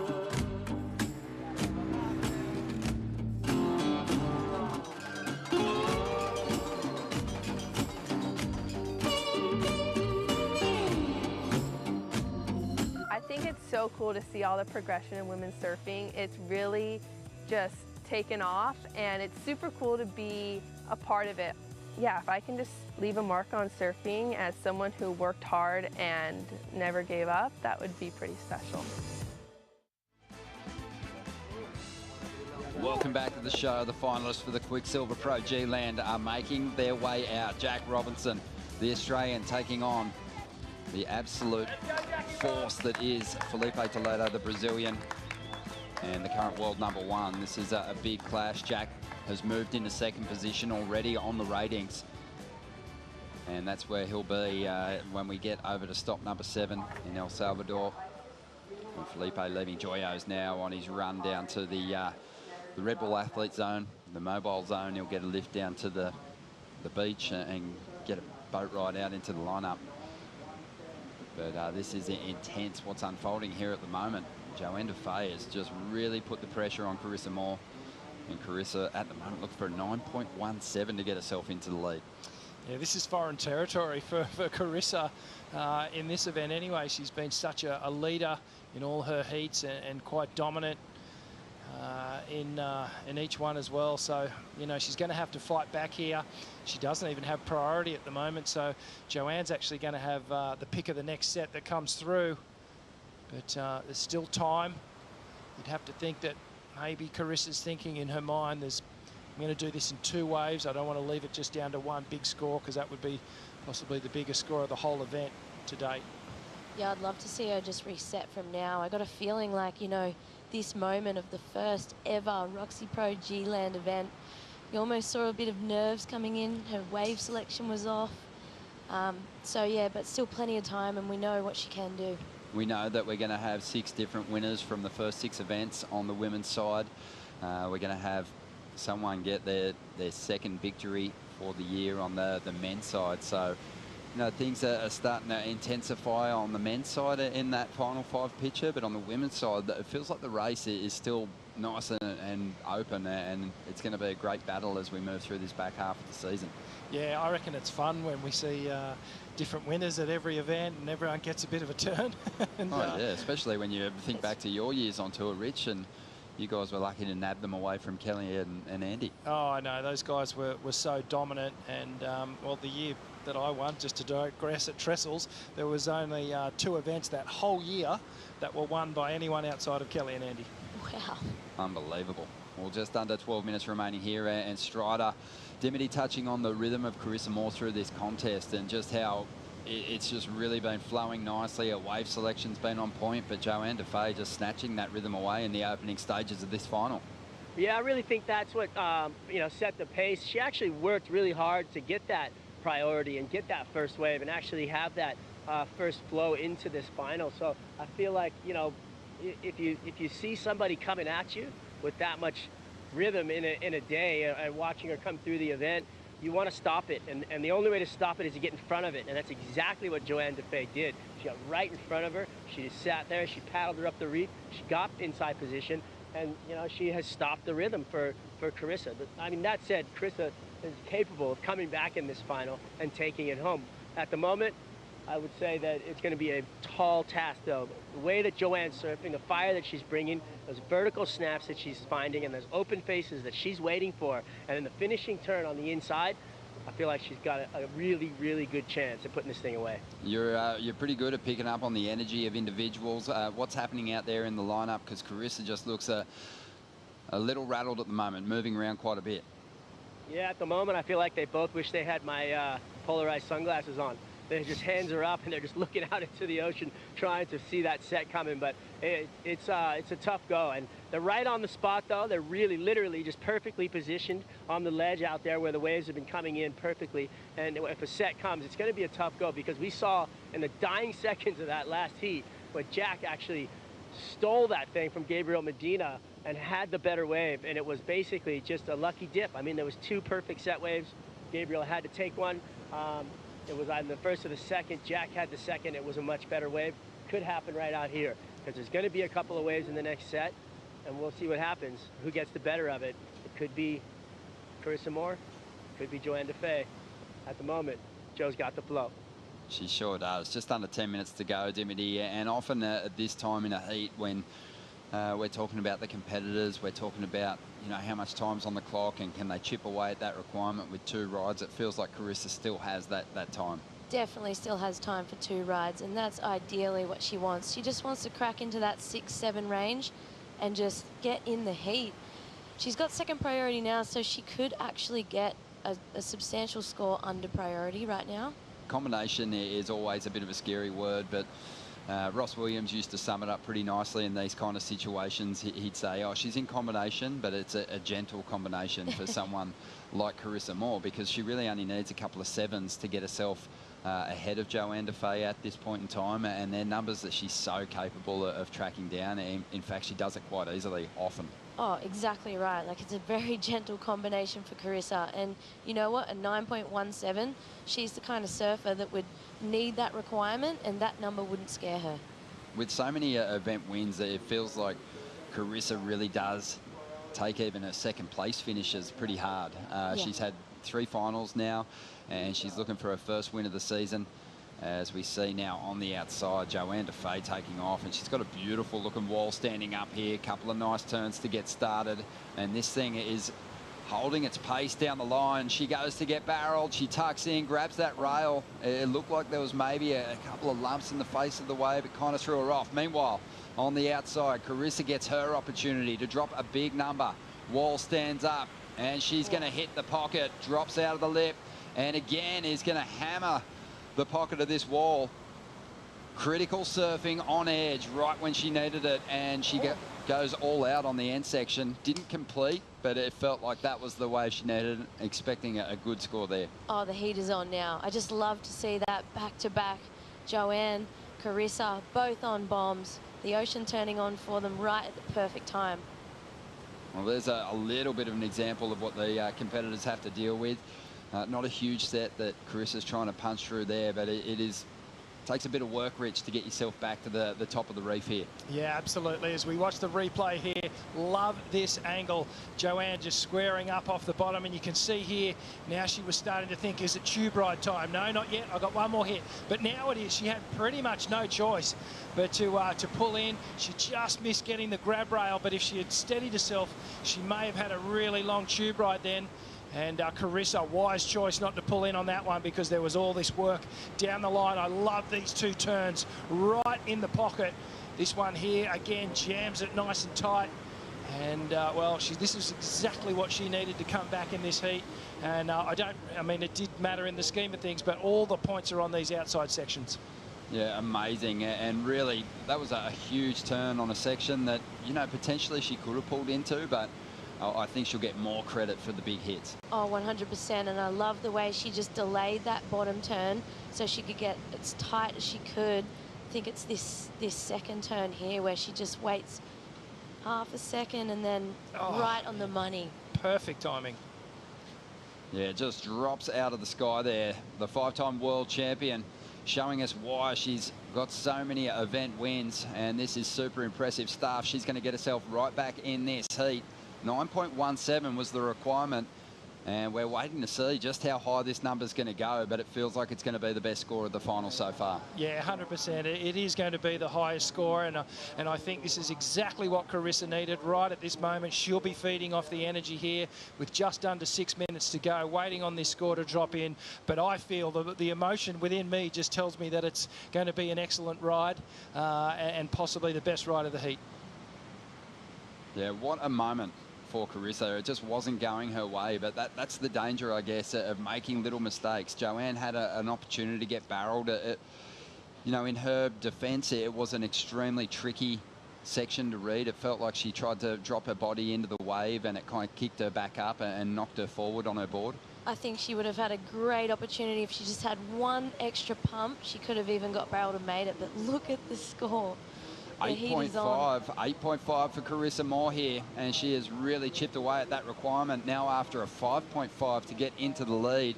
And Rich, even though we knew it was going to be a big score, you know, you got to think back to the end of that ride and the fall, because there was a chance there if she'd finished off that fin throw on the final section, maybe to get the number she needed to go to the lead. Yeah, I feel like it was a 9. If she'd made the final turn, you'd have to think that it will go up there, and we'll know in the next 5 minutes whether that was the mistake that potentially cost her this final, or whether she'll get another opportunity and just fully negate that fall completely. But you can see there's a new little pep in her paddle. And you can see now Joe's going, hang on, what's going on here? She wants the update. Yeah, that just felt like a complete power shift out there at the takeoff zone. Before it was Joanna Faye paddling past Carissa, holding on to the lead, which she's still got at the moment, but Carissa now on the inside, and she knows she doesn't need a whole lot here to get herself in front. And this is what makes this part of the final so exciting, is that Carissa only needing a 5.5. She doesn't have priority, but that just makes the job for Joanne so hard in defense. It does, because she actually wants to try and better a 6.5 to increase that lead. So she's looking for a better wave than what Carissa is, and that is always an interesting scenario here as we get down to the final 3.5 minutes. Carissa's making a move up the point, and I think it's a pretty smart idea. With that score requirement, she could get that on one of those, you know, slower pace runners from up the top under priority. She'd just be thinking back to some of the numbers that Joanne has collected just on the strength of 2 turns on heavier sections, obviously, but waves that have shut down. So she might not even need a super special kind of G-land wall here. She might be able to just get this number with, you know, something medium-sized. Oh, absolutely, and I think Carissa will be hunting for anything that comes through right now, because you know, she'll also be trying to make Joanne give up priority, so that if a wave does come in the last 2 minutes, that she'll really be able to pick which one she wants. That's right. I can't wait to see Carissa's saleswoman techniques. Come on, Ocean, let's see it. Come on, let's go. There has been some close battles for Joanna Faye throughout the event, Strider, but that was a massive shift up in the rhythm of this heat.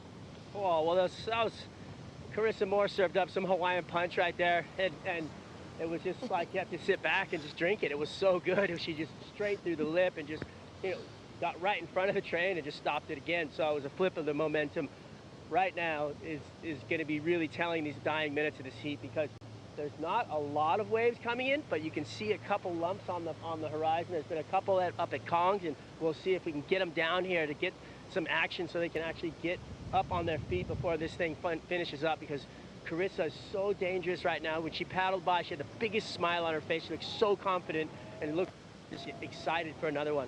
Well, can definitely see some new intensity out there as these competitors chase each other around the reef. A bit of nervous energy as well, but really what Carissa needs is opportunity, and she needs it in the form of a 2-wave set, because Joanna Faye's holding that priority. She's going to take anything she can to try and take away the opportunities from Carissa.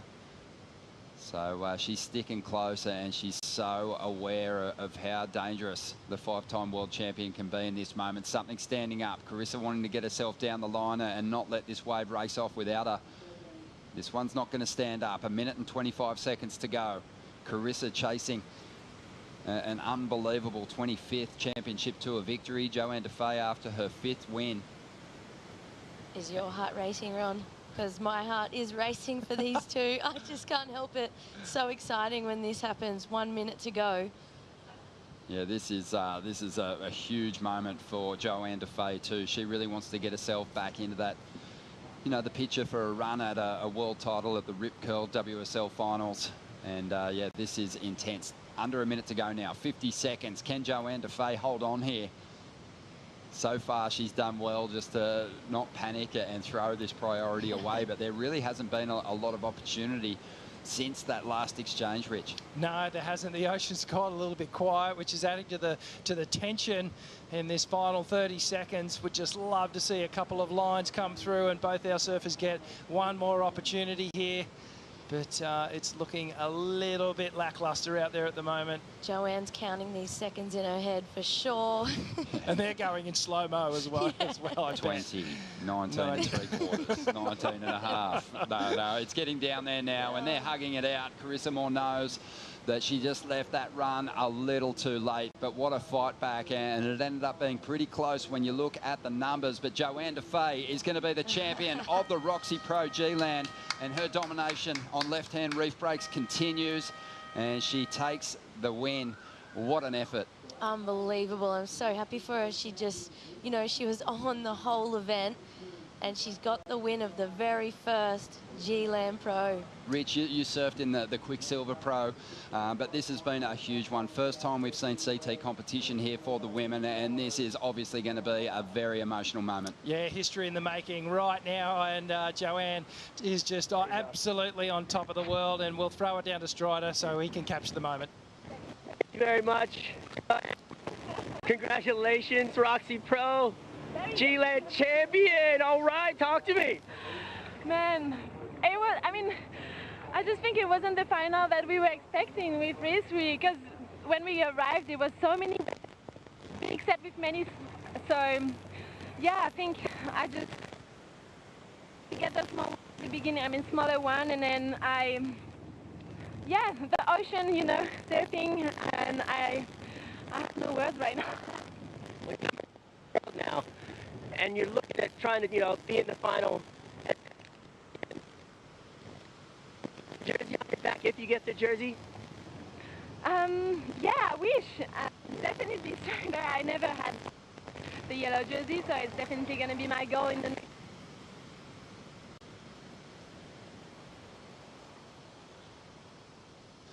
We'll hear from Joanna Faye, the winner of the ROXY Pro G-Land, when we get an opportunity.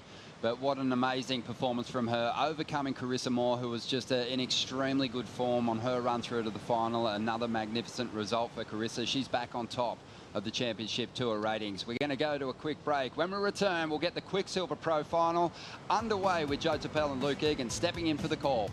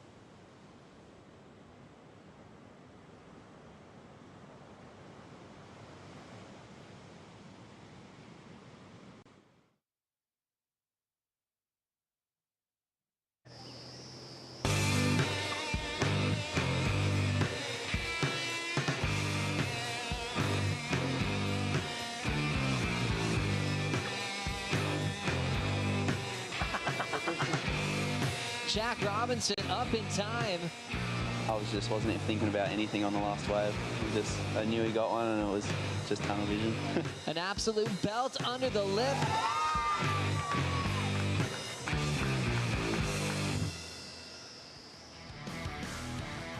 Welcome to the final of the Quiksilver Pro G-Land. It's been a long wait, 25 years in fact. Luke Egan, are you ready to pass on that Tiger Trophy to either Felipe Toledo or Jack Robinson? Is it about time? Yes, it is about time. It's been a long time, and I'm just so happy for these two guys. What performances they've put in today to get to the final. We've just seen buzzer beaters. We've seen great surfing, and yeah, it's been amazing, and the conditions have showed up today. The offshore winds, we've been waiting for the offshore winds, and they're here, and we've got a final, and we're going to give away some Tigers. Joanna Faye just earned hers over Carissa Moore, a 5-time world champ, finishing runner-up once again this season. She's had now a few of those. From the opener at Pipeline, was runner-up to Moana Jones-Wong, also another runner-up performance at Bells Beach to Tyler Wright, and now runner-up here to Joanna Faye. One more heat left in the jungle here at the Quiksilver Pro G-Land. Jack Robinson versus Felipe Toledo. The stage is set. The battle of the backhands continue. Jack Robinson had a heroic effort. Things were kind of winding down. It looked like Medina was just ready to just slide his way into this final, and with a few seconds on the clock, he got to his feet. The buzzer went off into that first turn to show how clutch he can be. Absolutely, and he's a bit further, or it's Phil Toledo up and riding up the point. One of the fastest surfers on the planet getting started. Backside blast complete for Toledo. That section's going to stretch out dramatically. So bit of downtime, but he'll hang in there. Toledo now launching, and uncharacteristic slip up on the backside rotation. I saw him pull off a gigantic version of one of those further up the reef a couple of days ago. I gave him a big hoot, and he just started laughing. It's just another day at the office for Felipe with those rotations, so a rare fall there on his opening ride. Yeah, the board nearly turned upside down. He's looking at his hand. I wonder if the board hit him in the hand, but tried to get an early start up the point, but unfortunately, I don't think that's going to be a keeper at the end of this heat. Felipe Toledo, 11 championship tour wins in his career, still world #1. We'll see what happened here. Nice carve out of the top, comes around the section, just gets caught a little bit here, does very well to get around at the bottom of the wave, and then went for the air, but the board turning nearly upside down and not completed. So 2.33. Luke, we obviously showed up this morning on finals day, starting with the quarterfinals. Pretty demanding lineup with this kind of heat as well. How do you think the energy levels are for the final today? These guys are super fit, and just the adrenaline of making the final of this contest, they'd be ready to go. Both these guys have been surfing great all day.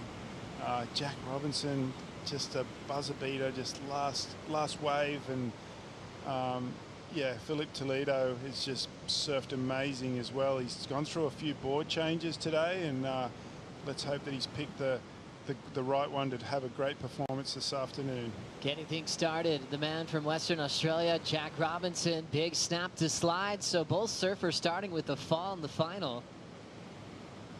And Toledo will now have priority. We've always spoken about this in this whole contest, how the tides had so much to do with the wave quality, and we're getting even closer to the low tide, and sometimes we get some current that runs up the point, and you see some more ripples in the face. So both surfers are going to have to negotiate that. Doesn't mean there's not going to be high performance, but they're just going to have to adjust their technique and their lines accordingly. Jack Robinson's had some key heat wins in the last couple of years. His rookie season, he felt the pressure of needing to requalify at what was stop number 7 in Mexico. Then he went on to win it.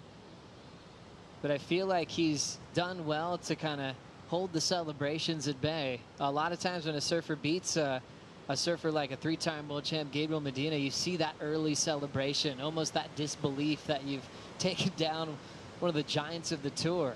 where Jack Robinson almost doesn't even flinch. He takes it in stride. There's that belief that he was always planning on winning that heat. That's the piece of Jack Robinson's performance that's been the winning formula. 2 finals in a row, pretty amazing. And he's out there and just is staying calm. It's pretty hard to do. You know, like at some point you got to let go and go, oh wow, how's this run been? This has been amazing, and pat yourself on the back. But Jack's still in that calm state. He's got one more heat to win, and congratulations, just the way that he's managed to get him to this form, and just put on so many great performances time and time again. He had so many expectations delivered to him. When the season starts at Pipeline, he's expected to win there. Sunset Beach, he's expected to win that contest, and it didn't happen. He did build his result from an early loss at Pipe, made the quarterfinals at Sunset, but there's still those early losses where everyone was kind of scratching their head on the start of the season for Jack Robinson. Yeah, you know, Pipeline is a hard place at times. It doesn't matter who you got, it's you against the wave, and the waves don't always come your way, and we saw that. It was in the semi-final against Gabriel Medina. We were like, oh, you know, at first it was like, oh, Gabby's got the wave to win, and then there was one behind it, and he stayed calm and put on such a great performance to do it there. So just waits for his time, waits for it to happen, and look at these two ready to put on a great performance for us in the next 30 minutes. Jack Robinson could actually speak Portuguese to Felipe. I've heard him do it quite often. He's learning very quickly. Jack's wife from Brazil, and so he spends a lot of time in Brazil these days. He's got a great accent as well, and the Brazilian Storm loves him. Felipe just right in the same space. What Felipe's doing there is just trying to keep out of the sun a little bit. We're looking into the glare. That's why it looks a bit shaded, I think. So when you're here in Indonesia, lift your board up, get a little bit of shade. And yeah, it is starting to cool off out there, but these guys have been in the sun all day, and it takes a lot out of you. And also the energy. They were well aware that today was going to be finals day, surfing through 3 big heats from the quarterfinals, semifinals, and now the place you want to be in the final here at the Quiksilver Pro G-Land after a 25-year hiatus from this tour, falling off the championship tour calendar. Toledo looking for a major win once again this year. The one he won at Bell's was incredible in the final with Callum Robson, but a great event for Jack Robinson as well, as he finished equal 3rd at that event. So now with the live rankings, we're really looking at number 1 and 2 in the world in this final here in the jungle, and they'll hold those positions heading into El Salvador. That's awesome. Both these guys will do well in El Salvador too. That wave just looks like J-Bay in board shorts. I've never been, but yeah, these guys are in form, and they're learning. The further you go on, the further you win heats, the more refined your performance gets. You do it a little bit, you're a little bit more calm in the big decisions, and you get to ride more waves. And you know, at the end of the year, it's pretty much who wins the most heats wins. So at the moment, these two guys in the final have won the most heats so far this year. Felipe Toledo, just like Jack, had a slow start to the season, lost very early at Pipe, and he actually was the one to beat at Sunset for those early rounds. Had a great start against Ethan Ewing and kind of awkwardly ended up losing that heat. It felt like he just let it slip away with wave selection, and Ethan obviously earned that win. But he climbed back up the ladder with a final in Portugal to the win at Bell's.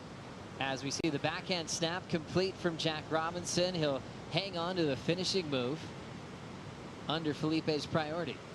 Just trying to get a quick wave under priority, put the pressure on Felipe. It's pretty smart, as we've spoken before. It's really easy for the backsiders to get upside down and then come out and transition on their rail one more time and go vertical, and that's exactly what Jack Robinson has done on the inside. I like the tail slide here. Lets it slide for a while and then pulls it back into control, and super shallow with the low tide, and he throws it up into the lip one more time. So Jack Robinson getting a solid completion As we remember, there was a significant heat that really affected Felipe Toledo's world title campaign in 2019 when Jack got the wild card on his home break. And that year, the heat was sent over to that slab called the box, which is basically an extension of Jack's living room. I don't know if anyone in the world surfs it better than Jack Robinson. And that was a very convincing win. Felipe Toledo left that heat comboed. Great to see him back together, this time in a final, as we see last to Jack Robinson.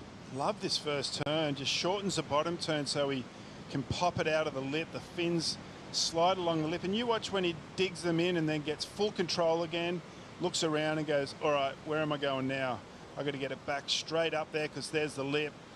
Vertical into a super hollow closeout, less than a foot deep where he lands there, gets the completion, and pretty good under priority.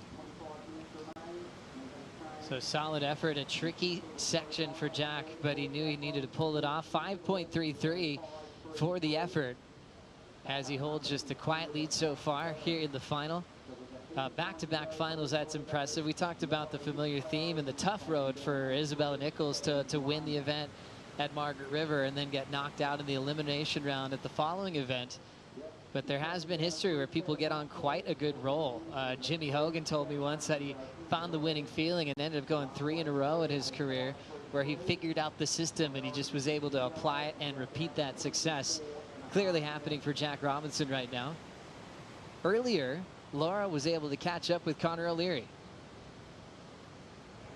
Connor O'Leary, sitting here watching perfect, beautiful G-Land waves. Unfortunately, your heat with Felipe a bit slow.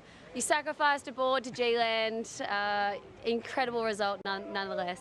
Yeah, I mean, it would have been great to, oh my gosh, look at that wave, to have, you know, another 35 minutes out there, because I feel like our heat had started feeling like it was, the swell was filling in. So it's a bummer, you know, snapped a board. Yeah, got to sacrifice something. Hopefully the boys get a lot of waves because I sacrificed my board out there. But yeah, just got a bit out of rhythm, and yeah, the time was the enemy. You don't lose, you just run out of time. That's it. You know. But you know, the trip's been amazing. You've been the vibe of the camp. You know, onwards and upwards from here. Yeah, onwards and upwards from here. A third's a third, and you know, there's a lot of positive takeaways from it. There's a lot of things I need to improve on, which is good as well. So yeah, I'll take a third, and we'll go to El Salvador and do a few backside snaps. See you soon, Connor. Congratulations. Thanks, bro. He loves going left, doesn't he?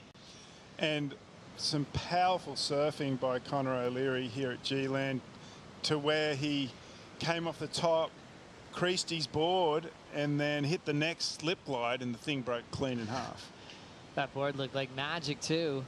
Hopefully he'll call up Matt Biolis and get a replica of that surfboard, because he was very connected to that equipment. Connor O'Leary happy to turn in a third. He'll move up about 4 spots on the rankings, heading into El Salvador as Joanna Faye still celebrating. And so she should. What a fantastic performance. She's just looked so good all week, and yeah, so happy for her to get past the quarterfinals and straight to #1 position. So reliable on left-hand reef breaks. That's her reputation on tour. Winning at Uluwatu, winning in Fiji, the first ever ROXY Pro G-Land champion. And has potential to maybe get the ROXY OM G-Land Goddess Award. Stay tuned for that announcement.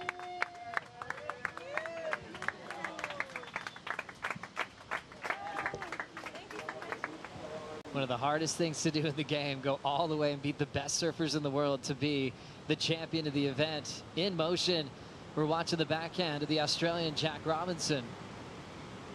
Flowing through some backhand arc, stomps on that one to slow down the momentum and force the slide. And a good way to change up the variety.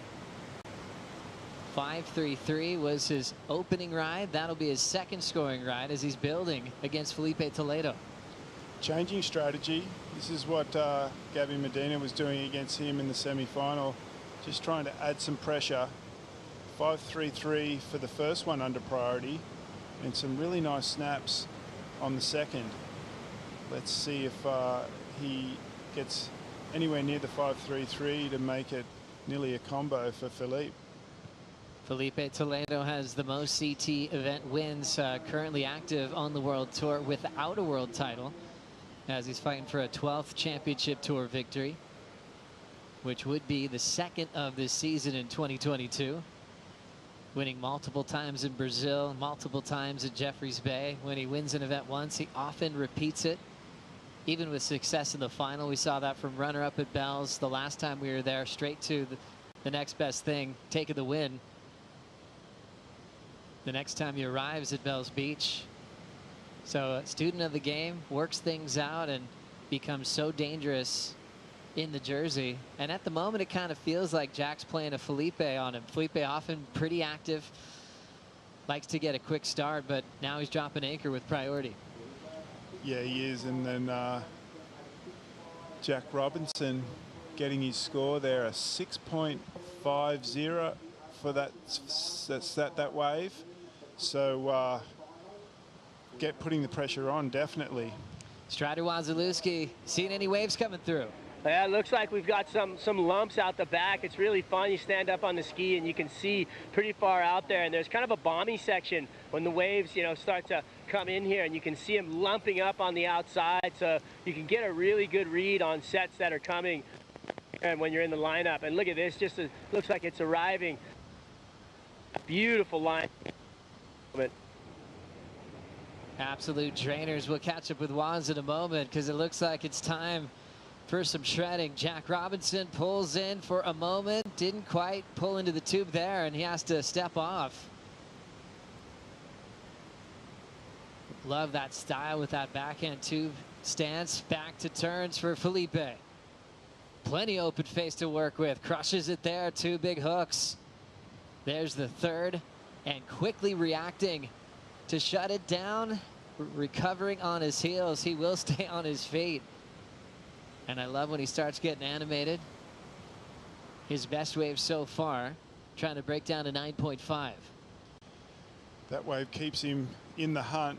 Some beautiful top turns there by Philippe. And yeah, finally some sets come through using his priority. Let's take another look, Luke. Yeah, here we go off the bottom. Beautiful bottom turn and perfect out of the lip. Another nice turn, slashing, putting some variety into these backhand turns. A little late on that one, and I thought he might have come down incomplete, but manages to hold on, and that's going to be a pretty good score for Felipe Toledo. The first all regular foot matchup in a final here at G-Land in just 3 previous events. All goofy foot final with Luke and Chris Gallagher back in '97. We had Jeff Booth represent the Goofies in '95 when he finaled with Kelly. And then Gary Elkerton, the Goofy that arrived with Shane Beshen and came very close to a victory that season. And now it's going to be the battle of the backhanders to decide the champ here in 2022. Jack Robinson 5.33 and also a 6.5 under priority. And then Felipe definitely getting his best on that previous running left. Oftentimes when Felipe's in the final, you've got to reference that he's definitely one of the best closers in the game. He rarely loses a final when he gets this far. He's runner-up to Griffin Colapinto at Portugal. It just rarely happens. Runner-up to John at Bells. Besides that, in ocean events, when he gets to the final, he ends up on top. Yeah, he's so consistent once he gets to the pointy end of the field, and he's looking really sharp. So really it's going to be who can find the best opportunity, you know, out there at the moment. A few board changes today for Philippe. I think he's ended up on the right board for the final. He went to the Dark Arts 4-fin earlier on when the offshore just arrived. He was flying down the line on that board, but I really feel like the judges, he's realized the judges are scoring that super vertical commitment, and I think the round pin PU is going to do that a little bit better for him. He had some ding repair opportunities as well on his quiver right here in the Red Bull athlete zone. As the score is in now for Felipe, 7.83, best number of the final so far. He stays in second, but now only needs a 4. So impressive separation from Jack's best at a 6.5. Exactly what he wanted to do there. I was talking to Yufu Penrose, the Sharp Eye team manager that spent some time with both these guys lately. But he said Felipe rarely breaks boards that he rides in competition. He breaks a lot of boards in free surfs, but when he's competing, he's actually really reliable with keeping his boards intact, which I was actually surprised because how hard he lands in the flats. He can keep the boards that he wants to compete on typically in one piece. Now let's hear from the first ever ROXY Pro champion, Joanna Faye, is with Laura Enever. Joanna Faye, the first ever winner of the ROXY Pro G-Land. What a moment. Your name is etched into history here. How are you feeling? Amazing. It's been a long week for everybody, you know, and just to come on top it's so special. And I don't know, we don't know if we're going to come back ever here, and we've heard about it like in, you know, as a surfer you heard about G-Land for like ever, and it's just so special to make something happen here. Yeah, absolutely incredible. And you are the queen of the left-hand reef breaks. You've won at Tavarua, you've won at Uluwatu, and now here at G-Land. What is it with left-hand reef breaks? You just love them. Yeah, right? We got to put more on too. No, yeah, I think just a good memory from home, and you know, rhythm with the ocean, and maybe the Indian Ocean makes me having a good time too. So I don't know, I'm so happy. Yeah. And anyone you'd like to thank? Yeah, I would love to thank all my family watching, obviously, my partner and Coach Simon. Thank you for all the confidence that you give me, and thank you my mom and sister that's always awake, and thank you to my dad for coming over and getting jungle fever with me. Absolutely incredible. Let's get shimmy on the DJ decks again. Woo! Let's have a little dance off. Let's go. Okay, we wait for the boys, but yeah, next time. Congratulations, Joanna Faye, ROXY Pro winner, G-Land. Thank you. Hey, Laura. Oh. Joanna Faye starting the celebration. Connor O'Leary, Bronte McCauley, adding to the ROXY OMG-Land moment. Congrats. She moves from 8th in the world to number 3 in the world, heading into El Salvador. Definitely the queen of left-hand reef breaks on tour. What if we had multiple events like this on tour? Thinking of a Fiji thrown in there, and Uluwatu maybe.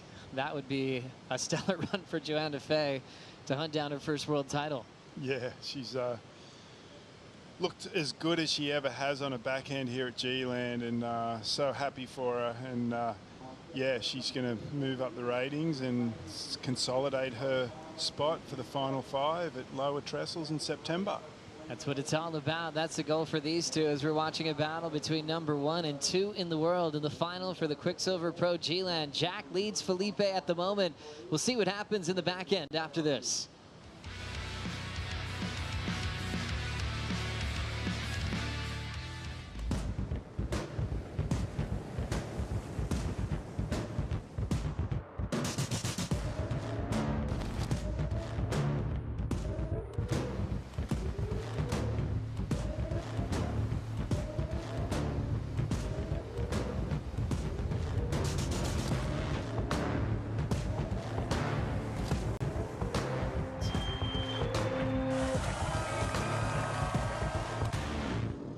Competitive surfing has given me almost every best attribute I have. You gotta go out and have these crazy experiences, and for me it was competing on the highest level for 12 years. She has come back reinvigorated and really sharp. We're surfers, we never retire. You don't retire. Like, you're gonna surf till you're dead.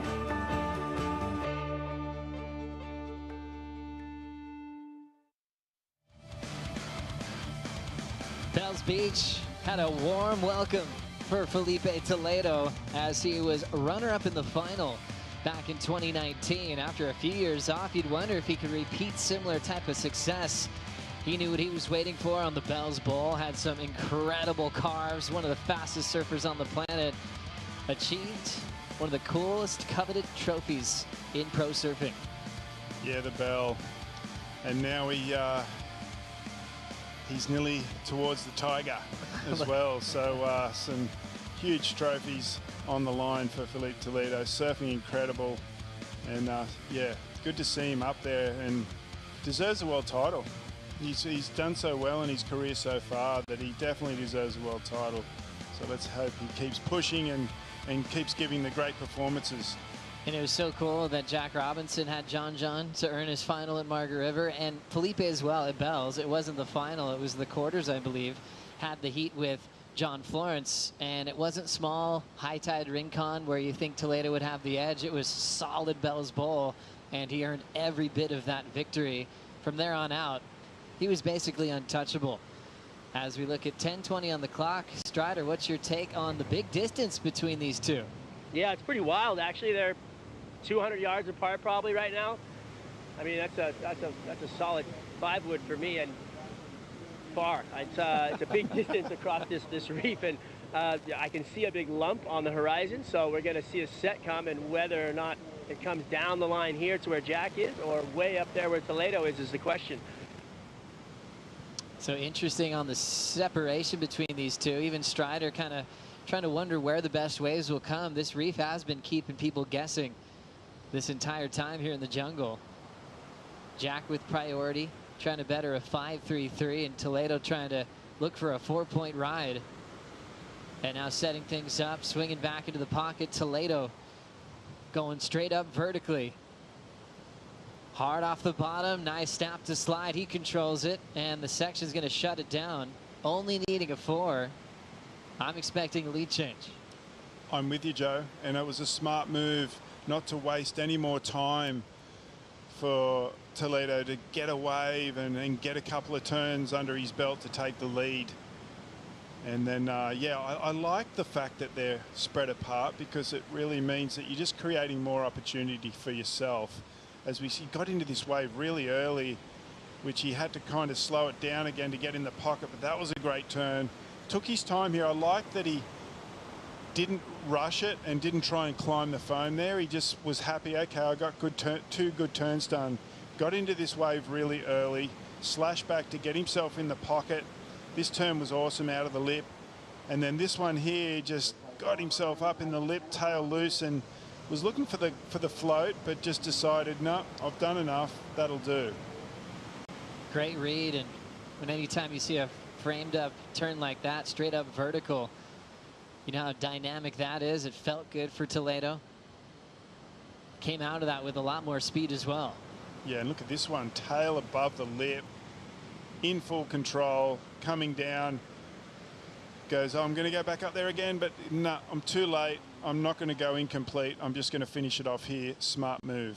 It's fun watching the regular footers working out their backhand attacks at G-Land, and well, the money tree section at this size. You can see how the variety Felipe can throw, from a power carve holding the rail to a fin throw off the lip line. He's done some gigantic backside airs in competition in the past. We'll wait to see if he's going to save one for this final with Jack Robinson. Lead change happens for Toledo with a 5.33. Jack with priority now needs a 6.77, so still in the hunt. And he's obviously proved that he can do it with about 1 second remaining. A couple crucial buzzer beaters this year for Jack, more recently against Medina in the semifinal to turn it on the buzzer. Did it at Bells Beach against Italo as well. Yeah, and what does Felipe do under priority now? Does he get busy, try and better that 5.33, or is he confident there'll be more than one good wave in this next set? At the moment, he wants to put the pressure on Jack Robinson and paddle up the point with him. Maybe these guys have seen something up further around.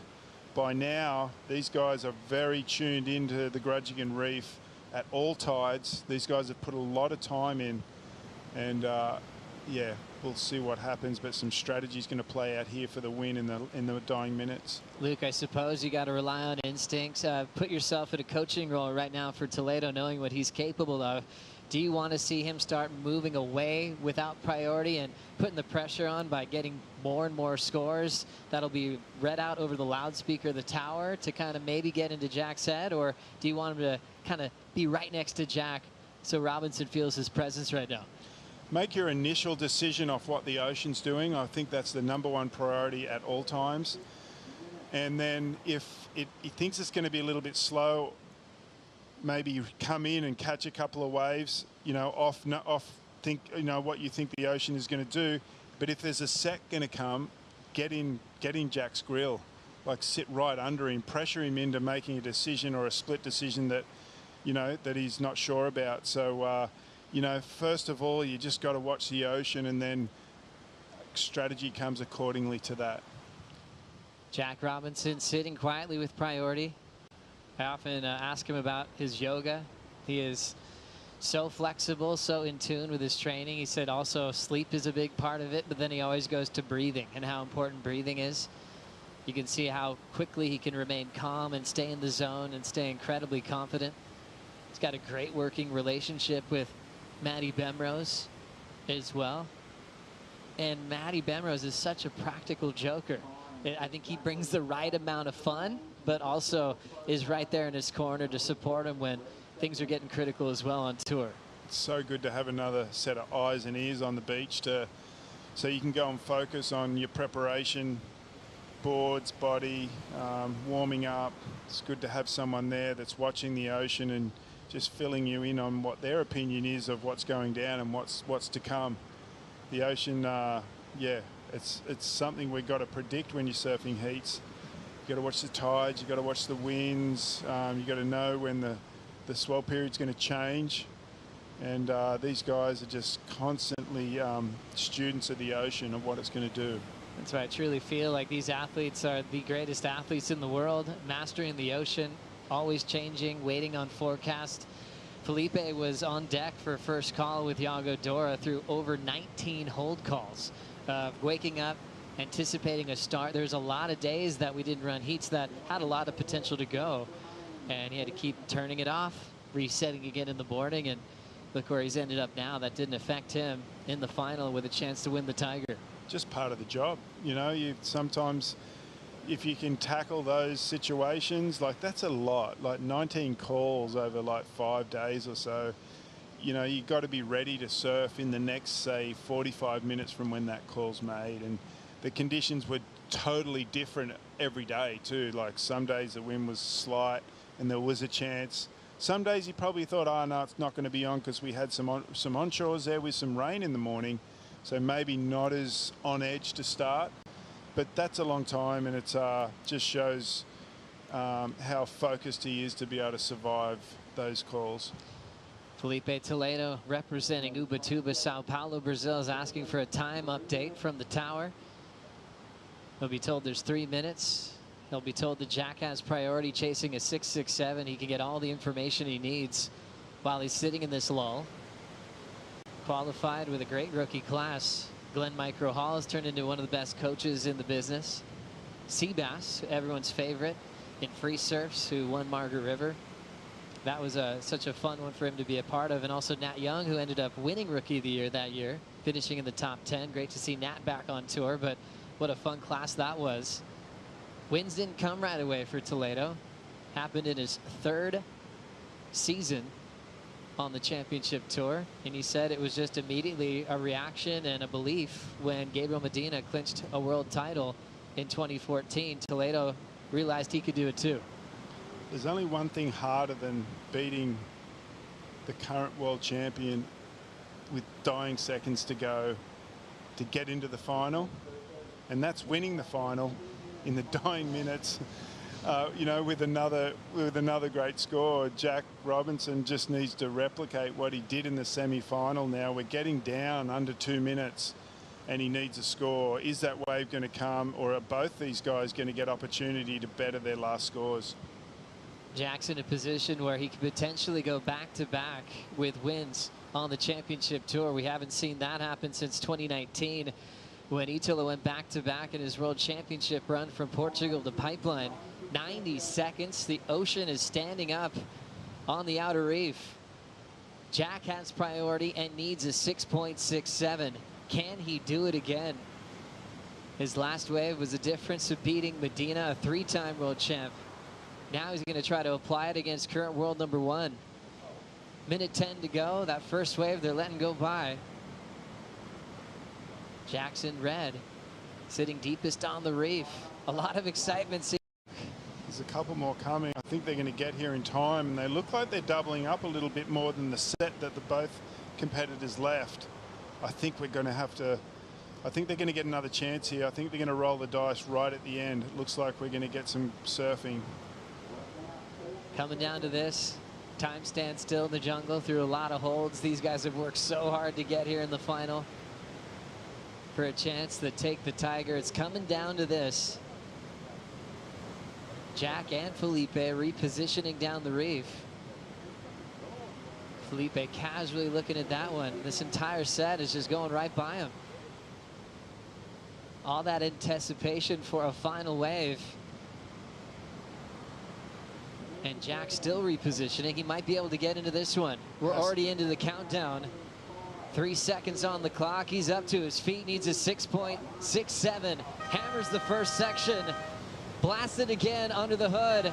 Looking for a finish. He's got to stay on his feet. And Jack Robinson shuts it down on the buzzer. Chasing a 6.67. Did this in the semifinal. Did he just do it again, Luke? Wow. There's a chance. We really need to study this replay. There is a chance. The first 2 turns were pretty good. The first one was fully committed. But need to look at this one again. Here we go. It's a smaller inside wave. Jack coming off the bottom. Vertical slash out of the top. Comes around, bashes it one more time. That section went a little bit flat. If it was a little hollow, I'd probably say he got it. But I'm not too sure. It's really hard to say. Some really good surfing out of the lip. Maybe needed a little bit more fin in that last turn, maybe. But Jack has the chance right at the end again to get the score. Has he done it? Well, one thing we know is he doesn't get rattled when his back's against the wall. He doesn't mind taking off here in the horn sound. He's clean. He's reliable with his backside snaps, both in the most critical part of the wave. And he's not looking for the best number of the heat, Luke. Felipe has a 7.83. He needs a lot less than that at a 6.67. I feel like the judges are going to have a long look at this. I feel like it's close. I feel like there's a chance. Well, we saw Jack's 6.5. He needs a touch better than that. And so the judges will make that comparison on the replay. You know, we finished all the heats here, so they have a ton of time to catch their breath. And whenever it takes this long, that means it's incredibly close. If their reaction was it was a convincing win, we'd already have that result. When it's this close, it might take a few minutes now. Let's now compare that last wave to this 6.5, Luke. Straight up out of the lip, a lot of tail above the wave and a beautiful slash. I think his transition between turns was a lot better on this wave, but it was a smaller wave. Nice controlled slide as well. That was his earlier 6.50. So then feeling like that last wave had a bit more wall. First reaction from the panel, and second are saying he's going to turn the heat. Liking it. One judge says it's under. It's coming down to one more score for the average. For the second time on finals day, Jack Robinson waits, and he does it again.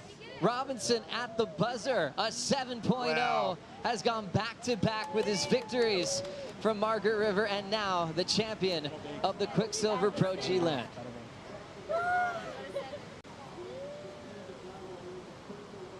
Felipe Toledo to congratulate Jack Robinson on the effort. And for the first time, Robinson's letting it all sink in after 25 years. Luke Egan, proud to pass the Tiger to Jack Robinson. Absolutely, does it again. We spoke about that in the final. The only thing harder than doing it against the world champion, getting his last wave to get the score, is doing it again in the final. Felipe Toledo, what a great performance. But this man, 2 contests in a row. Wow, Jack Robinson, congratulations to be the current G-Land Pro champion. So impressive to go back-to-back at this stage of his career. He's just in his 2nd season against the best in the world. Not only did he survive the cut and find fashion, he's now sitting number 2 in the world, heading into El Salvador. Now his 3rd championship tour victory of his career. There's certain events on the calendar a guy like Jack Robinson would want to win. Definitely G-Land is going to look incredible on his mantelpiece back home.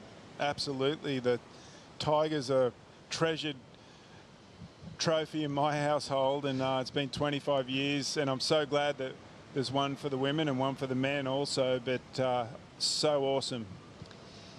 Let's now get the vibe in the lineup with Strider Wasilewski. You did it again. Thanks, Joe. Jack Robinson. Are you kidding me? 2 in a row out here, the Quiksilver Pro G-Land champion. You got the Tiger trophy, my friend. Talk to me. I touched the Tiger earlier, and yeah, she was, the trophy, and I just felt it. I was like, all right. It's crazy, isn't it? Unpredictable, this sport. It's just, yeah, just trying to connect to the ocean, and yeah, just thank it for giving me the waves. Tell me about your last minute heroics, and just like, is that just a pure sense of confidence and trust in the universe? Yeah, I think you got to trust yourself, and then hopefully everything else will follow. That's probably the first thing, is just being confident, and having good people around too. Leandro, Raphael in Hawaii, and Julia, my wife, she's here, and it's a good team, So I'm just super happy, and yeah, it's a long road ahead. Going back to back, confidence must be high, obviously, but for you, number 2 in the world. No.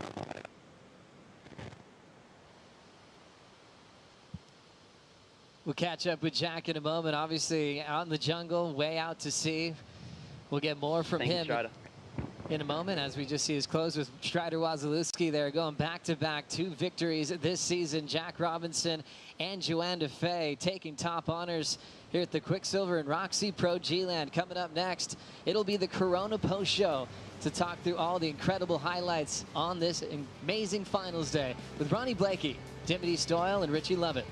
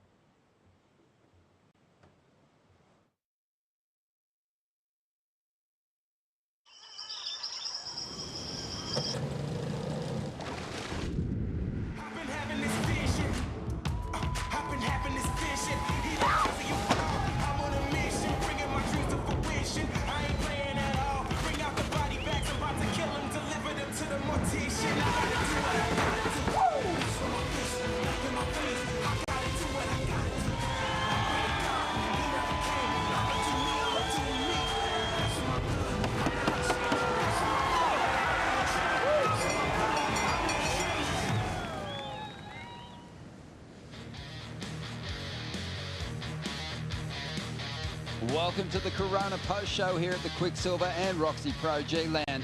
And we have just seen last-minute heroics once again from Jack Robinson taking the title. It's been a long time. Luke Egan was hanging on to that reigning champion title for a long time, but he's had to surrender it to Jack Robinson here today, who had a stunning victory over Felipe Toledo with some last-minute heroics. Ronnie Blakey, Dimity Stoyle, Richie Lovett. Dim, that was really nerve-wracking, the weight that Jack had, and amazing that he held his nerve there in the final stages. Wow, that was so exciting, and I cannot believe he did it again. Did it in the semi-final and the final. Rich, what did you make of it? I thought it was a super clutch moment, and he had to pull out everything on the final wave, and he did it, you know. In reflection, there was probably more he could have done on that wave, but he just did enough.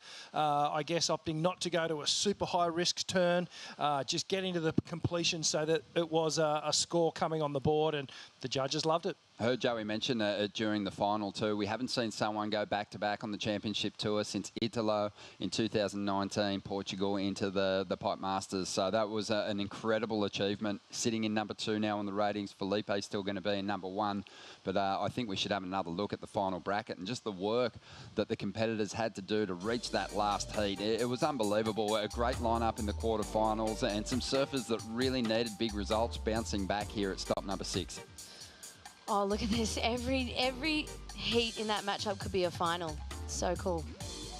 Yeah, I loved it. Especially, Rich, I thought that Gabriel Medina just looked unbeatable today when we saw him in that first quarterfinal heat. So that was the big surprise result for me, Jack getting the jump on him. Yeah, I tend to agree with you.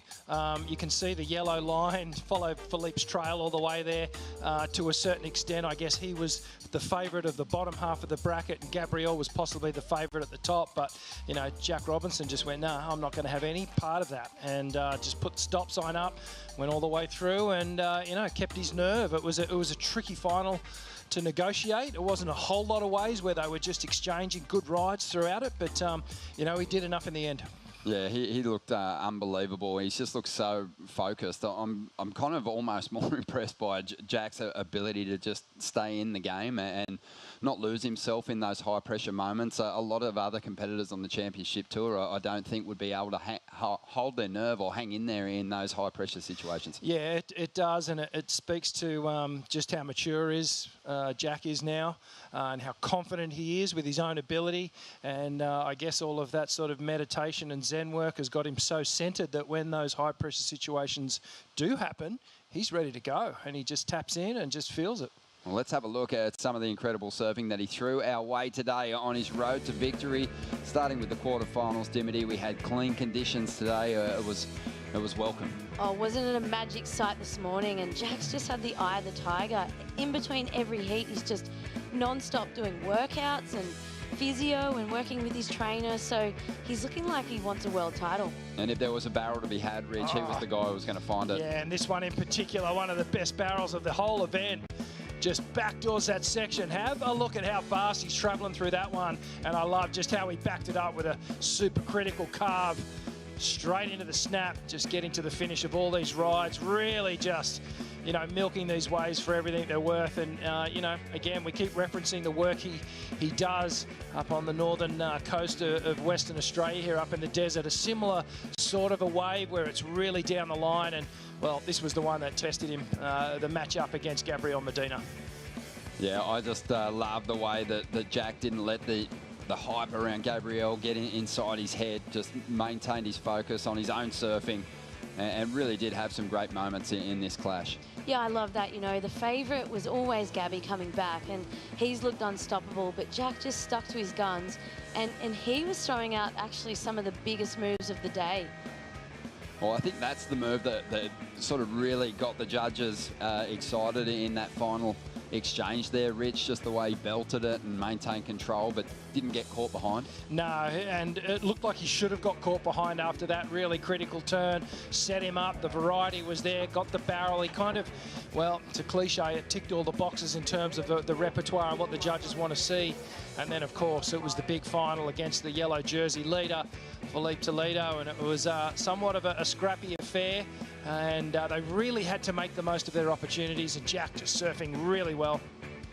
Really smooth. Toledo kind of set the pace though early in the final, and it was up to Jack to keep his cool. Here's one of Toledo's rides. I love the way this guy surfs on the backhand. On the forehand, has all that firepower, that dynamite, that fast twitch kind of motion to his moves, but yeah, on the backhand, he's showing that he can get it done as well. Oh, he is just as fast, if not faster, in those transitions, and it was just.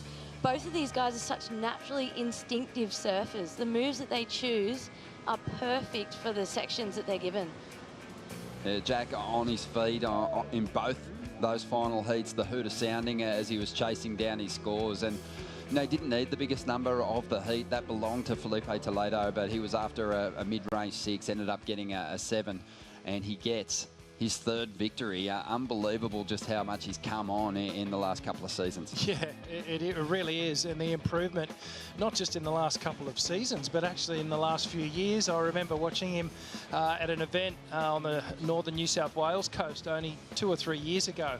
And I noted some of the improvement, especially in the small wave. But, mate, he has just come in leaps and bounds. He's worked on absolutely every element of his repertoire. And at the moment, looking like a world beater. Yeah, and it's going to be interesting too, just to see what the top 10 picture looks like and see what surfers made up some great ground on the competitors that came into this one sitting in the top 5. And yeah, it'll be a big conversation, I'm sure, when we get over to the stop number 7. Yeah, for sure. There's definitely going to be a shake-up in the ratings, no doubt about it. And, well, Jack's looking solid. This is a huge result in terms of making that final 5 for lowers. Most definitely. Let's have a look at the women's finals bracket, the ROXY Pro G-Land. It went off, and we saw great performances from the opening round. Competitors getting locked in, finding the tubes out here, but in clean conditions today, some competitors really stood up over others. Oh, definitely. The finalists today were the in-form the whole event. You know, they just had a little edge in every heat, selecting the best waves, finding that perfect timing. Yeah, I thought Carissa, much like Medina, in the Quiksilver Pro, Carissa just sort of seemed to have that punch, that power, that extra little bit in each of her performances to the rest of the field, but she was reeled in that final heat. Yeah, it was the semi-final with Joanne and Bronte, which I thought was a really, really interesting one. I felt like that one could have gone either way, and Bronte just getting caught a little bit short on the wave count. But Joanne was rock solid, and her consistency, which she normally brings, is just such a weapon for her now. But also she's starting to bring these big scores. So, again, another one who's just inching closer and closer to that final 5. Yeah, she'd been so consistent too, but she needed a big breakthrough result. I definitely felt whoever was going to win that heat out of Joanne and Bronte was going to take the event. Just in the form of that, they both were just looking so strong and dangerous. Yeah, let's have a look at the run for Joanne, and we'll see some of those brilliant finishes on those high-impact sections here at G-Land. And really, you know, that's where she set herself apart from the rest of the field, her ability to stay on her feet when she was attacking the closeouts here. Yeah, absolutely. Most of her rides from start to finish just solid, you know, foundation surfing, just underpinned by really good positioning and power. And as you said, Ronnie, just getting to the finish on all these waves. And it's that pedigree, that you know, all the time she spent growing up at St. Lou on the backhand, that's where all the foundation work was done. And just so much power off the top, huh? And how cool is it seeing the high tide in the morning? They almost had all day to prepare for that low tide and just go bigger and bigger as the day went on. Yeah, Joanne's run was a difficult one too. Up against Stephanie Gilmore, got the jump there, only just. But then in the semi-finals, overcame Bronte, and you know, she really did need these big finishes to get past Bronte, who was kind of flaring up. She had a great start to that semi-final clash. I definitely thought Bronte was the one to beat this event. We all know how dangerous she is in the left-handers, especially when it's barreling, but just her turns were huge as well.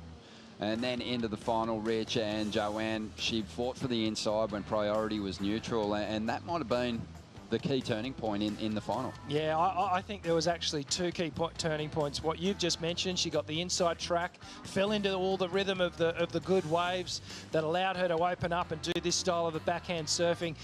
The other point is Carissa not making that final turn on that big wave that potentially could have been the score. You know, she needed a 9-1-7, got the 8-5, but that was with the end section where she fell. I really do feel, though, even though Carissa fell at the end of this ride, that this is the surfing of a 6-time world champion. This is like a level that other surfers are going to have to get to. She didn't find that second score, but she's kind of setting the pace for form and performance at the moment. It's very goatish style performances that we've seen from Carissa Moore. Goatesque. Yeah, goatesque, and you feel like, the world titles are going to keep coming, and she's sort of mid-stride in her career. 3 finals for Carissa and yet to get a victory this season, but you sense that it's around the corner. But for Joanna Faye, a really important moment. We mentioned that consistency, quarterfinaled in every event so far this season up until now. She is the ROXY Pro G-Land champion, and there are her numbers. And as you can see, Carissa wasn't really too far behind. No, not at all. And it was actually so exciting for the viewers when she did get that 8.5 and there was still just enough time left. There wasn't in the end, but, you know, anything could have happened. Well, we don't even really need a reason to celebrate here at the Quiksilver and ROXY Pro G-Land. Even on the lay days we were celebrating. But Joanna Faye is starting to feel good about what's coming her way in the form of a beautiful trophy here at the ROXY Pro G-Land. We got the presentation just around the corner. Stay with us here on the Corona Post Show.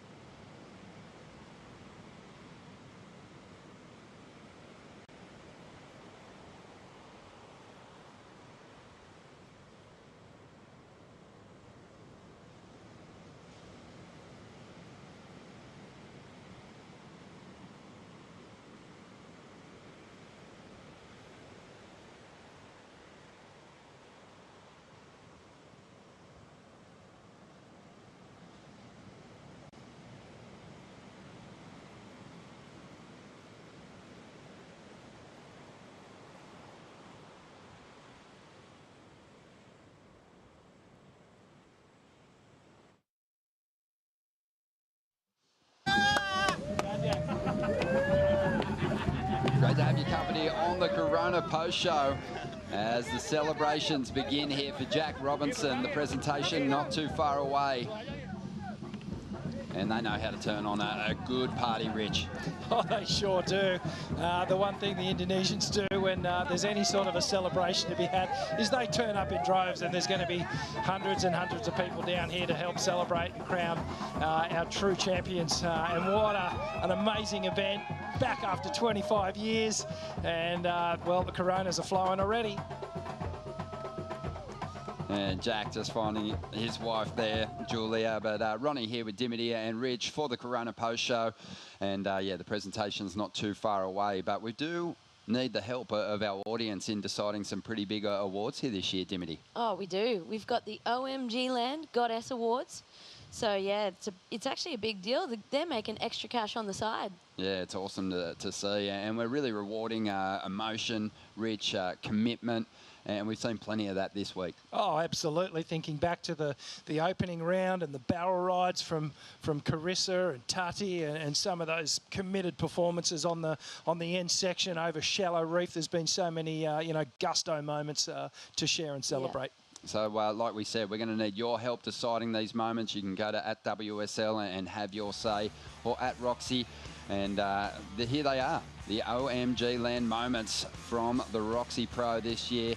Tatiana Weston-Webb, she was always going to feature, just one of the most committed performers before the competition got underway, and once she had the jersey on, tucking into this wave on day one. Day one, magic conditions, and she's, every heat she's going out, you're thinking, what's she going to do? So perfect nominee for the OMG Land Award. And then Joanna Faye, well, she just blew our minds with her commitment to those final manoeuvres. And this one was from day 2, 7.3 for this one, Rich. Yeah, that was a great committed turn, and she just carried that theme all the way through the week and eventually got the win with the committed surfing. Bronte McCauley, this was her wave to kick off the semi-finals, I believe. It was an incredible ride. This one was a 7.83. And it just set her up so well. She couldn't find the backup, though. I know, and this has to be my nomination. If I was to choose, it would have to go with Bronte, because she just showed so much fire, commitment, emotion as well. She didn't get the win. I think she's still a goddess. Joanna Faye's featuring a couple of times today, because she just continued to give us big moments. This was a buzzer beater, Rich, a 6.3 here in what was semi-final number 2. Unfazed, composed, and just on, really consistent, and just great stuff from Joanne, and she is really just celebrating now. Great to see everyone. The disappointment of the heat losses are wiped away as the spray just flows, and Joanne can celebrate, and everyone's around her feeling that energy. Yeah, definitely. And super psyched that ROXY got the OMG Lander Awards happening, because they were kind of focusing on different things other than the standard criteria. Yeah, exactly. And women are goddesses for doing not only just amazing comp surfing, but all kinds of things. And so cool they're able to earn a little extra cash on the side. You're going to be my nomination, Dim, because I've got a feeling you're going to jump on the decks later on. Shimmy Disco is going to put the uniform on and go to work. It's on. We're probably going to go live again on the ROXY feed, so tune in. Let's have a look at the Women's Championship Tour rankings now, because for me this is going to be very interesting. Such a compressed field, and have a look at the movement that there has been. And Dimity, you look at some of the competitors that came into this one inside the 5, and now they've dropped down the rankings a little bit, others making a move in the right direction. Oh yeah, this is so exciting, and it just feel like it's going to chop and change so much in the next few events, but it's almost like the ones who are usually in that top 5 are slowly making their way up to their usual positions. Joanne Rich must have just put a circle around the ROXY Pro G-Land when she saw the schedule and looked at that as a massive opportunity to lock in a big result. She's jumped from 8th place now right up in the 3rd position. Yeah, talk about, just climbing that ladder straight up the ratings, and she's done so well there. The other one there too is Stephanie Gilmore, who's starting to make her run up when you think about where she was 2 or 3 events ago and how far she's come up the ratings from just saving a spot on tour, and now she's up around number 7, I think it was, and also Tati's in the final 5 at the moment too. Yeah, I think we all have to keep reminding ourselves that Steph's an event behind the rest of the field. She missed that opening event, so she's playing an extra bit of catch-up at the moment, but doing a good job and heading in the right direction. Let's have a look at the Men's Championship Tour rankings now. Felipe Toledo, we know that he's going to be hanging on to that number 1 jersey, but not too far behind. In fact, right there in his shadow is Jack Robinson now with 2 victories this season. And look at the points, 32-2. It's just too close to count, really. Yeah, John Florence still hanging in the 5. That's going to be an interesting story when we get to that next stop. Of course, wearing the knee brace during this event, Rich. Yeah, unfortunately for John, just having that injury, it didn't seem to really hinder his performance, but out relatively early in his own standards. But I think I really like that 5 through to 7 with Griff and Ethan and those guys, and Italo down there. That is really heating up as a battle. Well, we've got some amazing trophies in the sport of surfing, but I think the ROXY Pro, the Quiksilver Pro G-Land trophies, they're something to behold. We're going to hand them out now. We'll throw it down to Joe Tapel. Thank you so much, Ronnie. And I'm right there with you, Ronnie. These are some of the best trophies I've ever seen. And everybody here on hand, Matur Nguyen, thank you for hosting us so well here in East Java. We actually love being in the jungle. This has been a very special time for pro surfing, and thank you for sharing it with us. It's been a very special time. This is the official presentation for the Quiksilver and ROXY Pro G-Land, which is stop number 6 on the 2022 World Surf League Championship Tour. And it's been a long time, 25 years since the last event was run here in 1997. Big shout out once again to Luke Egan, who won this contest in incredible fashion. Chris Gallagher, runner-up that season, was here on deck coaching Carissa Moore and Jake Marshall in this series. Shane Beshin winning the year before, and Kelly Slater in 95. But also groundbreaking, having the first ever competition for the women here at the ROXY Pro G-Land. Thank you so much, Jesse Miley Dyer, Andrew Stark, WSL for equality on tour, equal events, and we've crowned our first champion ever of the ROXY Pro G-Land. This place is extra special, being in the jungle, being amongst the environment, just falling in love with the beauty, and especially this perfect left-hand reef break. It was definitely the most anticipated event on the calendar. Big shout out to Rio Waida representing Indonesia. Let's give him a round of applause.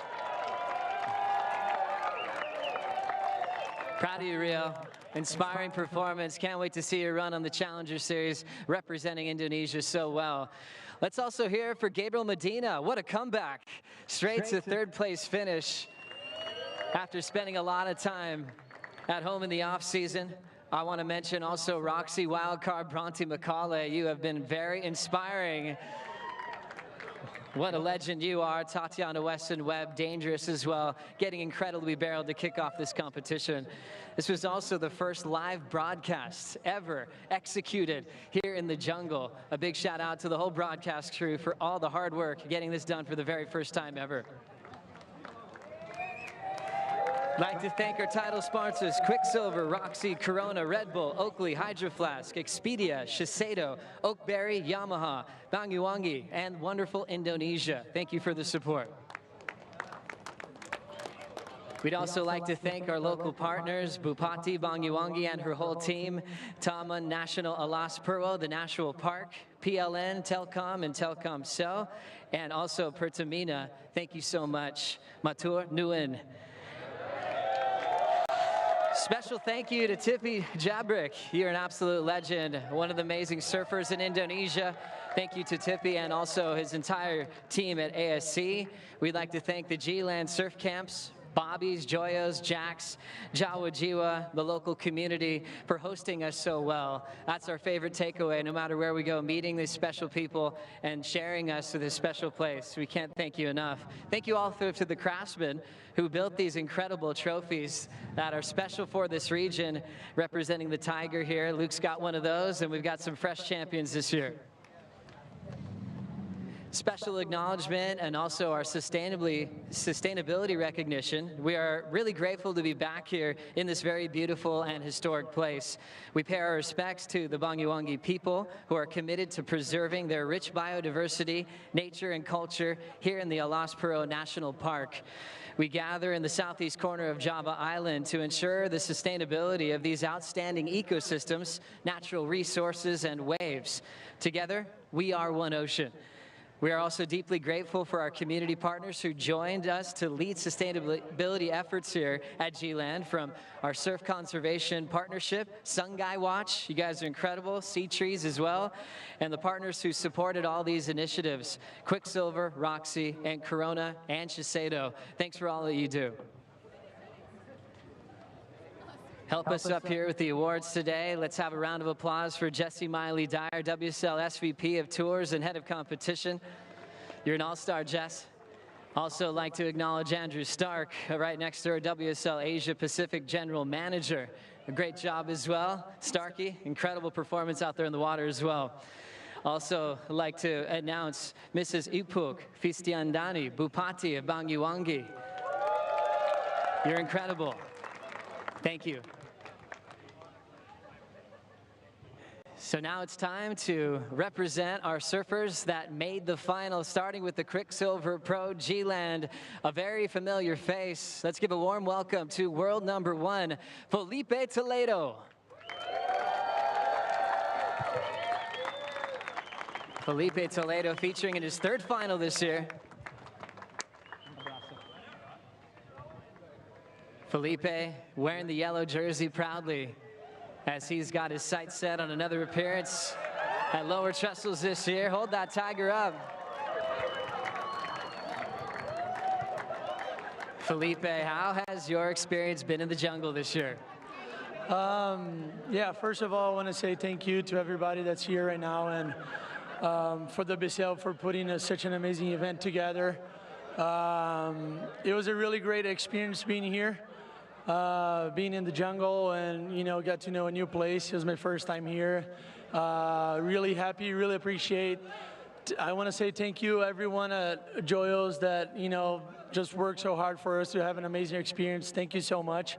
All my sponsors, my family, my team that's right here. I appreciate you guys. Thank you. And all the Brazilians, and congrats to Jack. Amazing surfing the entire event. To Joanna and Carissa as well. Really happy to be in the position that I am right now, and yeah, let's just keep going. Still strong in yellow. That's got to feel good heading into El Salvador.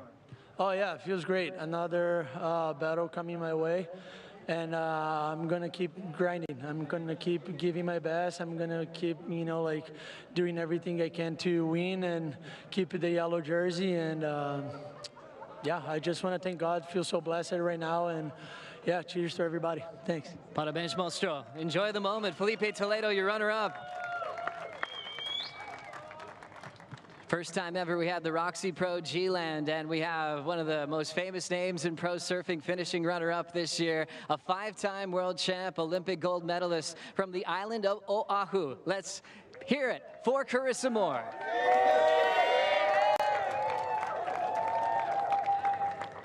Carissa Moore putting a stellar season together. Great job, Riss. Got a big trophy to grab there from Starkey. Riss, a stellar season. I saw you up and down checking out the different spots here in East Java. First trip here? First trip. And a special one as well, going all the way to the final. How did you come to grips with this new lineup for the first time? I came and I was a little nervous about figuring it out and doing something different, but it reminded me a lot of home and surfing a wave called Bowls on the South Shore. And the people have been just really nice and good vibes all around. You spend a lot of time with Joanna Faye, and I feel like we've had this conversation before at podiums around the world. What's it like to have a good friend like Joe in the final with you? I mean, getting to spend so much time with Joanne, I've seen how hard she works and how much of her heart and soul she puts into everything. And, I'm really happy for her. Congratulations. Carissa, you're such an amazing surfer. Have you taken a moment to digest the final and what you could have done to maybe possibly win it? I know you're always striving for excellence. Yeah, I mean, I definitely made a few mistakes. But I had a lot of fun, and I'm going to focus on the positives. Well done. Enjoy the moment, Carissa. You're still #1 in the world. Thanks, Joe. Carissa Moore, runner-up at the ROXY Pro G-Land in the first ever edition here in East Java. And now a man who's been on quite a roll, the best roll of his young career. Let's hear it for your champion of the Quiksilver Pro G-Land, Jack Robinson.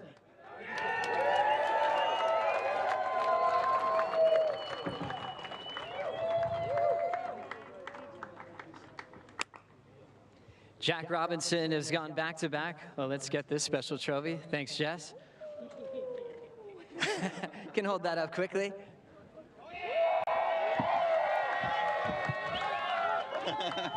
Jack, there's this special time when you watch an athlete realize their potential and find a special place in their headspace and their performance where you've gone back-to-back. We saw that with Italo in 2019 from Portugal to Pipeline. It's not something you see every day. From winning at your hometown, now to G-Land. Does this feel surreal or everything that you planned?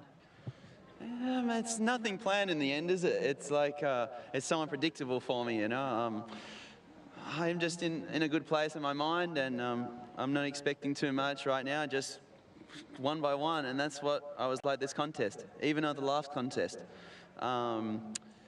Yeah, I feel in a good place, and it's just staying focused as well. Yeah. You've surfed in a lot of heats, but have you had that feeling twice ever in your life with the clock running out, the horn going off through your first turn, and back-to-back heats from Medina to Toledo in succession? Have you ever felt that before? Yeah, certain moments. Maybe before I got onto it, even as a kid, I took it that seriously, you know? It's like, maybe that prepared my mind for it, you know, just being in those situations. But when they're that good, you know, the other guys, you can't really worry about them, can you?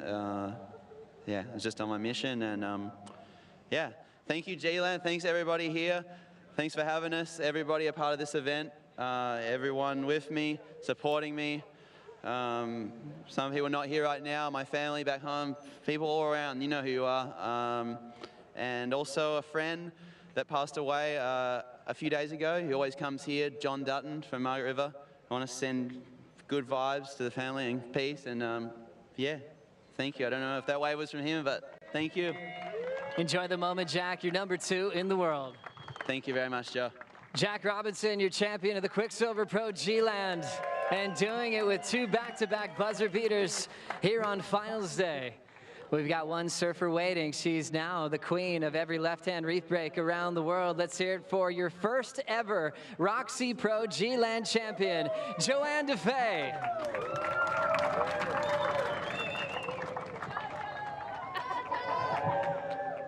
Joanna Faye dominates cloud break, has won at Uluwatu. She's actually won in small lefts in Huntington at the US Open. She's got a powerful backhand. And now she's got a tiger, the first ever ROXY Pro G-Land. Oh, félicitations. You want to hold it up real quick?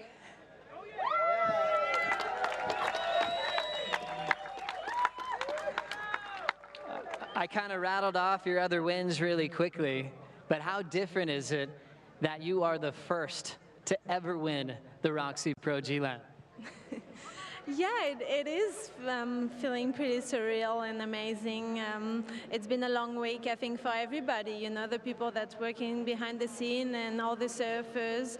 We finally got that day, you know, with good waves, and I'm so happy to come on top.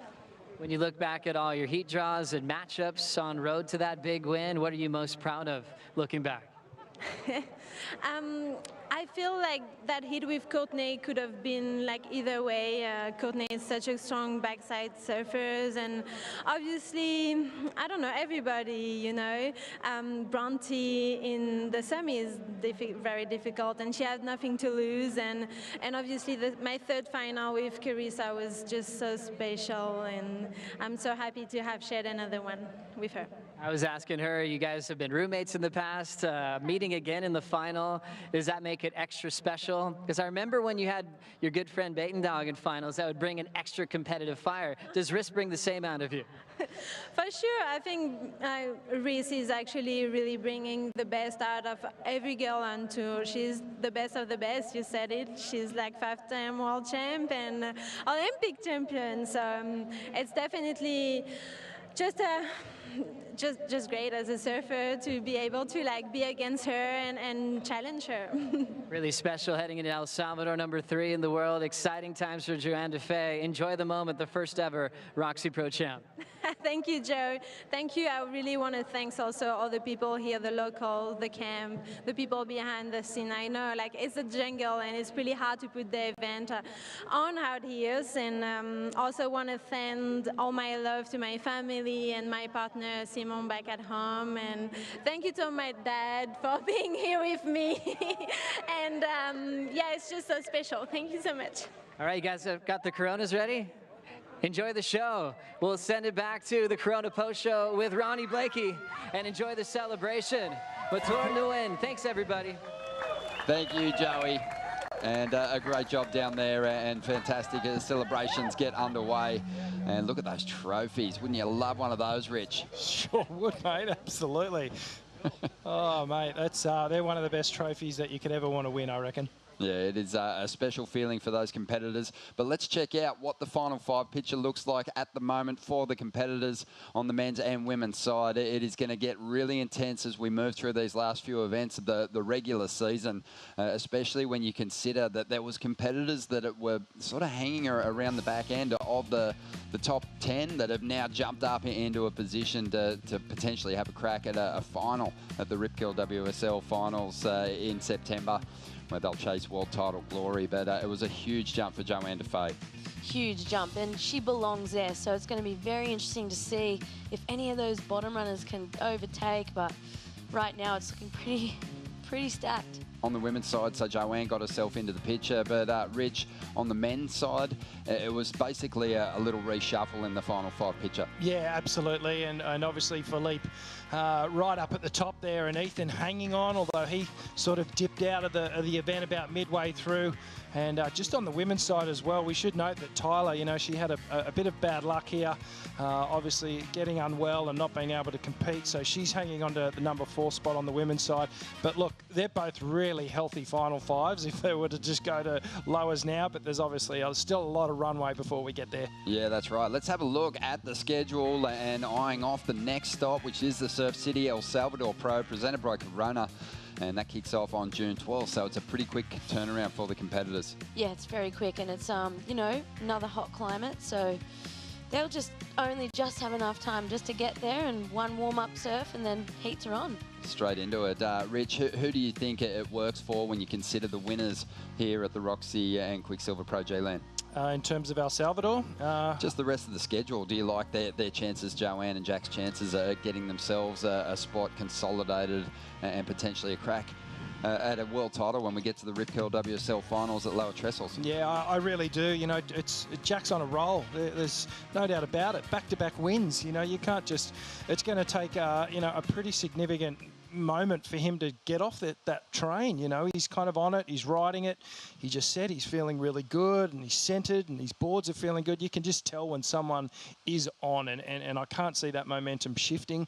And Joanne, I feel like her momentum's going upwards as well, so I'd be really surprised if both Jack and Joanne don't make the Final 5. I really will. Yeah, I think the women's race to those finals, though, Dimity, are going to be a little bit more intense, just with that compressed field. I still think we'll see a lot of movement. Oh, we will. And you saw that little green arrow upwards next to Steph's name.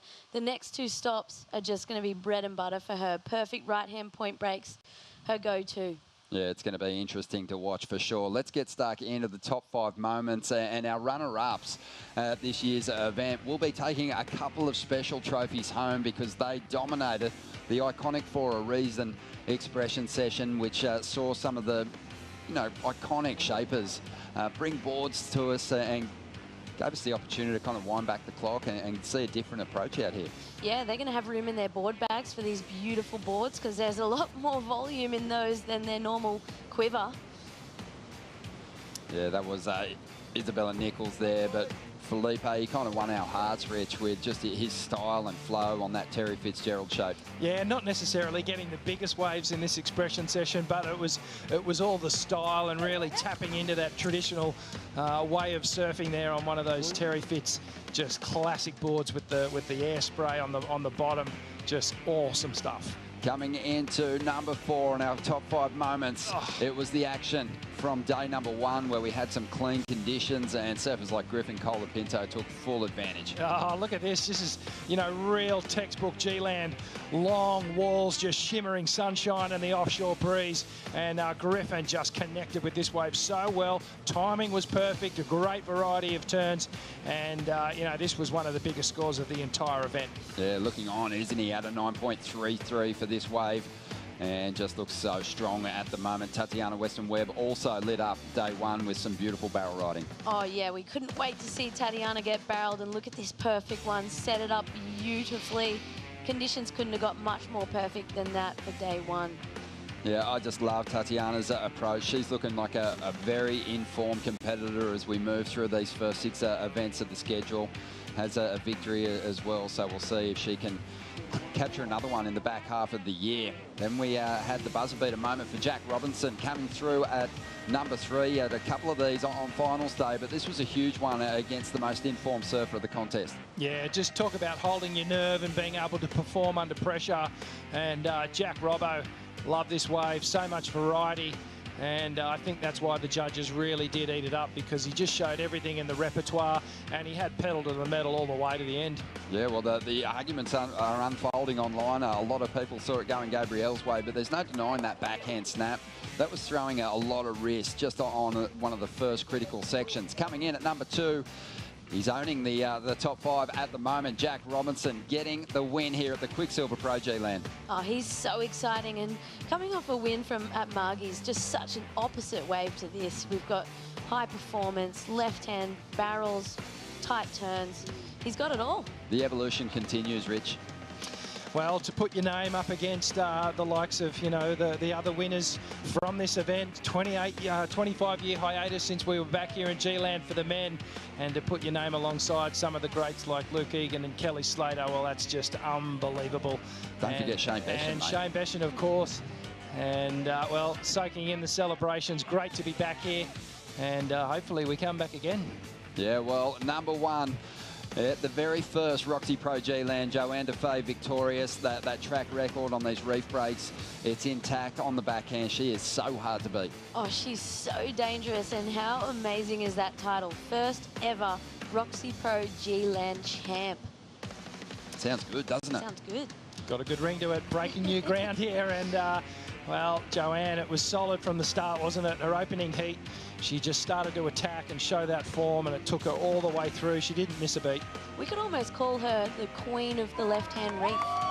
Oh, definitely. I think her rivals already consider her that individual. They know how dangerous she is and how comfortable she is over sections of reef that really do require a different level of commitment. And although the surf ridge wasn't huge this week, the surfers still had to put it on the line. Yeah, they did, and you know, you'd have to say, well, 99% of the time it was turns and you know, critical moves in the power source of the wave. We didn't see a lot of barrel riding, so it's going to be interesting when we do get to Chopu, and we know it's going to be all about riding barrels there, and that's going to really make that final 5, the race for that final 5, super interesting on both sides, men and women. But yeah, she's riding top of the wave at the moment. Dimity, your final thoughts on the ROXY Pro G-Land? Obviously, it was great to see the women out there for the first time. Oh, it was paradise, wasn't it? Like, what a better way to have the first ever ROXY Pro in G-Land, and just can't wait to come back, really. Rich, what about you, mate? It was an emotional return at times. It was. I've got, you know, some of the gnarliest and spookiest, scariest, you know, life-threatening moments of my life were right here. I've also had some incredible moments as well, you know, riding 10-point waves. So it's been a mixture of emotions being back here, but really loving it. It's been an awesome experience. I think all the surfers have enjoyed being in part of this whole event, you know, soaking up all the camps, having time in the water, having fun times on land as well. So it's been a real privilege to be here, and I'm very thankful for it. Yeah, we're going to go make some more memories now at the after party. But the surfers are going to have to get set because they've got a quick trip to make over to the Surf City El Salvador Pro, presented by Corona. That kicks off on June 12th. We'll see you there. Until then, enjoy the highlights and stay tuned for all the news on worldsurfleague.com. Selamat pagi and welcome to this incredible jungle. Groningen G-Land, one of the best left-handers in the world. Grabs the rail, tucks into the tube, finding a way through this one. And she gets the exit. Tatiana tucking in, wow. I had to die to be reborn. Resting in pieces. Speed jam off the top for Robinson. Pulls in under the hood, one of the best tube riders in the world. When it's one last breath and you left and you feeling it's best to just leave it. Then the memory of everything I'm leaving behind starts to creep in my... Slamming on the brakes, pulling into the cylinder. Ethan Ewing gets the exit. Then I rise to my feet, leap in the beast, rise from the crowd, fly through the avenue. Better hide 'cause I'm after you. Yeah, now I'm ready for battle, I'm stronger, I'm agile. Rio locking in. Then he'll find his way through. Only 15 seconds to go. Samuel Pupo gets the jump on the 11-time world champion. Jadson only chasing a 4.55. Jadson has just eliminated world number 2, John Florence. And you just have to lose. When you backed up with a matchup of this magnitude, I rip past your crew. Leave a wind blast with an impact of 10 packs of bulls. It's irrational. The goofy foot from West Oz with an aggressive start. Pulling in to a hollow cave.